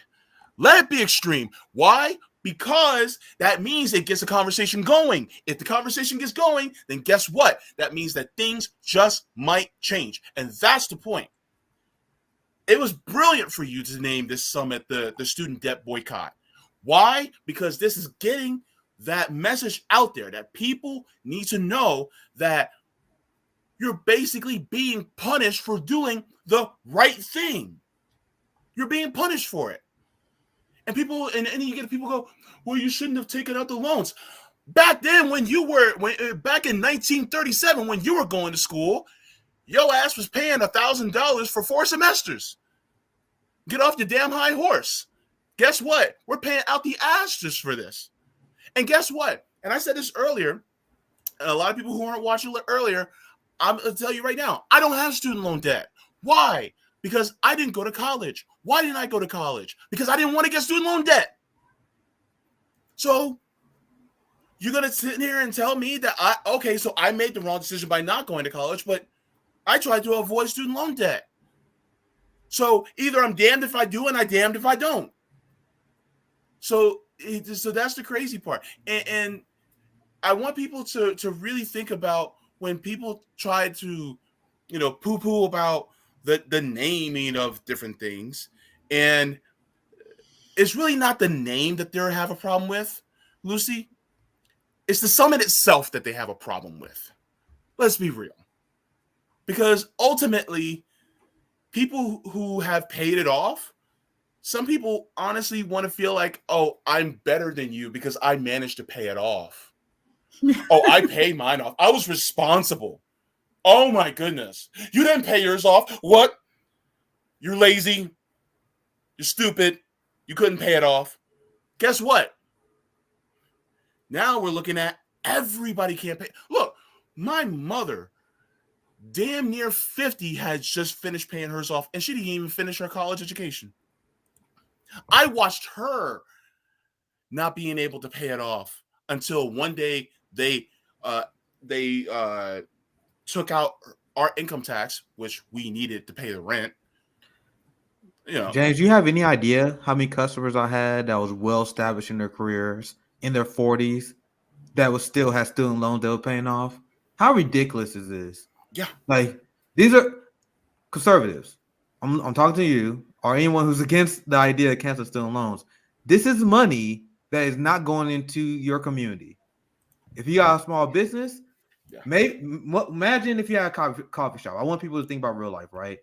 Imagine how many customers didn't go to your coffee shop because they live in their budget margins are so tight because of student loans, they can't go to your coffee shop. And that's the reality everywhere we live, especially if you're looking at more like areas with a younger, like robust working age group, like the people that ain't debt. Like it's impossible to calculate. I would love to see a study done, like how much money is being lost from these businesses. And I'm saying this as an example because once again, as someone who's paying student loans, even though I never really made a lot of money, there were things I didn't do that I would have done if I didn't do that. Now imagine if I went to some business that hosts entertainment, right? I'm not supplying that business with that money because I got student loan debt. You guys see what I'm talking about? So it hurts everybody, even if you don't got student loans. You guys think outside the box. You're losing customers. I couldn't, and one thing I knew this firsthand because I was sold cards. There was deals I was missing. My income was hurt because people's credit was bad because student loans. And since their credit was bad, I couldn't make the sale. Like this helps. Even if I didn't have student loan debt, that's an example of how that hurts me. Yeah, like I was in sales too. Yeah, go ahead. No, I was just saying, I was in sales too. I sold furniture, and I ran into the exact same problem that you did. I would sign up people for credit. Next thing you know, they got denied. Why? Student loan debt. And then most capitalists will judge them, but I didn't. Every time that happened, I'm pissed because I'm like, you're screwed and I'm screwed now. Like there's maybe some capitalist salesman like, oh, this broke motherfucker, but I never had that mindset. I looked at it like, man, we both are screwed now because you got screwed by the system. Now the system come back and screw me. I never say that, but that's my mindset, right? But I'll pass it back to the panel. Yeah, and that's one of those things too that I want to make clear to everybody. When people when their credit score goes down because say they defaulted on student loans or whatever, that affects the rest of their entire life.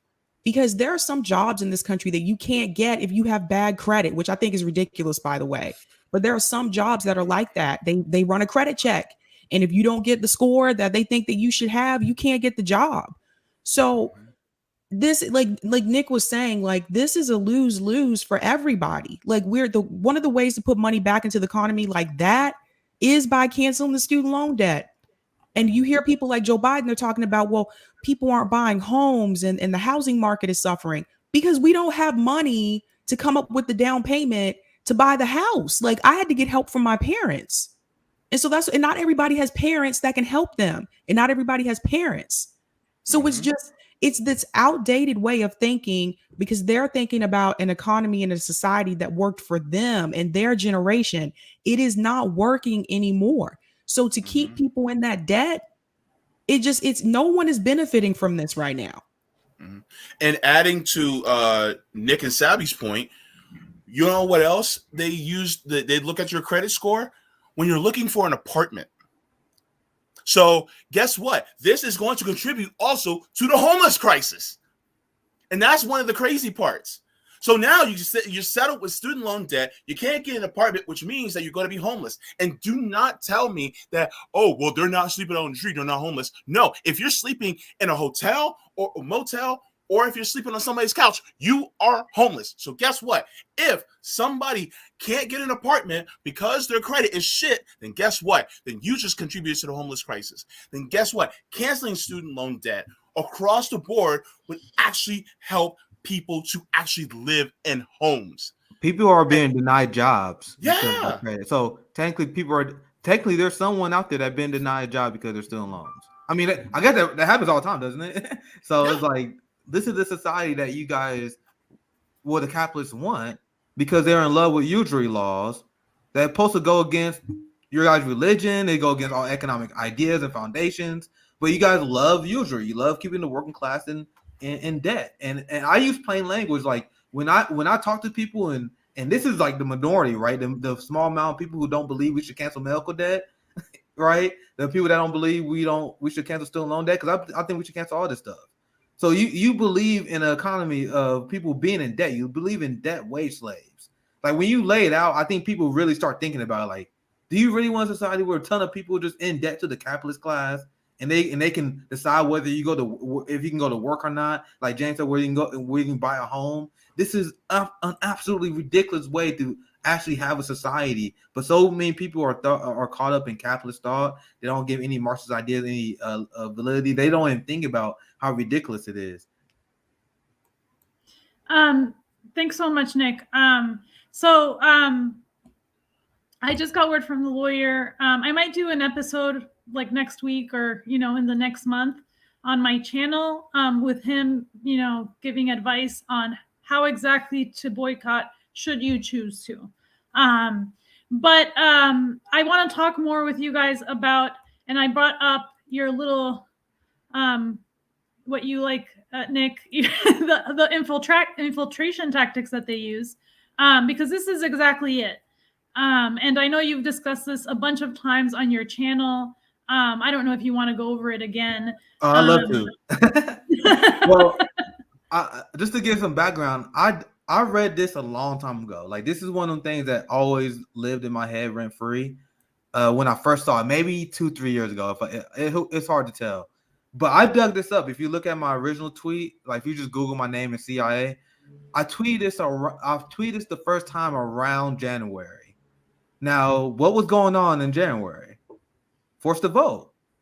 And I'm like, I've seen the people who was like fear mongering on that, and I'm like, okay, I'm getting like flashbacks of shit I used to read about the CIA did left. So I did my research and I found this. And then like I tweeted maybe like 2-3 times. Each time I tweeted it out, it went viral. And I'm not saying that to brag. I'm saying that because if it went viral, because people were like, what? That shows me that people haven't seen it before. Like if you like, well, anyway, I don't want to talk. But if you tweet something that most people know, like the chances of it going viral is pretty low. But the fact that this went viral, like I'm like, oh, a lot of people on the left don't even know this stuff. I have people who was like, oh, I didn't. Everything makes sense now. Like I posted it again during the Medicare Fraud March. Like I told you, I posted like 2 times. One during the Forced to Vote, the other one during the Medicare Fraud March. And every time I posted it, people was like, everything makes sense now. It makes sense now why they criticize me for doing this activism. It makes sense why people criticize this person for doing like. And then it was one of the things that we needed massive awareness, because if people know like these tactics and understand that it's not done in good faith, it allows you to share to use less bandwidth. Like it creates less stress. So when during the whole Joint Strike Summit, I've seen this stuff happen. I'm like, okay, these people are not the people that are on my side. Like these are the people that are working to undermine activists and empower politicians, because that's what they do. Now, one last thing I want to say, and I'll pass it back to you guys. I can talk about this forever. I'll cut myself off short. I do not think it's healthy to accuse people of being in the CIA. Like, even if you disagree with them, like if they're progressive, I don't think that's healthy, because you create a culture of paranoia. So I think even if like there's some people I really like, that dude's definitely. I try to avoid saying that, but what I am doing here is spreading awareness about CIA tactics. And what I say is, if you find yourself doing the same stuff the CIA is doing, you got to pause and reflect. I'm not saying you CIA, but what does it say about your politics if even despite not being CIA, you naturally do this stuff? What does that say about you? That's the message I wanted to share. So any thoughts, guys? And listen, I can talk about this all day, but it's crazy. They constantly fall through, like every single time they go through this list in one way or another. I'd like to talk specifically this time with the student debt cancellation, the kinds of things like comments I got on Twitter. I'm definitely going to take a break from Twitter after this. But I definitely a lot of bureaucracy, you know, people that wanted to draw us into more and more and more and more meetings to a point where I was like, you know, I just couldn't handle, like, it, you know, there were people that wanted to put together so many meetings that it was detracting from pulling together as many people as possible for this student debt boycott summit. Because, you know, the second thing was definitely the same thing. Bringing up haggling, I'm going to go to 5. Haggling over precise wordings. Whole meetings about whether whether it should be called student debt cancellation summit or student debt boycott. Whole meetings just about this. You know, it was a complete waste of time. Referring back to matters decided upon the last meeting, like we decided in the first meeting that it was going to be called student debt boycott summit or marathon, whatever. Nobody even cared what it was called. Initially, it was like, oh, it could be cancellation, strike. But during the first meeting, we were like, okay, it's not really a strike because we're not working for the student loan servicers, right? It's not like a strike the way you would strike at work. So you're boycotting. It's really a boycott more than a strike. So then we decided to call it boycott. Somebody brought it up in the second meeting, you know, like about how in the first meeting we had to revise that decision. So that's exactly what happened. You know, in the second meeting, reopening matters that were already decided in the first one, just to like, so that you can't move on. You can't move on to the next step. Advocating caution. That also happened. About how we couldn't name it student debt boycott marathon because it would hurt some students to go into default and they might get their wages garnished. And there's all of these unprecedented dangers. But we're a year post-pandemic. Over 60% of students are in default. A lot of people can't retire because they have such a heavy debt load. All of these, we're already in it. We don't need further caution. You know, obviously, you should definitely look into the risks before you do whatever it is that you decide to do. Yeah, but, and number seven is their biggest sin. Like our A1 on the list, I would say number 7 and number 4 is probably the most relevant we've seen this year. All of them are relevant, but number 4 and number 7 is like the big one. Think about, once again, force the vote, advocate caution. Oh my God, what if this fails? Oh my God, what if they were like, what about what was that Republican do that? What if some Republican become House Speaker? What about this? What about that? Same thing for the Medicare for All March. Like he's like advocate caution. That's what they always do. But sorry, right back to you. Yeah, and advocating caution, and it's like, what if one person goes into default? It's like, well, what if 43 million people get student debt cancellation? What about that? What if that happens? You know, what if the vote for Medicare for All fails? Oh my God, what happens then? Our movement is dead. Like you see, that number 7 is one I've seen the most. Out. We can't run on defund the police. What if Democrats lose? Like you see, like this is the same thing I see from these people all the time. But back to you. And then bringing up irrelevant issues. And, you know, I'm just going to say this, like, obviously, you know, I really think most people in our country don't watch these channels. I think this is a reality. And I don't think, you know, even the biggest people, the channels that get the most views, even those people, I think most people in America don't watch those channels. But in terms of bringing up irrelevant issues, there seems to be this, and you know, I'm just gonna say it because, like, you know, I really don't care about this subject at all. But there's a bizarre part of progressive media that is lethally obsessed with Jimmy Dore. Okay, they're bizarrely obsessed with Jimmy Dore. I don't know Jimmy Dore, so I didn't invite him because I don't know him. So I have no way of inviting him. That's one. The other reason I didn't invite him is because I didn't want this whole thing to become about Jimmy Dore, because I don't want this whole thing to become Jimmy Dore, because it has nothing to do with Jimmy Dore. And I don't want them to use it as an irrelevant issue. Would you believe that it was not less than a week before we put this whole thing together, this whole event together, that people started mentioning Jimmy Dore in the student debt boycott marathon? And Jimmy Dore is not, he's not in it. And this would go back to 4, bring up irrelevant issues as frequently as possible. And one of the infiltration tactics that they seem to use is kind of guilt by association. They smear someone's personality, and then you're not only guilty if you are that person. Forget for a fact if you like Jimmy Dore or if you hate Jimmy Dore. Let's just say, and I know that there's people that like him and people that don't like him, but let's just say that he's a horrible person. I mean, I don't think he is, but just for a second, you're guilty by association if you talk to him, or if you know someone that knows him, or if you know someone that knows someone that knows him, or if you know someone that knows someone that knows someone that knows him. And pretty soon there's someone all over your fucking Twitter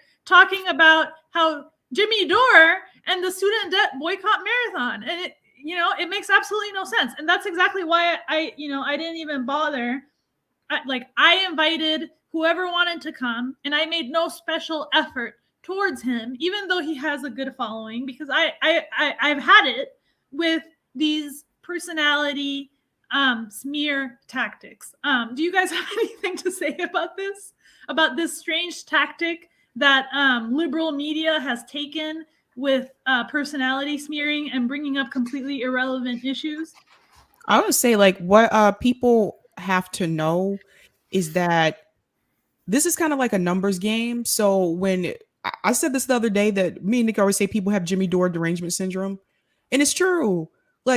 Tom's constantly just talking about what he's doing, and what people need to know is the numbers game. And if you pay close attention, and everyone should be watching this, Rob Durden reports on this a lot. He's really good with the whole the ratio and stuff like that on YouTube.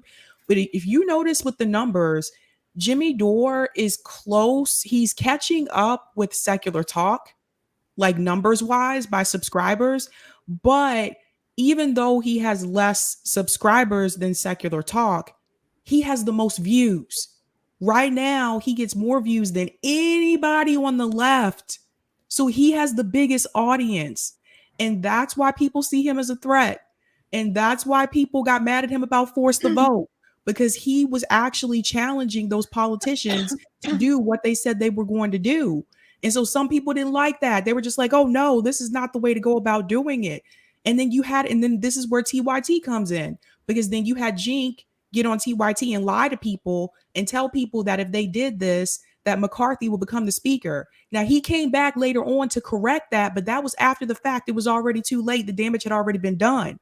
But could you imagine the pressure that would have had on the squad if TYT had joined with Jimmy Dore and did push Force the Vote? But they weren't going to do that because they still want access to those politicians in Congress. You see, they'll come on TYT. You don't really see them come on other independent media shows anymore like they used to. So that's what people have to understand. It is a numbers thing.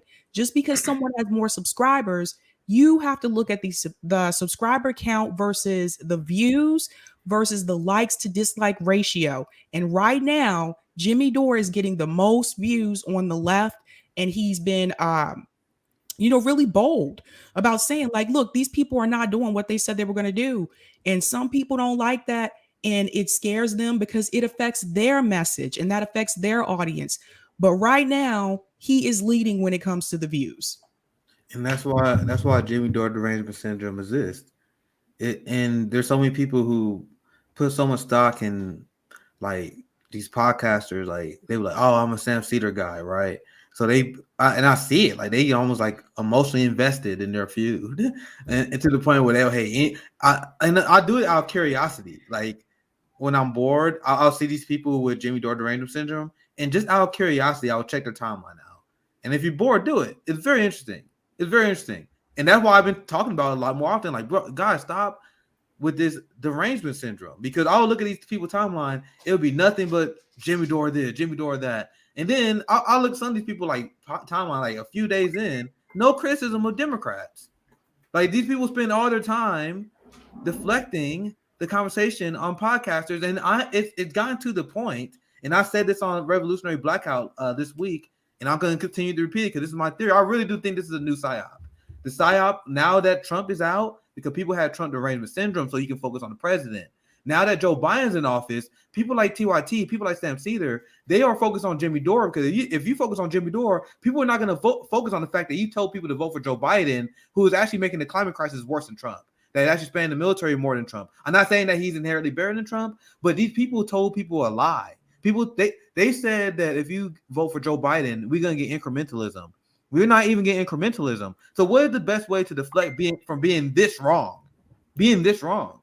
Get people to talk about the podcaster. Get people to talk about Jimmy Dore. And not even him. Get people to talk about Ben Shapiro. Get people to talk about Dave Rubin. And I've seen it so much. This is my new theory. I've been saying it this week, and I'm going to keep on going with it. This is a PSYOP designed to get us to not focus on the people in power and make people think that somehow a podcaster, even if you disagree with him or her, that they are somehow the problem of this country. No matter if I disagree with Jimmy Dore on any issue, Jimmy Dore is not responsible for the state of my community, period.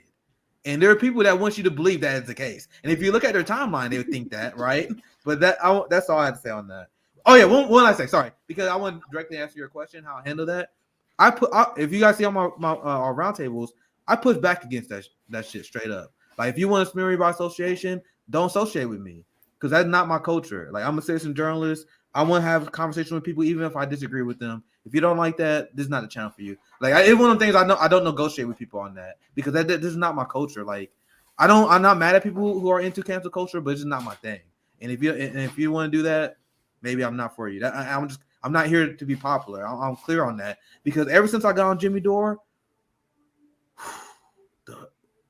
the backlash that I got ever since people associated me with Jimmy Dore, and there's a point where I was like, all right, either you okay with me talking to people or you're not. Like, and a lot of these people are bad faith actors. Anyway, I'm done. I'm done. Yeah, so I actually, I preventatively tweeted this. I was like, the student debt boycott, for those of you who aren't on the health site called Twitter, I said the student debt boycott is on December 11th, and Jimmy Dore will not be there. So you'll have to invent another reason to shit all over it. And they did. They invented another reason to shit all over it, mainly the name. I also, had people do your standard responses. You should pay your debt because you owe, because you signed the paper. That's your standard take personal responsibility kind of response.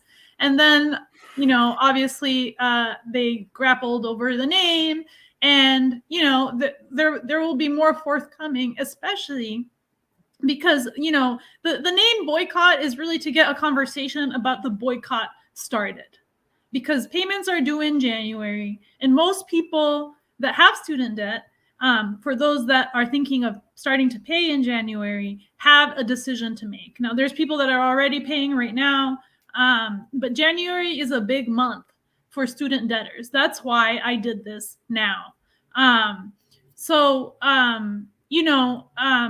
It doesn't mean that I'm telling people what they should do. Obviously they should, think about the repercussions of whatever they do, but it's to open the conversation about it. And you can't open a conversation about a student debt boycott by calling it student debt cancellation, because that gives politicians all the power. It gives politicians all the power to just assume that they're going to do something for us without us, putting on any kind of pressure tactic. So to me personally, it doesn't make any sense to just talk about cancellation. We've been talking about cancellation for years, and absolutely nothing has happened. What do you think about that, JB? I mean, what you said was true. we've been talking about it for a long time. It gets to a point where if everybody suddenly starts just not paying their student loan debt, then it's like these companies will go, well, what are we going to do? You know, like Sally Mae is going to be like, well, they're not paying it, so how do we get the money? And yeah, I mean, they can garnish wages and stuff like that, but my thing is that if you get feet in the streets and you can scare some politicians, hopefully that'll work. Because ultimately, it's really just, it's killing people. And you get to a point where you're just like, how much longer are we going to be able to take this? Now, as far as you know, people who say, well, you signed on the dotted line and blah, blah, blah. It's like, well, you could say the same thing about a lot of different things, and it still doesn't make it right. There are a lot of people that get swindled into contracts and shit. And are you still going to say that they are still at fault, even though they got swindled into a bad contract? And we live in a country that you know, that pushes people into these different types of situations. And so, are we going to think that it's still okay, the fact that people are, you know, suffering like this? I mean, they garnish my mom's income tax. And here's the funny part. That income tax was actually supposed to pay for our rent. And so, without, you know, actually having people help us, we would have been out on the street. So what do you say to that? You know? So it just sucks because, you know, it's almost like they try to put you between a rock and a hard place. And let's be real, Joe Biden was part of that as well because of the bankruptcy bill. He helped out with making that rock and hard place even worse. I'm at a point now right now where it's just like, what do you do besides get out in the street over something like this? Because they made it so to the point where you have no other choice. You know, I mean, you can try to just not pay and do the best that you can, but if you wait one day more, you're screwed. If you know, don't do it the right way, you're screwed. And if not enough people join in, you're kind of screwed. So it's just like, yeah, it's just like, you're going to have to just like get out there, because ultimately people are just going to, it's just a rough situation. Yeah, and I can tell you guys, like Sally Mae, employees from Sally Mae actually said to my students that they have people that sit on the hill to make sure that companies like them don't go away. So I'm gonna wrap up because we've already been going for an hour. Would you like to introduce yourself or your finishing comment, Sabrina? Yeah, so someone was asking me recently, like, what advice would I give to high school seniors, juniors who are thinking about college? I have 2 suggestions for you. Number 1, if you do want to go to college, to try to go to college abroad where it's free. You can go to college in countries like Germany as an American and go for free. 2, the other suggestion is don't go to college. Just don't. Don't go to a traditional 4-year university, because at the end of the day, the money that you're going to have to take out for student loans and the money that you're going to make, the salary you're going to make when you graduate, it's not going to add up, and you're going to be stressed out and you're going to be in a lot of debt. So those are my 2 suggestions. Not only that, also a lot of people I know in my personal life as well, and this is an ongoing problem. I can attest to this anecdotally and through data that a lot of these people are graduating, getting a lot of debt, and they're not even getting a job in their career, in their field. That's a giant problem. So that's another reason why I think I agree with Sabby. I think if I had to do it all over again, I wouldn't have went to college. I'm a college dropout. And there was so much going on with me barely living, like economically surviving. Like I wasn't so like the reality of the situation, right? If I had to do it all over again, instead of going to debt, I would start working on my wealth, right? Like start working on building a foundation as an adult. And I truly do believe, like, and this is my personal belief. I'm not pushing this on anyone, but I think even if you do go to college, going to college your first 2-3 years as an adult doesn't make any sense. Maybe your first 2-3 years as an adult, you need to learn what it means to be on your own. Like even if it means having a job, and we need to and this is my personal belief, we need to redefine what community is. Like the idea that you're a parent, you kick your kid out at 18, that's ridiculous. That's what capitalism told you to do because they wanted to sell more houses. That's the reality of the situation. Before that, we all lived in a community together. And my personal belief is maybe 18 to 21, live with your mom, live with your dad, so they can teach you how to be the adult, right? And then if you want to go to college when you're 21, 22, you've seen some stuff, you work for 3 years, you got a better idea what you want to do, then go to college. I wish I would have done that because I went to college when I was 18 and then I was all over I didn't know what I was going to do. And I went to debt essentially for no reason. And I wasn't ready to be a college student. Like, you guys, I love knowledge now. Now, back then, I wasn't ready. Like, if I was to go to college right now, it would be different, but I wasn't ready then. And not everyone is. Some people are. Some people can go to college at 16 or 14. But you got to look at what's good for you. But that's the last word I have. Thanks for inviting me on. This is a good event. I watched a little bit earlier before my show, and you guys are killing it. So I would love to see more events and would love to be back on this kind of stuff. So, Yeah. Any last comments, JB? Yeah.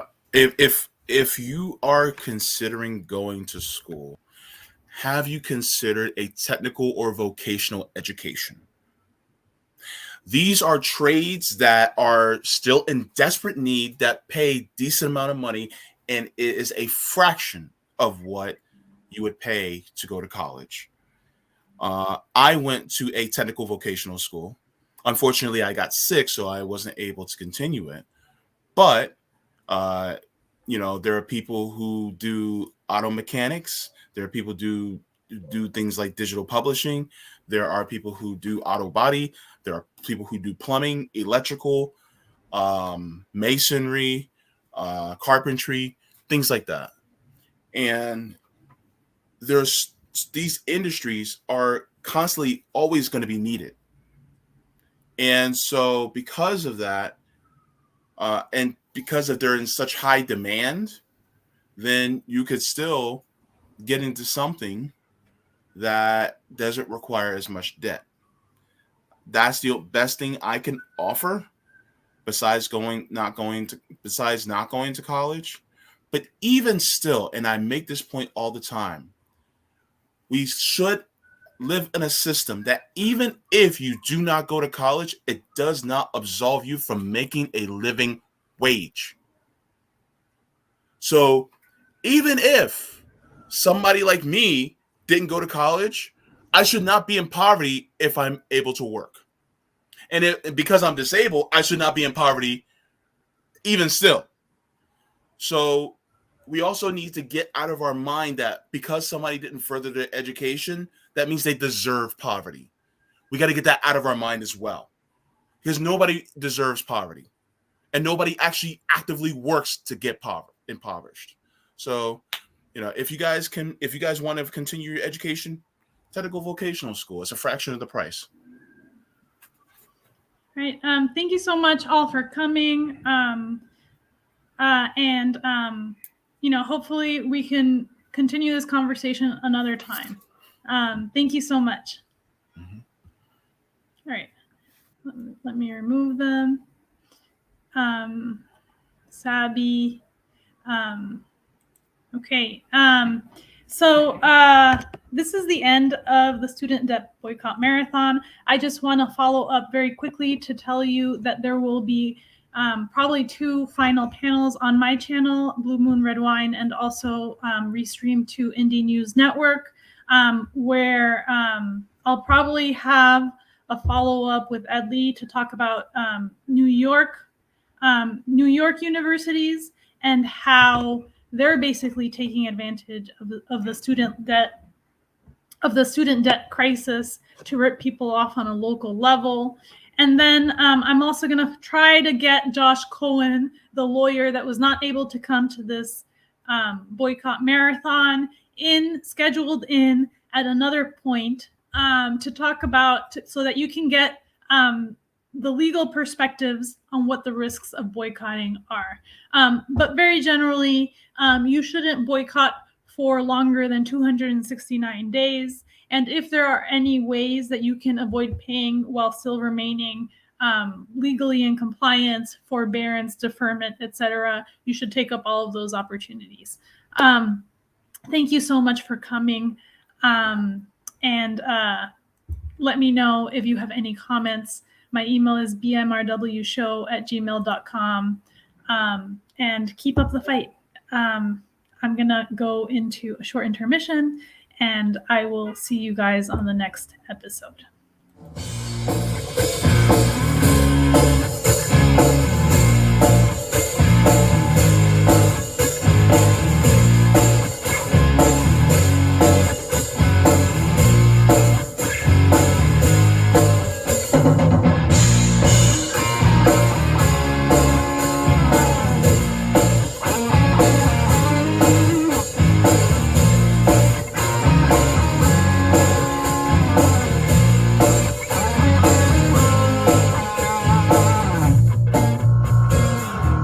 Unemployment call center. Please listen carefully as our menu has changed. Press 1 to claim benefits. Press 2 to speak to a representative. All representatives are busy right now. The current wait time is 25 minutes.